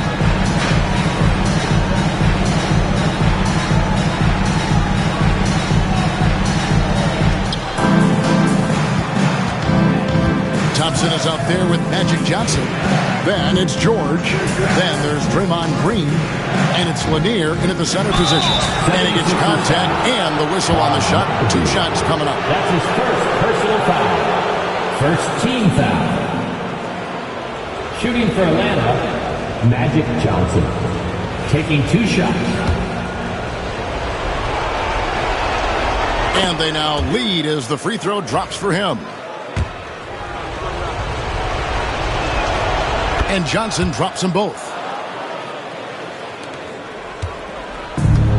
The 76ers shooting 49% on the game. They'll take that.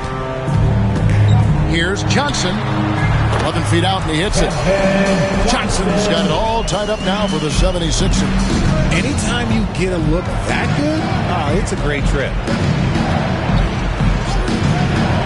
Thompson outside. Traps in the tray. Klay Thompson. Thompson's got the lead up to 3 now for Atlanta.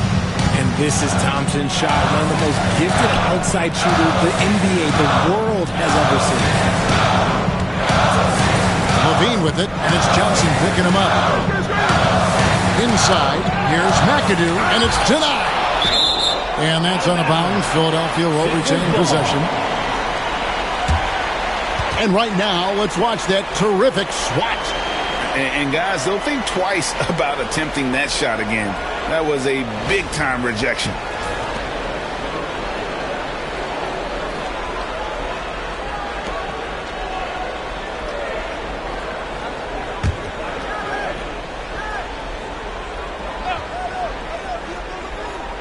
And one action in this one. We're about 1 minute into overtime. Just 2 to shoot. And that's why he's one of the best two-way wings out there. George will lock you down on D, and it takes a very special effort to get off a clean shot against him. Johnson finds Thompson.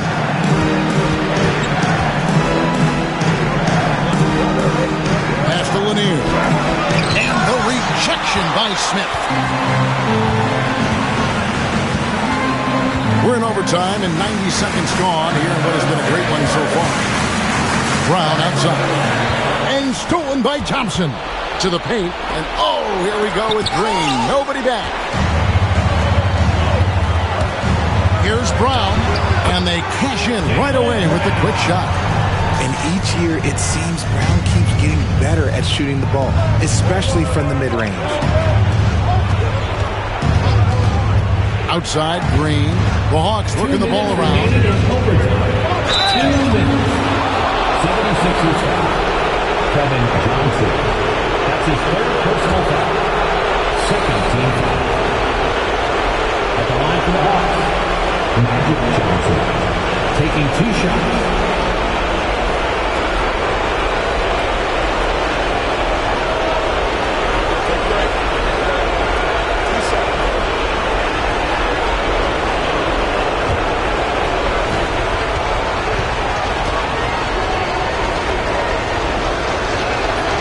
Good on the first, and that will put them up by 2. The 76ers making a switch here. Thompson's checked in.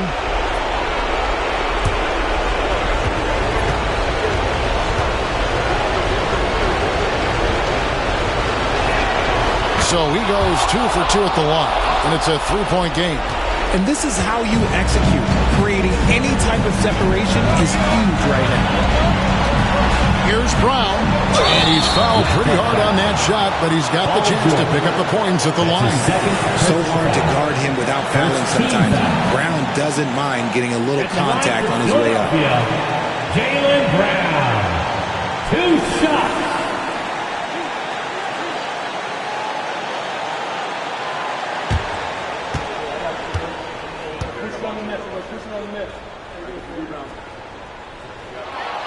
He drops the first one, and that brings them within 2 here.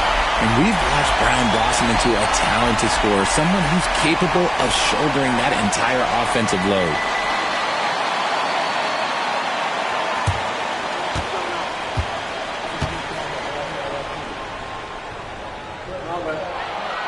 And Brown drops them both.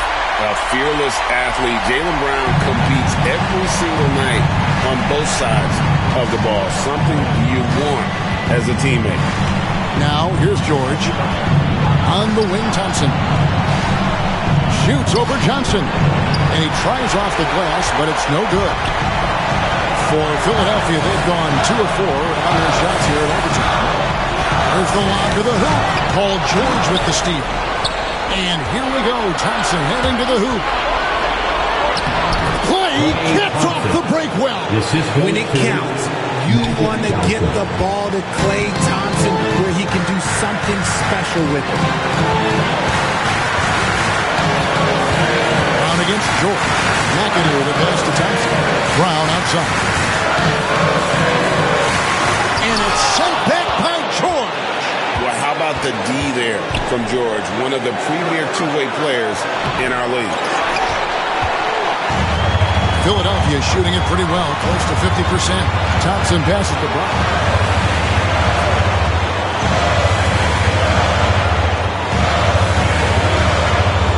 To the middle, here's McAdoo. Money! Love to see Brown facilitate out of the pick and roll, and I'm sure his coach feels the same way. And here's George. He'll bring it up for the Hawks. We can probably expect to see him slow it down now. Yeah, I think you want to milk your possessions. Here's McAdoo. Shot clock and game clock separated by less than 6 seconds. Thompson against Brown. Ooh, offline. And an intentional foul right there. Had to foul on that occasion to stop the clock. That's the enemy in this situation. Paul George, 2 shots.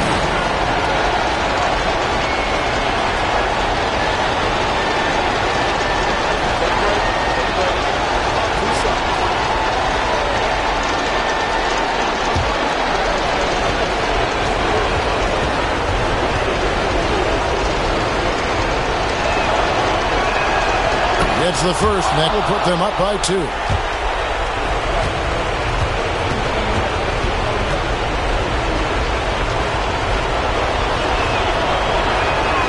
So he gets them both, and it's a 3-point game. And those were some big-time shots. Those free throws helping make this a 3-point game. And we will have a timeout called by Nick Nurse. The magnitude at this juncture in the game clearly warranting a timeout. And let's get your take, guys. What's the strategy? And if you can get a 3, shoot it. Otherwise, get the quick 2 and a foul. Yeah, time is the enemy at this point, so I think I'd go for the tie and avoid playing the foul game.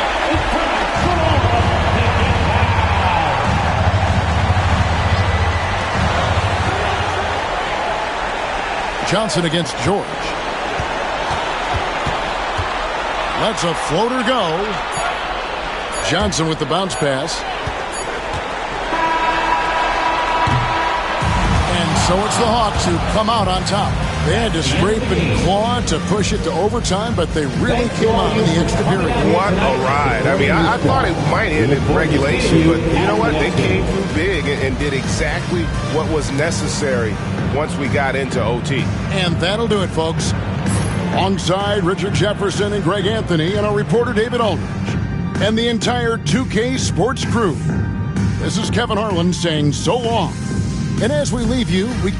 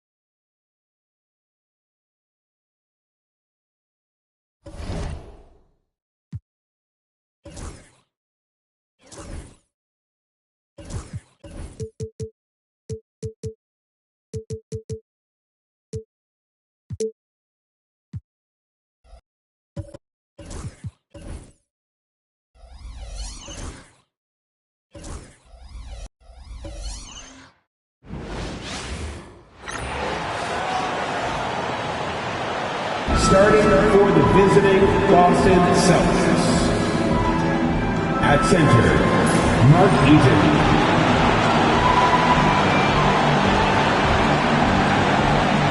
At power forward, Dan Issel.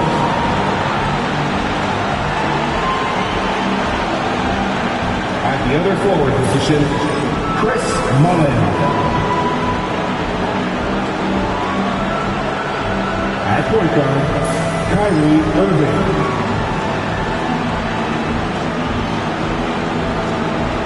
At the other guard position, Clyde Drexler. The head coach of the visiting team is Joe Mazzulla.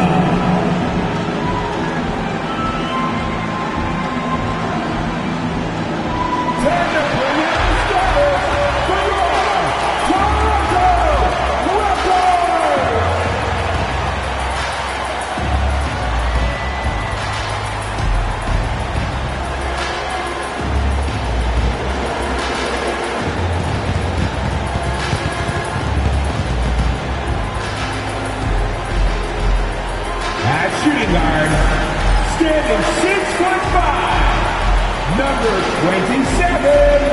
Happy holiday.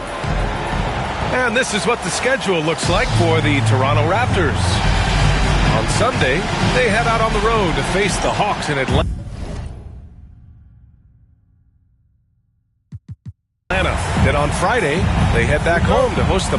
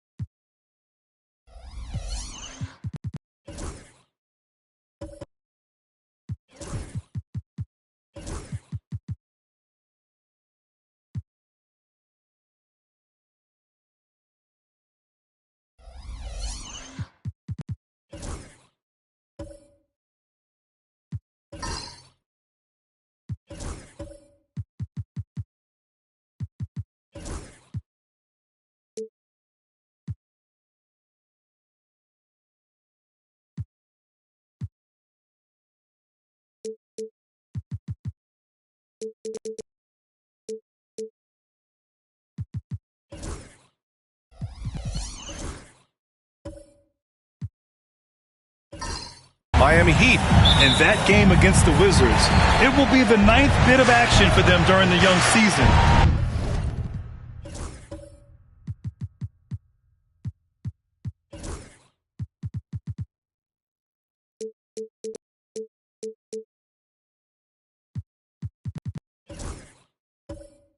Every game a step closer to the finish line. Looking at the starting five for Boston. They've got Kyrie Irving, and it's Issel in at the four-man position. And it's Carter in at the small forward position. Yeah, he's usually the playmaker, but Paul can knock down a shot like that if you set him up. Stan, you look at the Celtics, as high-powered as they come offensively. No question, Brian. They can space the floor at every position, and any one of their starters is able to give you 20 on a given night.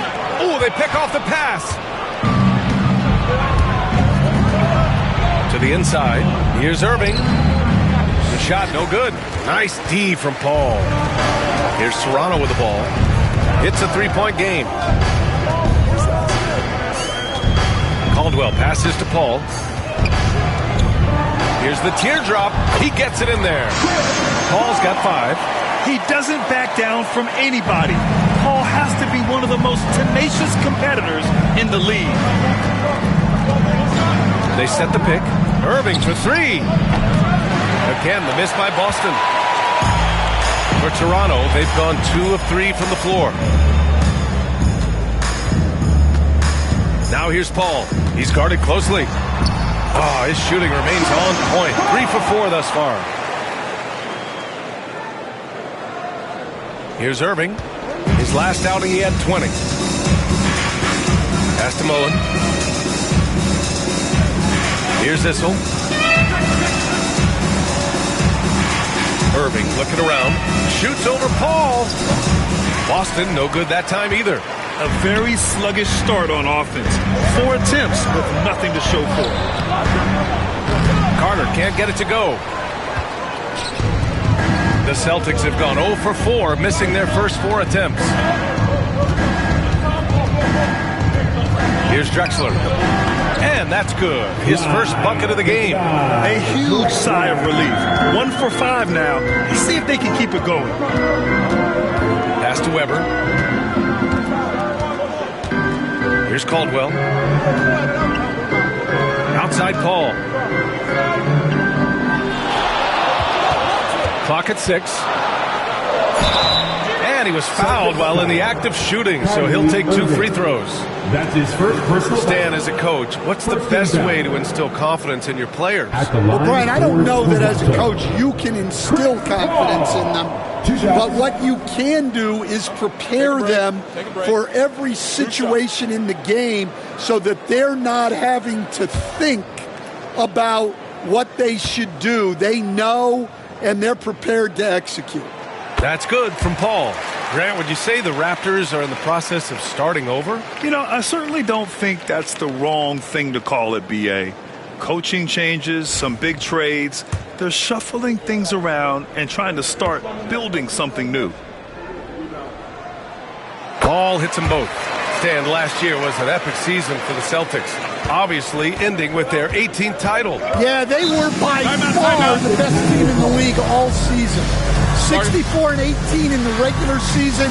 They had the 5th best point differential in league history, led by the most efficient offense of all time.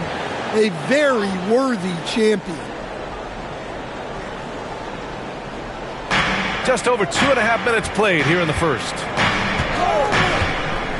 Irving, the pass to Mullen. Here's Drexler.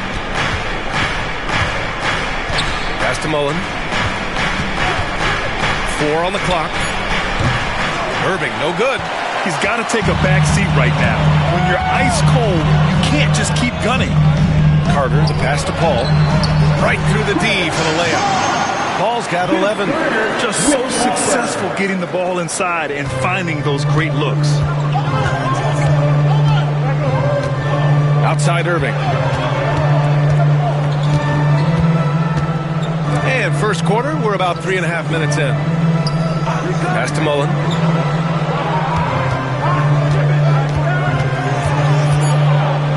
Here's the floater. And they're able to recover. It's good. And obviously their goal right now is to feed him the ball and get him going. Yeah, it's a good start for him. Let's see if they can keep getting him the ball in that area. Now here's Carter. No points yet. If you get open, Paul will find you. Chris has the best vision in the game. Celtics trail by 9.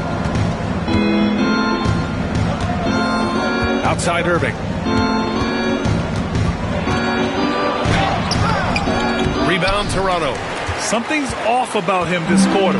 Yeah, and sometimes guys just start pressing. The best thing for him is to just slow it down and concentrate on solid shot selection. Here's Drexler. Last game for him, he picked up 10. Count it. Drexler's gotten his second bucket. He just brings a great feel for the game at the offensive end. Now here's Paul. He's got 11.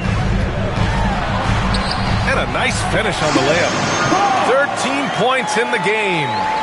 This run has been fueled by their Matador defense. Irving against Paul. Pass to Mullen. Takes a three. That one goes. Now he's 1 for 2. And just a terrific look from Irving. He has the awareness to spot the wide open man. Here's Caldwell. And here's Paul. 13 points in the game.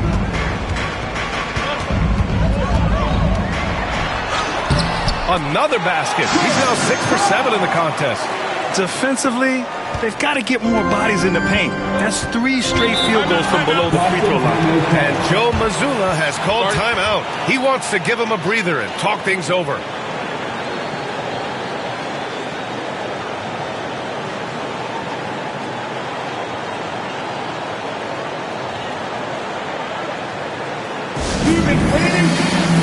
So both teams changing it up here.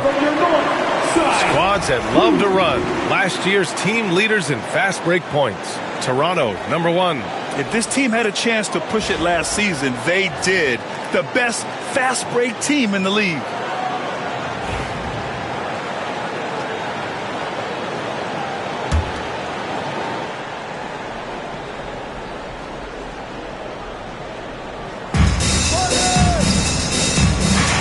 To Mark. Williams misses. Raptors lead by 8. Here's Sloan. A chance to push it to double digits, but it's off the mark.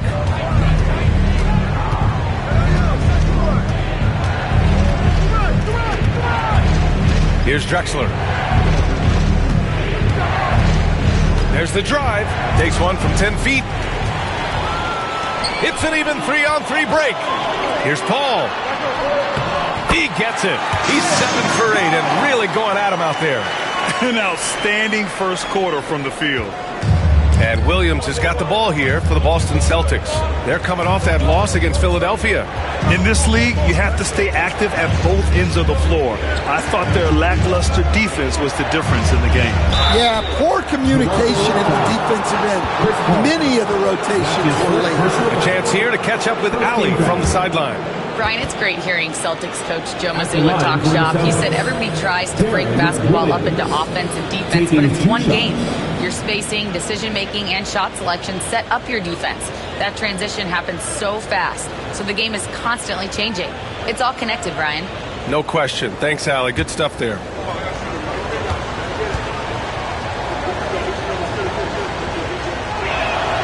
First one falls for him.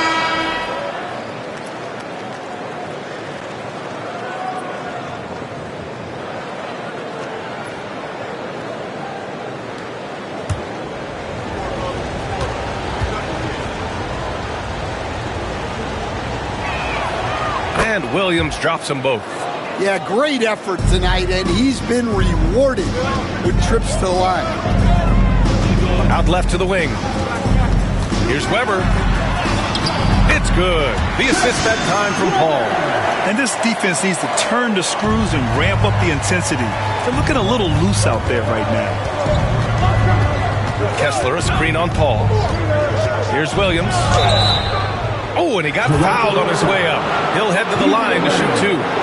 That's his first. Man, the defender really went after him. And let's take a moment here to get your take, guys, on the scoring so far for Toronto. Well, the way they've been attacking inside is phenomenal. Consistently getting high percentage looks, and that's what great offenses are all about.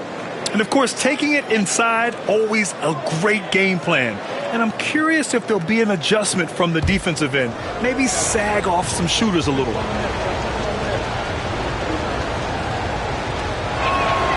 And Williams drops them both. 1:19 left to play in the first quarter. Toronto leading by 8. Here's Weber.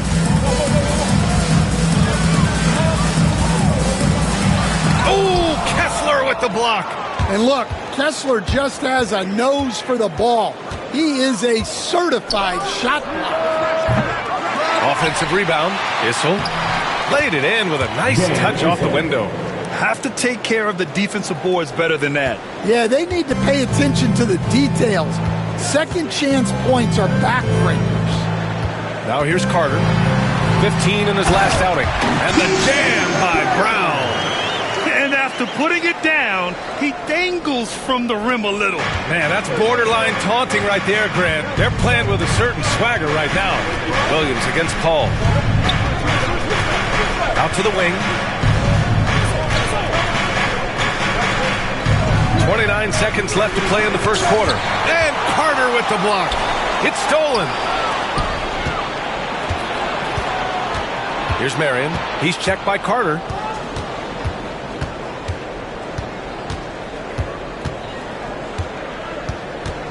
Here's Marion. No made baskets yet. 5 on the clock.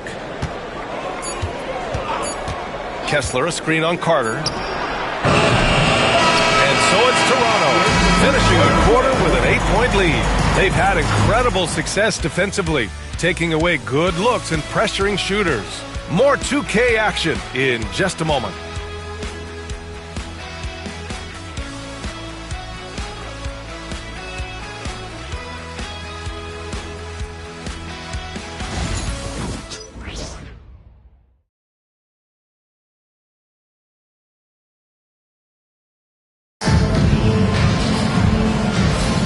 Hope you've enjoyed the broadcast so far. Halfway through the first half in this one.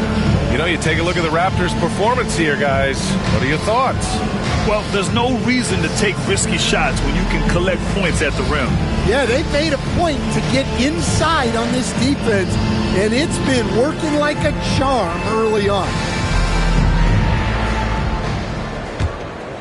Here's Williams. On the court for the Celtics. Second quarter underway. Pass to Marley. Fires for 3. The rebound by Carter. Raptors lead by 8.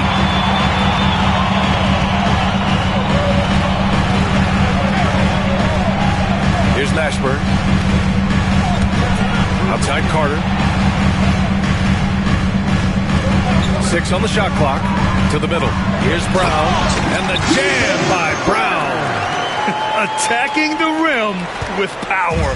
Tremendous finish. Ball against Williams. McGinnis. Tries again. Mashburn grabs the miss. Well, I know he can finish at the rim, but the defense did just enough to force the miss. In transition, here they come. Pass to Williams. Here's McGinnis. He's guarded by Paul. Here's Marley. Marion passes to Issel. Here's Marley. Boston again missing. Well, I'm surprised that didn't fall for him. We know that's a shot he can hit, and there wasn't much resistance either. Ball against Williams. We're starting to see more players throwing alley-oops to themselves off the backboard. Did you ever do that? In practice, maybe, but although I had some leaping ability early on, I never had the audacity to do it in a real game.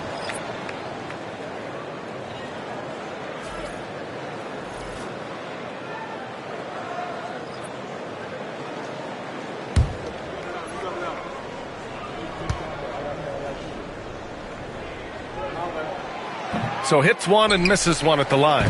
If you're a head coach, you love having a guy like Chris Paul around. He's a coach on the floor for you and helps keep everyone accountable. Marley, no good. And so it's Carter who brings up the ball for Toronto. Points in the second quarter. And that one drops for him.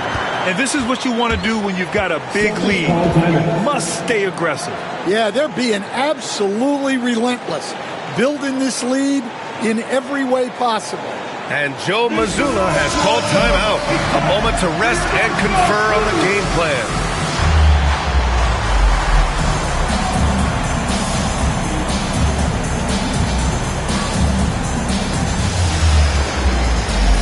Kyle Lowry's checked in for Toronto.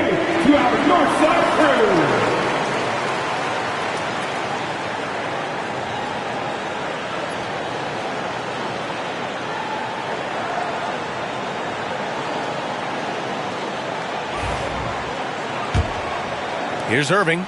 No points so far. 2 minutes now played in the second quarter. Here's Mullen. Gets the three to fall. Such an effective shooter. If you lose track of him defensively, he's going to make you pay. Caldwell passes to Lowry. Here's Mashburn. Puts up a three. He can't get that one to fall. And a little under 2.5 minutes gone by here in the second quarter. Mullen, pass to Eaton. It's tipped. Here comes Toronto on the push. And they recover it. Boston pulls it in. That could have been an easy pass and finish. Not really sure what went wrong.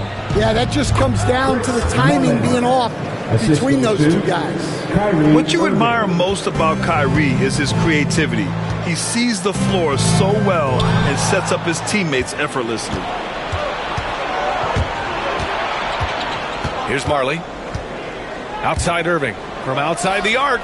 He drops it from range. And it's now only a 5-point Raptor lead. Their ball movement on this run has been tremendous. It's led to a lot of good, clean, open looks. Pass to Mourning. Carter with it. Steps back and fires. And doesn't connect. That miss makes him 2 for 5. Mullen, pass to Irving. Fires the three. And again, Boston with the triple. Back-to-back threes, making their defense work on the perimeter a bit. And Darko Rajakovic has called a timeout. He's going to talk it over with his guys.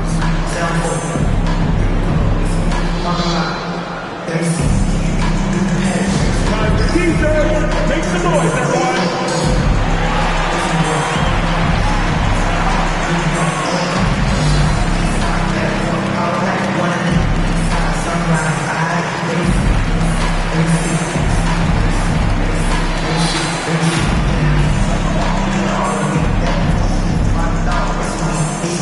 We love to give away shirts to our loudest fans.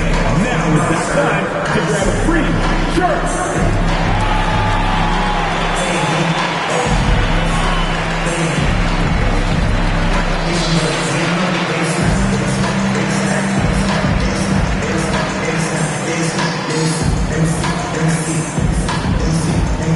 It's time for t-shirts.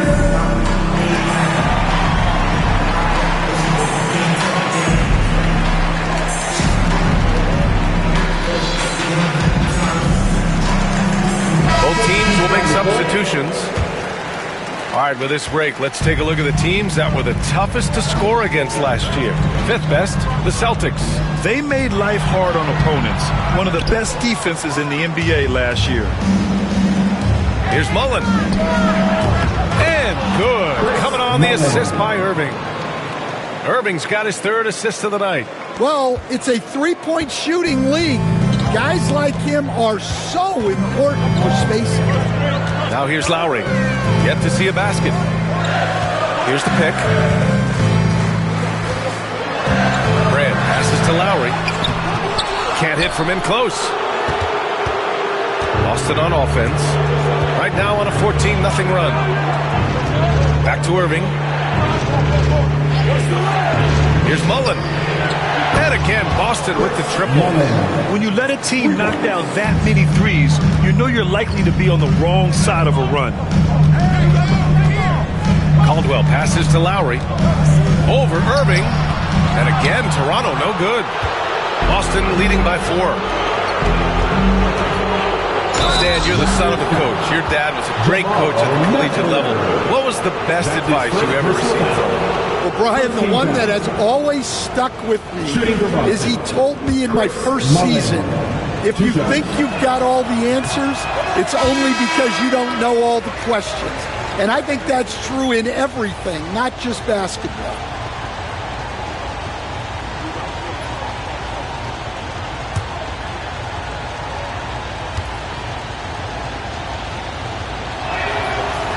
So he comes up empty, missing both. And that's surprising. He's usually automatic at the free throw line. And yep, it's good. Well, Lowry is a veteran playmaker. He's going to spot those openings on the floor. Irving, pass to Mullen. Here's Drexler. Cuts off the pass. He takes it in, inside, Mourning, and he floats it in for the easy two. Credit to sweet setup on that one. Yeah, more points coming from inside. In that respect, they've been the more aggressive team. Pass to McGinnis.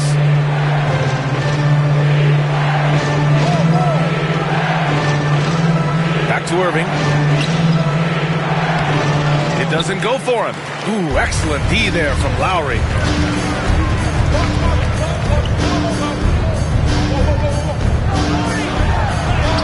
Here's Mashburn. McGinnis with a rebound. McGinnis has got 4 rebounds now. Here's Mullen. Ooh, a clear foul there on the missed shot. So he'll get a pair at the line. Heady play to stop that easy layup right there. I mean, make him earn it at the line. And he'll take his 3rd and 4th free throws of the night. Chris Mullen, 2 shots.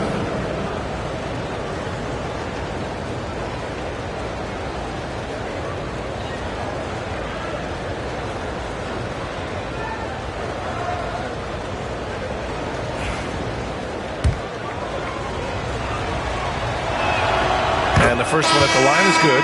And he's showing a little more aggressiveness getting himself to the line here in the second quarter. Boston making a switch here. Kessler's checked in.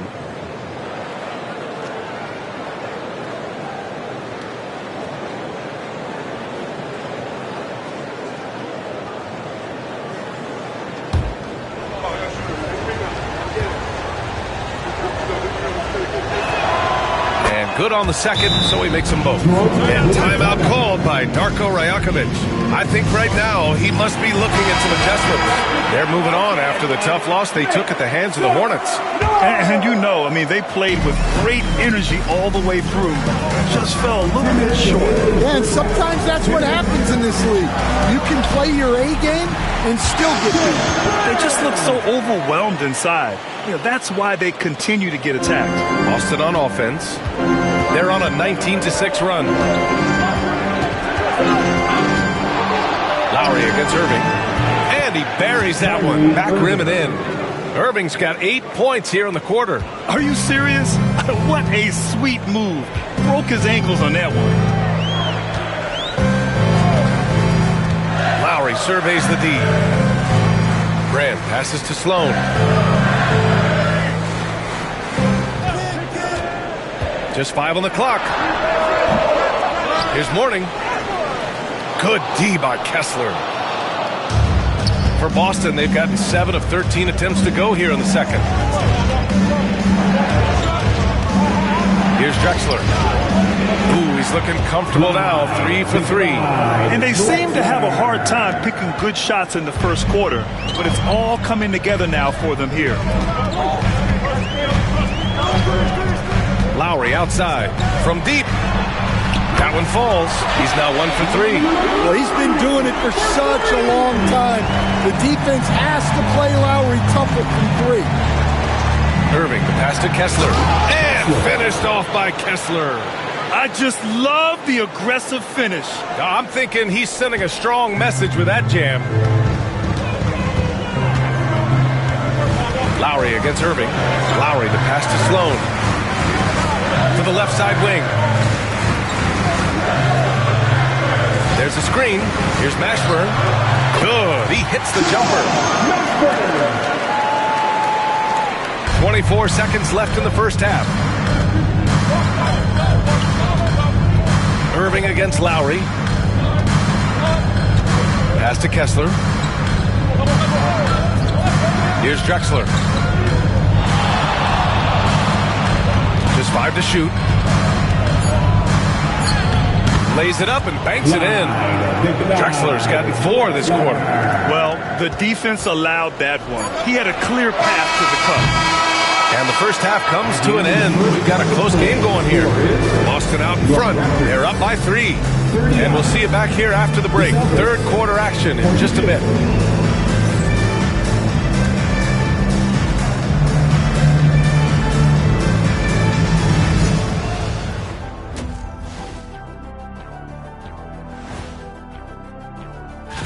Well, I think for the Raptors, a tall order for them in this one.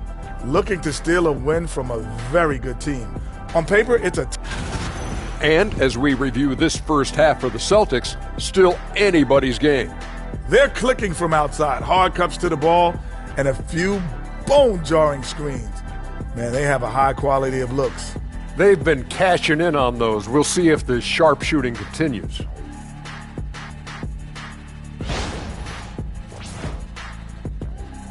Appreciate you joining us. It's been our distinct pleasure, and I mean that.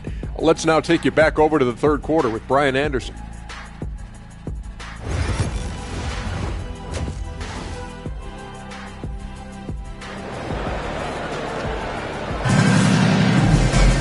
And after a fairly even first couple of quarters, this second half could turn out to be a great one.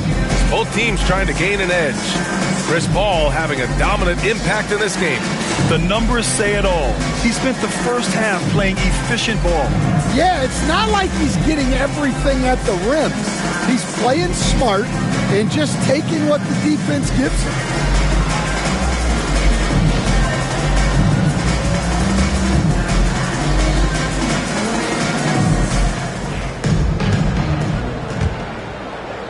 Boston leading by 3. We've got Chris Paul, and it's Mourning in at the 5 spot. That's the group starting the second half for Darko Rajakovic. Here's Drexler. Oh, Carter with the block. Weber passes to Paul. And how about that? 8 for 9 now. Yeah, when he's inside, Paul is so good at finding those little creases. To the right side. Here comes Toronto on the push. That gives them the lead. Paul's got 22. He's been reliable from the floor, and that's reflected on the scoreboard. Boston's gotten 6 of 11 threes to go in this game. Paul against Irving. Pass to Eden.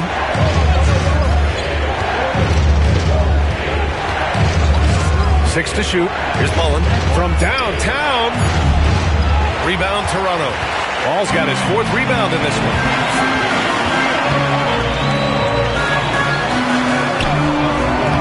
That shot is off. Ooh, good D by Irving. Boston trailing. Pulls up on the wing. Tried to bank it in, but it misses. Yeah, I'm not sure that's the look they want. It's tough working the mid-range area. Paul passes to Caldwell.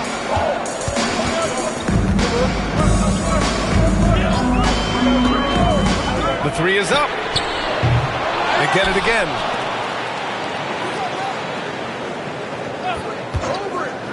Another shot. Boston pulls it in. Eden's got 5 rebounds tonight. The Celtics have gone 0 for 3 to start the second half. Mullen pass to Irving. Down low. All right, Stan, as you look around the league, who stands out as the best perimeter defender right now? There's so many good ones. OG Anunoby might be the most versatile.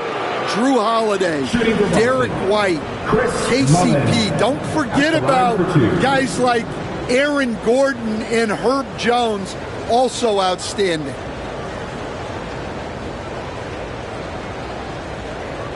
Take a break. Take a break. 2 shots.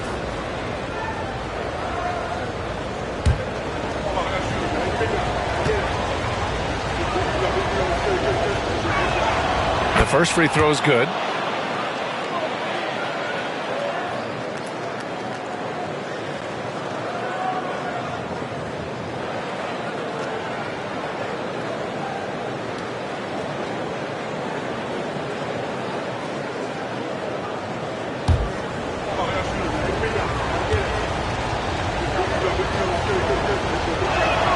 Both good from the line that time.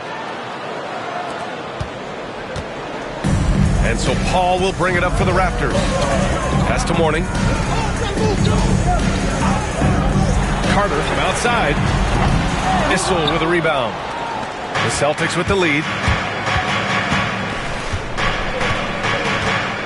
just under 2.5 minutes into this third quarter now. And rejected.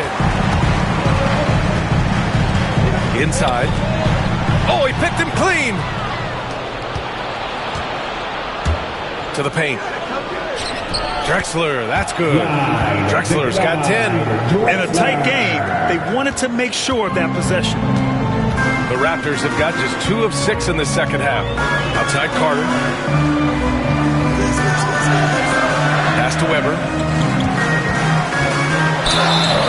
And a foul called on the way up. So he'll take 2 from the free throw line. That's his first personal foul. First team foul. It's his first trip to the line. For your Raptors, Chris Weber taking 2 shots.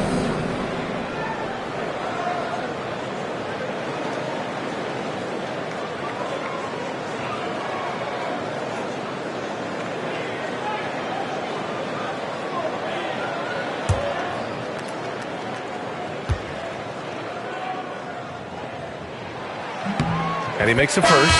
The Raptors making a switch here. Brown's checked in.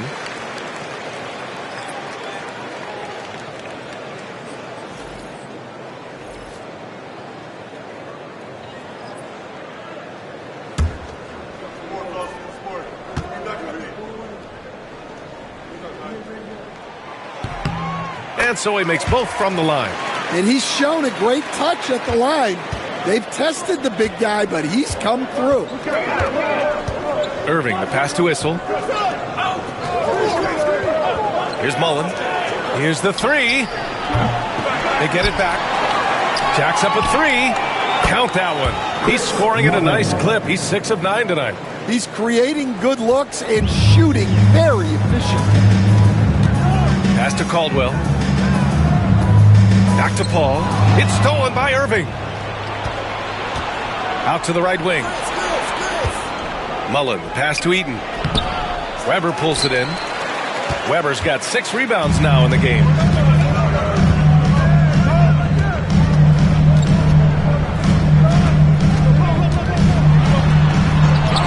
Oh, and makes it with the kiss. Weber's got 6 points. That lack of defensive intensity is not going to stop a player of his caliber from scoring. Here's Marion. He's scoreless.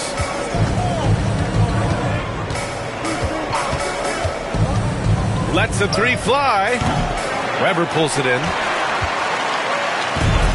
Toronto has gone 0 for 2 from outside here in the third. Paul for 3. Oh, that was pure. He's got another one. Now 10 for 12. Well, it's only his second 3 of the night. If he's going to heat up, the second half is a great time to do it. Brown with the steal. And there's the lob.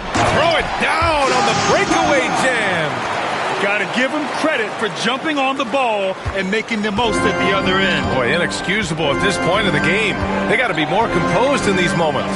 Well, as a coach, turnovers will drive you nuts, but sometimes that happens when you're aggressive. So there's a balance. Pass to Mullen to stop the run. And good. Coming on the assist by Irving. For 3. Irving's got 7 assists in the game. Putting on a shooting clinic from deep. He had that huge first half, and he's still rolling. Now here's Brown.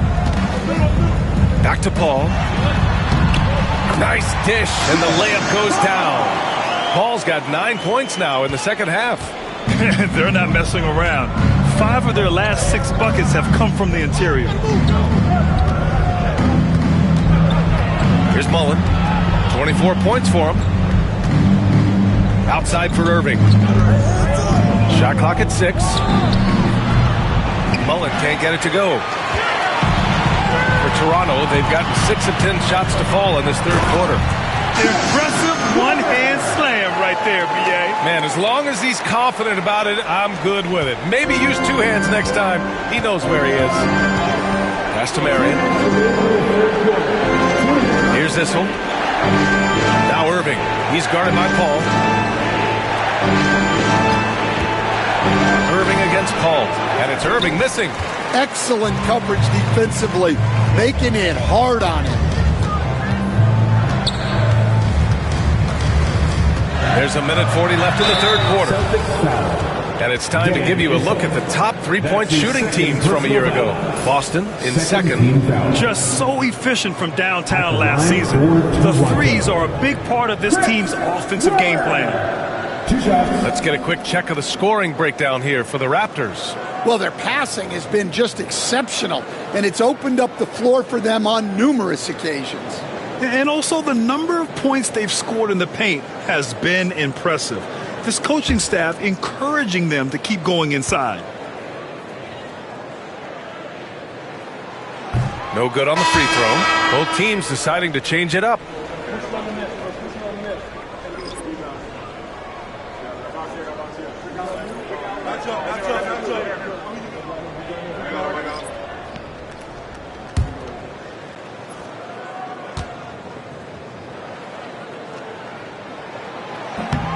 That one misses.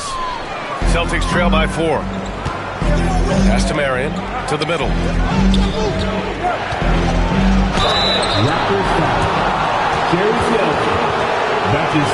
He's got his first free throws of the night right here.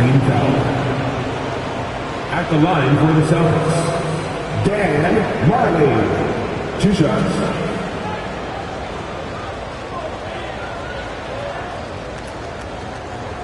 Take a break. Take a break.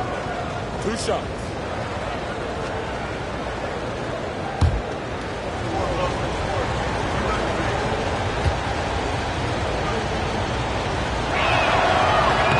First one falls for him.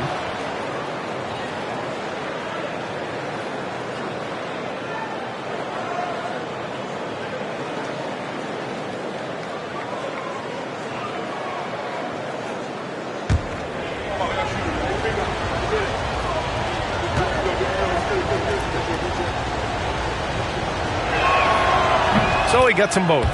They're doing some good work at the line this half. The Raptors with a lead. We've got 1:23 left to play in the third quarter here. Driving inside. Here's Weber. And that comes off the assist by Lowry. Weber's got 10. And another great assist. The offense is really clicking now. To the inside. Here's Marion. Oh, the lead pass was in the perfect spot to set up the layup. Well, he led him with the pass there, almost like a quarterback timing a route. That was impressive. Here's Weber. 10 points for him. 46 seconds left in the third quarter here. 6 to shoot. Brown with a screen. And there are the Raptors with another bucket. Well, he's been around for so long. Lowry has seen everything. Knew where to go off the pick for the bucket. Now here's Williams to the paint. Shoots a fadeaway. Count it. Assistant, Darren Williams. Toronto has gone only 1 of 3 from deep here in the third. 3 seconds separating the shot and game clocks. Here's Weber. Rebounded by the Celtics. If you can, use up the clock en route to the last shot. Yeah, but if you get an open look, you got to think about taking it no matter how much time is left on the clock. And he'll draw the foul. He'll head to the line for 2. That one on Kessler. Personal foul. Third team foul. This will be his third trip to the free throw line. Chris Weber.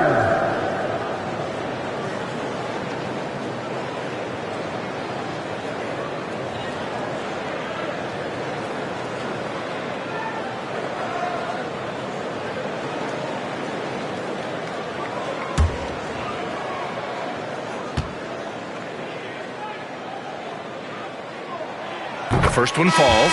Toronto making a switch here.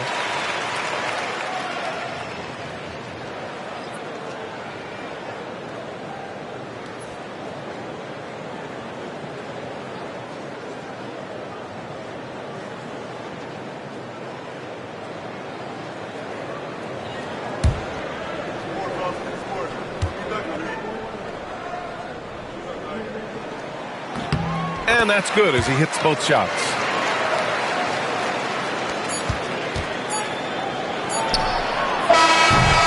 Oh, what a performance by Chris Paul. He's been the story for the Raptors. 27 on the night. He's had it his way. Time for a quick break, then back to the action.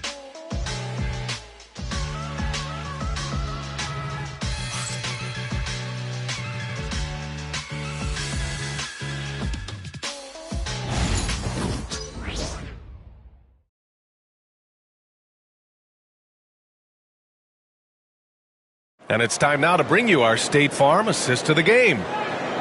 Yeah, just shredding the defense with that feed. Zero chance to stop that. Now that is an elite level dish. What a great passer.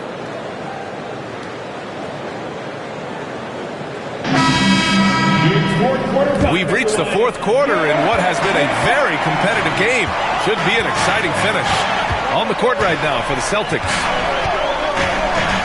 Here's Weber, and it goes straight through with a swish.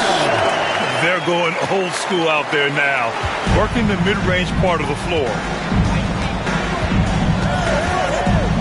Here's Drexler.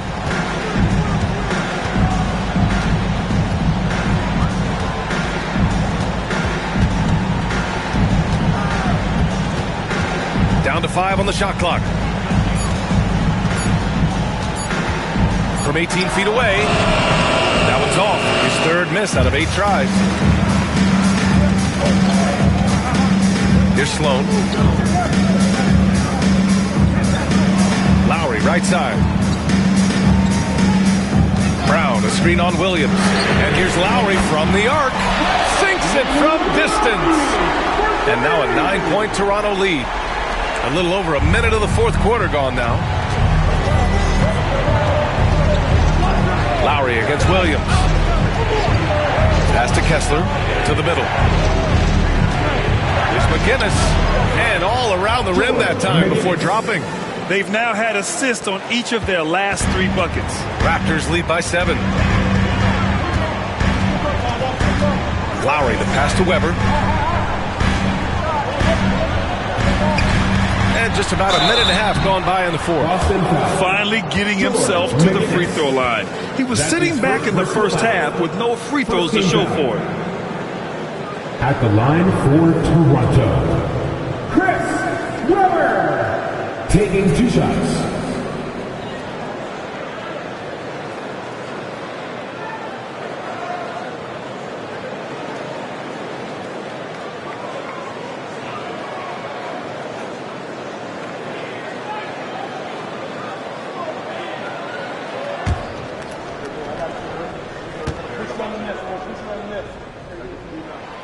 And he drops the first. So both teams changing it up here.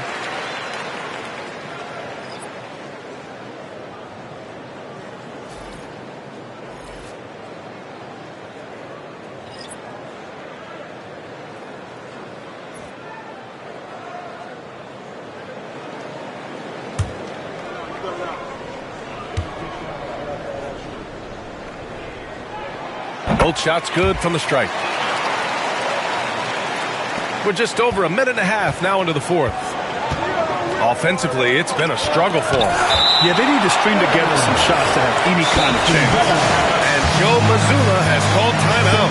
He wants to make sure they're purposeful with the game plan.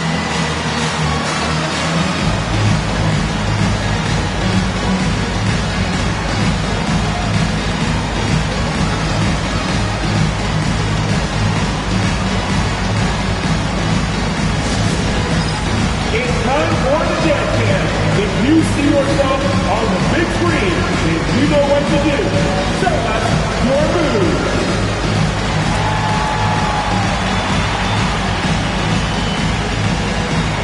Nice try. It's all good.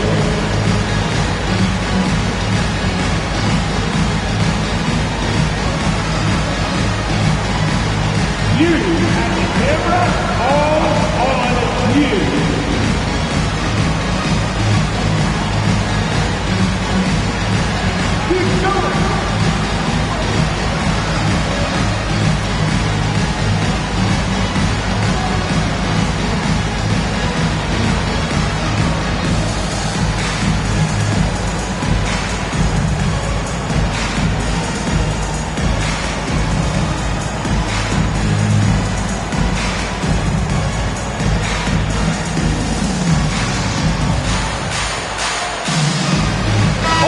checked in for Lowry.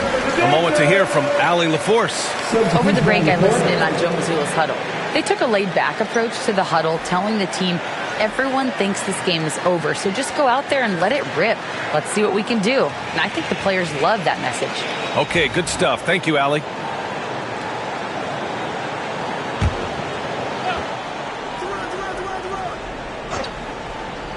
Here's Drexler.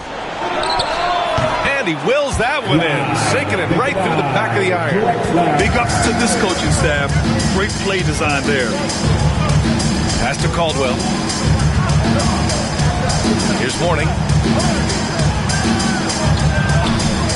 Here's Weber.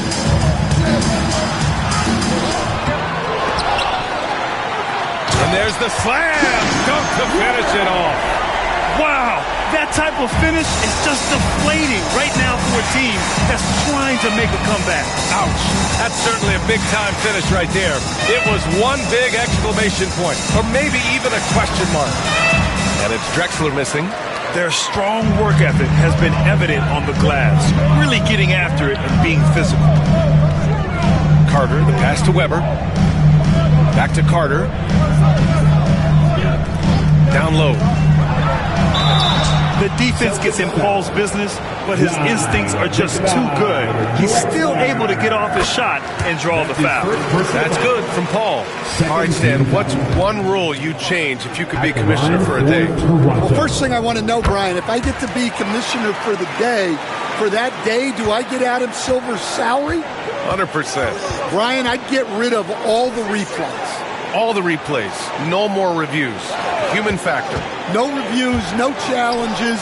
Let's play the game and keep the flow of the game going. Another shot right in the lane. That's been their MO this evening. Pass to Carter. And he's going for the oop here.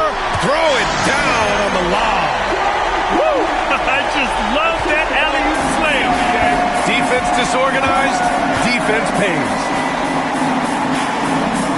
Back to Williams. Inside. Here's Eaton. Here's Drexler. Second chance shot. And the layup is good. All five guys are in sync. Their ball movement is flawless. Raptors lead by 9. Paul taking his time here. Pass to Carter.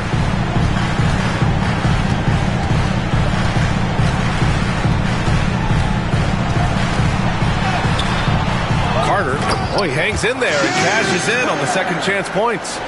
Huge putback. This guy plays with so much energy. I don't know anybody that goes after the boards harder. Here's Drexler. He's checked by Carter. Here's Mullen. Weber pulls it in. Weber's got 10 rebounds here tonight. So active. Outside Paul. To the middle. Here's Mourning. And he dunks it down. Nice one-handed jam. Simple and effective, B.A. Hey, with the lead, I'm surprised he didn't come up with something a little more. Pass to Mullen. This one for 3. Rebound by the Raptors. Mourning's got rebound number 8 here already in the game. Carter, good. One of the best playmakers we've ever seen. CP3's sense for when to pass is legendary. Williams passes to Issel. Back to Williams. From the arc. Again, the miss by Boston. So far, rebounding has been a big factor tonight. Now Paul. Well, he's been playing this game a few years now, so CP3 knows how to draw contact and get to the line. 13 foul. At the line for your Raptors.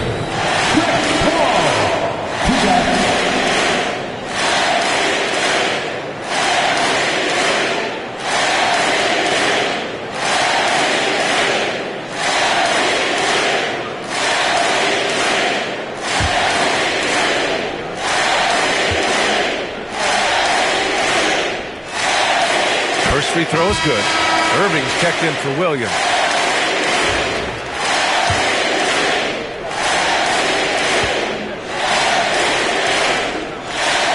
Ball hits them both. And Joe Mazzulla calls timeout here. Coach clearly has something he wants to say to his team right now.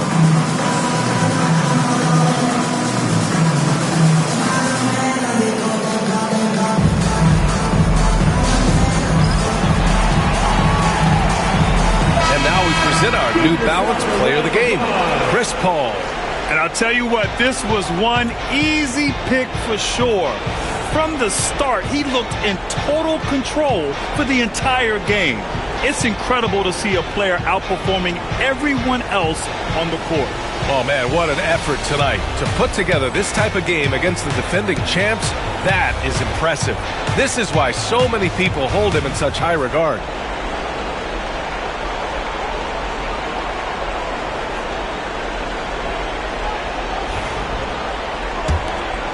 Here's Irving.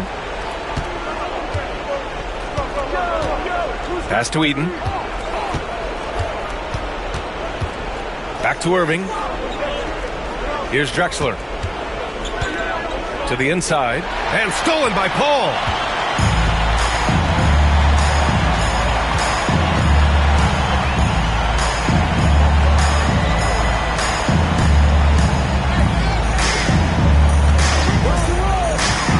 Lets it go from deep. It's hauled in by Eaton. He didn't make them pay for that weak defense, but they just can't rely on him to miss those kind of shots. Mullen can't get it to go. Yeah, there's no reason for the defense to get out on him right now. Just let him keep taking that shot until he shows them he's going to knock it down. Here's Weber. They set the screen. Outside Carter. Launches it. And again, no good by Toronto. Celtics trail by 17. Pass to Issel. Here's Drexler. It's good from about 19 feet. Drexler's got 6 here in the quarter. Yeah, this is when they need to lean on him more. Get him the ball and let him build some momentum. They came out and had a statement win with their performance tonight.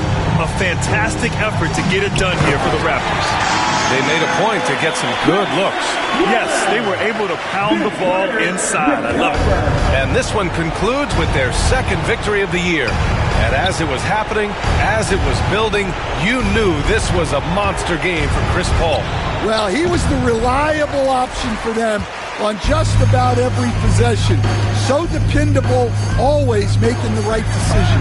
And it's rejected. And here we go, the Celtics on the run. Rebound Toronto. Those are precisely the looks this team is trying to create. Yeah, quality offense will serve you well in the long run. You can't settle for bad shots. Impressive job by this team. And you really can't discount the impact of this crowd here. No, I'd be lying if I said the crowd doesn't have an impact. It's certainly felt from the head coach all the way down. So it's Boston now. The Raptors making their last shot. Drexler. Goes back up. Shot blocked. 23 seconds left in the fourth quarter. Here's Paul. It's hauled in by Eaton. And so it's Irving who brings up the ball for the Boston Celtics. Trailing by 19. Shoots over Paul. Kyrie Irving.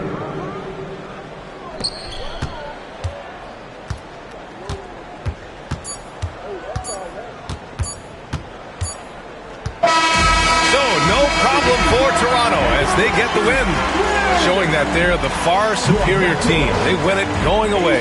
I'll tell you what, give it up for their fans. They love to watch this team dominate. You best believe they're all going home happy tonight. Well, folks, that's going to do it for now. For Stan Van Gundy, Grant Hill, and Ali LaForce, this is Brian Anderson. We hope you enjoyed our broadcast. And now let's take a look at our player of the game, Chris Paul.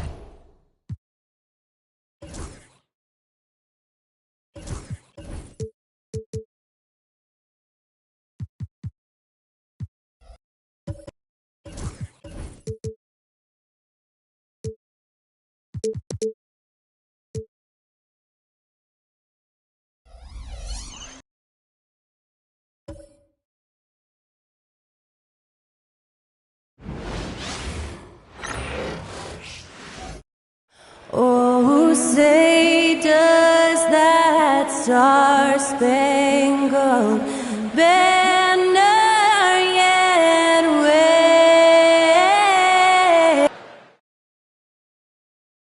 It's that time of the year. Happy holidays, everyone. And a look now at the Hornets' upcoming schedule. On Friday.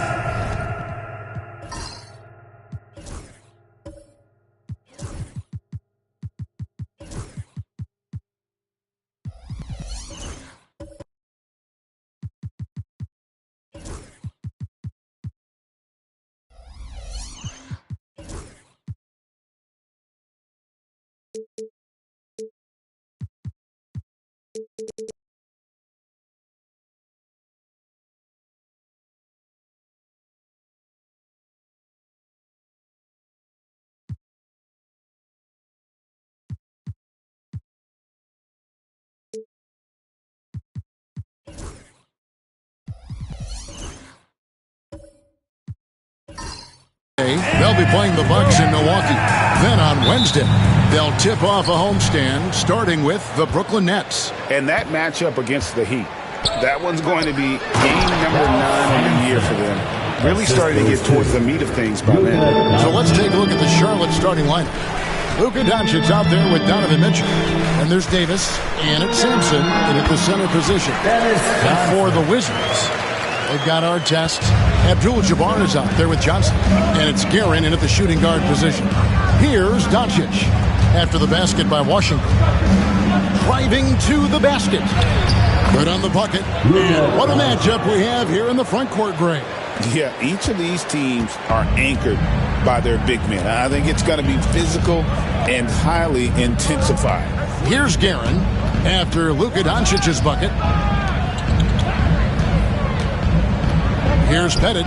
His last outing, 16 points for him. It's good. Johnson's got his second bucket tonight. And once he got to the 10, I think he was surprised to find himself that wide open. Well, this early, they should be showing a lot more energy on defense. It's not there. Now, here's Doncic.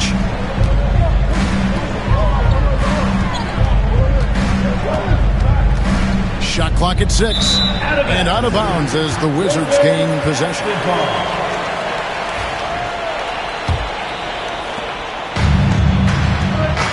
Right now, let's send it over to the sidelines and get a report from David Aldridge. Thanks very much. Brian Keefe shared a few moments with me. Undoubtedly, their defensive focus is trying to limit Luka Doncic. Coach told me Luka is a great player who impacts the game on so many levels.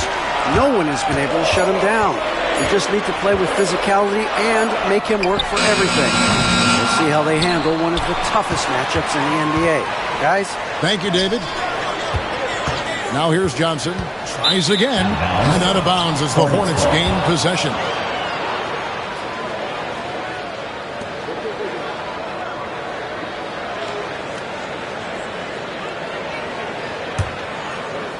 We're just about 2 minutes into the first quarter. You know, Greg, one thing you noticed, we were just talking about this with the Hornets in recent years, a lot of changing lineups. And you expect that with the team, with where they're at. They're looking for any advantage game to game and trying to build that identity as a franchise. Test. It's Abdul-Jabbar, high post. A fadeaway. And Davis pulls it down. Usually, guys, he's going to knock that one down from there. Proficient at operating in that medium range area. Davis with a screen on Artest. Doncic against Artest. Shoots. And he can't bank that one in. For Washington, they've gone 2 for 4 from the field so far today. About 3 minutes gone here in the first quarter. From 13. And again, Washington, no good. You can't look at the result of that shot. They'll take that whenever they get it. Well, you know, I hear you. That's a good look. But when you're that wide open, I think you got to knock it down. Outstanding distribution there. I mean, what impressive passing. And we've got a timeout call by Brian Keefe. Wants to regroup and go over the strategy. And they were top 10 in and assists. Really a good job of sharing the ball and utilizing every player on the floor. Greg, you brought up their fast break points. Their offensive system was all about tempo, never taking a break, wearing down the other team. Here's Guerin. He had 15 points last outing. And the whistle blows. It's going to be on Davis. That is his first foul of the game. First team foul.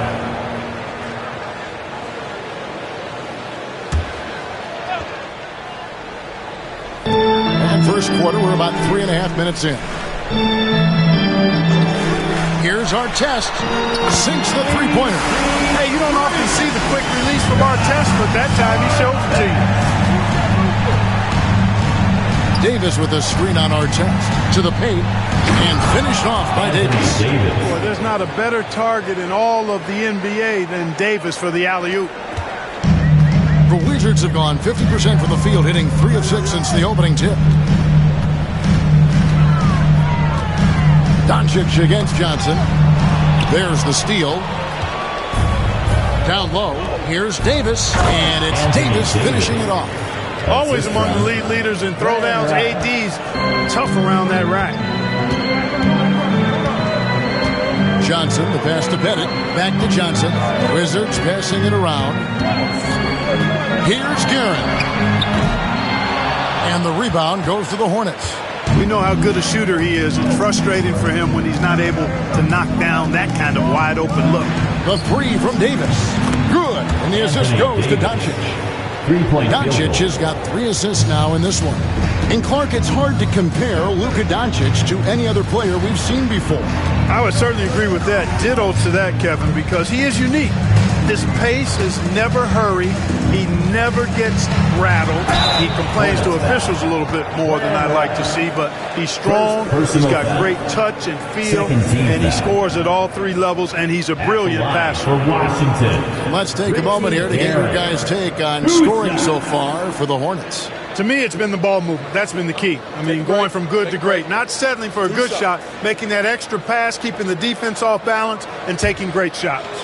And also, guys, they're out-muscling their opponent. The points in the paint are piling up because of that aggressiveness. And he makes the first. And the way the Wizards like to play, Greg, you can expect them to get out and run. Yeah, they're young, and they can fly, right? They've got speed and athleticism to get up and down the floor. They'll push the tempo as much as you allow them. Looking at who's out there now for the Wizards. Nader comes in for Abdul-Jabbar, and it's Scott in for Johnson. Now, here's Doncic. He had 15 points last outing. Well, there's no question, and he welcomes this, that Anthony Davis shoulders a heavy load on the defensive end. And he should, and he does. I mean, he's a true anchor.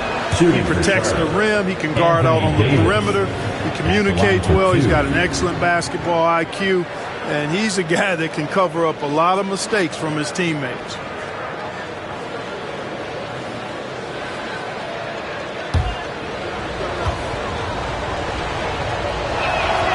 And so Anthony Davis nails both of them. Greg, as you were saying, beyond the blocks, what makes Anthony Davis special on defense is the way he navigates the floor. Kevin, most bigs can get picked on in pick-and-roll action. Davis, though, too quick and smart to take advantage of. He can slip screens, hedge, switch, and recover like he's a 3-and-D wing. Shot clock at 5.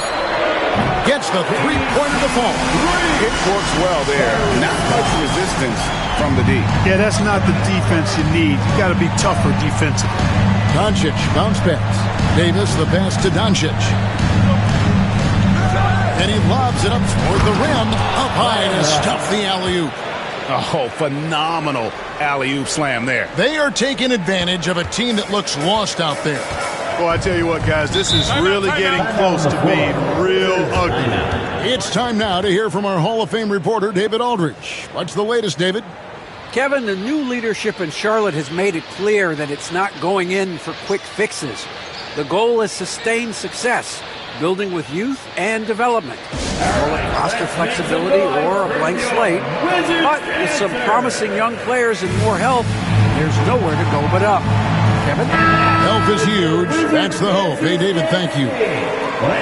There's no reason for these big men to shy away from contact on the inside because when they get to the foul line, you can see the success they've been having in the past month.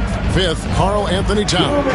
And with those numbers at the free throw line, he should be trying to get there as often as possible. I mean, operating among the big bodies in the paint, he gets those chances. Yeah, and it allows him to be physical. A defender has to be careful not to body him up and make too much contact because then you send him to the line, and those are points that usually are automatic. And so it's Washington with it after the basket by Charlotte. Artest on the way. Guarded by Doncic. And it's Artest missing. And they had some botched coverage that turned into no coverage. Pass to Towns. Here's Peterson. Here's Rice. Defended by Scott. Towns up top. Here's Davis. Herring grabs the miss. Wizards trail by 7. To the inside. Scott. Good.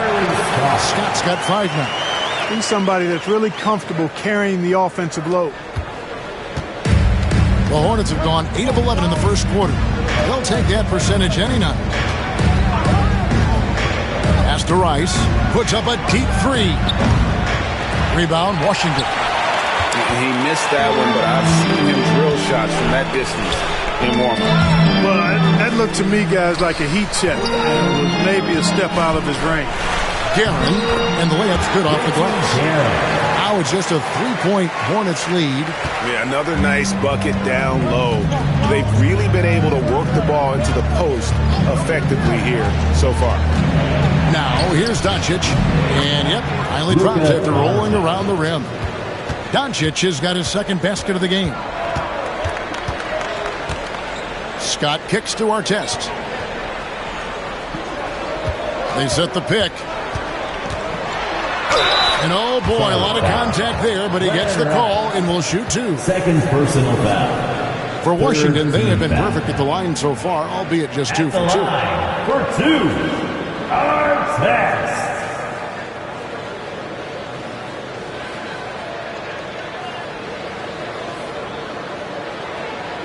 Shooting 2.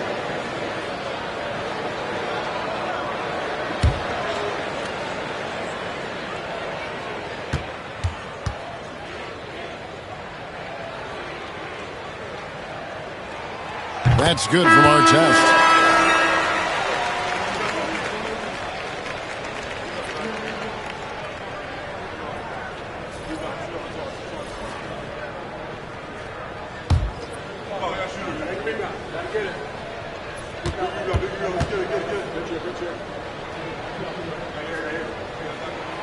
And he makes both free throws.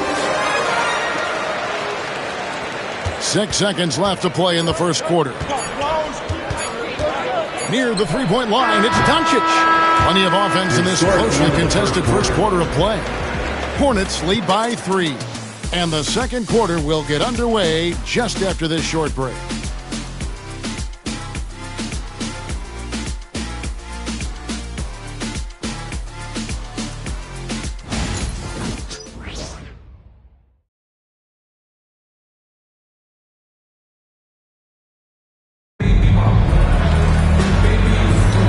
We hope you're enjoying the game. Both teams tonight keeping things pretty even so far on the scoreboard. And when you consider how Charlotte is doing, guys, what do you think? Just a terrific first quarter, sparked really by their unselfishness. Yeah, and you know, so many of their hoops came off an assist, which is a good sign of ball movement and sharing that ball. Wizards trail by 3. On the court for the Hornets, we've got Luka Doncic. DeAndre Hunter out there with Gordon. Then there's Lonzo Ball. And it's Davis at the 5 spot. Guerin passes to Artest. Clock at 6. Pass to Howell. Here's Abdul-Jabbar. It's hauled in by Doncic. Hornets leading by 3.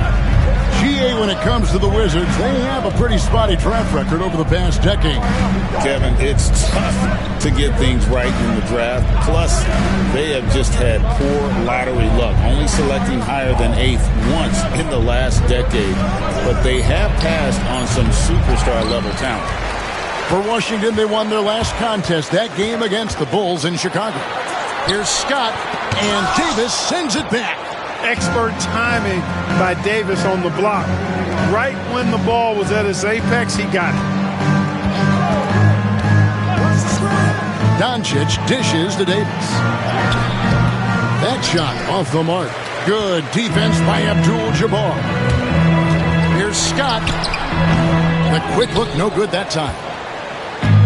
And so it's Doncic with it. He brings it up for the Charlotte Hornets.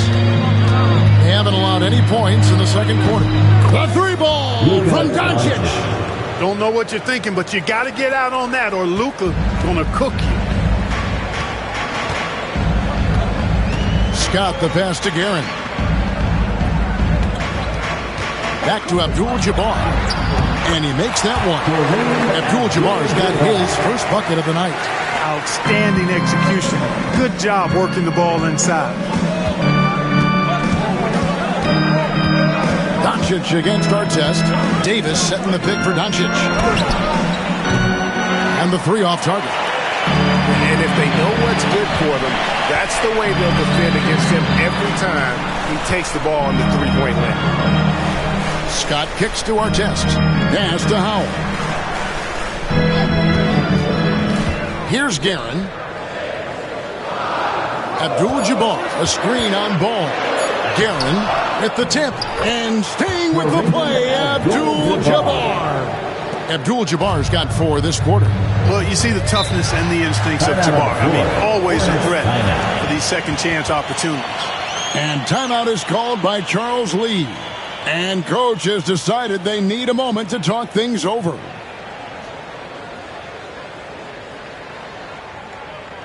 All right, everybody, you know what time it is. A big round of applause for your Wizards Rangers.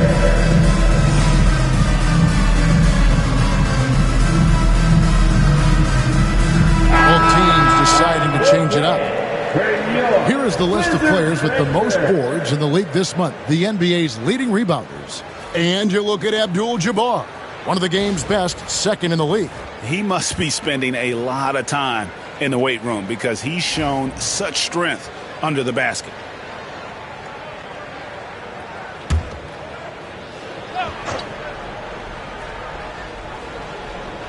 We're just over 2.5 minutes into the second quarter. Pass to Hunter. Now, here's Mitchell. Every year, Greg, we get a new batch of rookies into the NBA, and sometimes we're all guilty of judging them too early. Oh, absolutely. I think we need probably 3 years to evaluate a player. You know, fans and media can be a little harsh at times, but not everybody develops at the same rate. Now, here's Johnson. Following the news by Donovan Mitchell. Clark with the Hornets, they were hit with injuries as hard as any team in the NBA in the 23-24 season. Kevin, I couldn't agree with you more. They were so unfortunate in that regard, and it's not anything you can control, and it made it almost impossible for them to have a productive season because of those injuries.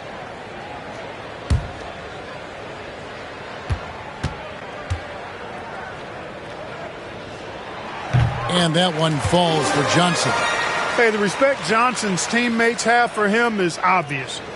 They trust his decision-making and follow his lead.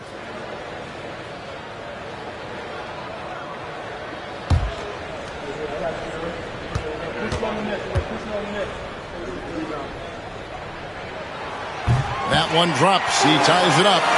In recent seasons, the Charlotte Hornets, Clark, have been very active in the trade market. Well, it seems like they're always wheeling and dealing. I mean, they're on a quest for that perfect fit lineup, moving pieces around, trying to find the right recipe for success. Now, here's Johnson. He's got 6. Pass to Artest. Now Abdul-Jabbar. Here's Pettit. And terrific work on the offensive glass, and he picks up 2. Pettit's got the lead up to 2 now for the Wizards. Ball with it. He has yet to score.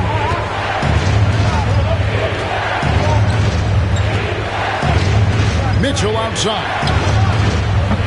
It's good. The assist that time from Ball. Yeah, these defenders had better start closing down on shooters. Pass to Pettit. Over Gordon. Pettit, good. And the Wizards lead by 1. And points in the paint are a sure thing when Pettit's on the floor. He's just got too much game down low. He may not have the bulk of some of the other guys, but doesn't matter. Now, here's Ball. Inside, here's Sampson, and he gets the bucket. Sampson's got his 3rd basket of the night. 6 changes of the lead here. Yeah, both teams still kind of feeling their way through this game. Here's Johnson. Got a hand on it. And Sampson literally takes away a part of the floor when he's out there. Don't even try to get shots off in his area, or that's what's going to happen. Johnson against Hunter. Pass the ball.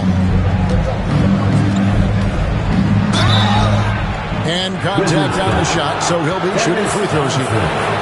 It goes on Dennis Johnson, and he's got his first free throw of the game. Shooting for Charlotte, Lonzo Ball. 2 shots.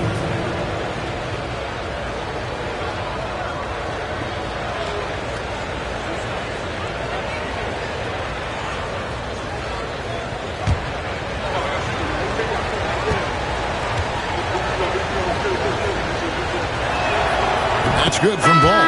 English, he's checked in for our tests. And a switcher also for Charlotte. Peterson's checked in.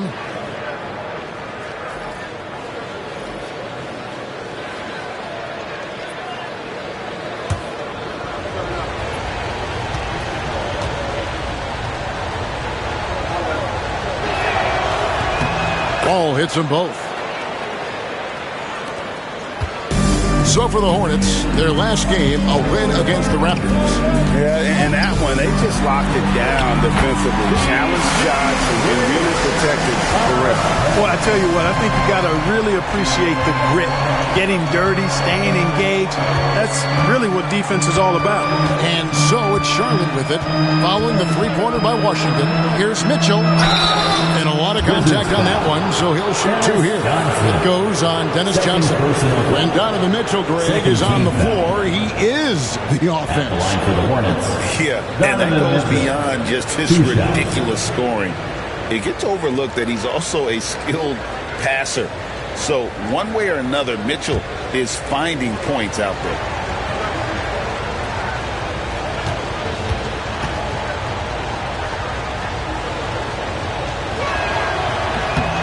That free throw missing. And Greg, here we are, not yet halfway into the season. For players, has the wear and tear already set in? It can. Sometimes it's the accumulation by the end of a season, but other times it's just a challenging stretch that can leave you reeling. Karl Anthony Towns checked in for the Hornets. And the second free throw, good. And we've seen Mitchell go up against much larger defenders throughout his career. And the reason he makes it look so easy is because of that 6'10 wingspan. Keep in mind, he stands at 6'1", but that's incredible length at his height. English, no good. And here's Ball. He'll bring it up for Charlotte. It's Kareem Abdul-Jabbar with the rebound. Abdul-Jabbar's got 4 rebounds in this game. Always going up for the alley-oop here. Towns with the steal.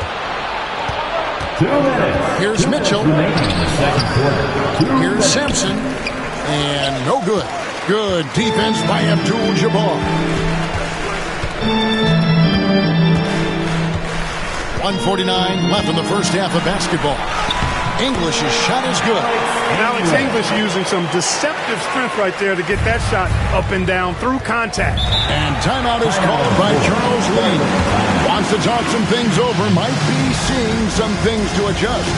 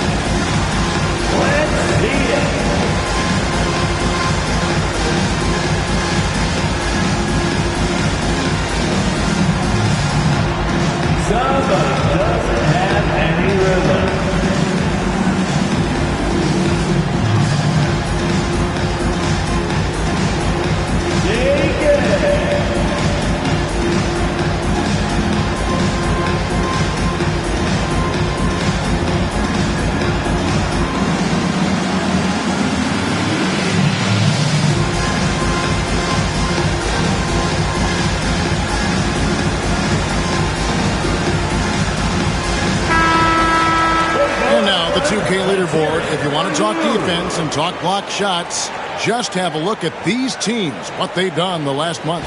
The Hornets, number 1. They have been racking up the blocks lately. I mean, if they keep this up, they're going to be a very difficult matchup for anybody.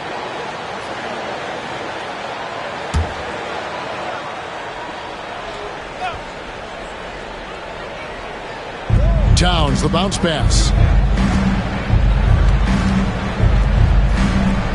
1:33 left to play here in the second quarter. Here's the screen to the middle. Sampson's shot, good. Sampson's got 8 points. Boy, so good at threading the needle. Awesome pass to ability. A ball, tough to defend against. They get it back. Here's English. It's good. And the Wizards lead by 1. The game has been very close in a lot of areas, but rebounding has been the one differentiator thus far. We've seen it time and time again in games. Effort and determination on the glass can make up for a lot of other weaknesses. And Clark, the debate around Karl Anthony Towns. Is he the greatest shooting big of all time? Well, look, if you just want to go numbers, it's an emphatic yes. No 7-footer has ever shot it like Cat. Around 40% from 3 over his career. That's not just a 1 or 2 season deal. That's a multi-year career. So I say yes.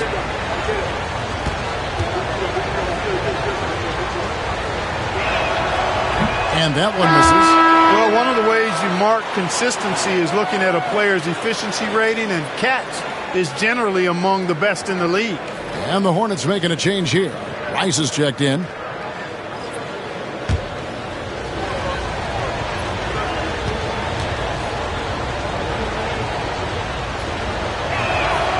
And he's good on the second.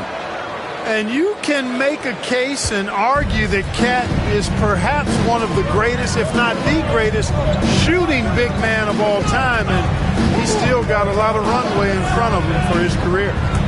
Now, here's Johnson. 6 points for him. Good on the triple. Gillen's got the lead up to 3 now for Washington. They are shooting nearly 50% from beyond the arc, and their confidence is growing. There's 31 seconds left in the first half. Johnson against Ball. To the wing right side. 4 on the clock. Peterson. And he gets it to go. Hitting off the back of the rim. Peterson's got his first points of the night. Washington's gone 4 of 8 tonight from three-point land. Shooting 50% on the 3-ball here. Goes up at the stripe. Karl Anthony Towns with the rebound. Wow, he got whacked on that one. Shouldn't be much debate there. Blatant contact. Straightforward call. Simple. For Charlotte, they have scored 6 points from their 8 attempts at the line so far. Taking 2 shots.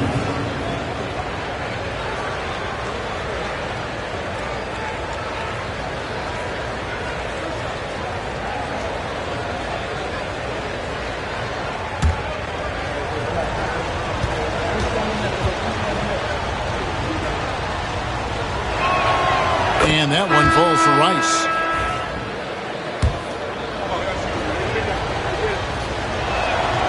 Both free throws good from Rice. Making it look effortless. Send this guy to the stripe. He's going to cash in more than not.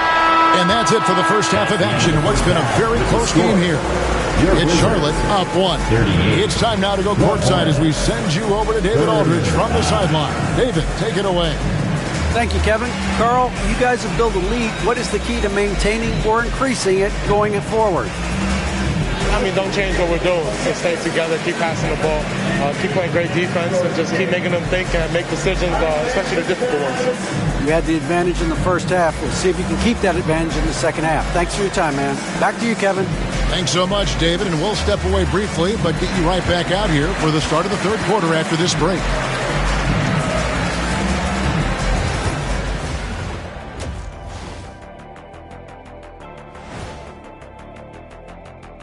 Howdy, folks. The moment you've been waiting for is here. Before we recap the first half, let's see what the standings look like in the East. Fellas, I was just wondering if you played in the league these days, What do you think would be different compared to when you did play? Oh, my goodness. I make a lot more money, Ernie, than I did in my playing days, especially if you consider that all guys do is dunk and shoot threes, and as many threes as I did, oh, my God. Yeah, and I'd be out there getting every rebound and slamming Kenny's bricks for the putback slams, because none of these bigs today want any piece of prime Diesel. So let me get this straight. You would both be amazing. What a shock. And guys, the Charlotte Hornets are in an even game. They've been playing very unselfish. I'm telling you, these guys are feeding off the ball movement, and as a basketball fan, it's wonderful to watch, Shaq. Yeah, no Tyler Ball from them. That's why they're getting the good looks. Get it, Tyler Hero? Hey, Tyler Ball, Hero Ball. I knew you would understand, Ernie. And that is it for halftime, folks. It is back to Kevin Harlan and the crew for the second half.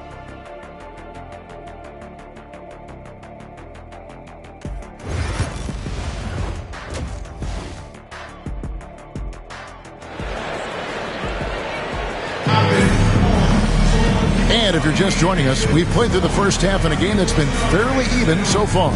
You know, Davis has been exceptional here, guys. You just love the patience in that first half. Waited until he got the look he wanted. Well, you know what, guys? It was all about efficient offense, not rushing things, taking your time, finding the best shot on every possession.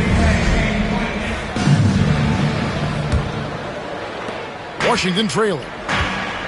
They've got Abdul-Jabbar. Johnson is out there with Artest, and it's Guerin in at the 2. So that's who Brian Keefe starts the second half with. You know, the size of Abdul-Jabbar typically overwhelms defenses, especially when he's operating close to the rim, forcing them to act as he draws the foul. First trip to the free throw line for him in this one.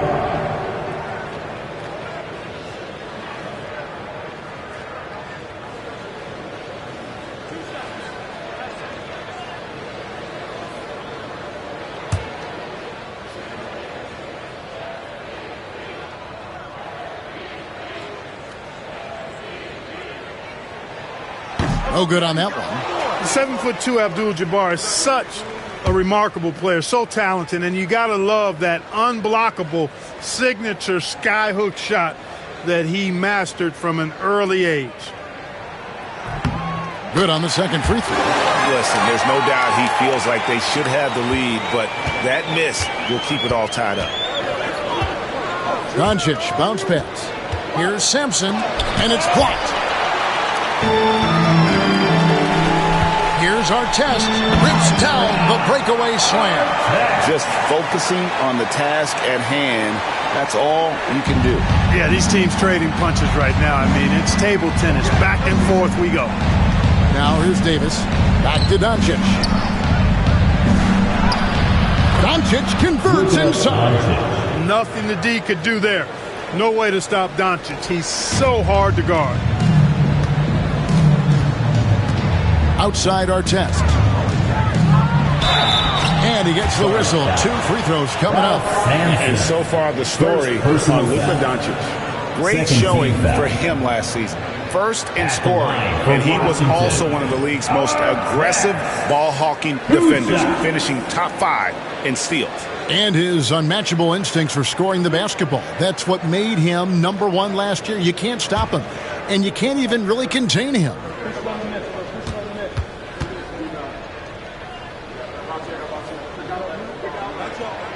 And the first one drops. Boy, Ron Artest is such a well-rounded player with tremendous toughness. He gets it done at both ends.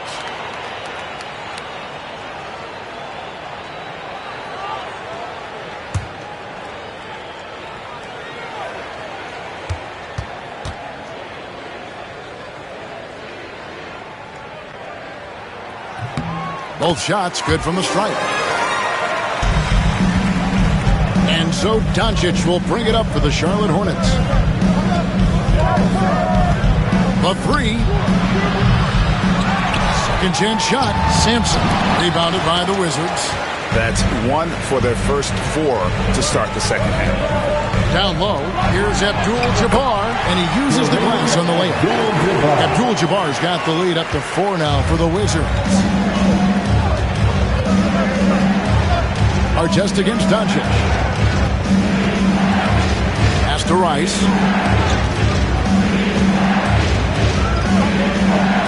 And here is Davis. A moment now to hear from our sideline reporter, Hall of Famer David Aldridge. David. Kevin, thanks. If you think Luka Doncic makes amazing shots in the games, you should see his trip shots. It's legendary stuff with his teammates. Luka says, I'm just making them up.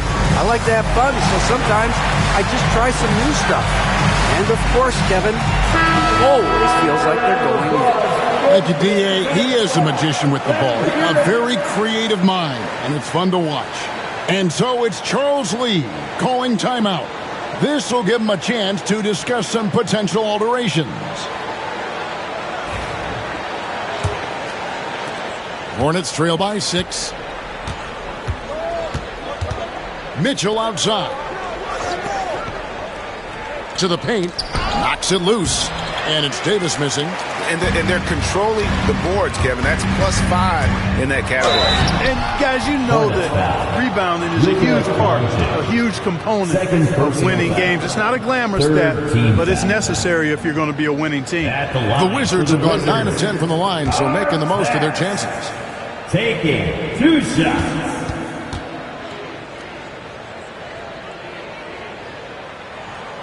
That free throw, no good.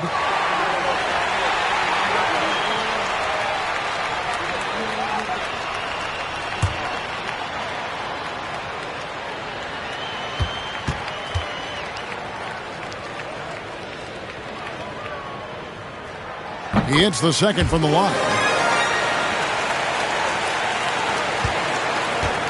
Hornets trail by 7.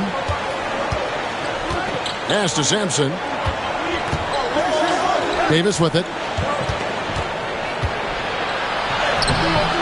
Just under 2.5 minutes into the third quarter now. And again, unable to change momentum here. Now Johnson. He has 6. Shoots the 3. Here's Abdul-Jabbar. And the shot goes in. Abdul-Jabbar's got 5 points now in the quarter. Well, if it ain't broke, don't fix it. They keep getting it in the paint and continue to score consistently. Mitchell passes to Sampson. Here's Rice for 3. Pettit grabs the board. Pettit's got 6 rebounds here tonight. Artest kicks to Johnson. Back to Artest. Pass to Pettit from deep. That's in. That's his 5th field goal. He's shooting a hot 71%. 5 for 7. Hornets trail by 12. And timeout is called by Charles Lee. He's made the decision. He wants to huddle up with his guys.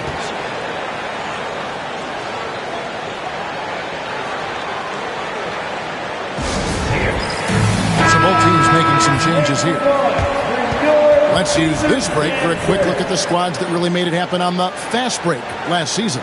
The Wizards second.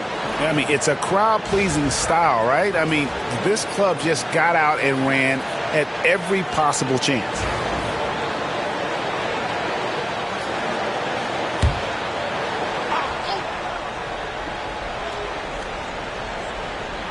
Just under 3.5 minutes played here in the third quarter.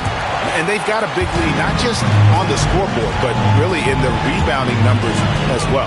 And what I like about it, it's been a physical brand of basketball. It's had a little sandpaper element to it, gritty and rough. But that's how you win games. Every time they get scored on during this run, it's come from inside the paint. Ball from long range. And the Hornets miss again. No matter what looks they get, they just can't convert to stop this run. And, you know, they've got to be careful because this is when the team concept breaks down and guys start playing hero ball. Here's Howell. 14 points, their largest lead in the game. Hook shot. Abdul-Jabbar misses. Charlotte has gotten off to a very slow start from three-point range in the second half. They're 0 for 4. And then Gordon with the dunk. Nobody does it better than Gordon on the alley-oop. Boom! And the Wizards with possession. They're on a 17-4 run right now. Clark, as you look at the career of Aaron Gordon, he has blossomed into an elite role player. Yeah, and I love the fact that he's done that. He's embraced his role. He's embraced taking fewer shots and playing more defense and getting on the glass more and making hustle plays. Not everybody would do what Aaron has done. It's a credit to him that he's been able to, again, embrace, not just accept, but embrace the role that he serves for that championship team. You know, it's clear that Gordon is one of the best dunkers in the game, always looking to bring the thunder. Here's Howell, defended by Gordon. It's Scott on the wing. Stolen by Ball.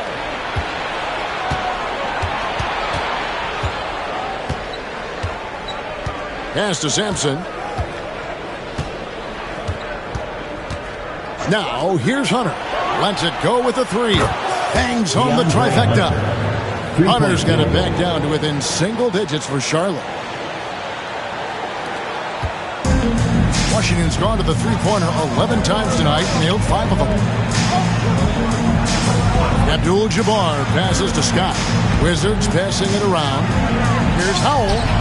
And the Wizards getting another bucket right there. Unwilling to let up even for a moment. That's his killer instinct, just fanning the flame. Yeah, I love the fact he doesn't play the score. He just keeps coming, attack mode. He doesn't know how to step off the gas pedal. And that one's good, Mitchell. Reliable. That's Mitchell from 3. Here's Howell. All sorts of time. Ball with the rebound. I guess even he has to miss one of those once in a while. And while we have a moment, let's check the stats for Mitchell. He's coming off an excellent season. He was around 26 points a game last year, 6 assists and 5 rebounds. And every team in the league needs shooting. That's what he brings coming off the pine. Yeah, there's always a demand for shooters, man. Have jumper, will travel. I'm telling you, most championship teams, they have a bunch of those guys who can put it in the basket.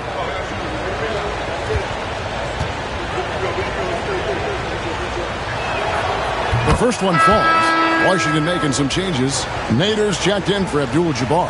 And it's English in for Ron Artest.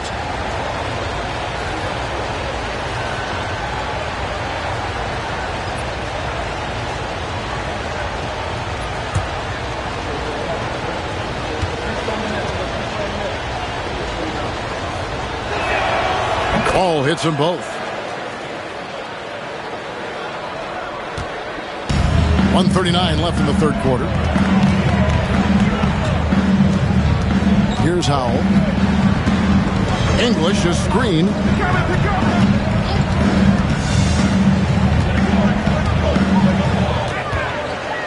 Here's Howell, defended by Gordon. On the clock. And shot on the way. And that one comes up a bit short. Hornets trail by 6. Fires the 3. The shot, no good. And so English will bring it up for Washington. They've led by as many as 14 points. Goes back up. Howell with the bucket. Howell's got 6. It's obvious they've taken fewer threes here in the second half and are focused on having a more balanced offensive attack. Outside, Towns. Back to ball. Pass to Towns. From 12 feet out, and it's in there. Nice jumper there from Towns. Boy, he's got a beautiful stroke. 32 seconds left in the third. Scott against Ball. Scott the pass to English. And that's jammed by English. Really nice job moving the ball around that time, picking apart that defense. And here's Towns.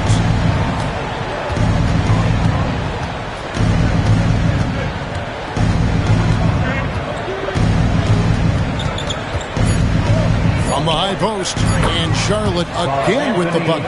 Obviously, a mix-up defensively on that possession. And no good that time. And so it's Washington with a 6-point lead at the end of the quarter. We're shooting the ball so well in this one. A great performance from the field. And don't go away. We'll be right back.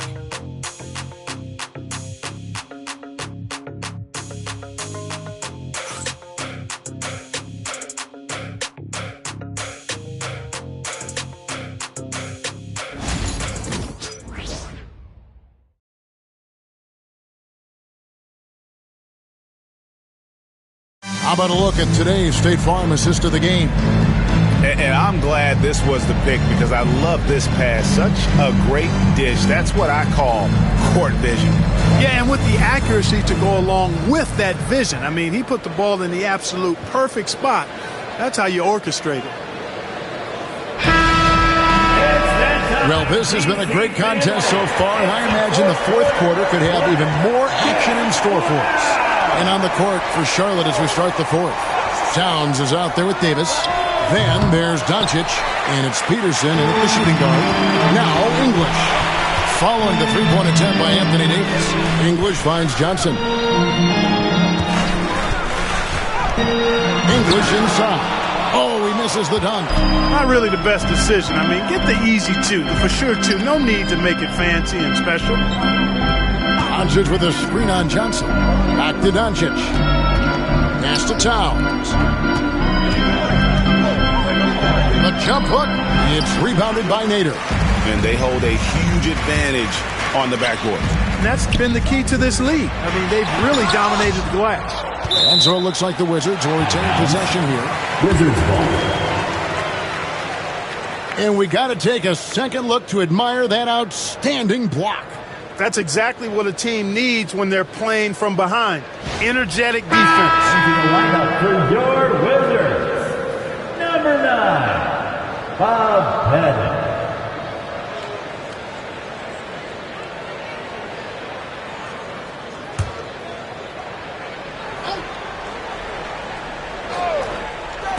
Here's Johnson. The baseline jumper goes down. And the Wizards lead by 8. Pick works well there. Not much resistance from the D. Yeah, that's not the defense you need. You got to be tougher defensively. Here's Davis. Oh, that's blocked.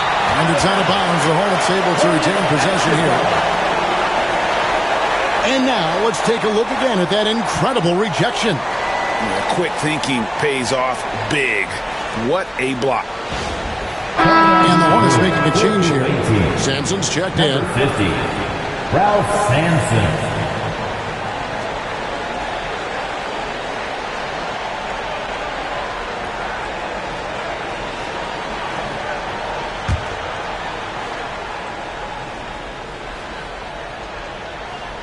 A few possessions into the fourth quarter, just over a minute played.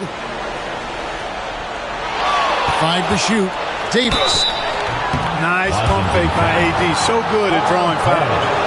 Third personal foul. First team foul. Shooting for Charlotte, Anthony Davis at the line for 2.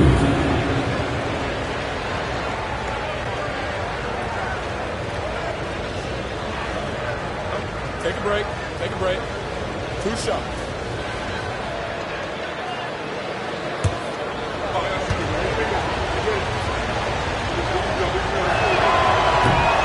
First one falls for him. At his best, Davis is an MVP caliber player. One of the true franchise guys in the league.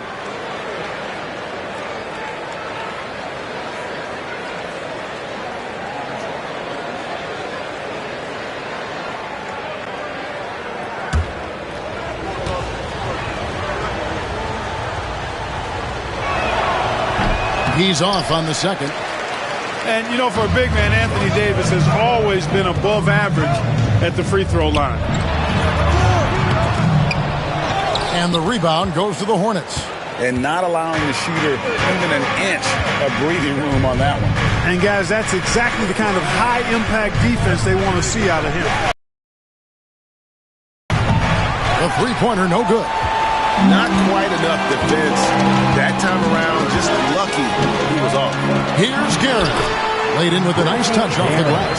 And defensively, they are on their heels every time the ball comes inside. Yeah, I think they've got to ramp up the aggressiveness. If they don't, things are just going to get worse from here. Davis setting the pick for Doncic. And again, the Hornets missing. After hitting 1-3 in the first half, he's been unable to dial in from deep since then. Here's Pettit, and it's in. Basket number 6 for him thus far. He has only missed 2 shots from the floor. Oh, tremendous work by Pettit on the boards. Doncic dishes to Davis. Pass to Doncic. Charlotte moving it around. Deflects the pass.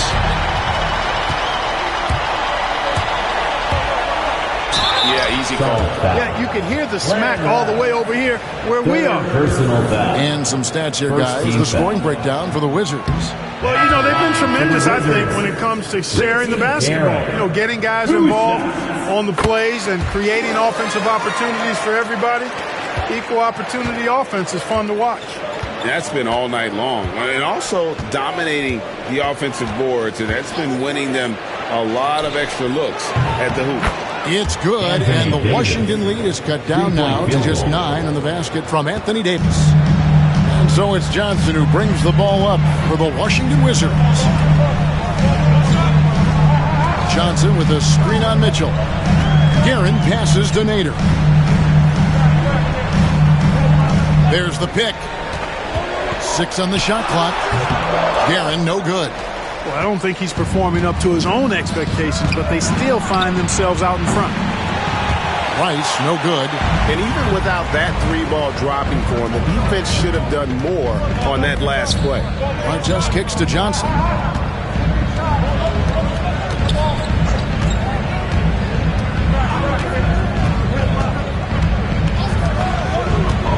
Pass to Pettit for the 3. The Wizards with another miss. Hornets trail by 9. Loads it up for Davis, and it's Davis finishing it off.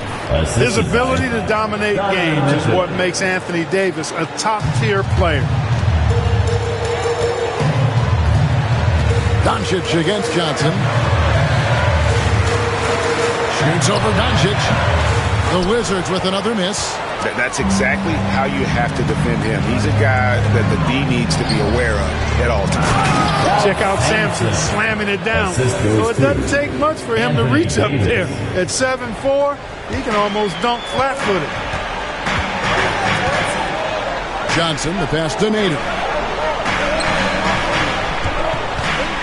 Here's Guerin, covered by Mitchell.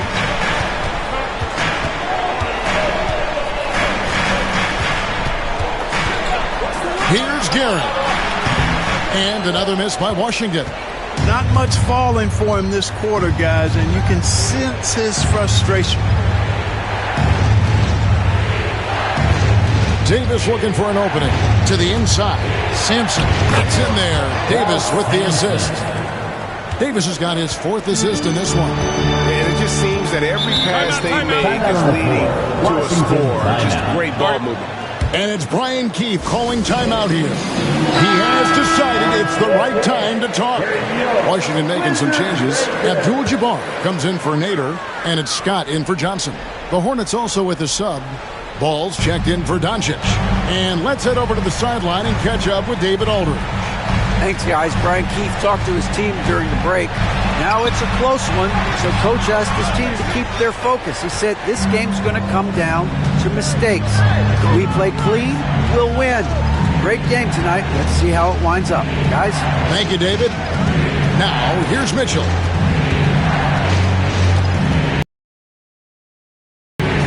Releases. And Charlotte again with the bucket. He's so clutch. When the pressure is at its highest, that's when he's at his very best. And it's Brian Keefe calling timeout here. There was no hesitating. He wants to talk to the team right now. Give yourself a round of applause. Great job.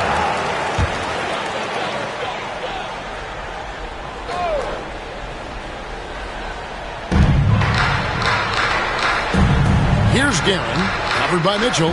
Pass to Pettit. They set the pick to stop the drought.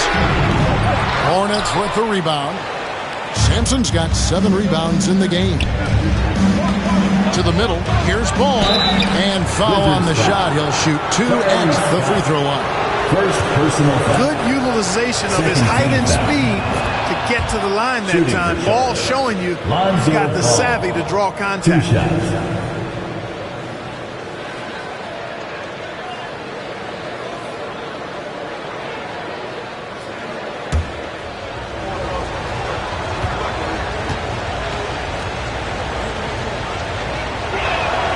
Now the free throw is good. Now leading by 1. He's basically automatic from the line. Not the guy you want to send there now. Scott dishes to Abdul-Jabbar. Pass to Guerin. Now Artest. A minute 50 left to play here in the fourth. Just 5 to shoot. Drills the three-pointer. And the Wizards lead by 2. Some well-needed scoring. He stops a 13-0 run by Charlotte. And so it's Charles Lee calling timeout.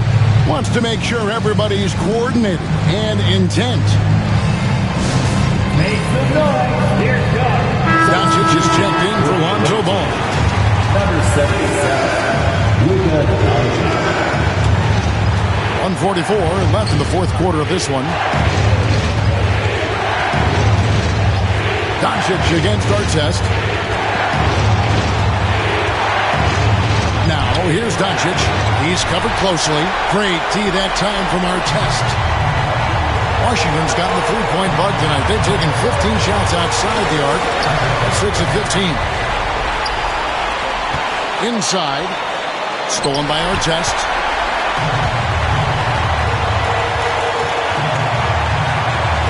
Outside, Scott. Pass to Abdul-Jabbar. Busts the J after the cagey pass fake. And that is a gigantic shot from Abdul-Jabbar. This guy does not shy away from the spotlight at all. Now here's Doncic. Mitchell outside. There's the pick.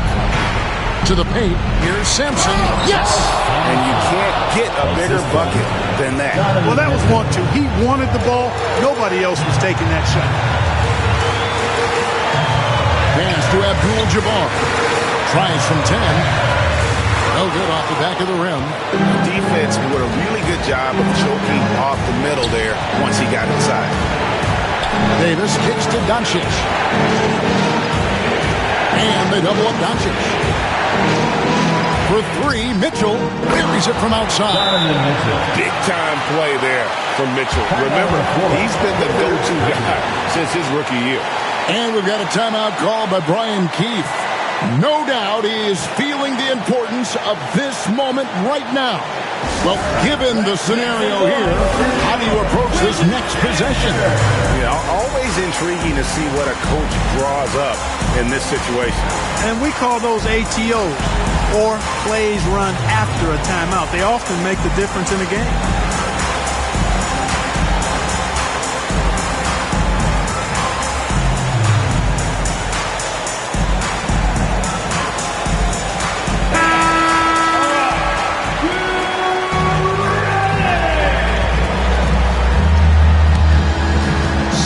Seconds left in the fourth quarter. It's good! Big time hoop to put them in front. Now they've got to put everything into their defensive effort to get the stop. And so it's Charles Lee calling timeout. And he knows there's no room for mistakes and wants everyone on the same page. So I'm looking at the clock, and guys, the situation. What do you think we're going to see next? Yeah, always intriguing to see what a coach draws up in this situation. And we call those ATOs, or plays run after a timeout. They often make the difference in the game.